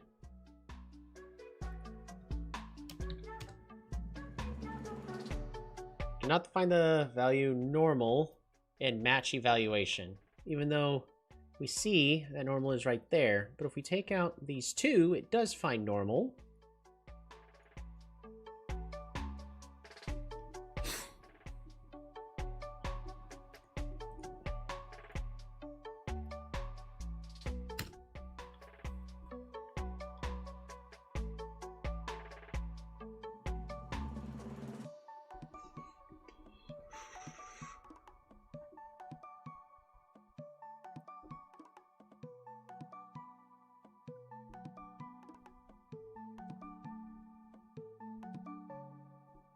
Match tested value of this normal. Did I misspell normal? No, normal's spelled the same in both.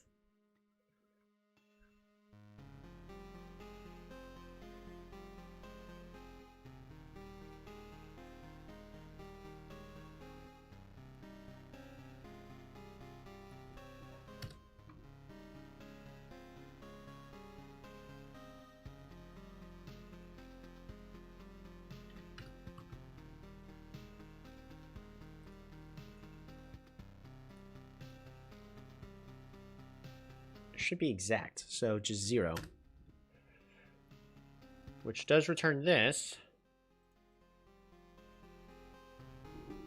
That is crazy.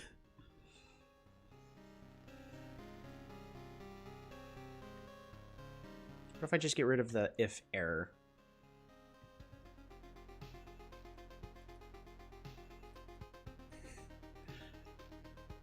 But why? You have no reason to be... Oh.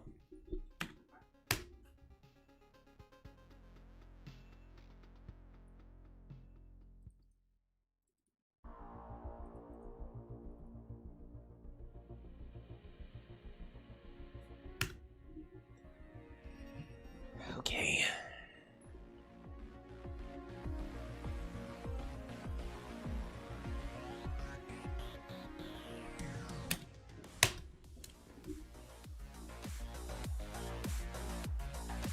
That's stupid.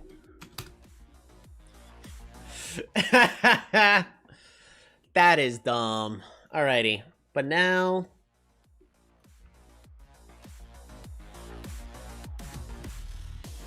if that, and then false, true.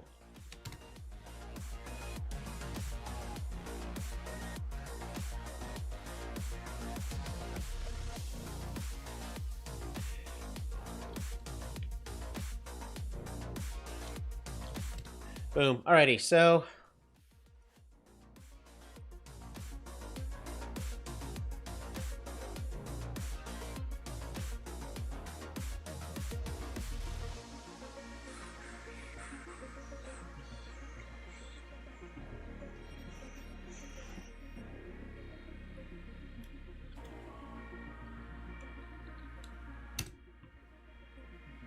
Okay.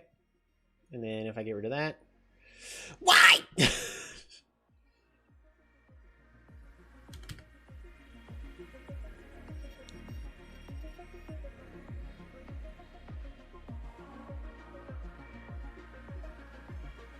Boom.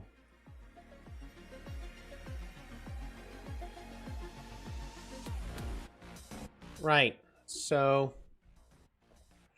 value if false. How about 0? 1.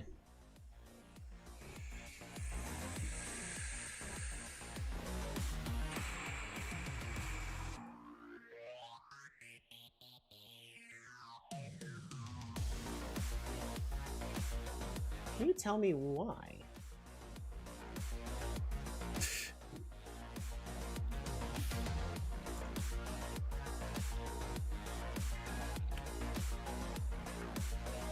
If error.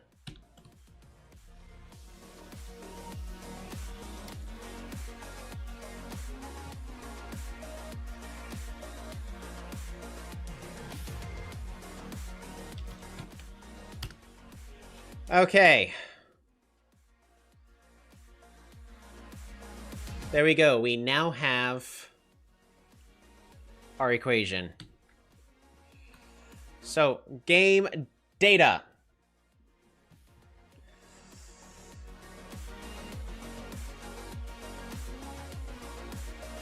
And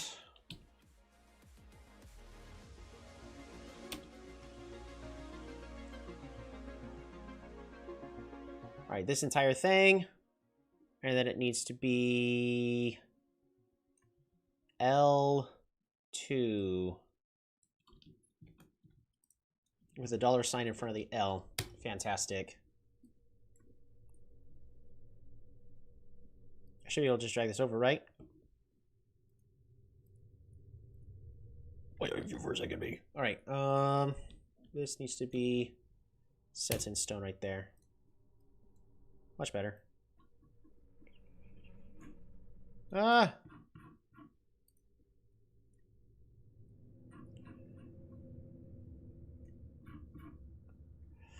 So now, if I say only show me the normal sized games, a lot of these are going to just switch over to false. Yep, all those are starting to switch to false now because there's a lot of them are not going to be that. Like this tiny game here. Yep, it's going to be on false. Fantastic.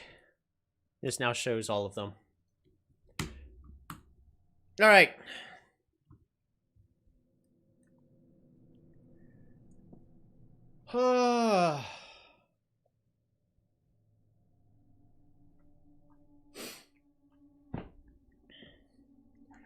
So we're not at the part where we're giving information, but we're now able to grab the specific information.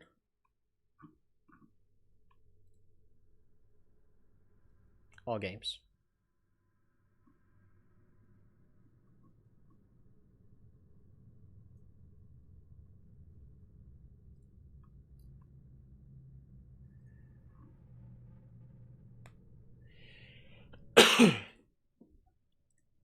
Shinshi games.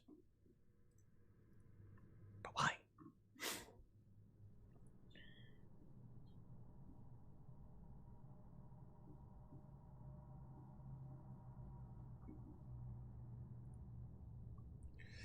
Right.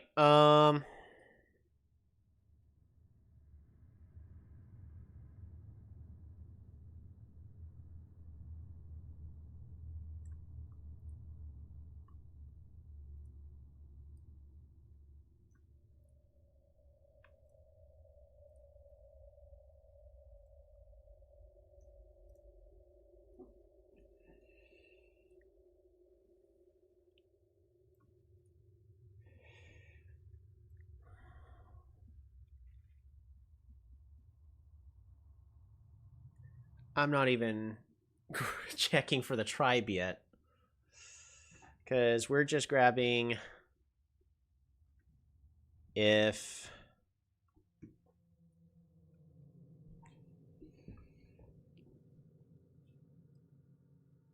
the map size is correct.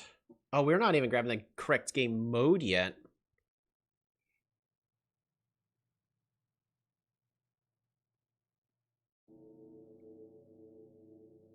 Oh.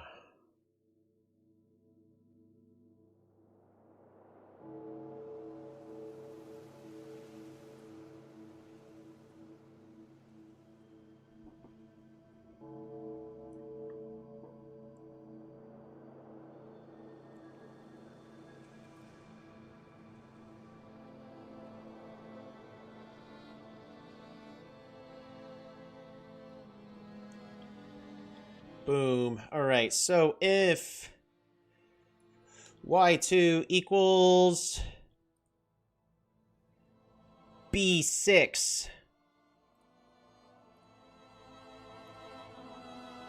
No, not that one. That one gives me PTSD. Do not. Do not. It can't hurt you anymore. All right. If y2 equals b6.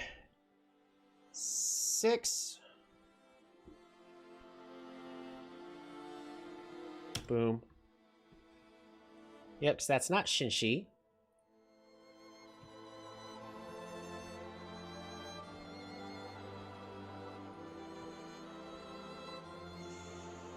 So Z2 equals B6 or B6 equals all. Boom. False.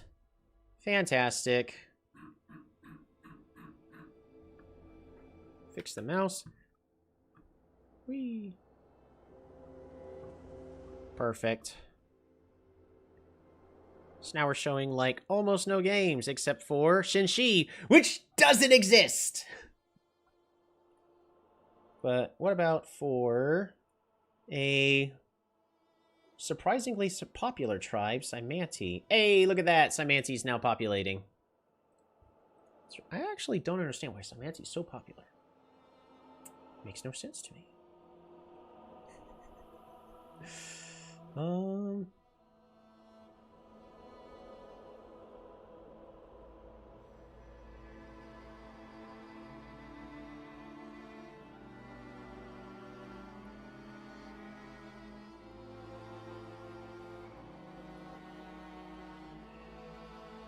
What is this? Symanti mirror matches?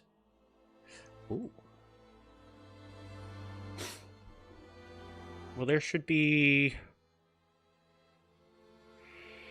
5 Symanti games. Nope, only 4. There should be 4 data of Symanti games in this village tracker. So why is it only showing 2? Why is it only showing 2?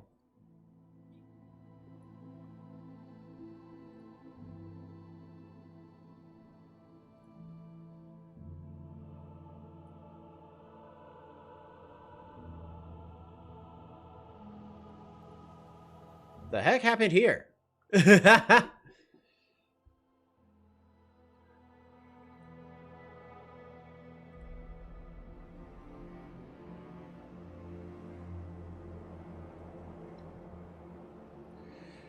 What happened here?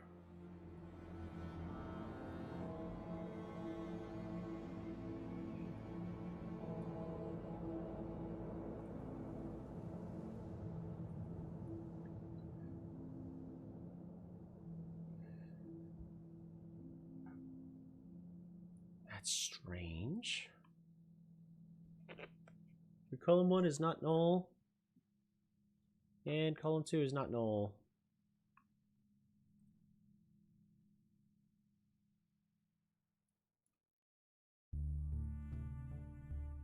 Interesting.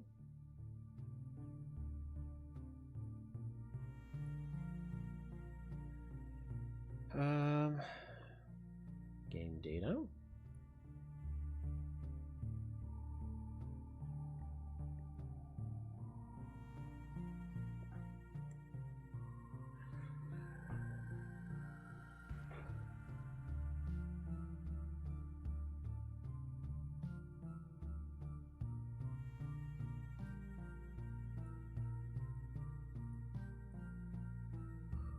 Whiskey 2.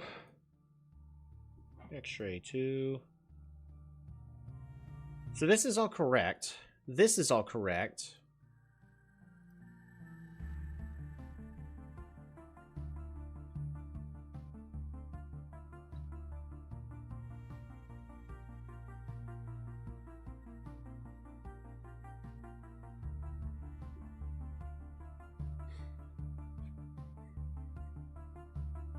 Because it's grabbing everything.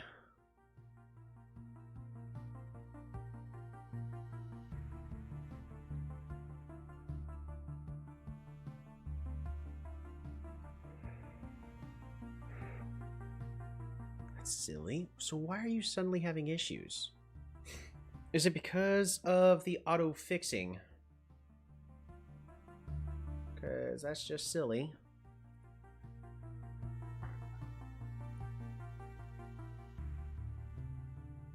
That shouldn't be part of the issues.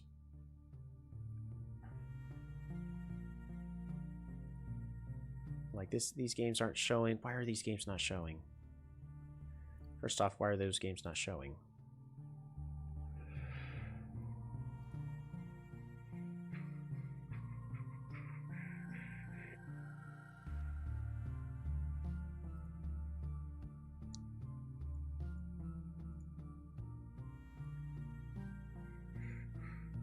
Oh. Because I haven't finished putting in the ELO. Okay, that's fine. So we're just going to keep it like that.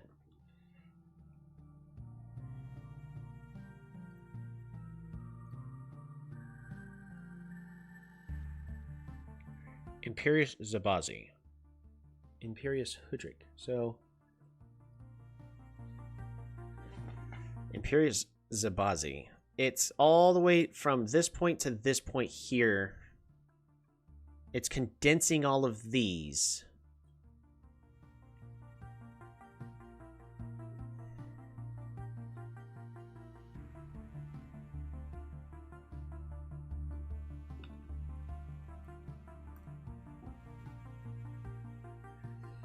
Okay.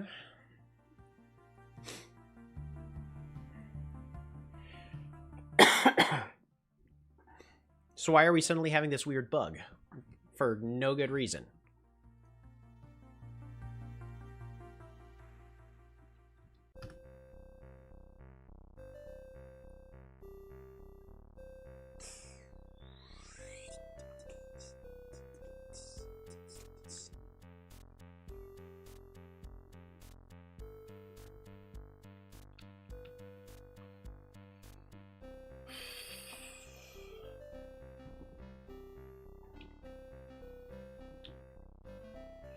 Where column 1 is not null.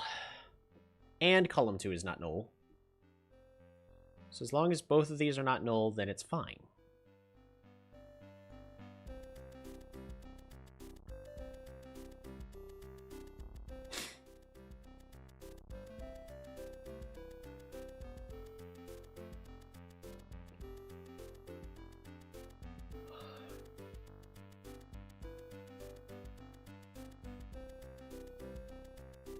And is it only that one? No, it's all of them are having an issue. Is it because I'm telling it to do specific stuff?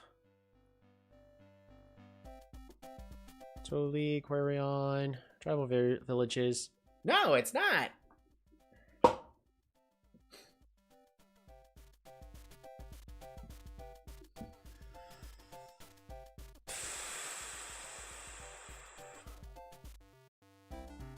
I'm not gonna lie, this makes absolutely no sense as to why it is magically now having an issue. It's because this is the wrong thing right there? No. See, it's auto-correcting it to that.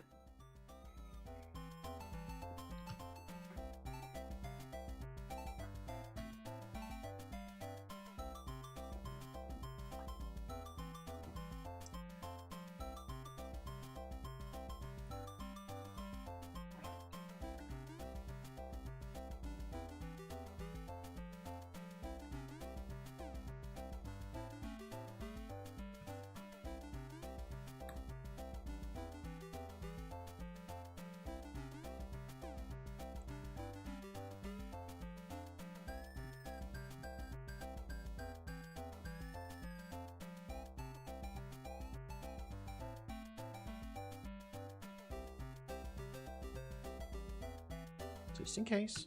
There we go. Ooh, convert to a table.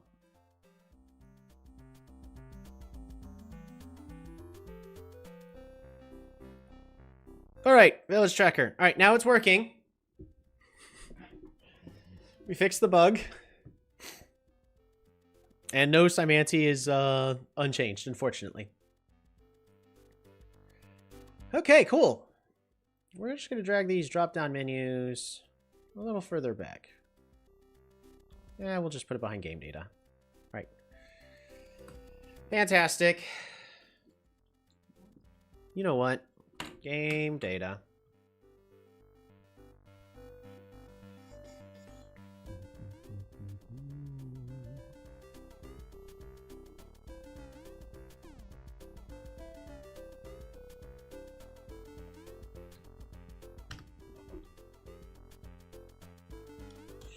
Equals if this plus 1 is less than the max of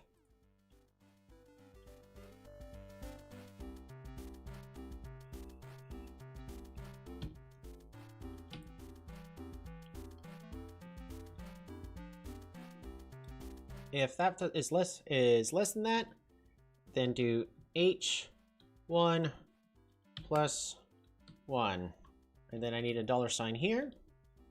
Boom, a $sign here and a $sign here. Else that. Perfect. Now, if for some reason a game ends up...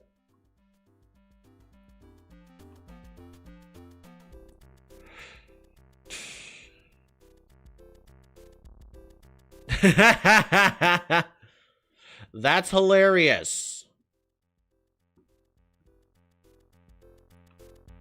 Less than or equal to. And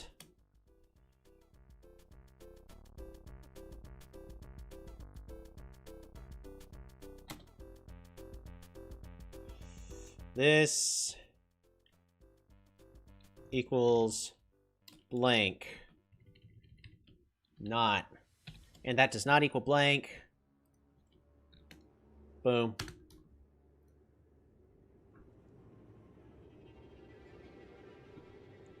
And it failed again.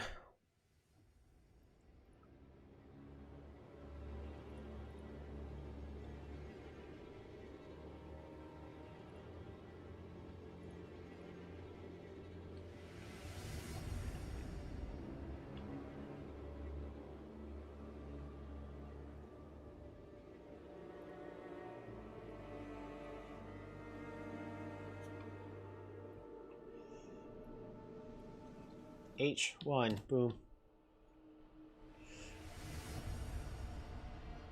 Perfect.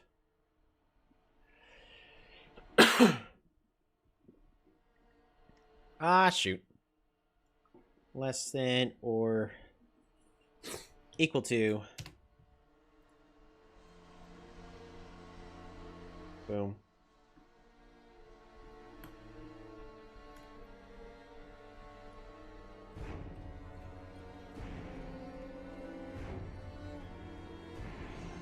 Equals max. Well, actually.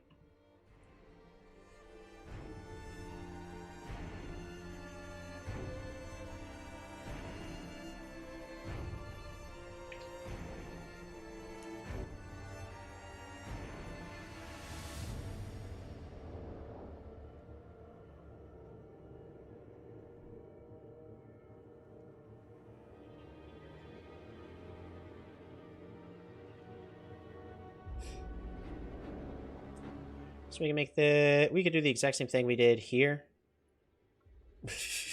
But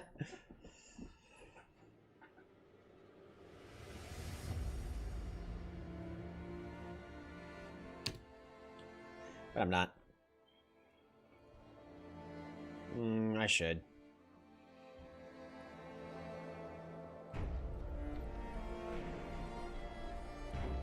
Copy. paste. And to get the data is going to be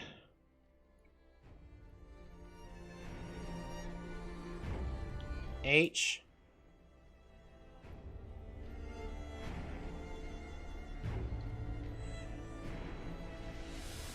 Then where it's going to be less than or equal to C10.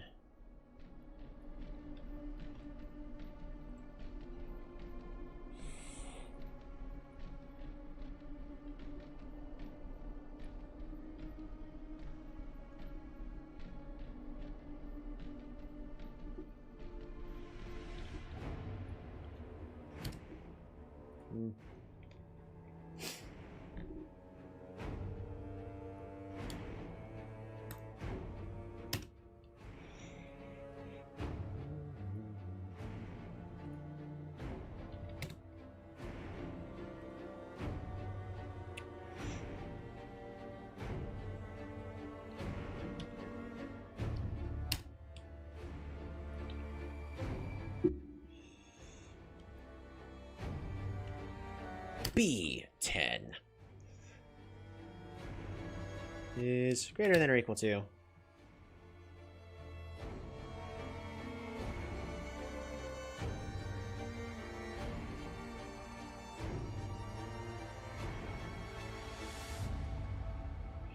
all right, cool. So now I need this insert drop down from a range to be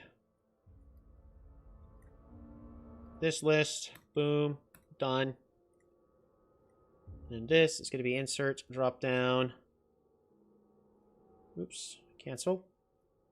From a range. This list, boom, done.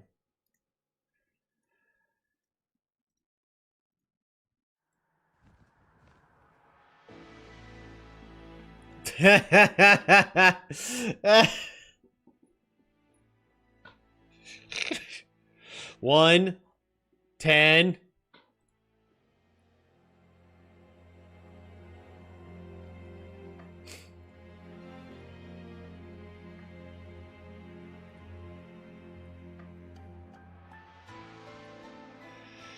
And so there should be a way for me to modify this list. Advanced options.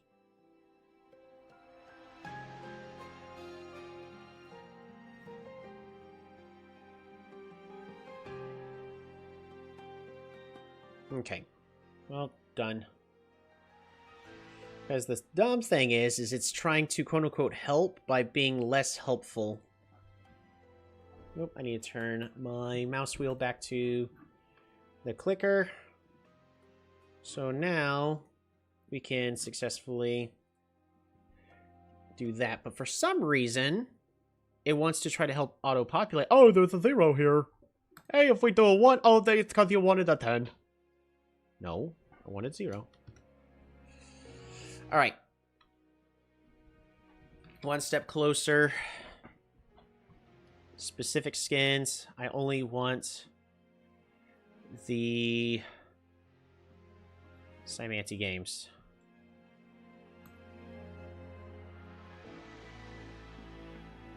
Imperious.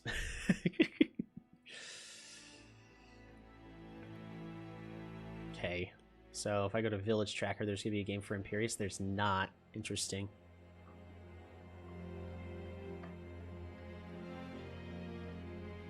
Except for this one, for in the unit tracker.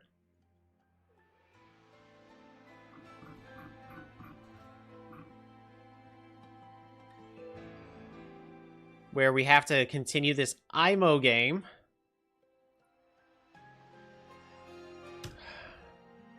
Which means...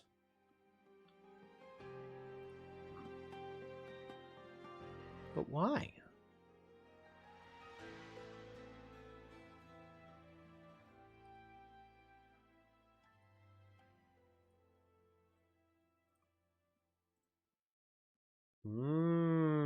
I see. Yes, I see. Whiskey.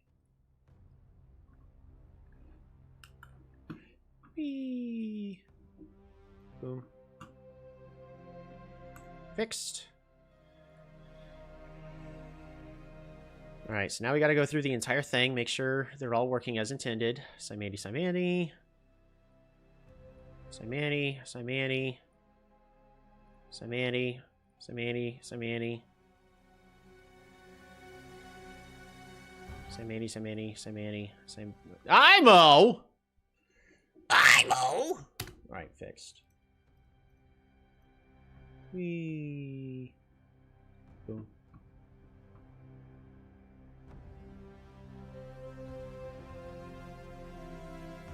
Oh, right, and then...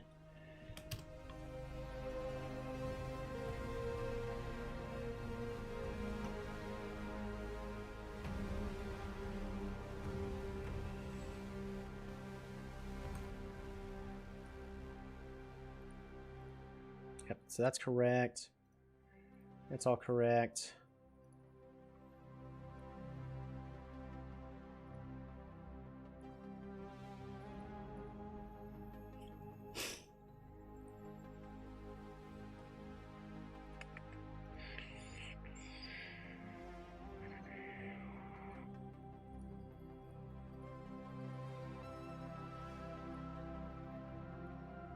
Mm-hmm.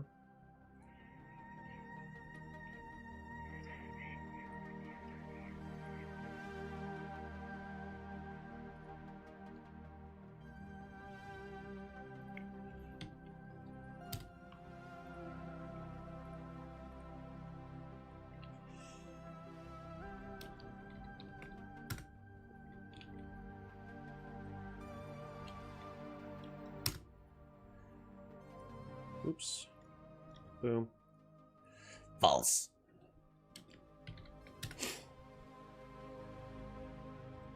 Whee. Donk.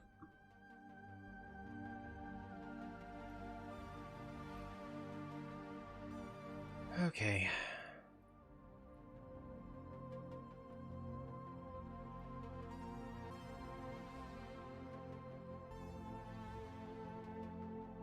Got it. So, now it works. Village tracker is correctly only showing the correct information. This is correctly showing the only the correct information. Okay.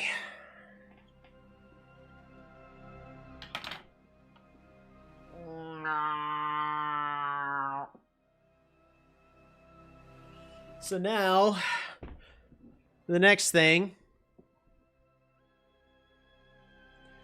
I at least need to get up and stretch. We're going to take a quick bio break. This is excellent progress. All this is working as intended. If we switch that back to all, we get all the information again. Isn't that fantastic? All right, I got to go get up and stretch. We will be right back.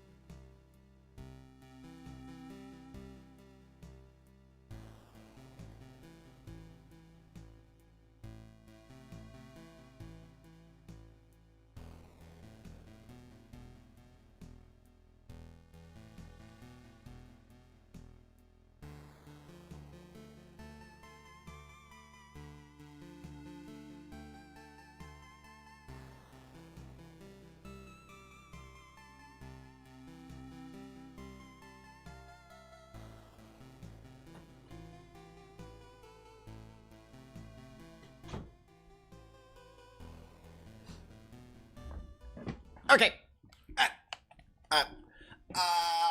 All right. So,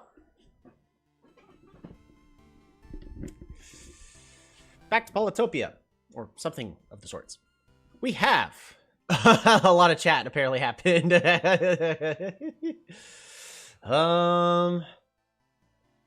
It changes H to E. Someone saved that microphone. So does your text spreadsheet? Let's see. Time for before scan. Oh no, it's actually all the same stuff. Okay.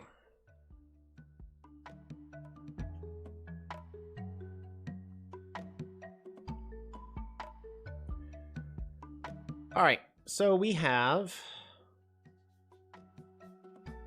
This is a lo-fi chill stream for a while. Kind of. All right, so now the next thing is getting the information on two graphs. Ow.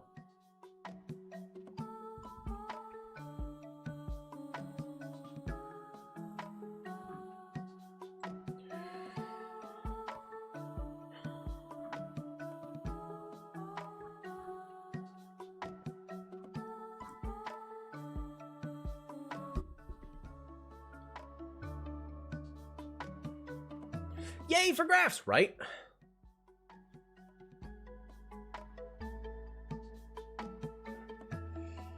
Let's see if I could do equals. Because how am I? Oop, no.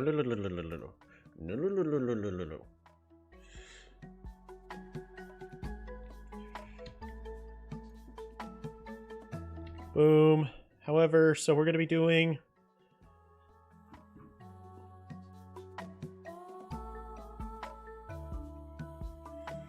Join.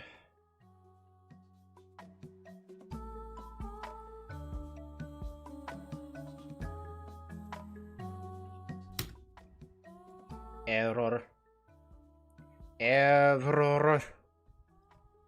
Boom.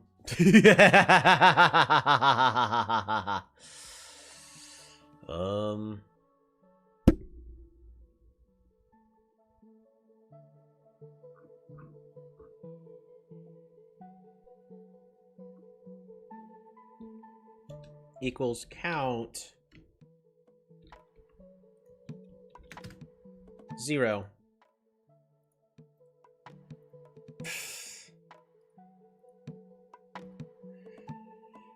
Returns the number of numerical values in a data set.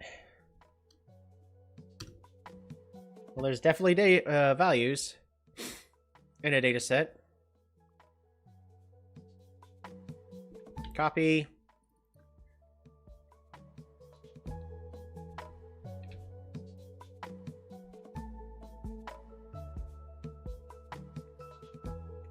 Cut. Count. This. Value. 16. 1, 2, 4, 5, 6, 7, 8, 9, 10, 11, 12, 13, 14, 15, 16. Okay.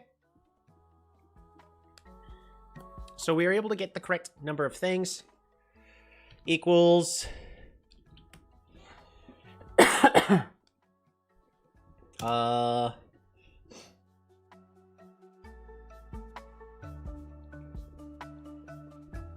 this divided by this. Does this work? No, it does not. I need to do the equals split this information. Oh, don't do that. Somebody wants to divided by that. So I could do something like this. And this will get divided by 0.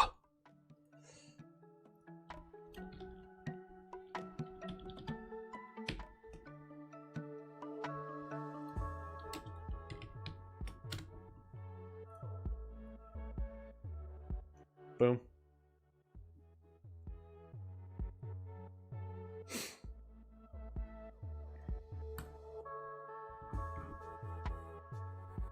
So at this point, we're starting to see average number of villages per turn.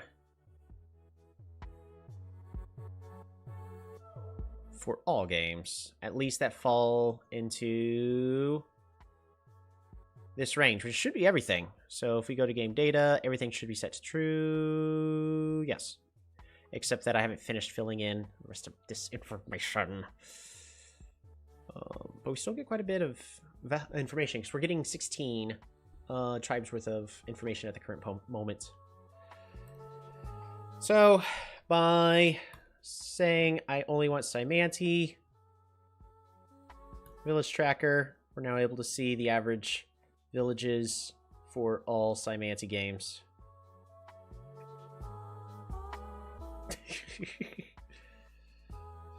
All the commas. Hopefully that doesn't cause a problem later. I should probably do something smart to have it only add commas for the ones that are not, blank. Because that's a lot of blanks.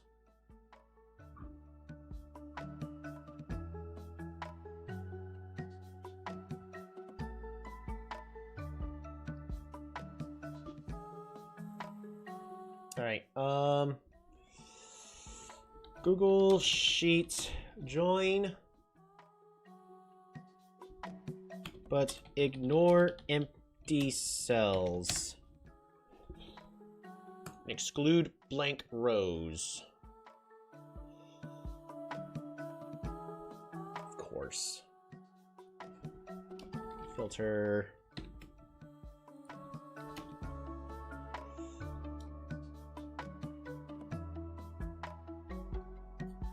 Where anything from here does not equal blank.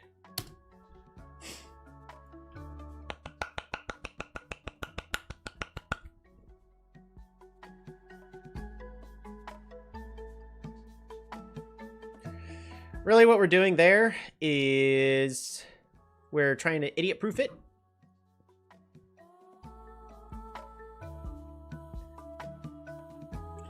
Filter, and then filter,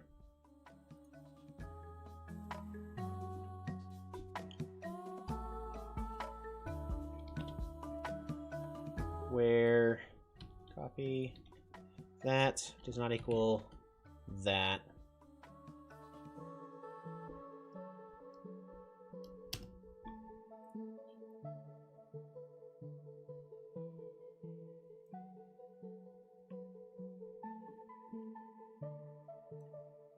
Shoot! Ah!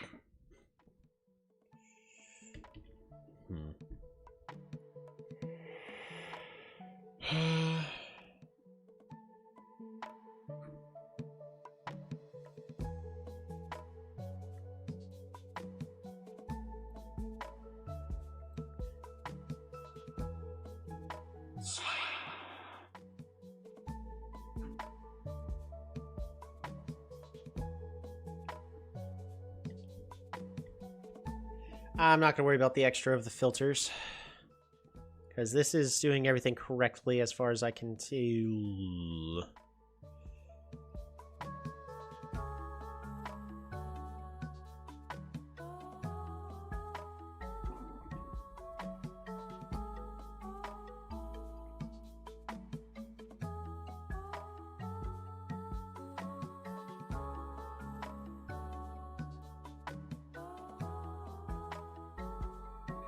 Sorry, significant others returning.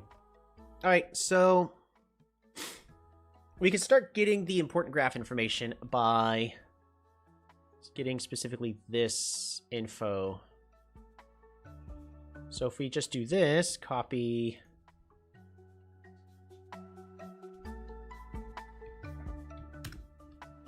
and then that, we can have that all work on its own. Boom. And this row is no longer required, so we could delete this row. Boom.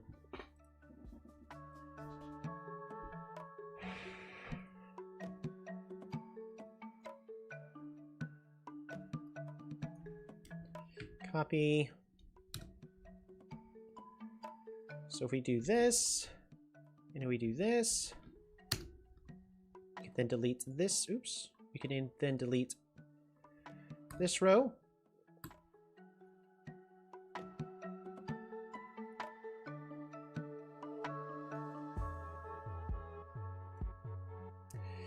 Boom. And with that, we now have the actual just villages per turn overall.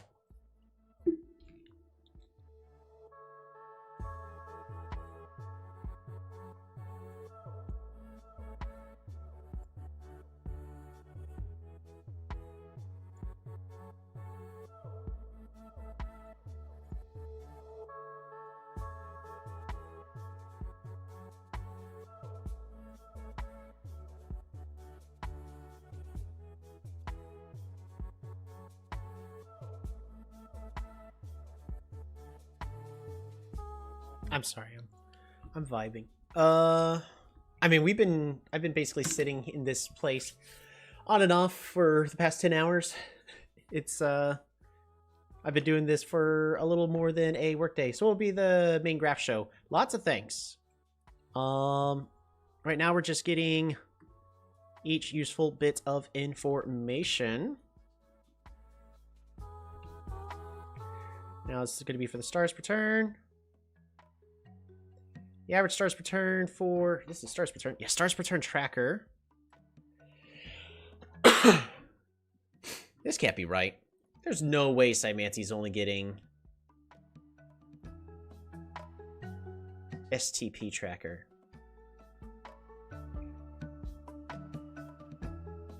Really? There's no way. There's no way. There's no way. There's no way. In all of these Cymancy games. Oh my god. Wow. Yeah, those are very... That's because they're small games. Got it. It's just... Tolby is just built in. Let's see, you're still streaming? Well, yeah. Yeah. It's a job today. I left and came back and see you still life. Expected dedication. It's because I love the game, and I personally want to work on guides. And part of the things I want in my guides is to have stars for like how good each tribe is at each thing, like how fast they expand, how good their economy is, so on and so forth, like how well they can play aggressively, so on and so forth. I want to include that sort of information, you know, like with a little star graph of going like, this is how good each tribe, or just something, to basically summarize how each tribe does on average. So that way, if you want like a fast expanding tribe, or you want a tribe that typically goes longer in games, yeah, we'll need a lot more people to input data, but first I need all the information functioning. So yeah, stars per turn tracker. Just you inserted some really short games. Hey, but that's fine. All right, unit tracks. Boom.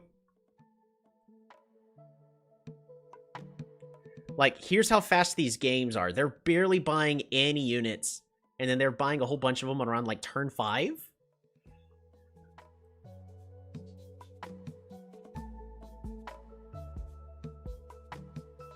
Until more or less the game is finished.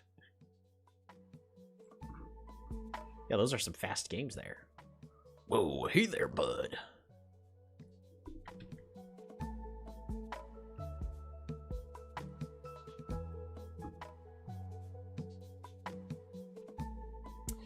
Now, for the research tracker, it's going to be a lot trickier for us to actually, like, quote-unquote, average it out. Your plan for guide sounds very ambitious. It is. I mean, I made a Yadak guide, but I'd like to just also just have just some stats, just so people go, yes.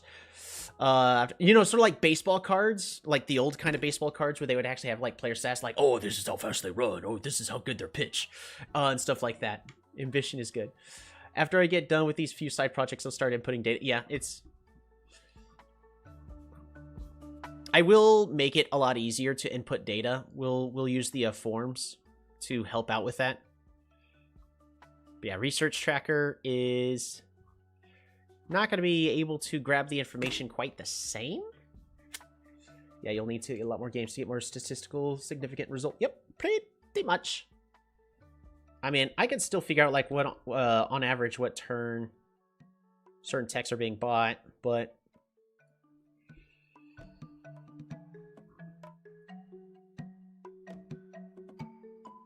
like this doesn't quite work if it like if they only buy it once, because this actually needs to count the total number of games. So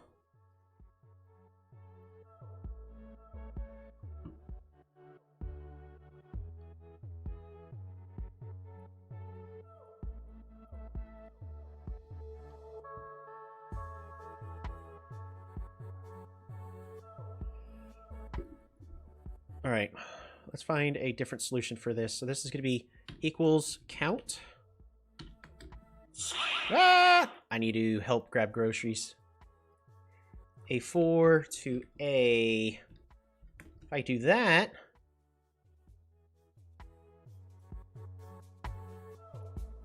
this returns 0. But why?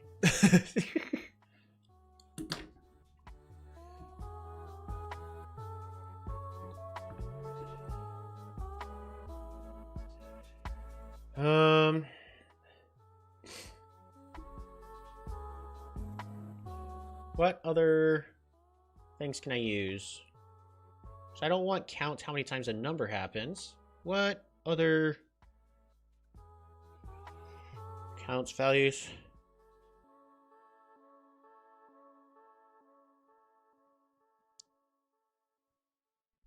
Count A. All right, there we go. So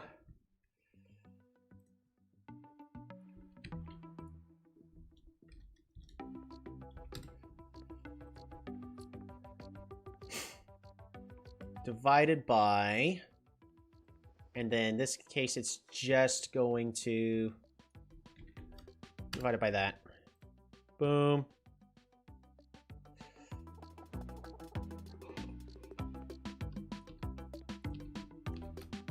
You know, something like this.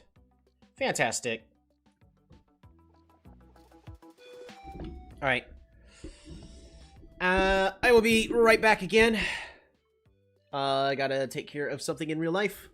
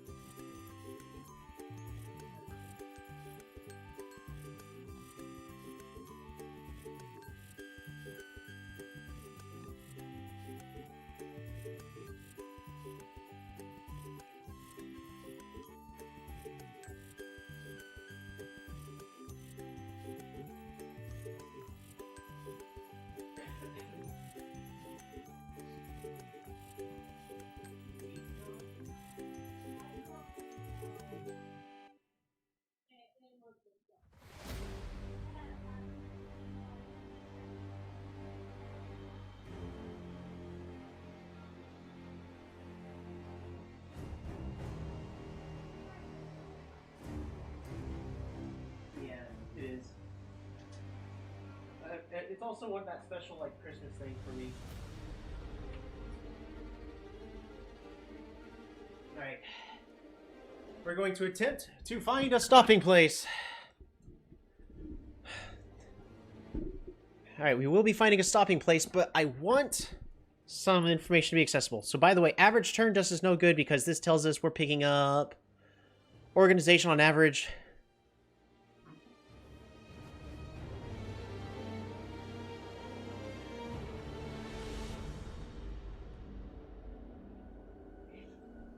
Or picking up like roads on average on turn like 2.25, which is completely incorrect. So the next best thing would be average of, and then my, you know, if error sum list of this.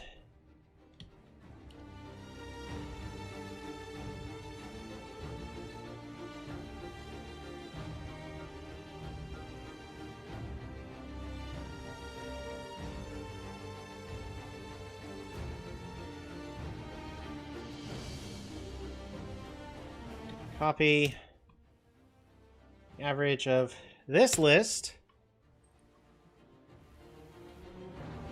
What do you mean? Average. Boom. Come on. Go. This gives us a much better. I need an if error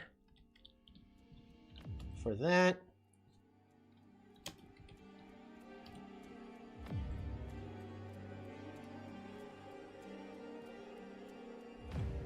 So this somewhat tells us on average, like, what texts are going to be more important. Just seeing the average of when all the texts are picked up. In this case,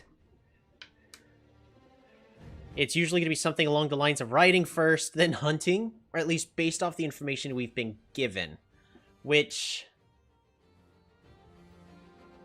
based off the small continents, not continents, the small drylands map data we have, yeah, that, okay, sure. That can track, I guess.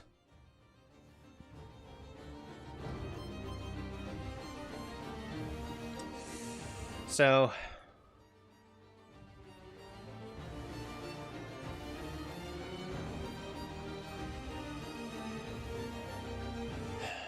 let's see. Catch y'all next Sunday. Have a blessed week. You too, Shalom. Thanks for tuning in.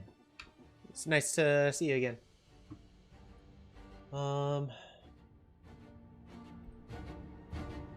Yeah, so at this point,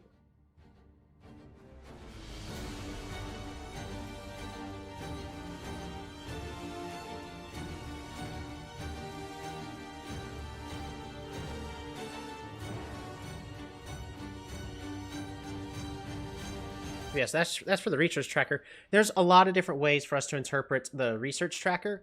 This one will tell us sort of, not really, the order that texts are picked up. The issue is it's going to generalize them all kind of together. So I would need to have this understand like what texts are being picked up on what turn. The research tracker is going to be the most complicated one. But in general, we can see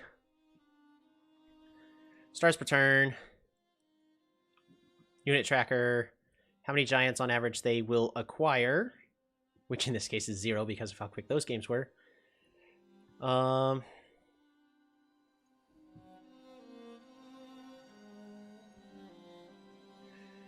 Yeah. But if we go ahead and switch it to all village tracker, it's literally going to go a lot more. And it looks like we're going to be averaging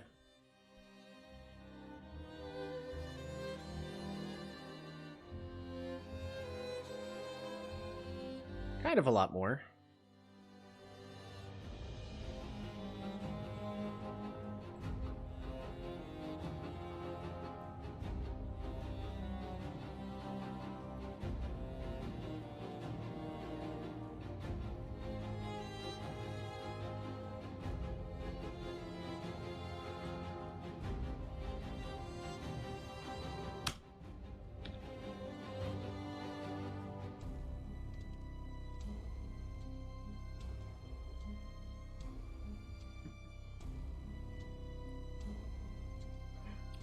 Stars per turn tracker. You'll see a pretty, in general, an upwards trend on all these games. Right up here. 65. For the one game that went all the way that far. Unit tracker, on average, how many units you're getting each turn.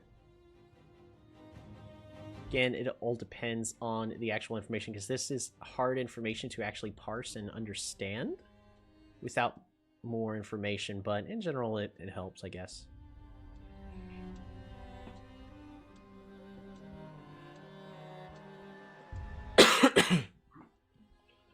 But we'll be able to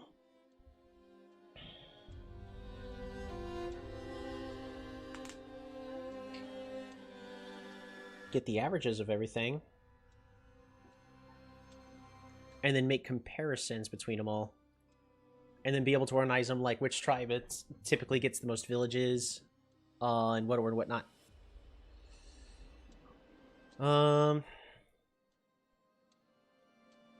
Because this went to like build guide, I really wanted it to be more of like a tribe evaluator, so all this information will be helpful. Let's go ahead and see if we can get a graph. Data, tools, format, insert, chart.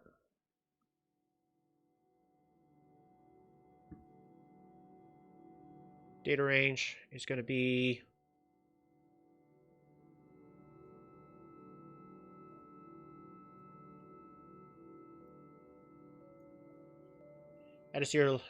add a series to start visualizing your data. Interesting. So it's not working.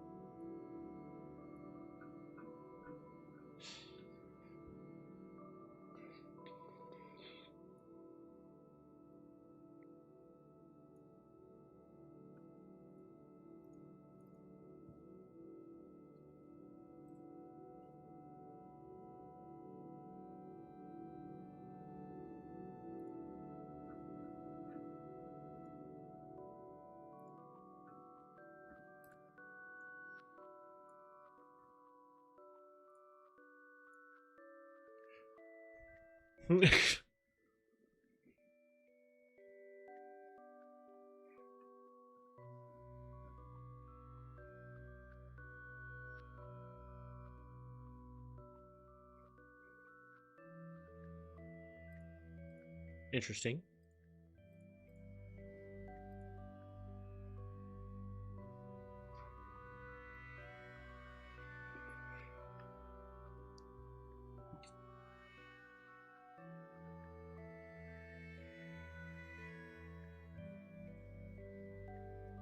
So if we just go in like turn 4 here.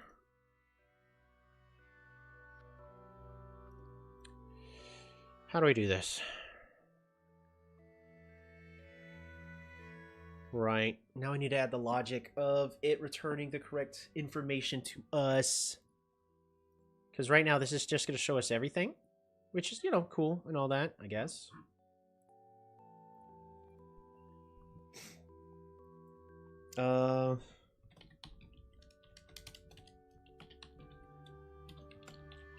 Village count. Boom. But we can...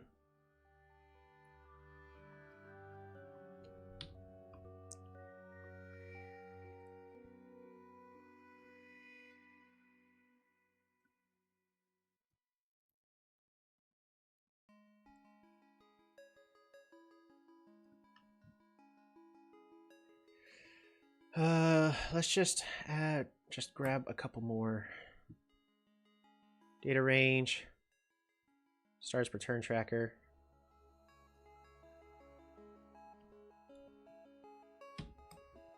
$36.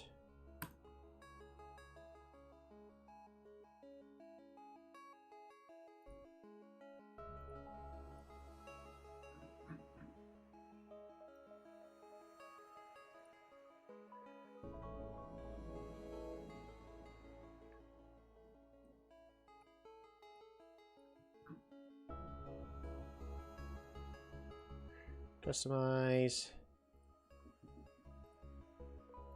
Title. Stars per turn.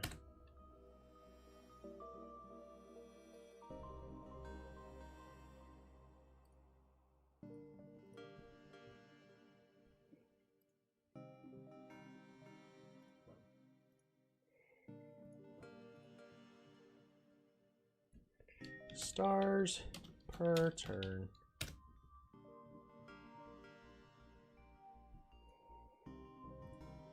Stars per turn. Turn.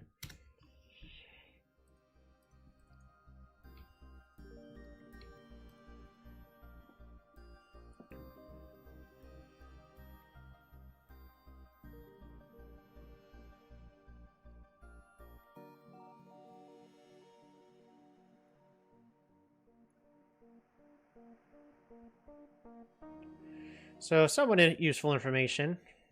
No more useful than the villages per turn.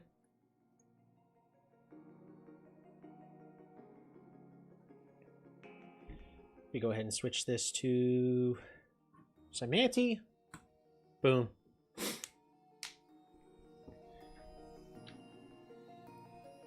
All.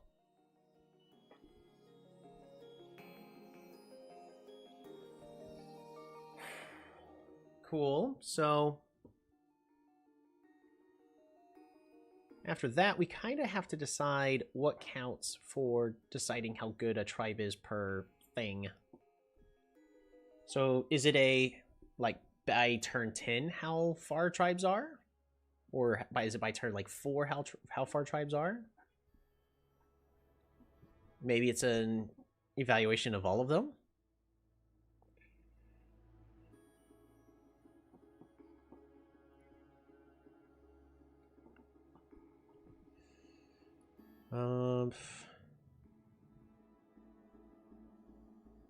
Data range, unit tracker.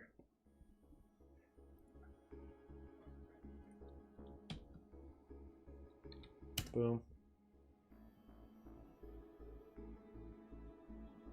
Customize. Titles. Chart title. Unit investment.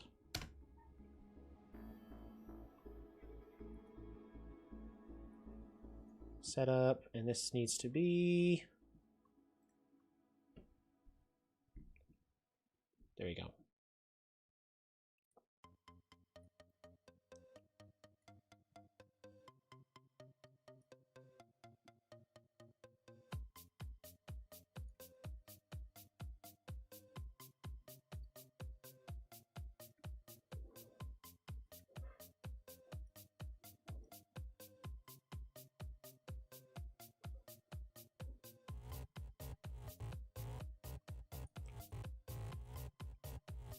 So for now, just some really old graphs for you guys. Shinshi, no data. Simanti, you got some values. Is there a way I can lock this? And if we set it to all,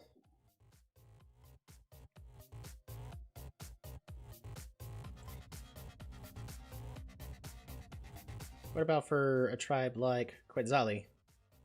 There's no Quetzali games. Imperius.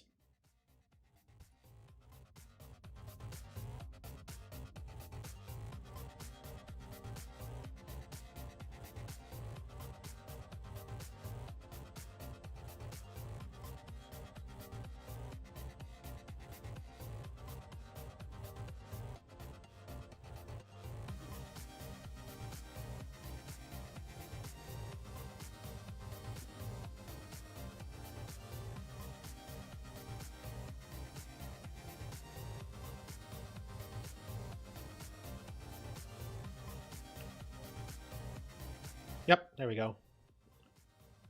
Add x-axis.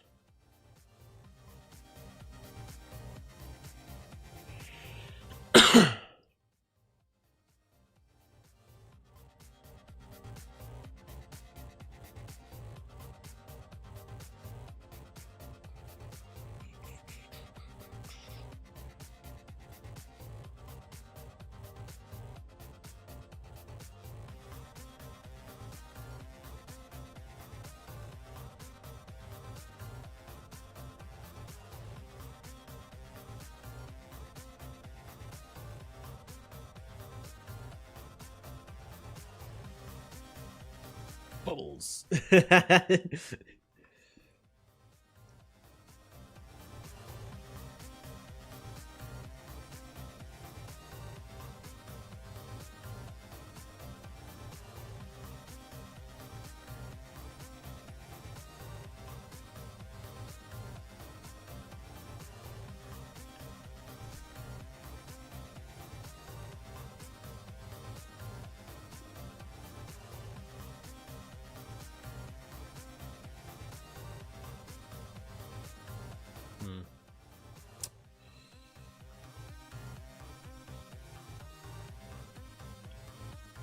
I want it to be by...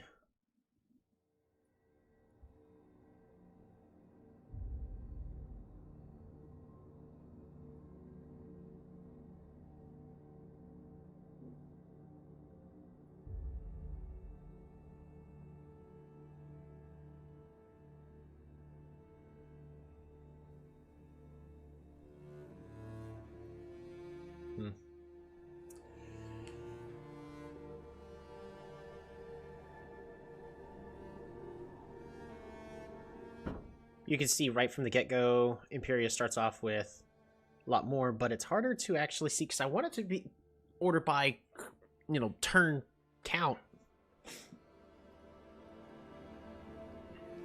And about x-axis removed. We go to drop-down menus, and this.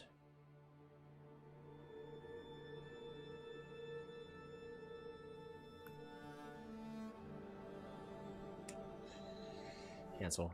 Okay.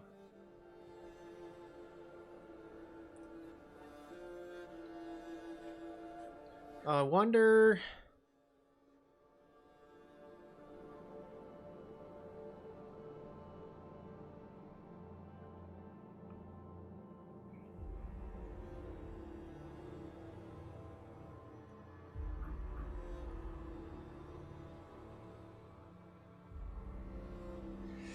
I see what I need to do. X-axis remove.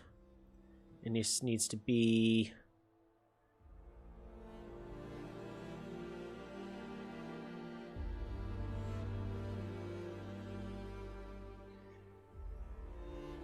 unit trackers.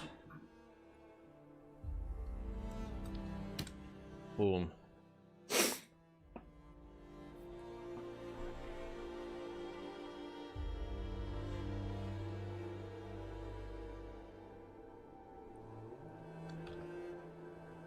Please enter a valid range. I have a valid range.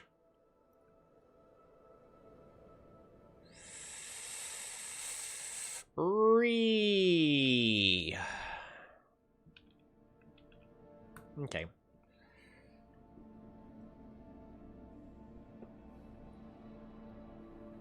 Why have you removed the title? Chart title is Unit Investment. Thank you. Don't get rid of that. So, you can also just say, what about for Forgotten? All.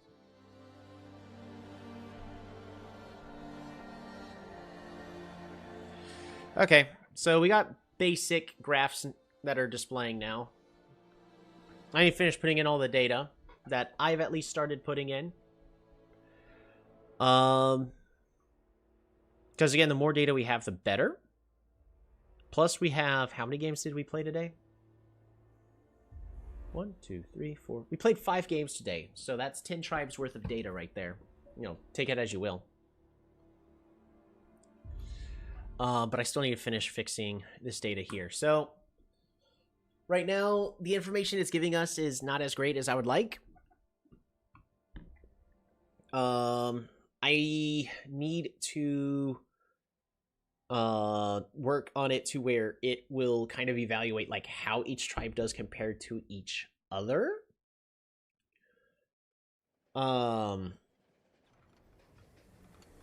Which with the way I have it set up, it would have to be for tribes to be on all anyway, so that's fine.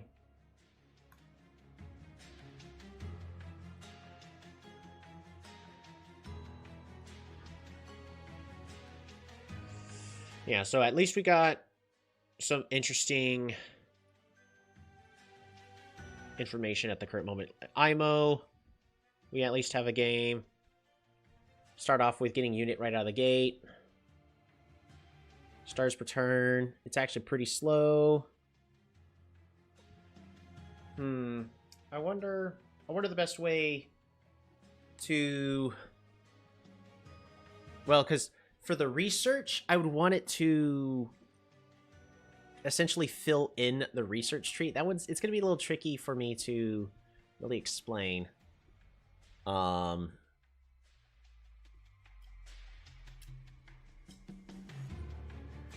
Yeah, it's a little tricky to actually say, like, hey, this is how each tribe specifically plays, so... But we'll be able to get it. But at this point, I have been streaming for 10.5 hours. I also got to do some video editing on this, just so that way, because I don't want to just make the entire stream go away. So for everybody who did tune in all the way until the end, you guys are troopers. Like, you know, bravo. We've made some good progress. We're at least able to see some useful information. Like average stars per turn. But we're not able to see the other important stuff, such as, like, what is the average build order, more or less, that a tribe ends up going with. Because in this case, it would have to be... like... Because we got to do a lot of logic for this information to correctly be understood. Heck, we even only have one IMO game.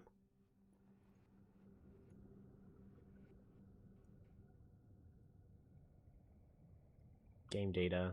Is there actually an IMO game in here, or is it literally... Yeah, there is an IMO game, but I need to finish filling in the rest of the information. So... we have information, just I gotta finish filling that in, and that just takes time. But yeah. We're on the right track. And soon we'll be able to properly have those guides. Well, sort of. We'll have to play a lot of games before we truly have those guides in order. Because whenever I go to play to make a guide, I'd probably be playing like a tribe consistently for a couple weeks in order to get like 10 games, and that'll also give a lot of games versus other tribes. So the more we just end up playing and filling in the information, the better it'll be.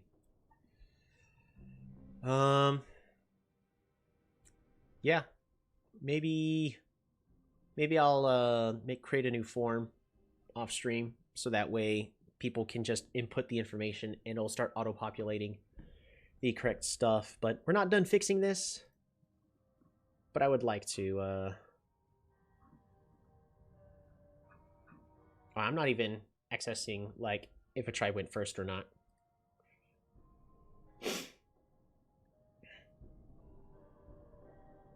Yeah, that's gonna be, tricky. Anywho, that's gonna do it.